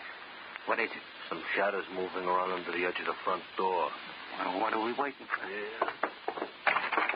Come here, you. I wasn't a match for one of those guys, let alone two. And Rocky, Big Sir Echo, not only repeated everything Joe said, he repeated everything Joe did. Take this. Oh. Yeah, take this. Oh. That's good. That's very good. Now, that's him. That's Dollar. You hold him. Hold him. Don't let him get away. Mr. Dollar, unless you're in a big hurry to get measured for a cement suit, don't start no funny business. Don't worry. I feel about as funny as a funeral. My own. Well, I hope you've learned your lesson. Although, don't you think for a minute it's all over. This'll teach you honesty is the best policy, and cheaters never prosper. Take it easy, Grandma, dear. This boy will not ever bother you again. Come on, Buster. Yeah. Come on, Buster. Yeah. Go on, Buster.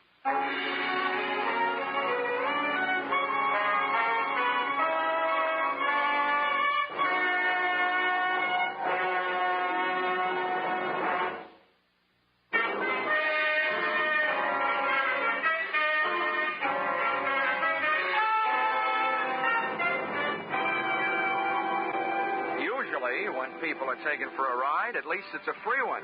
However, Joseph and his friend Rocky didn't feel that way. So, expense account, item 3, $1.20, cab fare, up Tremont Street toward Boston's South End. The three of us sat packed in the back of the taxi with me in the middle, and just as we passed King's Chapel burying ground, Rocky and Joseph suddenly felt the urge to be alone with me. Hey, driver, crank up your window. We wish to be in private. As it happens, I can't. The crank fell off. Yeah, you and your lousy cab. Yeah, you and your lousy cab. Well, step on it.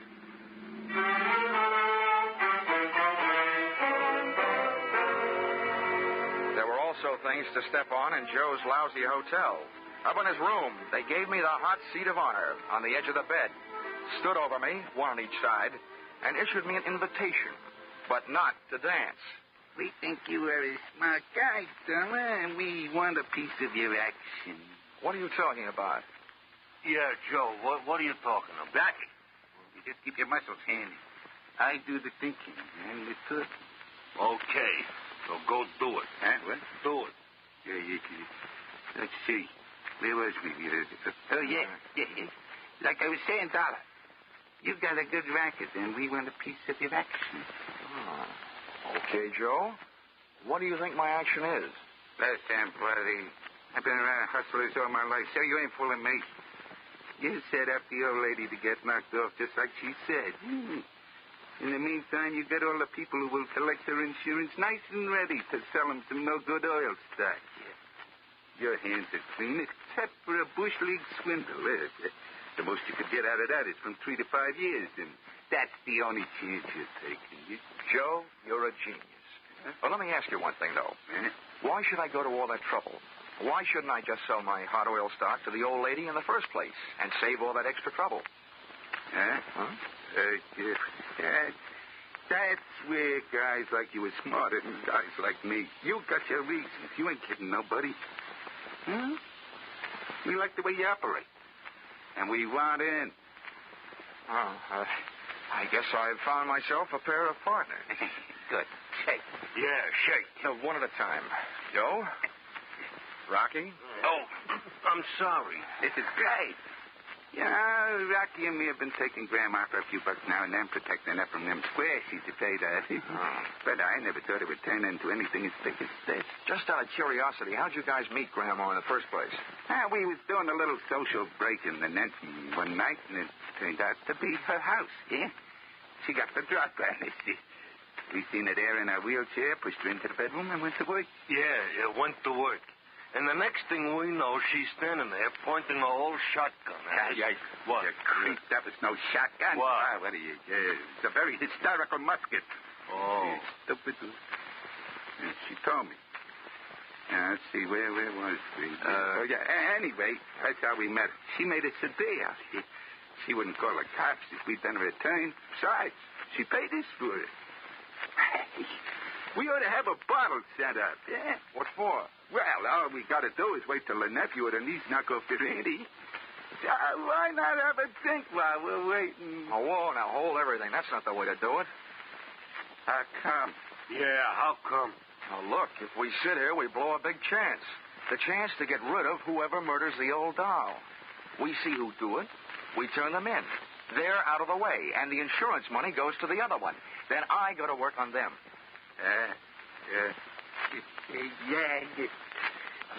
You see what I mean, Rocky? That's why guys like him has got more brains than guys like me.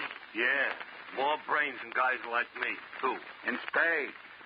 Okay, Donna, what do we do?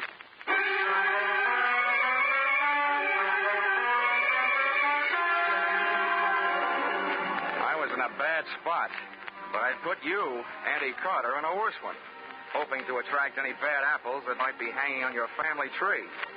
Then all of a sudden you decided I was a worm and eliminated me as your number one protector. Among your spoiled family fruit, there was nephew Chalmers, fishy-eyed and money-hungry, his wife Crystal, who was no killer to look at, but who could be sure of her with a gun in her hand. Then there was Sophia. She was stuffy, but strangely reminded me of a precocious young lady who strangled her mother so that she might wear her evening gown to her high school senior prom. So, when Joseph, expert in giving a fellow's eye a coat of many colors, asked me, what do we do now? I honestly didn't know. The best answer I could come up with was get back to where we could keep an eye on your address on Pinckney Street. But when we got there, Pinckney Street was blocked off by blue uniforms, and reinforcements were still arriving. Hey, what's going on? Yeah, what's going on? Well, you gotta be sure of one thing. This ain't the policeman's ball. Look, how well do you guys know to the Boston police? And some of their best quizmasters have failed to make us talk. Yeah, they failed to make us talk. Okay, you better let me go ahead. I'm not too far ahead. Don't worry. Hey, look, Joseph, the cops are coming down out of her house. What do you mean now? Looks like the job is yours, sir. Yeah, I'd better get up the hill and find out for sure. Don't forget, partner, we're watching. Don't worry. Keep moving, folks. Just keep moving, mister. Hey, officer. What? Officer. Yeah. I'm Dollar of the Boston Globe. What's going on? Am I going to make the front page? Yeah, you might. Well, what's it all about? Some dame, a friend of the commissioner's, called for protection. Oh, I thought it was a murder. It is. By the time we get here, the dame up there is colder than Sunday morning beans. How do you like that? Hey, Dollar, when you're writing this story, my name is Fred Mosher. Huh? Oh, yeah, Fred Mosher. Yeah, I used to play basketball for the Boys Club of Boston. When you're writing the story, put my name in, will you? The wife will get a kick out of it. Well, I got to get back to headquarters. Headquarters? Hey, officer. Fred. Yeah? Come here. Listen, I'll see that you get your name in the paper if you do me a favor. Act like you're arresting me, will you? A couple of friends of mine are just down the street. I want to pull a gag on them. Sure. With or without handcuffs. Anyway, just grab me by the elbow and throw me in that squad car.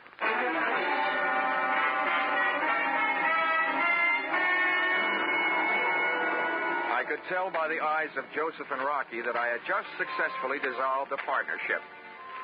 At the corner of Arlington and Boylston, I swapped the patrol car for a cab.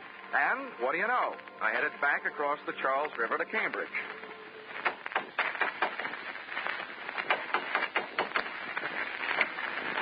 Oh, hello, darling.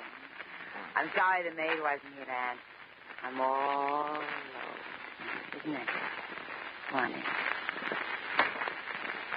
Right. Would you mind, Crystal, walking just a few more steps ahead of me? It'll make you easier to follow. Well. Where's your husband? Oh, stop worrying about my husband. He had to go out for a while on business. I told you before, he always calls before he comes home. In case I wanted to bring him. How long has he been gone? I wish to stop worrying about you. Why don't you stop? Wait a minute now. Stop it. Get a grip on yourself. Wait, watch it. Crystal, what are you up to? Go. Oh, dear. Stop it. Stop it, I say. Oh, it's you, Dollar. A finder, huh?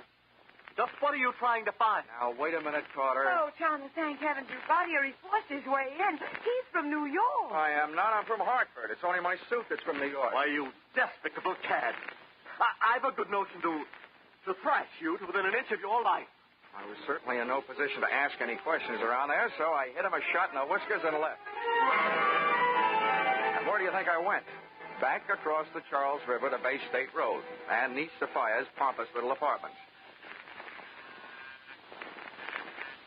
Nobody answered, so I broke rule number 3 in the book of how not to get your head split open when nobody answers the door. Picked the burglar's friend type lock and went in. I thought at first I'd set off a new, polite kind of burglar alarm, but it was only a grandfather clock tolling out 10 p.m. as the moonlight boffed me smack in the kisser. First thing I saw out the window was my friend the Charles River, over which I'd made more crosses than the X-Man in a tic-tac-toe tournament. My tongue was as dry as that was wet. The second thing I saw, thanks to my fountain pen-type flashlight, was an open drawer in a kidney-shaped desk. Sophia Carter was no housekeeper. The white paper lining inside it was dusty. except for the portion that held the vacant outline of a junior miss-sized revolver. Then the lights went on. Well, Mr. Dollar, you'll be the death of me yet. Auntie, what are you doing alive? Oh, you're surprised. You hoped I'd be dead, didn't you? Well, I'm not. I'm not, you see? Yeah, I sure do see. But you'll be dead if I pull this trigger. Honey, when I don't walk in on a man with a gun in his hand, it's a matter of courage. When I don't throw a flying tackle on a girl with a gun in her hand, it's a matter of etiquette. And when I don't get rough with an old lady holding a gun in her hand, it's a matter of knowing that at your age your reflexes are gone. You can be talked out of things. With me holding your gun hand straight up overhead, I hope nobody's at home upstairs. Here, give me that. Let me go. Let me go. Don't you kill me. Everybody's trying to kill me. Sophia was when she came to my flat this afternoon. Oh, which must mean that Sophia is the body in your flat tonight. The body I thought was yours. I know she was. She's been threatening to kill me for years. Now, what's that you've got in your other hand? No, you can't. Here, give it no, now. No, you can't. Come on. No. What I ripped out of her hand was a very old note written on very old paper. Give me that. And reading it, what with the clawing, scratching 82-year-old woman tucked under one arm, it read like a voice from out of the past. The voice of that 82-year-old woman's long-dead husband, Caleb Carter. To my beloved niece, Sophia, in these last remaining moments of consciousness, I tell you this. My wife, Melanie, has made repeated attempts upon my life. This time, I'm afraid she has succeeded. Also, crushing the life from your father, my brother, beneath the wheels of her carriage as he rushed to my rescue. Well, I guess this means that Sophia had this letter and has been holding it over your head for years. You've been blackmailing me. Blackmailing me. Melanie, it was your conscience that first called me into this case to protect you from your relatives. It was your conscience that hired that private detective to protect you from me. And it was your conscience that got you mixed up with Joe and Rocky to protect you from the detective and me.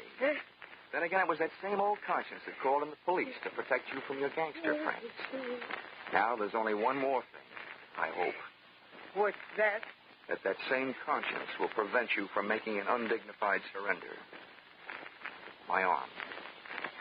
Thank you, young man. You are.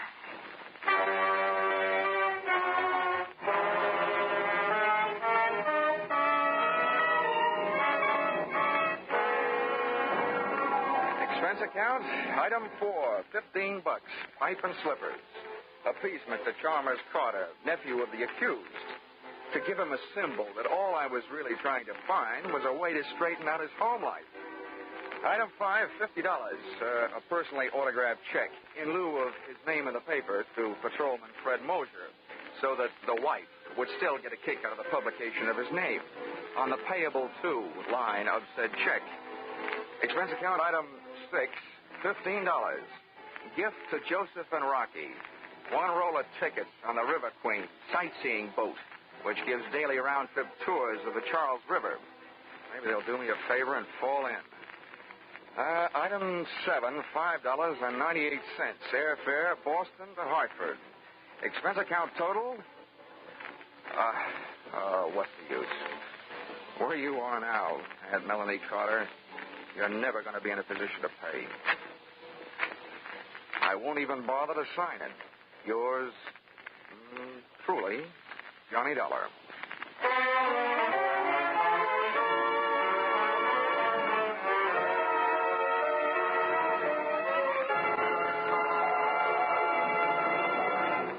Yours truly, Johnny Dollar, is produced and directed by Gordon T. Hughes and stars Charles Russell. Script by Paul Dudley and Gil Dowd.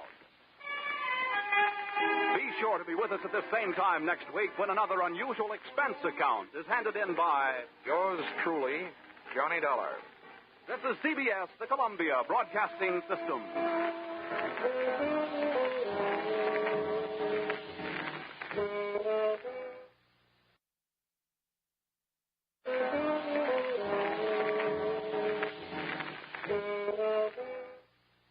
I knew when I went to the desert that anyone who plays around with cactus is liable to get stuck. But I didn't remember that another way of saying death is going west.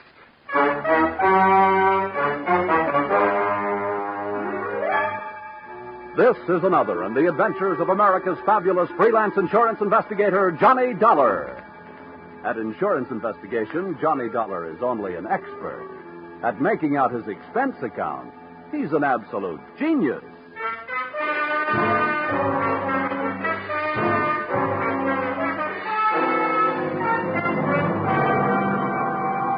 Expense account submitted by Special Investigator Johnny Dollar to Old Caledonia Insurance Company, Hartford, Connecticut. Attention, Oscar M. Wheaton, Chief Investment Counsel. The following is an accounting of my expenditures during my investigation of suspected skullduggery in the Skull Canyon mine. Or, Mr. Bones, who was that lady I seen you with last night? Or, messing with a mule train is one good way to kick off. Expense account, item 1. 25 cents. Tip to busboy who brought telephone to my table at the Blue Danube restaurant, Robertson Boulevard, Los Angeles, where I happen to be working on a case. Your call came right after the liver dumpling soup, taking me out of the soup plate and putting me in the soup. Now, this is the story, Dollar. You make notes and don't interrupt. 2 years ago, this company made an investment in a bona fide working gold mine, the Skull Canyon Mine.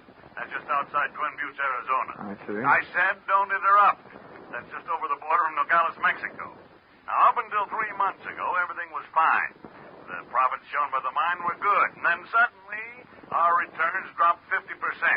However, operating expenses, man-hours, and so on remain the same, indicating there's been no fall-off in the removal of high-assay ore. Now, there's something wrong. We want you to go down there and find out what it is. Expense account, item 2. $12.80. I decided that since you'd invited yourself to the table, dinner at the Blue Danube was on you.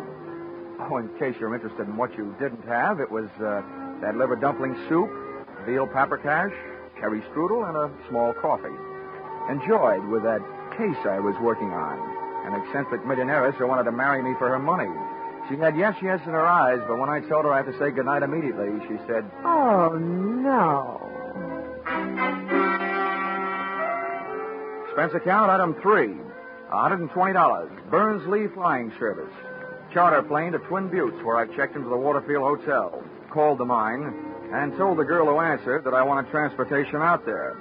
She said she'd come after me. Having seen too many Western movies, I figured she'd arrive in a buckboard, but instead she picked me up in a Jeep.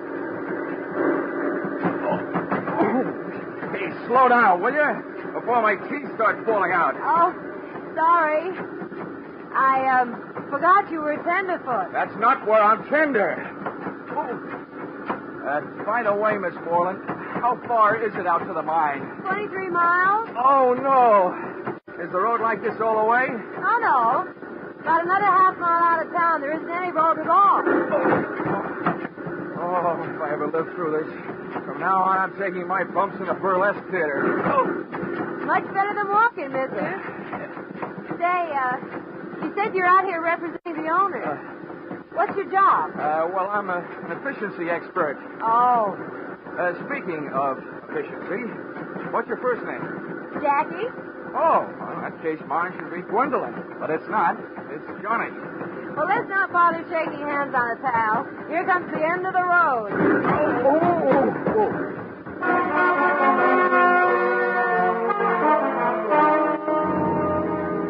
The scenery was jumping around like a home movie. My teeth were trying to find out how much abuse my uppers would take from my lowers. I felt like I was gradually being hammered down from a tall, thin man into a short, round one. And there I was, caught without my rhinestone-studded motorcycle belt.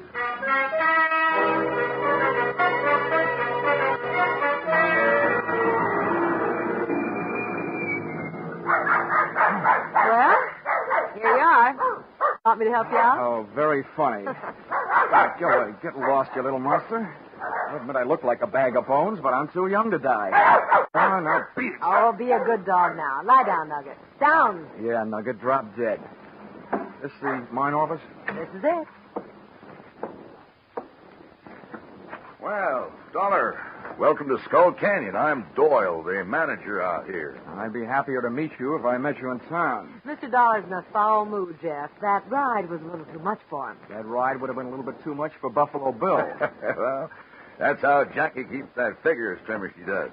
Now, come on inside, Dollar. That's where the books are, and that's where the chairs are. With cushions, I hope. I'll see you guys. All right.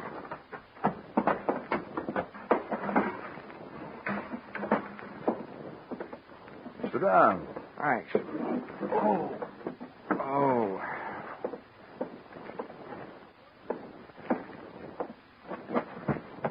Well, there you are. You'll find all the figures right in that big, fat book.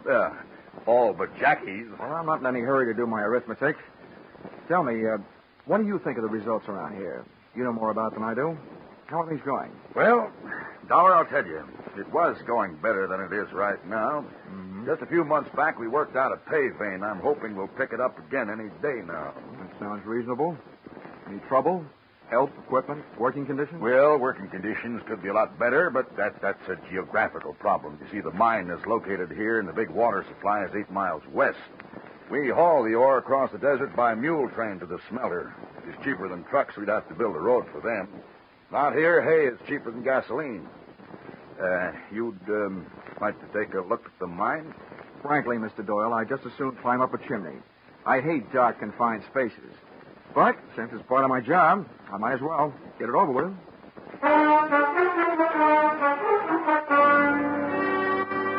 The entrance into the mine was through an adit, a horizontal shaft into the side of a hill.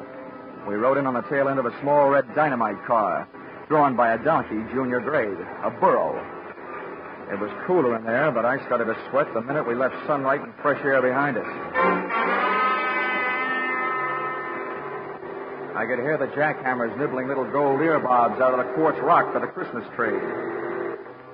Then I heard them stop, and Doyle told me why. Sounds like they're about ready to blast. Oh, great. Open your mouth and cover your eyes.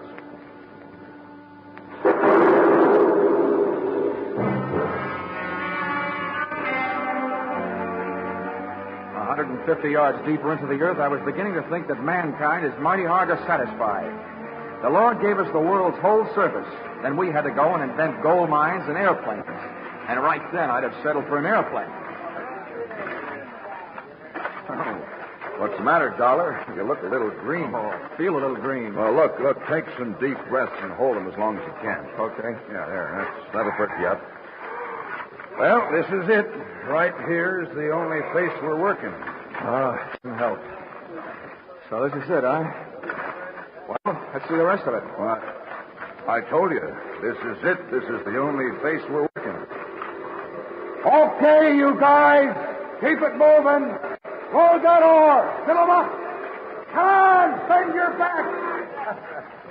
Well, let's get out of here, Dollar. Okay, Doyle. I've seen what I came to see. And I also figured I had heard what I came to hear.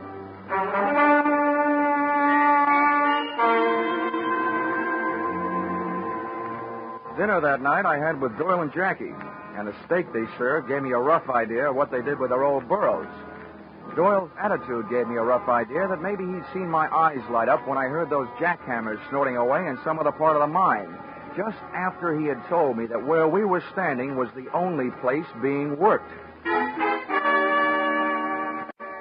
After dinner, Doyle went back to the mine, leaving me alone with Jackie, which was better than dessert. By the way, Jackie, just what's your job out here? Oh, I'm just sort of a secretary and bookkeeper and jeep driver. Uh-huh. How'd you happen to land here in Skull Canyon? Well, I took the job because I was going to marry the man who was the manager there, Doyle's old boss. I met him in college. He was a mining engineer.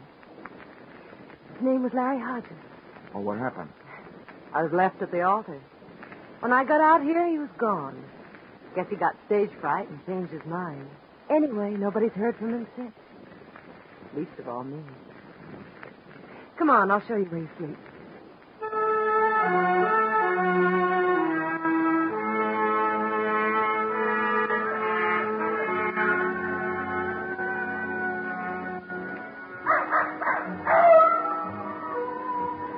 It was a real romantic night. Old Nugget the dog was carrying on a long-distance conversation with his country cousins, the coyotes up in the hills. The air was soft and warm, and so was Jackie's arm. Stars hung low. And so did my spirits when she bid me goodnight after she introduced me to my roommate. Hiya, Sonny. An old mule skinner named Kangaroo. Make yourself comfortable. Oh, by chance. Well, better than a sand bed and a saddle pillar. For a pine shack, this has a mighty fancy floor. What is it, mahogany? No, tobacco juice. Helps keep out the sidewinders. What do you mean, help? Little snake critters crawl in out of the hot sun to get cool. Where are you from, Sonny? Hartford, Connecticut. Well, I'll be turned too. I don't reckon it shows through, but I'm a Easterner myself. Come out from New York State 53 years ago. Little town of Prattville. County seat it was. That's pretty dull. What'd you say? Oh, nothing. Say, are you the one that handles the mules on the run out to the smelter? I'm one of them. Well, how's chances of hitching a ride with you in the morning? You'll have to get up early. All right, then. I'll get up early. Well, then stop wasting your breath on a lot of dang fool words. Use some of it on the kerosene lamp. Quick! Right.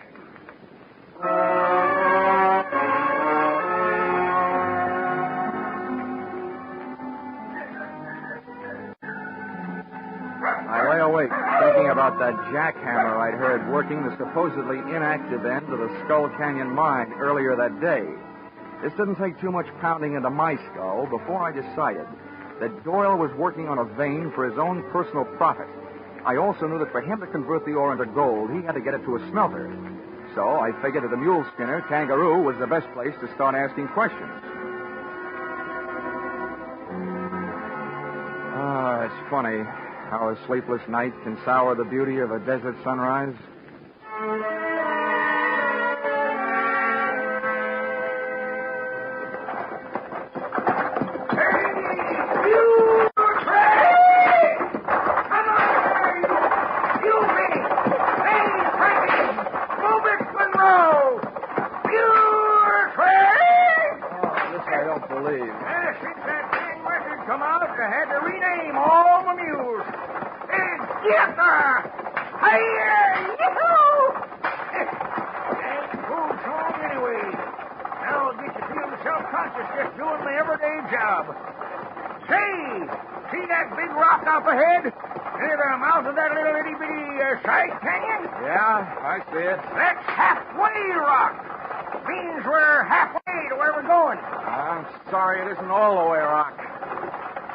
Get there. The sun's getting awful hot. Why, it ain't nothing, Sonny. Some days that old sun's got your tongue hanging out your fur. Gets a real nice tan. How do you stand it? Hey, what's that stomach pump doing way out here? Stomach pump? What in tarnation are you talking about? That's a clever name for a light airplane.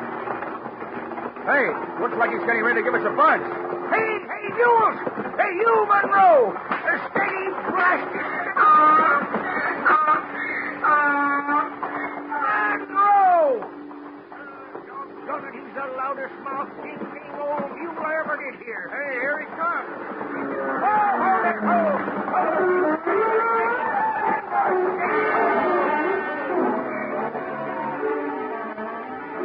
First thing I learned was if you ever want to panic a team of mules, just buzz them with an airplane. The second thing I learned was that little canyon we were approaching was loaded with armed horsemen who came galloping out like they were trying to make history at San Ferran.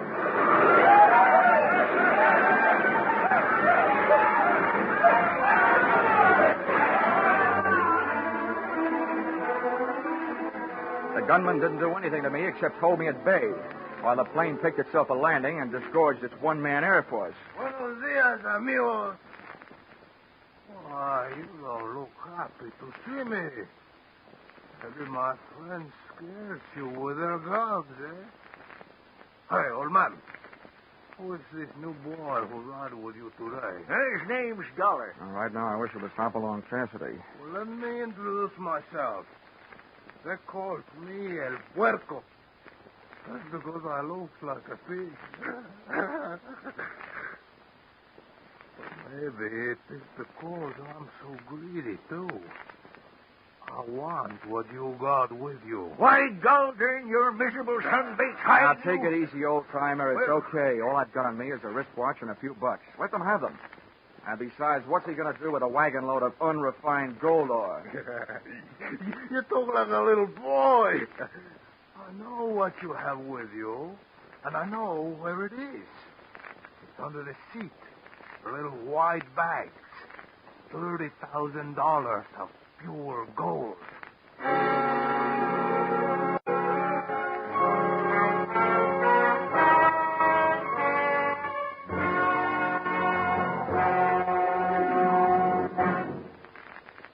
In just a moment, we will return to the second act of Johnny Dollar. But first, hardly a clue to start on, and the witnesses' stories of hopeless variance. That was the job that the Birmingham, Alabama police faced in the murder called the Case of the Hue and Cry. Later tonight on Gangbusters, Birmingham's own police chief comes to CBS to tell you how they tracked down the apparently unmotivated murder. Be sure to hear this true-to-life police story, reenacted on Gangbusters. Gangbusters and the Adventures of Philip Marlowe are regular Saturday night features on most of these same CBS stations. Now, with our star, Charles Russell, we return to the second act of Yours Truly, Johnny Dollar.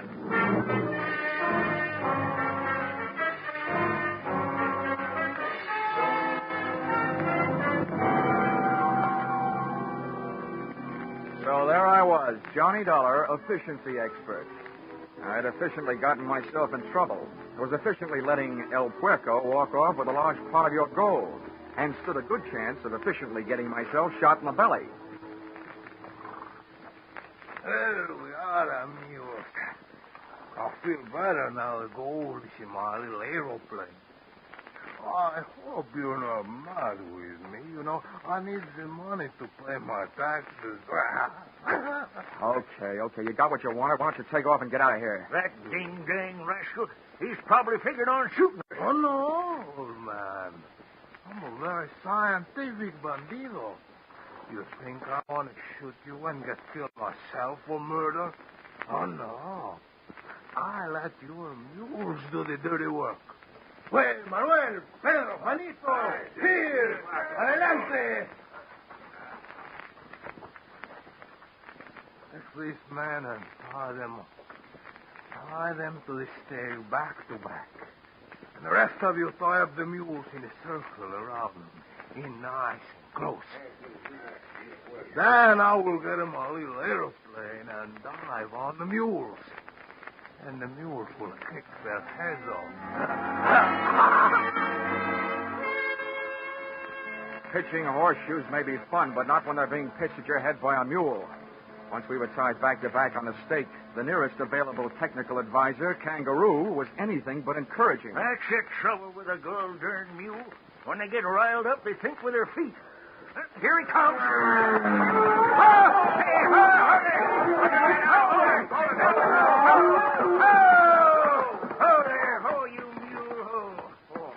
There.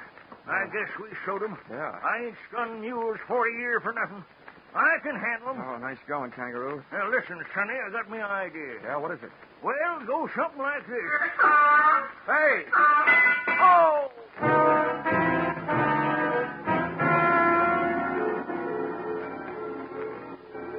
Just as the idea, whatever it was, hit Kangaroo, a hoof from one of the mules scored a ringer around my cranium. Ah, the stars looked beautiful. They came out in the shape of a horseshoe. And as I slipped into that familiar Betty Bye for private eyes, the world of hit-on-the-head darkness, I could hear Kangaroo's advice, too little and too late. There, you see? You can never trust a mule. Never trust a mule. Never trust a mule.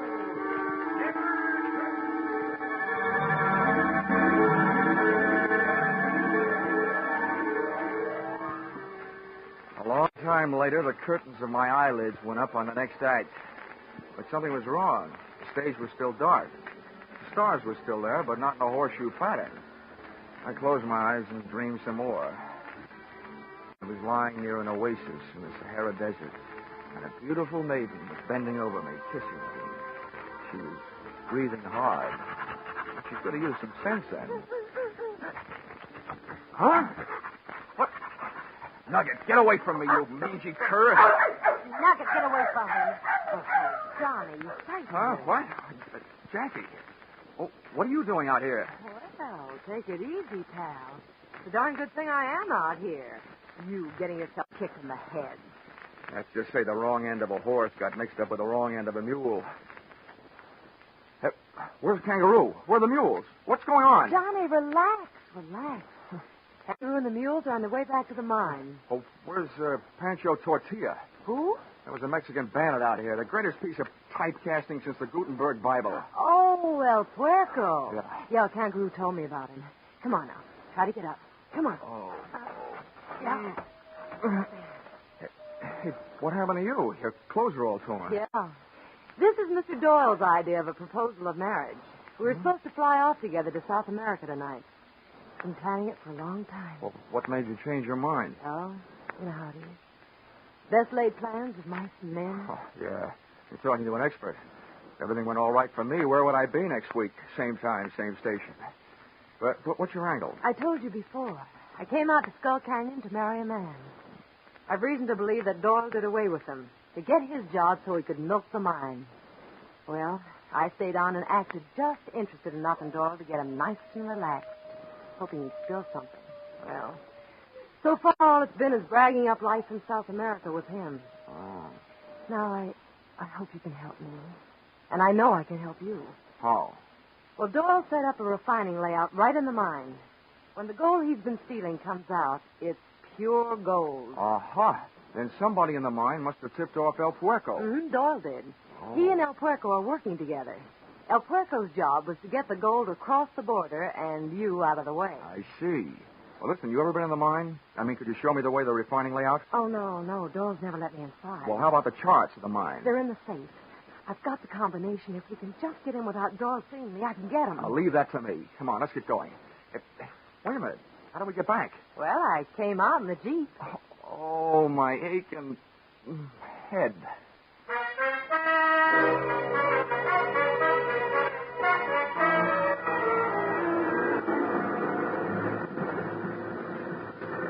This is close enough, Star Eyes. We better pull up right here. All right. Nugget, quiet.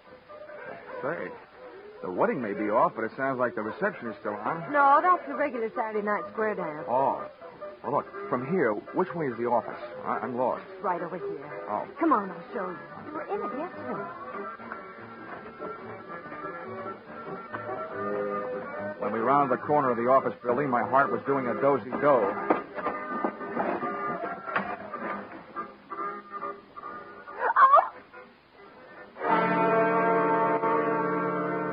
The door of the safe was open, and so was the mouth of the fellow in front of us. But he wasn't saying anything. He was lying on the floor, dead. El Puerco, the pig. Well, what a spot for a big red apple. Johnny, dead. He must come back for something. Kangaroo must have caught up with him. Whoever caught up with him, but good. Come on, let's go take a look for Kangaroo.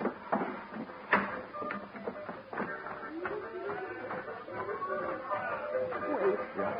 Careful, darling. Door may be in there. Boy, tight spots really give that word darling a good workout, don't they? Okay, darling. Wait out here. I'll be careful.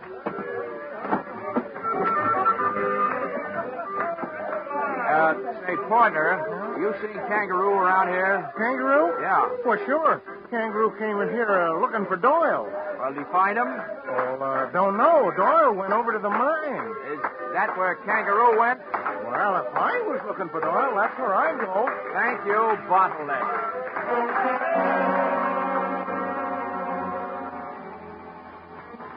I don't know why I was in such a hurry heading straight into trouble. But the trouble started popping before we got to it. Oh, poor Kangaroo. Jackie was only guessing, but I could only hope she wasn't guessing right. Johnny. Hmm? Johnny, I thought I saw something flashing just inside. Probably somebody's last spark of life. Now, take it easy. You stay right here. I'll move in from the side of the entrance. No, I don't... Oh, all right. Be careful.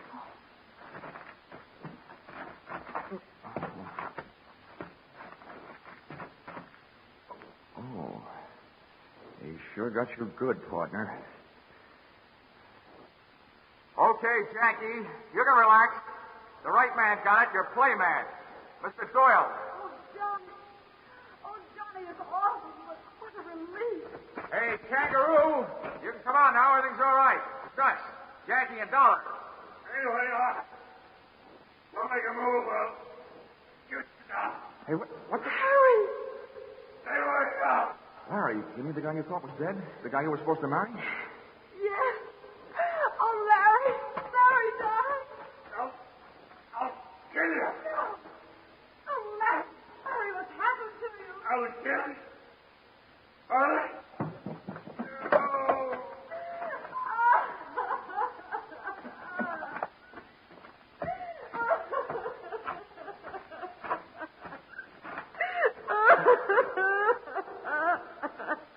Come on, kid. He wasn't worth waiting for anyway.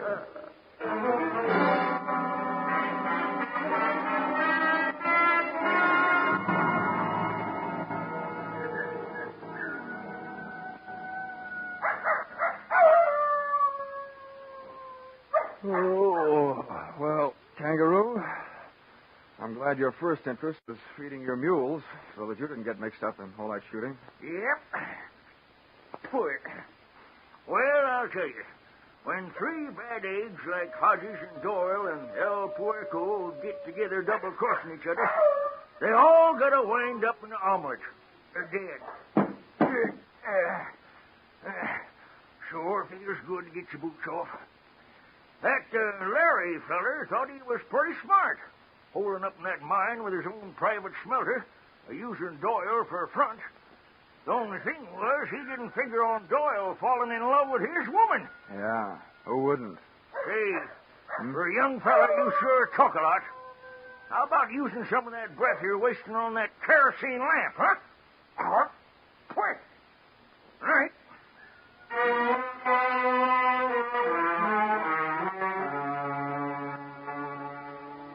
Expense account, item 4, $6.10. 1 quart snake bite medicine, 32 ounces of prevention in case a snake should bite me. Item 5, $3.40, with which I purchased the nicest gift I could think of for a gal in Jackie Moreland's position. A telegram to you, requesting that you give her a job she very much deserved, the managership of the Skull Canyon Mine. You see, when she first found out that man she was going to marry didn't love her, she took out her affection on the territory, which makes me very sorry that I wasn't born in the state of Arizona. Expense account, item 6, $164.35. Transportation, Twin Buttes to Hartford.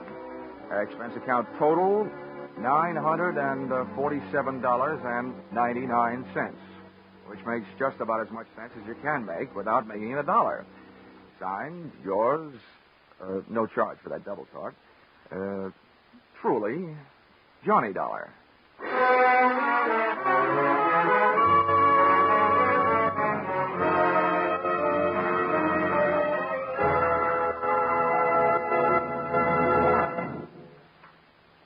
Yours truly, Johnny Dollar, is produced and directed by Gordon T. Hughes and stars Charles Russell.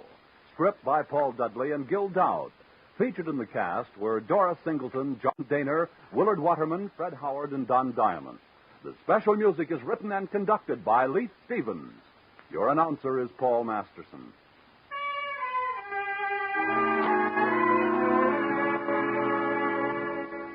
Be sure to be with us at the same time next week when another unusual expense account is handed in by yours truly, Johnny Dollar.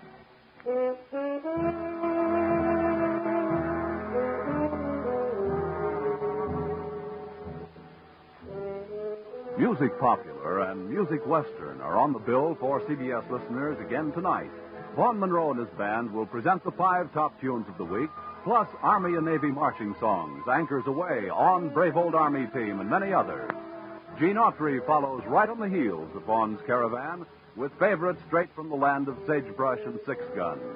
For an hour of wonderful music, hear Vaughn Monroe's Caravan and the Gene Autry Show tonight and every Saturday on most of these same CBS stations. Stay tuned now for Vaughn Monroe's Caravan, which follows immediately on most of these stations.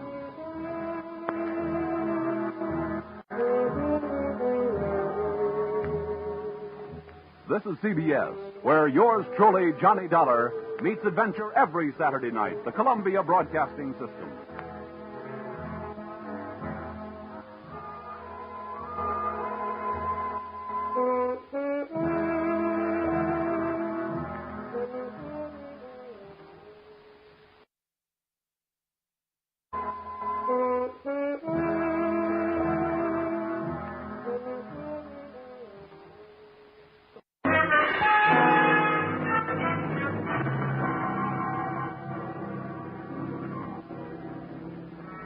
Expense account submitted by Special Investigator Johnny Dollar to Home Office, Britannia Underwriters Association, Hartford, Connecticut. The following is an accounting of my expenditures during my investigation of the unscheduled performances in Maximilian Sandro's Animal Show. Or, all they needed was a clown, and then I showed up. Or, I once thought I'd run away with a circus. This one I wanted to run away from. Expense account, item 1, $70.21, train and cab fare from Hartford to a vacant lot just outside Brunswick, Georgia. The winter quarters of Maximilian Sandro's Animal Show. The first animal to show was an elephant. Bravo! Bravo! Hey, mister, where can I find Maximilian Sandro? Come on. Hey, mister, I want to ask you a question. Please, you're not so loud. You upset the Blanca. I'm going to try to teach you an aria for next season. An aria? Well, that should set opera back 10 years. Sweet, Blanca, sweet. That's the only musical elephant in the world. The Pachyderma chanteuse.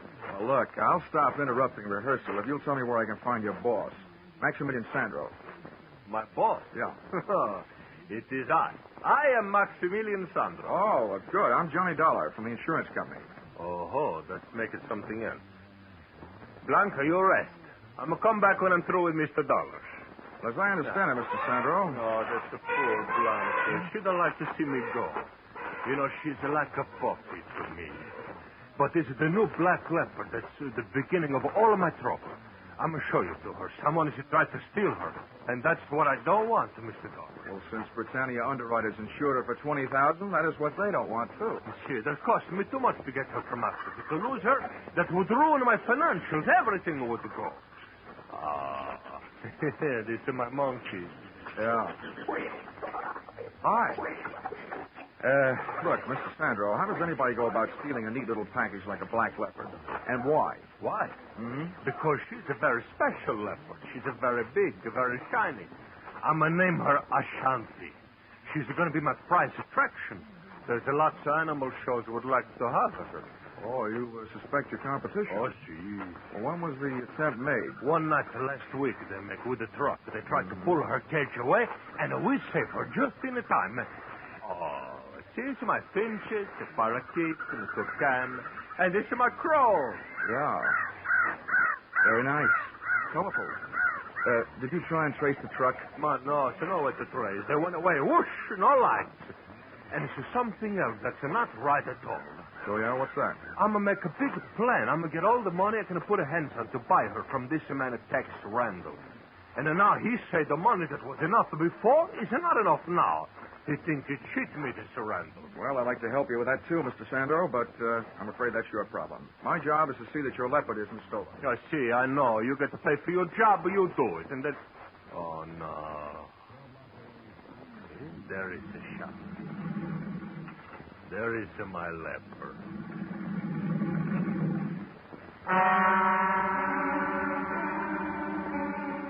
I guess somewhere, way down the taproots of my family tree, there probably was an ancestor with a low forehead, bearskin overalls, and a club who went into an unpleasant double take when he found himself face to face with a leopard.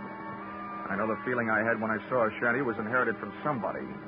My feet wanted to run, but my eyes wouldn't leave her as she paced back and forth in about a 12-by-12 cage. Baleful yellow eyes set in a sable-black face, ears laid back and tail lashing in anger. and lips that drew up showing the nastiest set of choppers I've ever seen. She was beautiful, all right, but my vote would have gone to the iron bars that separated us. They were downright gorgeous. Don't waste the time on the walk back. Force to be a good girl. Pretty soon you and me will be good friends. You see, Mr. Dollar, right now, Shanty, she's a very angry. She's a boil inside. But I'm a know my animals. And not long, she's going to eat out of my hand. Yeah, well, she looks like she'll make a meal out of it right up to the elbow. Hey, my Lord. Because it what? Oh, you. Who's this hombre? This is Mr. Dollar. He's come from the insurance company. Well, howdy, Mr. Dollar. I'm Tex Randall. This is the man I tell you about. How are you? You mean you captured this thing? Yeah, I brung her in from the Togo territory in West Africa. I thought my racket was tough sometimes. What'd you use, catnip? Nope. I dug me a pit, covered her with a mat and some dirt, put me a fresh killed goat in the middle, and when the cat fell in, I got some ropes on her and trussed her up. Well, you make it sound simple. Oh, see, so make it sound simple. Then why does it cheat me? Why don't stay with the first prize? Hey, now you take a listen to me, Sandro. I told you I'd give you your money back and sell this cat somewhere else. The trip cost more than I thought it would. And I ain't about to lose dough on it just to make you happy. Sometimes I'm thinking you don't talk straight. I'm going to go back to my elephant now, Mr. Dollar. Okay, Mr. Sandro. I'll check with you later. He spent too much time talking to critters. He don't make no sense out of nothing. Right. I'm glad you're here, Dollar. I ain't been 20 yards away from this cat since I got her here. Been bunking in that sleeping bag every night, right close to the cage. Now maybe I can get a break. Well, then you must have been here the night somebody tried to put the snatch on her. Did you spot anybody? Nobody I could be sure of, except maybe the little blonde guy. He left me something to remember him by. Wait till I pull my shirt up. Look at there. Look at there on my back. Just took the stitches out today. Oh, ouch. Ouch is right. The little runt caught me half in and half out of my sleeping bag. Doc says if that knife blade had gone in another hair's breadth, I'd have been spilt.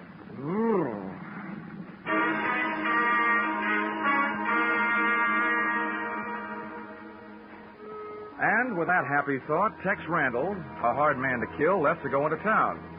I watched the shanty turn into enough raw meat to keep a kennel of Great Danes happy for a week, after which she settled down for what you might call the original catnap. Sandro's elephant settled down to a short vocal lesson, and I settled down for a game of mumbly peg. But before I could get warmed up, I had a visitor. Hello. Wow, the Ava Gardner type with darker hair and olive skin. You look as though you could use some company, Mr. Dollar. Well, who couldn't? I was beginning to think the only females around here walked on all fours. Oh, I've had the same feeling about the males. Then he didn't mention me. Who? Pop, the boss. Oh, no. Sandro didn't mention much of anything but his black leopard. Well, I'm Angela, his daughter. Oh, I see. He probably forgot to mention you on purpose, hoping to keep my mind where it belongs, on my work. Well, that's what I came to talk to you about. What can you do?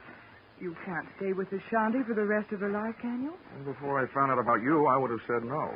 Please be serious. All right. There's only one thing to do.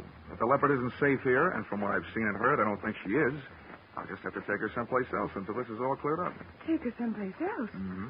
Well, that would break Dad's heart. It would break the heart of the company that hired me if a shanty turned up missing. Look, he can't take her on the road until next summer. We'll keep her safe until then. I'm sorry, but it's all I can do. Oh, poor Dad. He's going to hate you for it, you know. Oh, well, that I can stand. But there's no sense you're wasting our time feeling the same way. I didn't say I would, did I? As a matter of fact, I was going to stay right here until you asked me out to dinner. Or something. Oh, well, let's not hurry. Stick around. I'll figure out where to invite you when I know you better.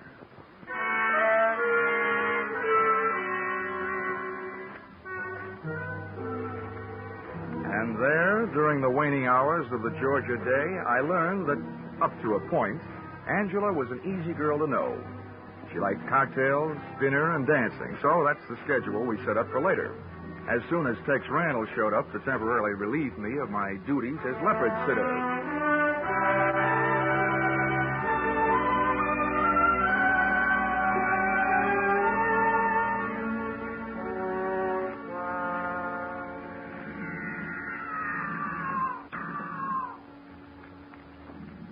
But at martini time, I was still sitting. And may I say that the cocktail hour spent in the middle of a menagerie is not the restful period it's supposed to be. As soon as the sun dropped, the noise rose. Wild brains and caged bodies reacting to the night, instinctively telling the countryside that whether they were free or not, this was their hunting time. I not only felt like Tarzan of the Apes, I felt uneasy. Shanty complained to me. A light from somewhere behind me glinted in her eye, then disappeared as she started her back and forth pacing again. Sounded like she was trying to tell me something. She was. I was too stupid to understand it.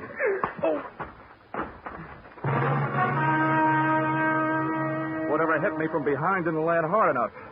I stayed on my feet, but a pair of strong hands twisted my arms behind my back, and one hand pushed my wrists into a double hammerlock.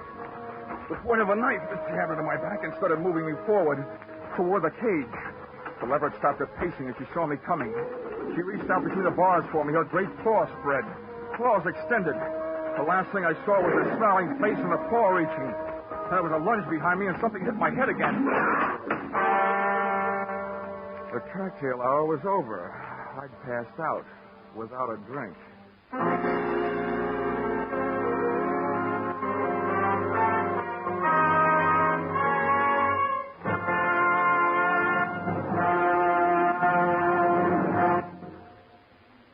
In just a moment, we will return to the second act of Johnny Dollar. But first, last week, Vaughn Monroe's Caravan saluted the Rose Bowl theme. Tonight, Vaughn will play the favorite songs of Louisiana State and Oklahoma, the Sugar Bowl team. Vaughn's Caravan will also bring you the 5 top tunes of the week as chosen by Variety, and later, Gene Autry will be here with his Western music and cowboy humor. The Vaughn Monroe Caravan and the Gene Autry Show are regular Saturday evening features of most of the same CBS stations. Now, with our star, Charles Russell, we return to the second act of yours truly, Johnny Dollar.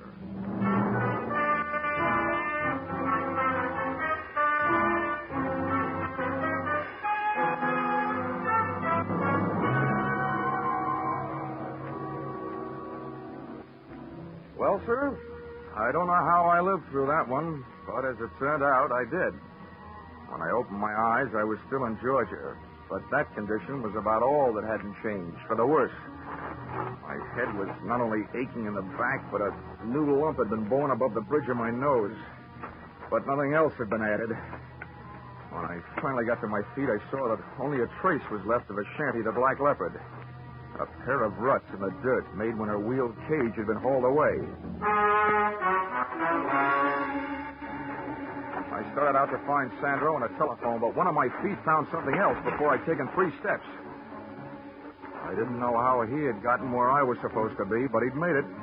Tex Randall, his neck twisted and the marks of claws on the side of his battered head.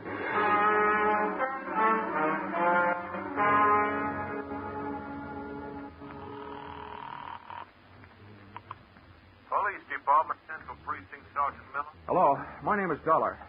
I'm an insurance investigator. I'm calling from the winter quarters of Maximilian Sandro's Animal Show, from the owner's trailer.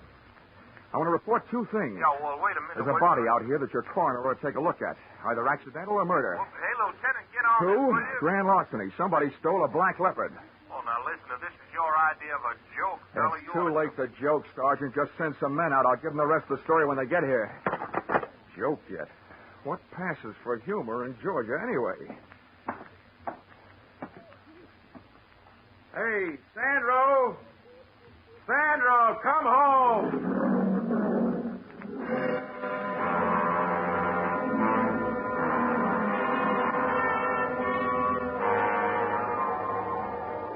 Nobody answered me but an old Libyan lion. So I shut up. I browsed around Sandro's trailer while I was waiting for the police. I wasn't looking for anything, but I found it.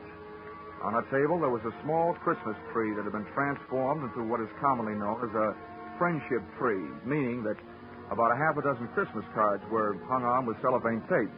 There was nothing else to read, so I scanned through those. And the third one I opened my eyes. It was inscribed, "Sorry, I can't be with you. Greetings from San Francisco. Your loving daughter, Angela." before I could fully digest that tidbit, I heard a shoe scrape on the steps outside, and the trailer door opened. Well, here he is then. I told you we'd find him here. Yes. Very good, my dear. The man with the Angela by whom I had so recently been taken in looked 50-ish, capable, suntanned, and well-armed. Well, Mr. Dollar. You don't appear to be surprised. After what's happened already tonight, I wouldn't be surprised if General Sherman dropped in on his way back from the sea. Yes, splendid. I admire a show of courage, a sense of humor at the point of a gun. Oh, think nothing of it. Sometimes my jokes are so funny they kill people. I think we'd better get him out of here, Ben. I don't think it's safe. Yes, you took the words right off the tip of my tongue, my dear. Shall we go, Mr. Dollar? Should I ask where and why? I've taken a small place in town. There, at our leisure, we shall discuss a fascinating subject. Hmm? Namely, the whereabouts of a splendid black leopard.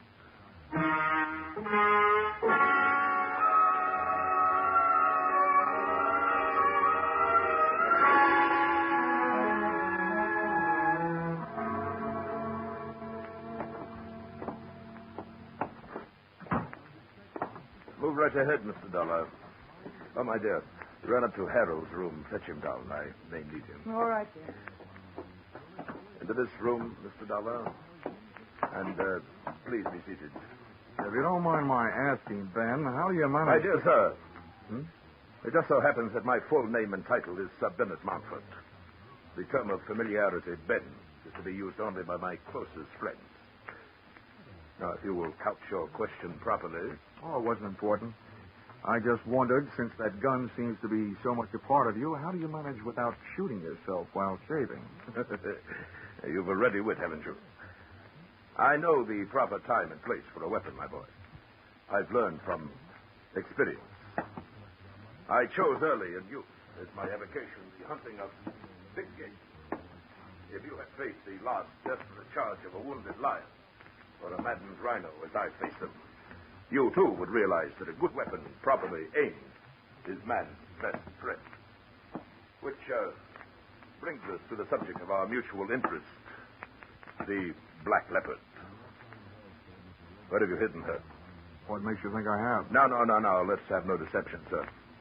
The report brought back by my charming accomplice, who so ably posed as the daughter of that stupid showman, Mr. Sandro, was that you made no secret of your plan to carry off the cat to a place of safety.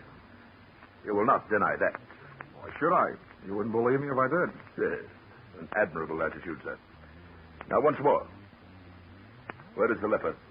Well, I told you it wouldn't be worth much as a hiding place, would it? If you do not tell me, your life will be worth very little. Come now. Perhaps your loyalties are misplaced. What did that market hunter, Mr. Randall, tell you about the cat? Not much. Except that he got a knife in the back, put there by somebody who was trying to steal her. Well then, sir, I'll spin you a tale that'll set your blood to pounding. What would you say, my boy, if I told you that that black leopard is worth a king's ransom? Well, I don't know. I'd probably ask why. Well, she is, sir, and I'll tell you why. She was captured in the Togo territory, West Africa. I am quite familiar with that section. I've hunted there. A district par excellence for elephant, buffalo, and situtanga. As a matter of fact, I was there before and shortly after Randall's infamous trapping of that fine beast. Did he tell you that? Well, if he did, it didn't make any impression.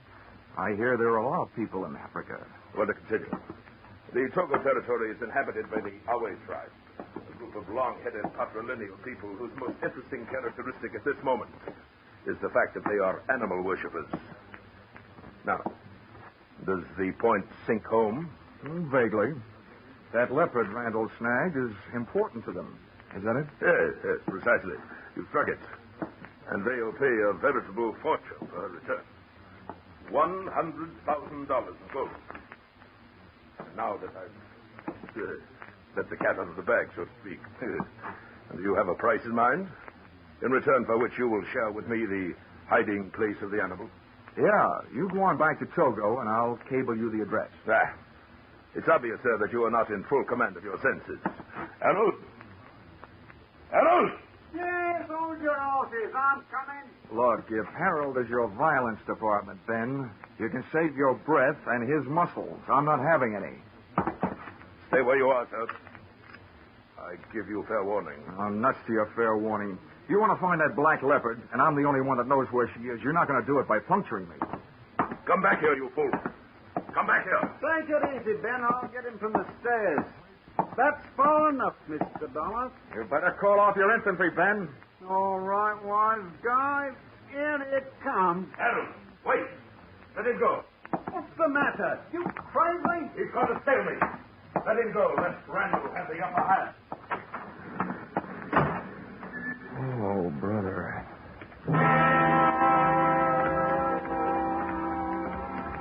As I went out, I caught a glimpse of the man Mountford had called Harold, the same little blonde runt Randall had talked about. That wrapped up the question of who had played tic-tac-toe with a knife on the Texan. But 10 yards of Sir Ben's front walk later, I suddenly remembered Mountford's last words. Lest Randall have the upper hand, he said. It sounded like he didn't know Randall was dead. Which shook my head, and in a strictly nonsensical way, made sense. Well, there was only one place for me to go, so that's where I went. Back to Maximilian Sandro's Animal Show.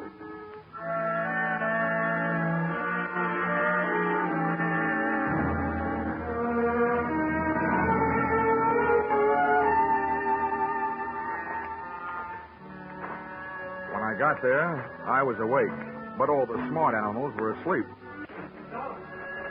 Mr. Dollar! Maximilian Sandro hailed me from the lee side of a tent. Come in, Mr. Dollar, into the shadows.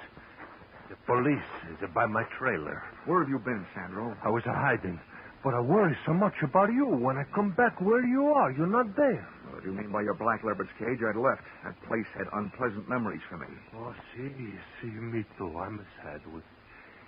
You see, when I see that man, Randall, he'd push you to the cage with a knife, I'm going to go crazy. I'm a nothing. I'm a run up and a push. So then you fall, you hit your head in the bottom of the cage. And then Ashanti, she hit the Randall instead, and I'm so sorry. Oh, don't bother with an apology to me. No, you don't understand. Look, I'm going to commit a murder. With these two hands, I'm going to push him on the leopard. Oh, well, there's such a thing as justifiable homicide. You were saving my life. So let's not worry about it until it gets to court. If it does. Where did you take your cat?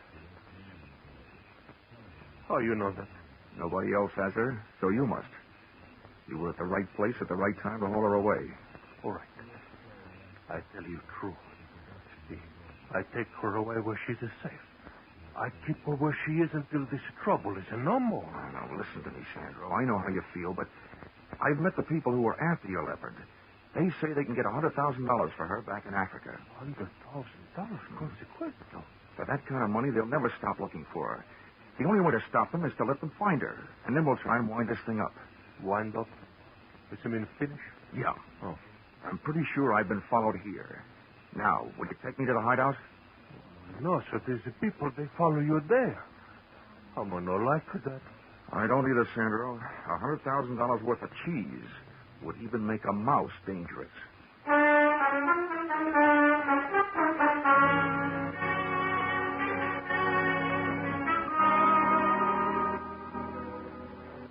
Sandro was a hard man to convince.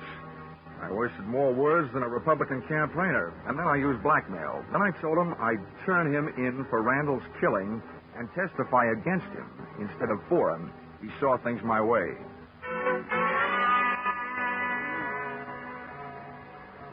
The leopard's lair turned out to be an abandoned barn 5 miles farther out of town, to which we went in a truck that Sandro had driven into that jungle-type vacant lot. Now, come. This way, please. This way. Okay. It's a little side door.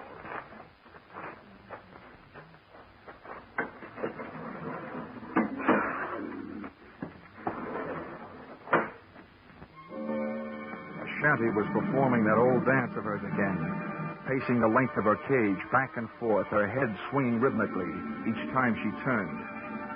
We'd made ourselves easy enough to follow on the way out, but my neck was getting stiff from helping my eyes follow the leopard's movements before I heard a sound outside the door. It sounded like a bolt jamming a shell into the chamber of a rifle. And that's what it was, because a rifle was what Sir Bennett Mountford was carrying when the trio came in. Close the door, Harold. I just did. You, my dear, stay here out of harm's way. Yes, Dean. I'll be all right. Well, Mr. Dollar, I would say that the long stalk is successfully completed. The search ended. Quite a hunter, Mountford. Somebody should crown you with a coonskin cap, with a raccoon still living in it. Yes. I'm glad to see you enjoying yourself, sir. Since the time for levity is on the wing, so to speak. Harold. Yeah, name it. Keep these two in your sights with a ready finger on the trigger. I'll set about putting this vicious cat out of existence. No, he's not shooting my shanty. Hey, Mountford, are you crazy? Put that rifle down. Shut up, Dollar. You won't run anything. Mountford, if that cat's worth $100,000 alive, why kill her? Because we shall realize a much greater profit with her dead. Namely, 500,000 of uncut diamonds that are hidden in the floor of her cage. Diamonds? Well, they couldn't have been safer, could they? Precisely Randall's idea when he put them there in Africa. Now stand aside, sir. I don't wish to fire through your head, but I will if I must. No, he's not shooting my shanty. Hey, watch that maniac. He's going to let that cat out. Stop it! Stop fast. Don't move. I'll be her charge. No, I shan't rather run for your life.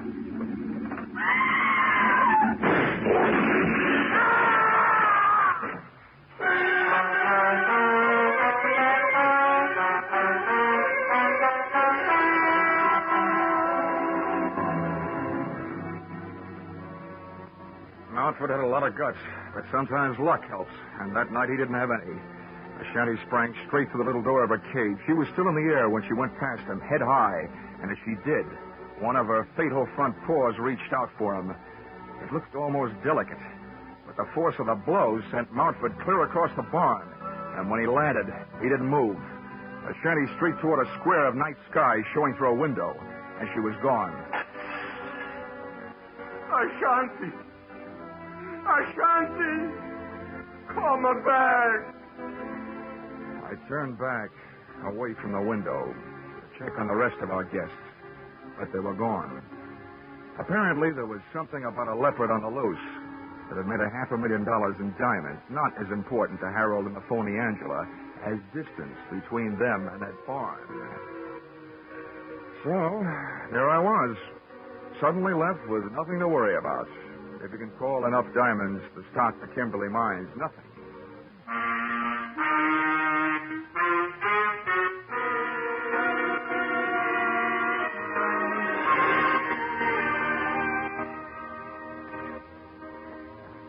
Expense account, item 2. Item 2? A case like this and I haven't laid up a cent. Oh, well, Christmas is coming. Item 2, $3. Cab fare from Brunswick Police Headquarters to hotel after giving them my statement, which they didn't believe until they saw those diamonds. Then they sent out a 3-state alarm to pick up the phony Angela and Montford's shiv-man, Harold. And expense account, item 3, $70.21. Train and cab fare, Brunswick to Hartford. Oh, and this advice I'll toss in for free. At last report, a shanty was seen headed west toward Okefenokee Swamp, and Sandra was organizing a group to go after her. My advice is this. Don't insure the lives of those men. If you want to throw your money away, throw it to me. Let's see, expense account total, $152.70. Signed, yours truly, Johnny, Frank Buck, Dollar.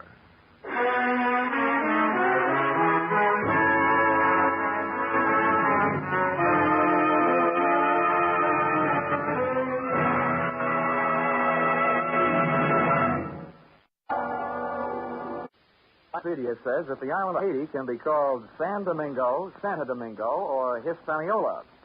Well, after my visit there, I could suggest a few more things they can call it, but they probably wouldn't get past the censors.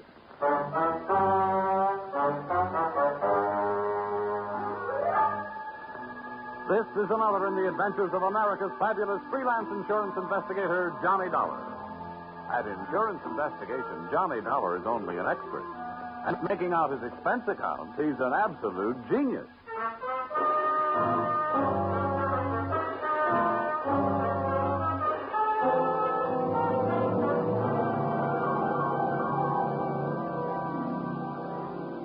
Expense account submitted by Special Investigator Johnny Dollar. To Home Office, American Federated Life Insurance Company, Hartford, Connecticut. Attention, Harvard Huntington, General Manager. The following is an accounting of my expenditures during my assignment in Port-au-Prince, Haiti. Or, the nights may be black down there, but the magic is blacker. Expense account, item 1, $15 for a pair of tickets to see the show Detective Story at the Hudson Theater, New York, which I never got a chance to use. Come with your Hartford home promptly at certain time. I want to thank you for coming out here. Why, that's all right, sir. Sorry to break into your evening like this, but since I have, I'll get right to the point. Fine. Perhaps you've heard of the Gordon family here in Hartford. Well, what I see of the society page is while I'm flipping back to the sports section. But I've noticed the name. Diamond-studded, aren't they? Yes, immensely wealthy. Pillars of society and, surprisingly, quite a proper family. It is all but one of the sons, Ralph. A heavy drinker, complete wastrel, ne'er-do-well. A blot on the old escutcheon, eh? Yes. Continually getting into one scrape or another. Now he's done it again. I take it that you're not worried about Ralph the man, but about Ralph the policyholder. Well, to put it bluntly, yes. I don't think it's unethical for a company to protect its interests. In this case, the policy is in the amount of $150,000, payable to his death to charity or to his wife if he's married. Yeah, it's quite a piece of paper. Yes, to be quite candid, I rue the day it was issued. But the point is this. Ralph Gordon, at last report, is dying aboard his yacht at Port-au-Prince, Haiti. Oh, you don't need me, Mr. Huntington. You need the Mayo Clinic. Dollar, I hesitate to even mention this in the presence of a sane man, but from everything we can learn, young Gordon is not dying from any known malady. He's dying as a result of a... Well, it's pure nonsense. He's supposed to be dying as a result of a voodoo curse. Now, anyone with any sense... Now, wait a minute. Where'd you get your information? From his older brother, Thomas. He's a doctor. He's down there in Haiti with Ralph. I want you to go down and debunk this thing, Dollar. Find out what's wrong. Why, any sane man knows there's no such voodoo. You don't believe in it, do you? No. Not unless I see it working.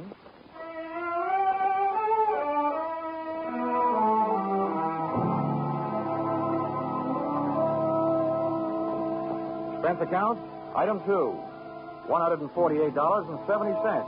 Hartford to Port-au-Prince via airplane. Expense account item 3, $32.50. Tropical clothes. They didn't fit me, but they fit the weather. And item 4, $25. Spent while I browsed the waterfront bars in Port-au-Prince, looking for somebody who knew where the Gordon yacht was moored. Know about this When I found him, he not only knew that, he knew everything. Ask me first. My name's Cap Reagan, and I've been here since before repeal. Give up my citizenship, I did. With the help of a couple of prohibition agents. Oh, you don't say. Uh-huh. And I figure on sailing out in the final days right here. What do you want with the Gordon craft? I want to see the owner, Ralph Gordon. How do I get to it? Oh, I reckon you pay me to row you out to her. My dinghy's down at the foot of the pier, just a short hill from where we're at. Oh, well, good. Come on, let's shove off then. Just wiggle it down my ration here. There. That'll put me ship shape. What'd you say you wanted with that schooner? You figuring on buying her? Well, thanks for the compliment, pal. Listen, if I bought a boat today, it would have to be a surplus life raft. Now, I told you I want to talk to Gordon. Friendly visit or other kind? I'm beginning to see how you know so much about this island. Well, never question, never learn. Remember that, Sonny? Yeah. Yeah. This way. Veer off to starboard.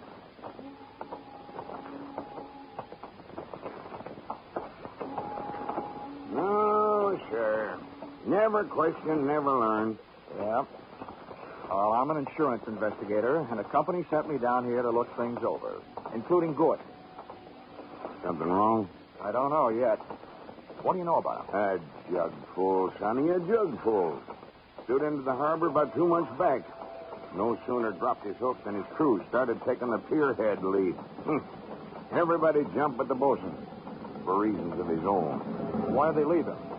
'Cause he was half seas over all the time. You navigate with sextant, a compass, and parallel rulers, Sonny. Not with a double shot and a water chaser. You get the drift? They were afraid to sell, huh? Aye. That's the line of it.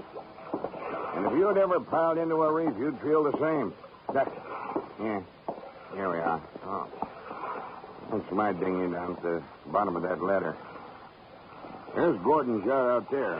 You see her? Oh, yeah. That tug passing the stern of her now. Yeah, say. That's a lot of boats. Yeah. She carries a suit of sail like a grain clipper. Wait till you see her close up. She's as dirty as a garbage cow.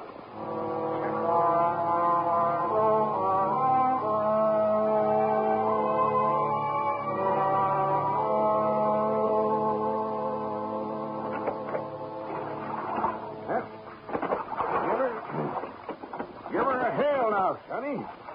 They're close enough. Hey! Anybody aboard? Hey, aboard the yacht. Anybody home? Yes? What do you want?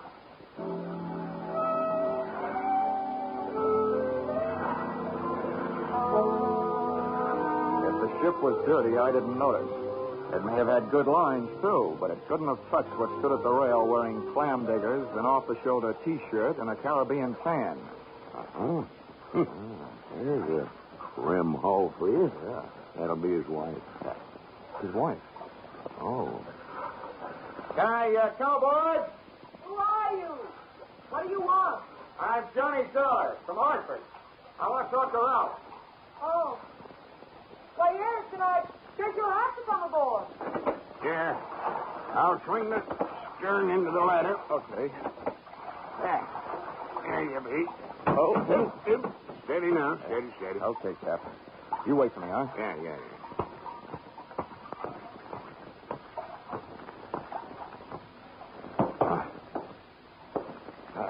Well, how are things in Ralphie's old hometown?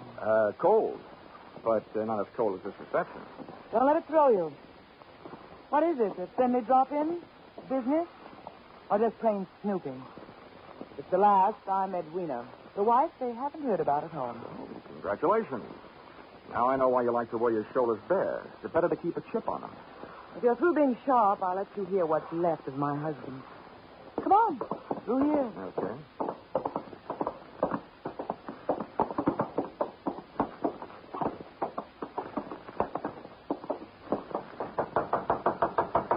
Hey, Ralph.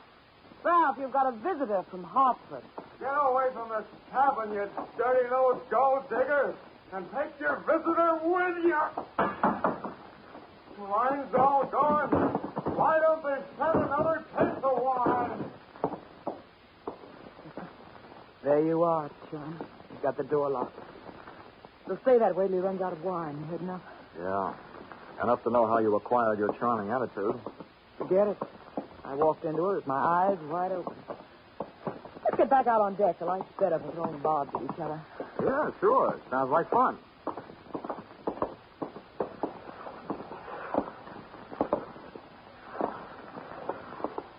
Well, do I have to help you off, folks? Not until you help me by answering some questions. I'm an insurance investigator, and I was sent down here by the company that holds a policy on your husband's life. What should I do, Frank? The story they got was that Ralph was dying from some kind of a voodoo curse. They don't believe it, and neither do I. Why not? That might be true. Huh? Well, some old dame, they call her Maria Lascelles. She came out to the boat. She yelled some things at him, and when Ralphie threw a bottle at her, she swore she'd put a curse on him. How'd they hear about that back in Hartford? Ralph's brother, Dr. Thomas Gordon, told them. You know him? Yeah, we hate each other. I wonder why he told them. Maybe because he thought somebody who'd be better off with Ralph dead was using Maria Lascelles' curse as a cover-up. How would you stand as his widow? Get off the boat. Never mind the act. You're his beneficiary. Or didn't you know? I said get off. What's the trouble, Eddie? Oh, him. Yo, come here, will you? All right. Who's the boarding party? Just get him off him. I'll see you in my cabin. Sure, honey. Anybody get you this upset, it'll be a pleasure. Well, mate, do you walk or dive? Save your strength for the last scene, Goliath. I was just leaving.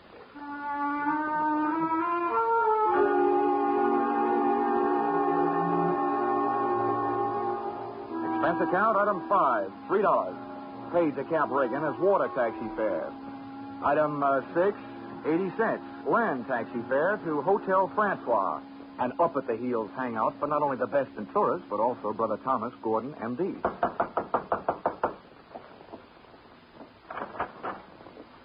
Yes? I'm Johnny Dollar, Dr. Gordon, from Hartford. Oh, yes, Dollar. I've been expecting you. They wired me you were coming down. Come in. Thank you. Oh, please make yourself comfortable. Could I offer you something? Nothing but some brotherly advice. Why, certainly. You know, I feel like a stupid fool for not being able to handle this thing myself. So now that you're here, you call on me for anything. Have you seen Ralph? I tried to, but he locked himself in his cabin. Tell me, as a medical man, how do you digest this voodoo curse story? Why, it's ridiculous. Good heavens, this is the 20th century. I do think that science doesn't know everything it would like to know about voodoo and black magic. There are stories supposedly true, but any victim would have to have a highly susceptible mind. Now, I know my brother, Mr. Dollar. His mind is susceptible only to his own whims and fancies. Well, then what's the matter with him? Well, that's it. I don't know. He's drawn within himself. He seems to be searching almost insanely for escape through alcohol. Hasn't anybody thought of putting him on the wagon? It's a horrible idea, but I've heard it works. I don't think this is the time for it. He's suffering mentally and needs release. Well, that leaves us with only one thing to think about.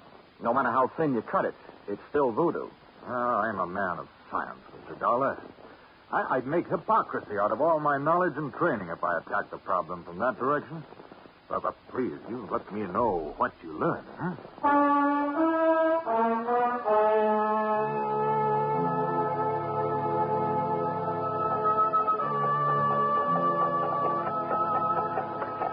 Expense account, item 7. $4. Rental of horse and cart in which my walking tourist guide, Cap Riggin, and I jolted out of town in search of Maria LaSalle.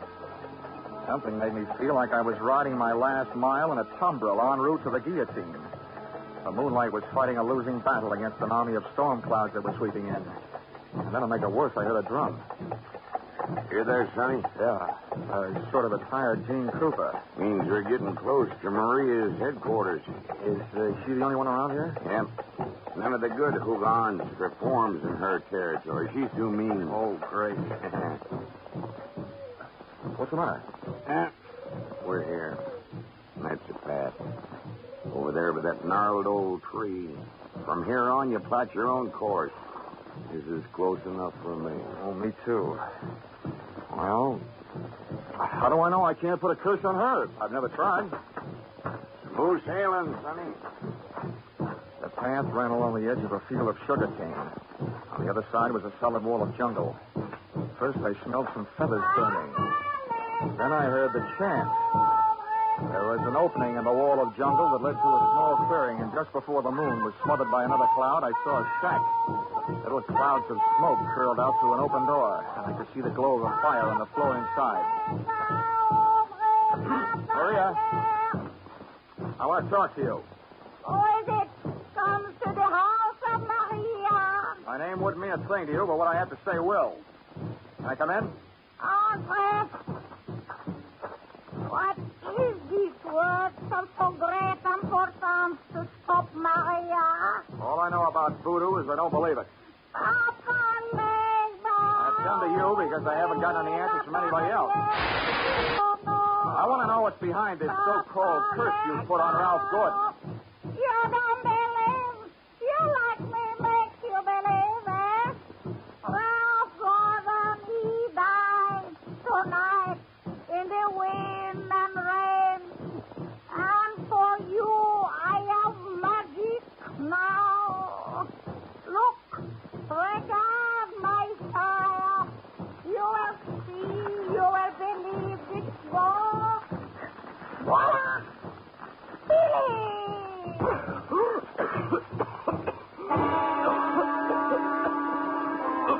I couldn't see what she'd thrown to the fire. She'd reached behind her for it. But when the smoke from it whirled around me, it seemed to grab my throat and squeeze. I stumbled back to the door. I hadn't believed in voodoo when I'd come in, but going out, I wasn't so sure.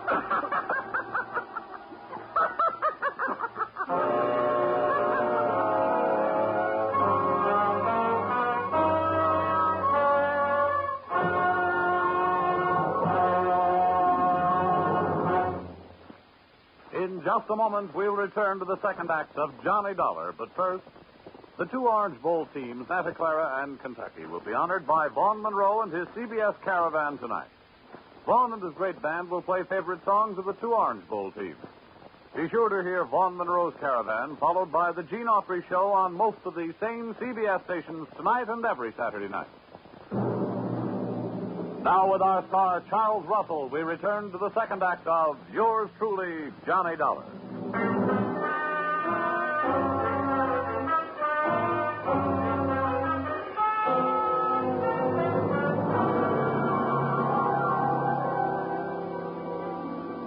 My throat burned. My eyes were looking at each other. My lungs felt like a pair of deflated footballs. And the blood in my head was pounding a better and louder rhythm than that drum. I staggered around the heavy jungle air, and when I could breathe again, I gulped in enough to lift the Graf Zeppelin. By that time, I was cool enough to get hot in anger.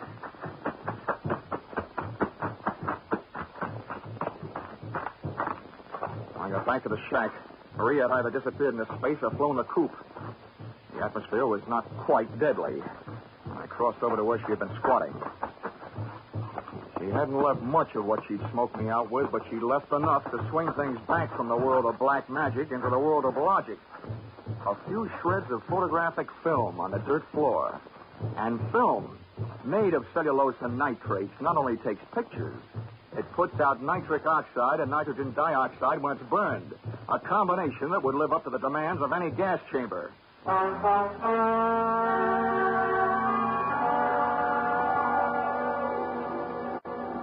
captain rowed me out to the Gordon yacht. This time I boarded without a hail. Ralph was still in a bad mood as I started to pass the cabin. Why don't they send the wine? Empty! Empty! His antics inside the cabin sounded interesting, but not half as interesting as the conversation coming from Edwina's cabin. Dear Edwina, the little wife they didn't know about at home. I'm telling you, we can't go on with this. Well, it's tough. You having a change of heart. Well, that's what happened. Not for sure that makes any difference. Maybe you're in too deep to back out. How would you like it if I spilled the whole thing? Well, what difference does it make?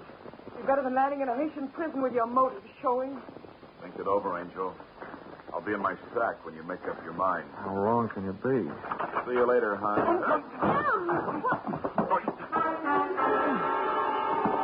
Since I've been on the receiving end of so many surprise sluggings, this was almost a pleasure. What are you doing on this ship? Get off. Oh, no. Not of that intriguing conversation I just heard.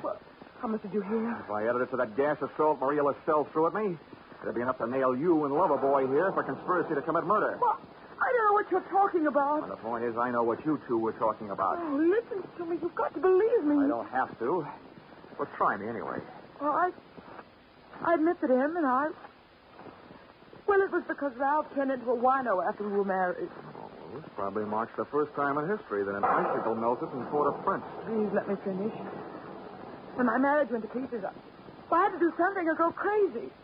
You see, Ralph drinking up all the champagne on the island was just more than I could take. I was going to divorce him and leave with him, but we weren't going to murder him. Chapter 1 had so many holes in it, it would have been printed by a punch press. You don't worry about landing in prison with your motive showing when all you're planning is divorce. Oh, yes, you do when people are waiting for your husband to die under mysterious circumstances. That's why I was trying to make them go away. If Ralph died, who'd look in his father's mirroring wife? Can you lock this cabin from the outside? No. What are you going to do? You're not going to lock me in? No, just your playmates. You're coming with me. Where? To Maria Lascelles. I want to catch your reaction when she sees you. You don't believe me. No. With $150,000 at stake, I don't even believe myself.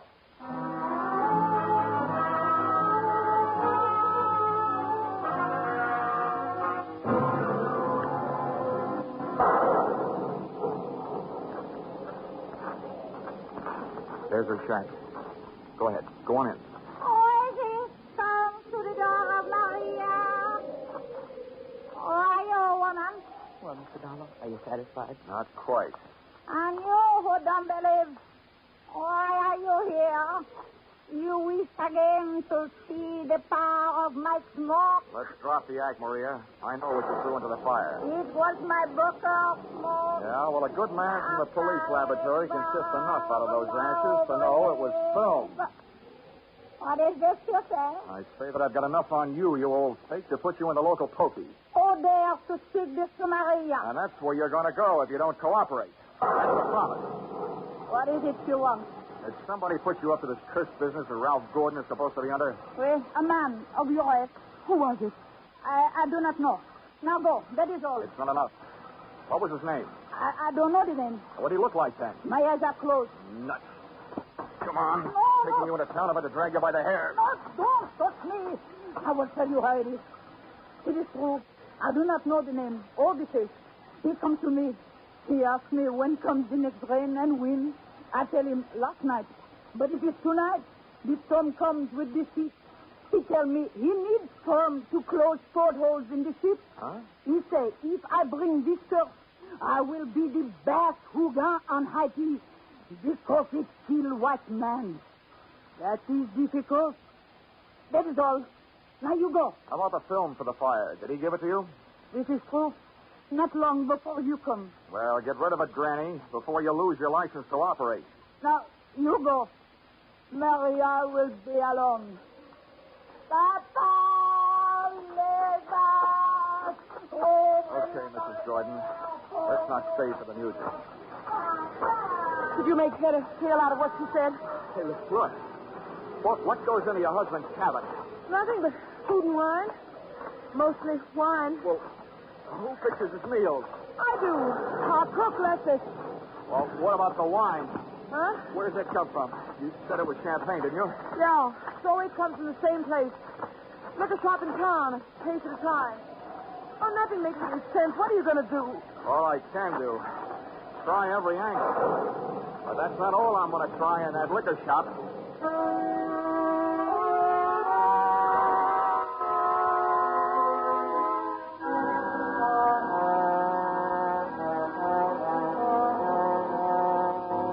Expense account, item 8, $4.50.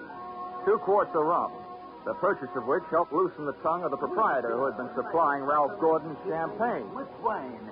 A case at a time, packed in dry ice.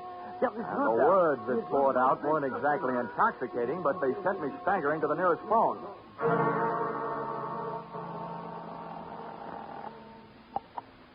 Yes? Hello? Hello, Dr. Gordon. This is Dollar. Good heavens. Dollar, I've been wondering about you. What have you learned? First, tell me this. What would happen to a man if he was in a ship's cabin on a stormy night with all the portholes closed and there was a lot of dry ice in there with him? What? What was that?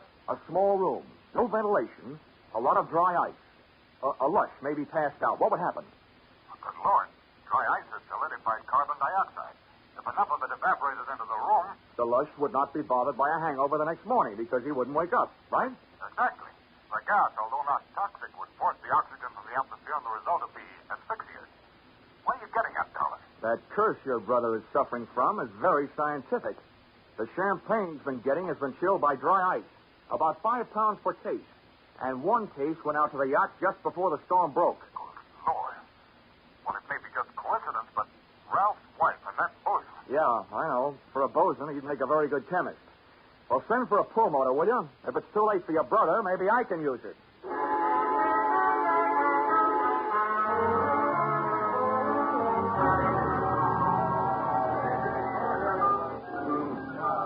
I'm a flying fish sailor. I hail from Hong Kong. Hey, Cap. Blow, Cap. blow. Come on, Cap. Oh, where's Sonny? Send him around, George, from a shipmate and me. This is rum Never mind weather, around, Sonny. Cap. You got to row me out to that yacht again. Huh? What do you take me for, a blasted galley sleeve? Come on, My back Cap. is about I'm in a broke hurry. now from all the rowing in this... $20. In this... What'd you say?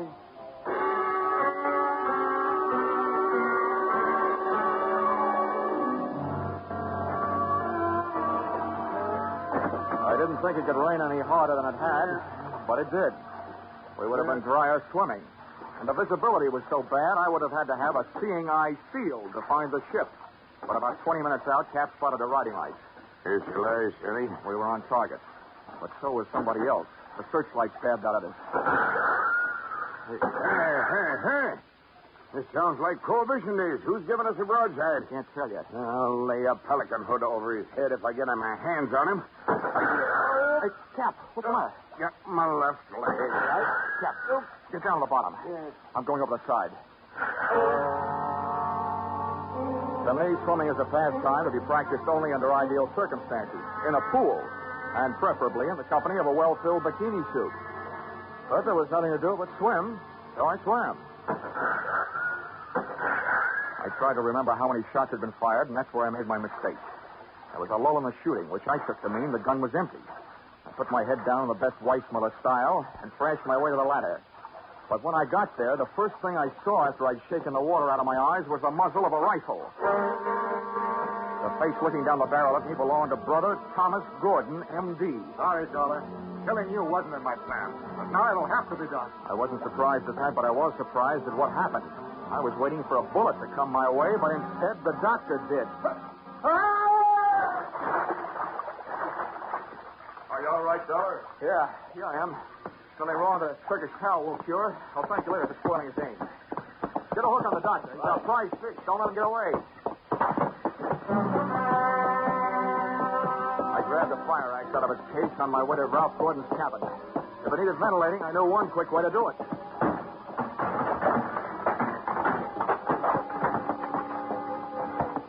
I didn't check for oxygen. I took a deep breath, held it, and went in.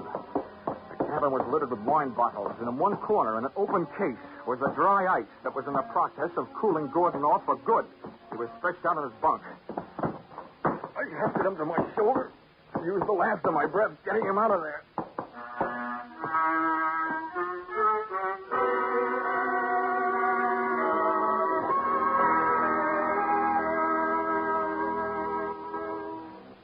Expense account, item 9, $30.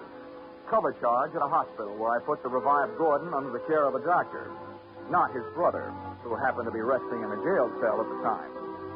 His motive hadn't been the insurance money. He figured to gain quite a chunk as the only heir to the Gordon fortune, if he could have taken care of Brother Ralph. Item 10, same as item 9. Same hospital where they tacked up Cap Riggin. Item 11, $148.70. Return trip to Hartford. And expense account item 12, $40. An ounce of voodoo perfume for the lovely, but sometimes chilly, Edwina. Maybe if she tries that kind of magic on her husband, he'll spend less time with a bottle joy and more with her kind. Expense account total, $424.70. Signed, yours, truly, Johnny Dollar.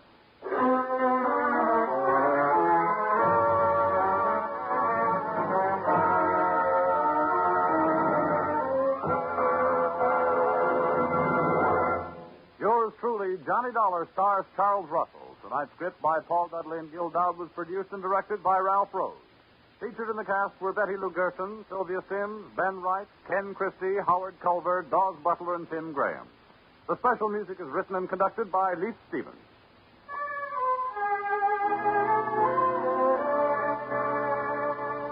Be sure to be with us at the same time next week when another unusual expense account is handed in by Johnny Dollar.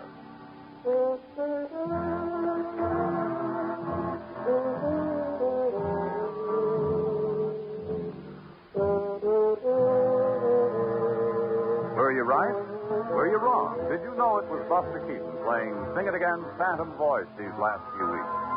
Well, now there's a new Phantom riding the airways on Sing It Again.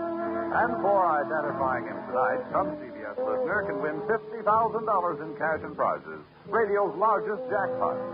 Phone calls go out from coast to coast, so be ready for the new Phantom when Sing It Again comes your way over most of these same CBS stations later tonight.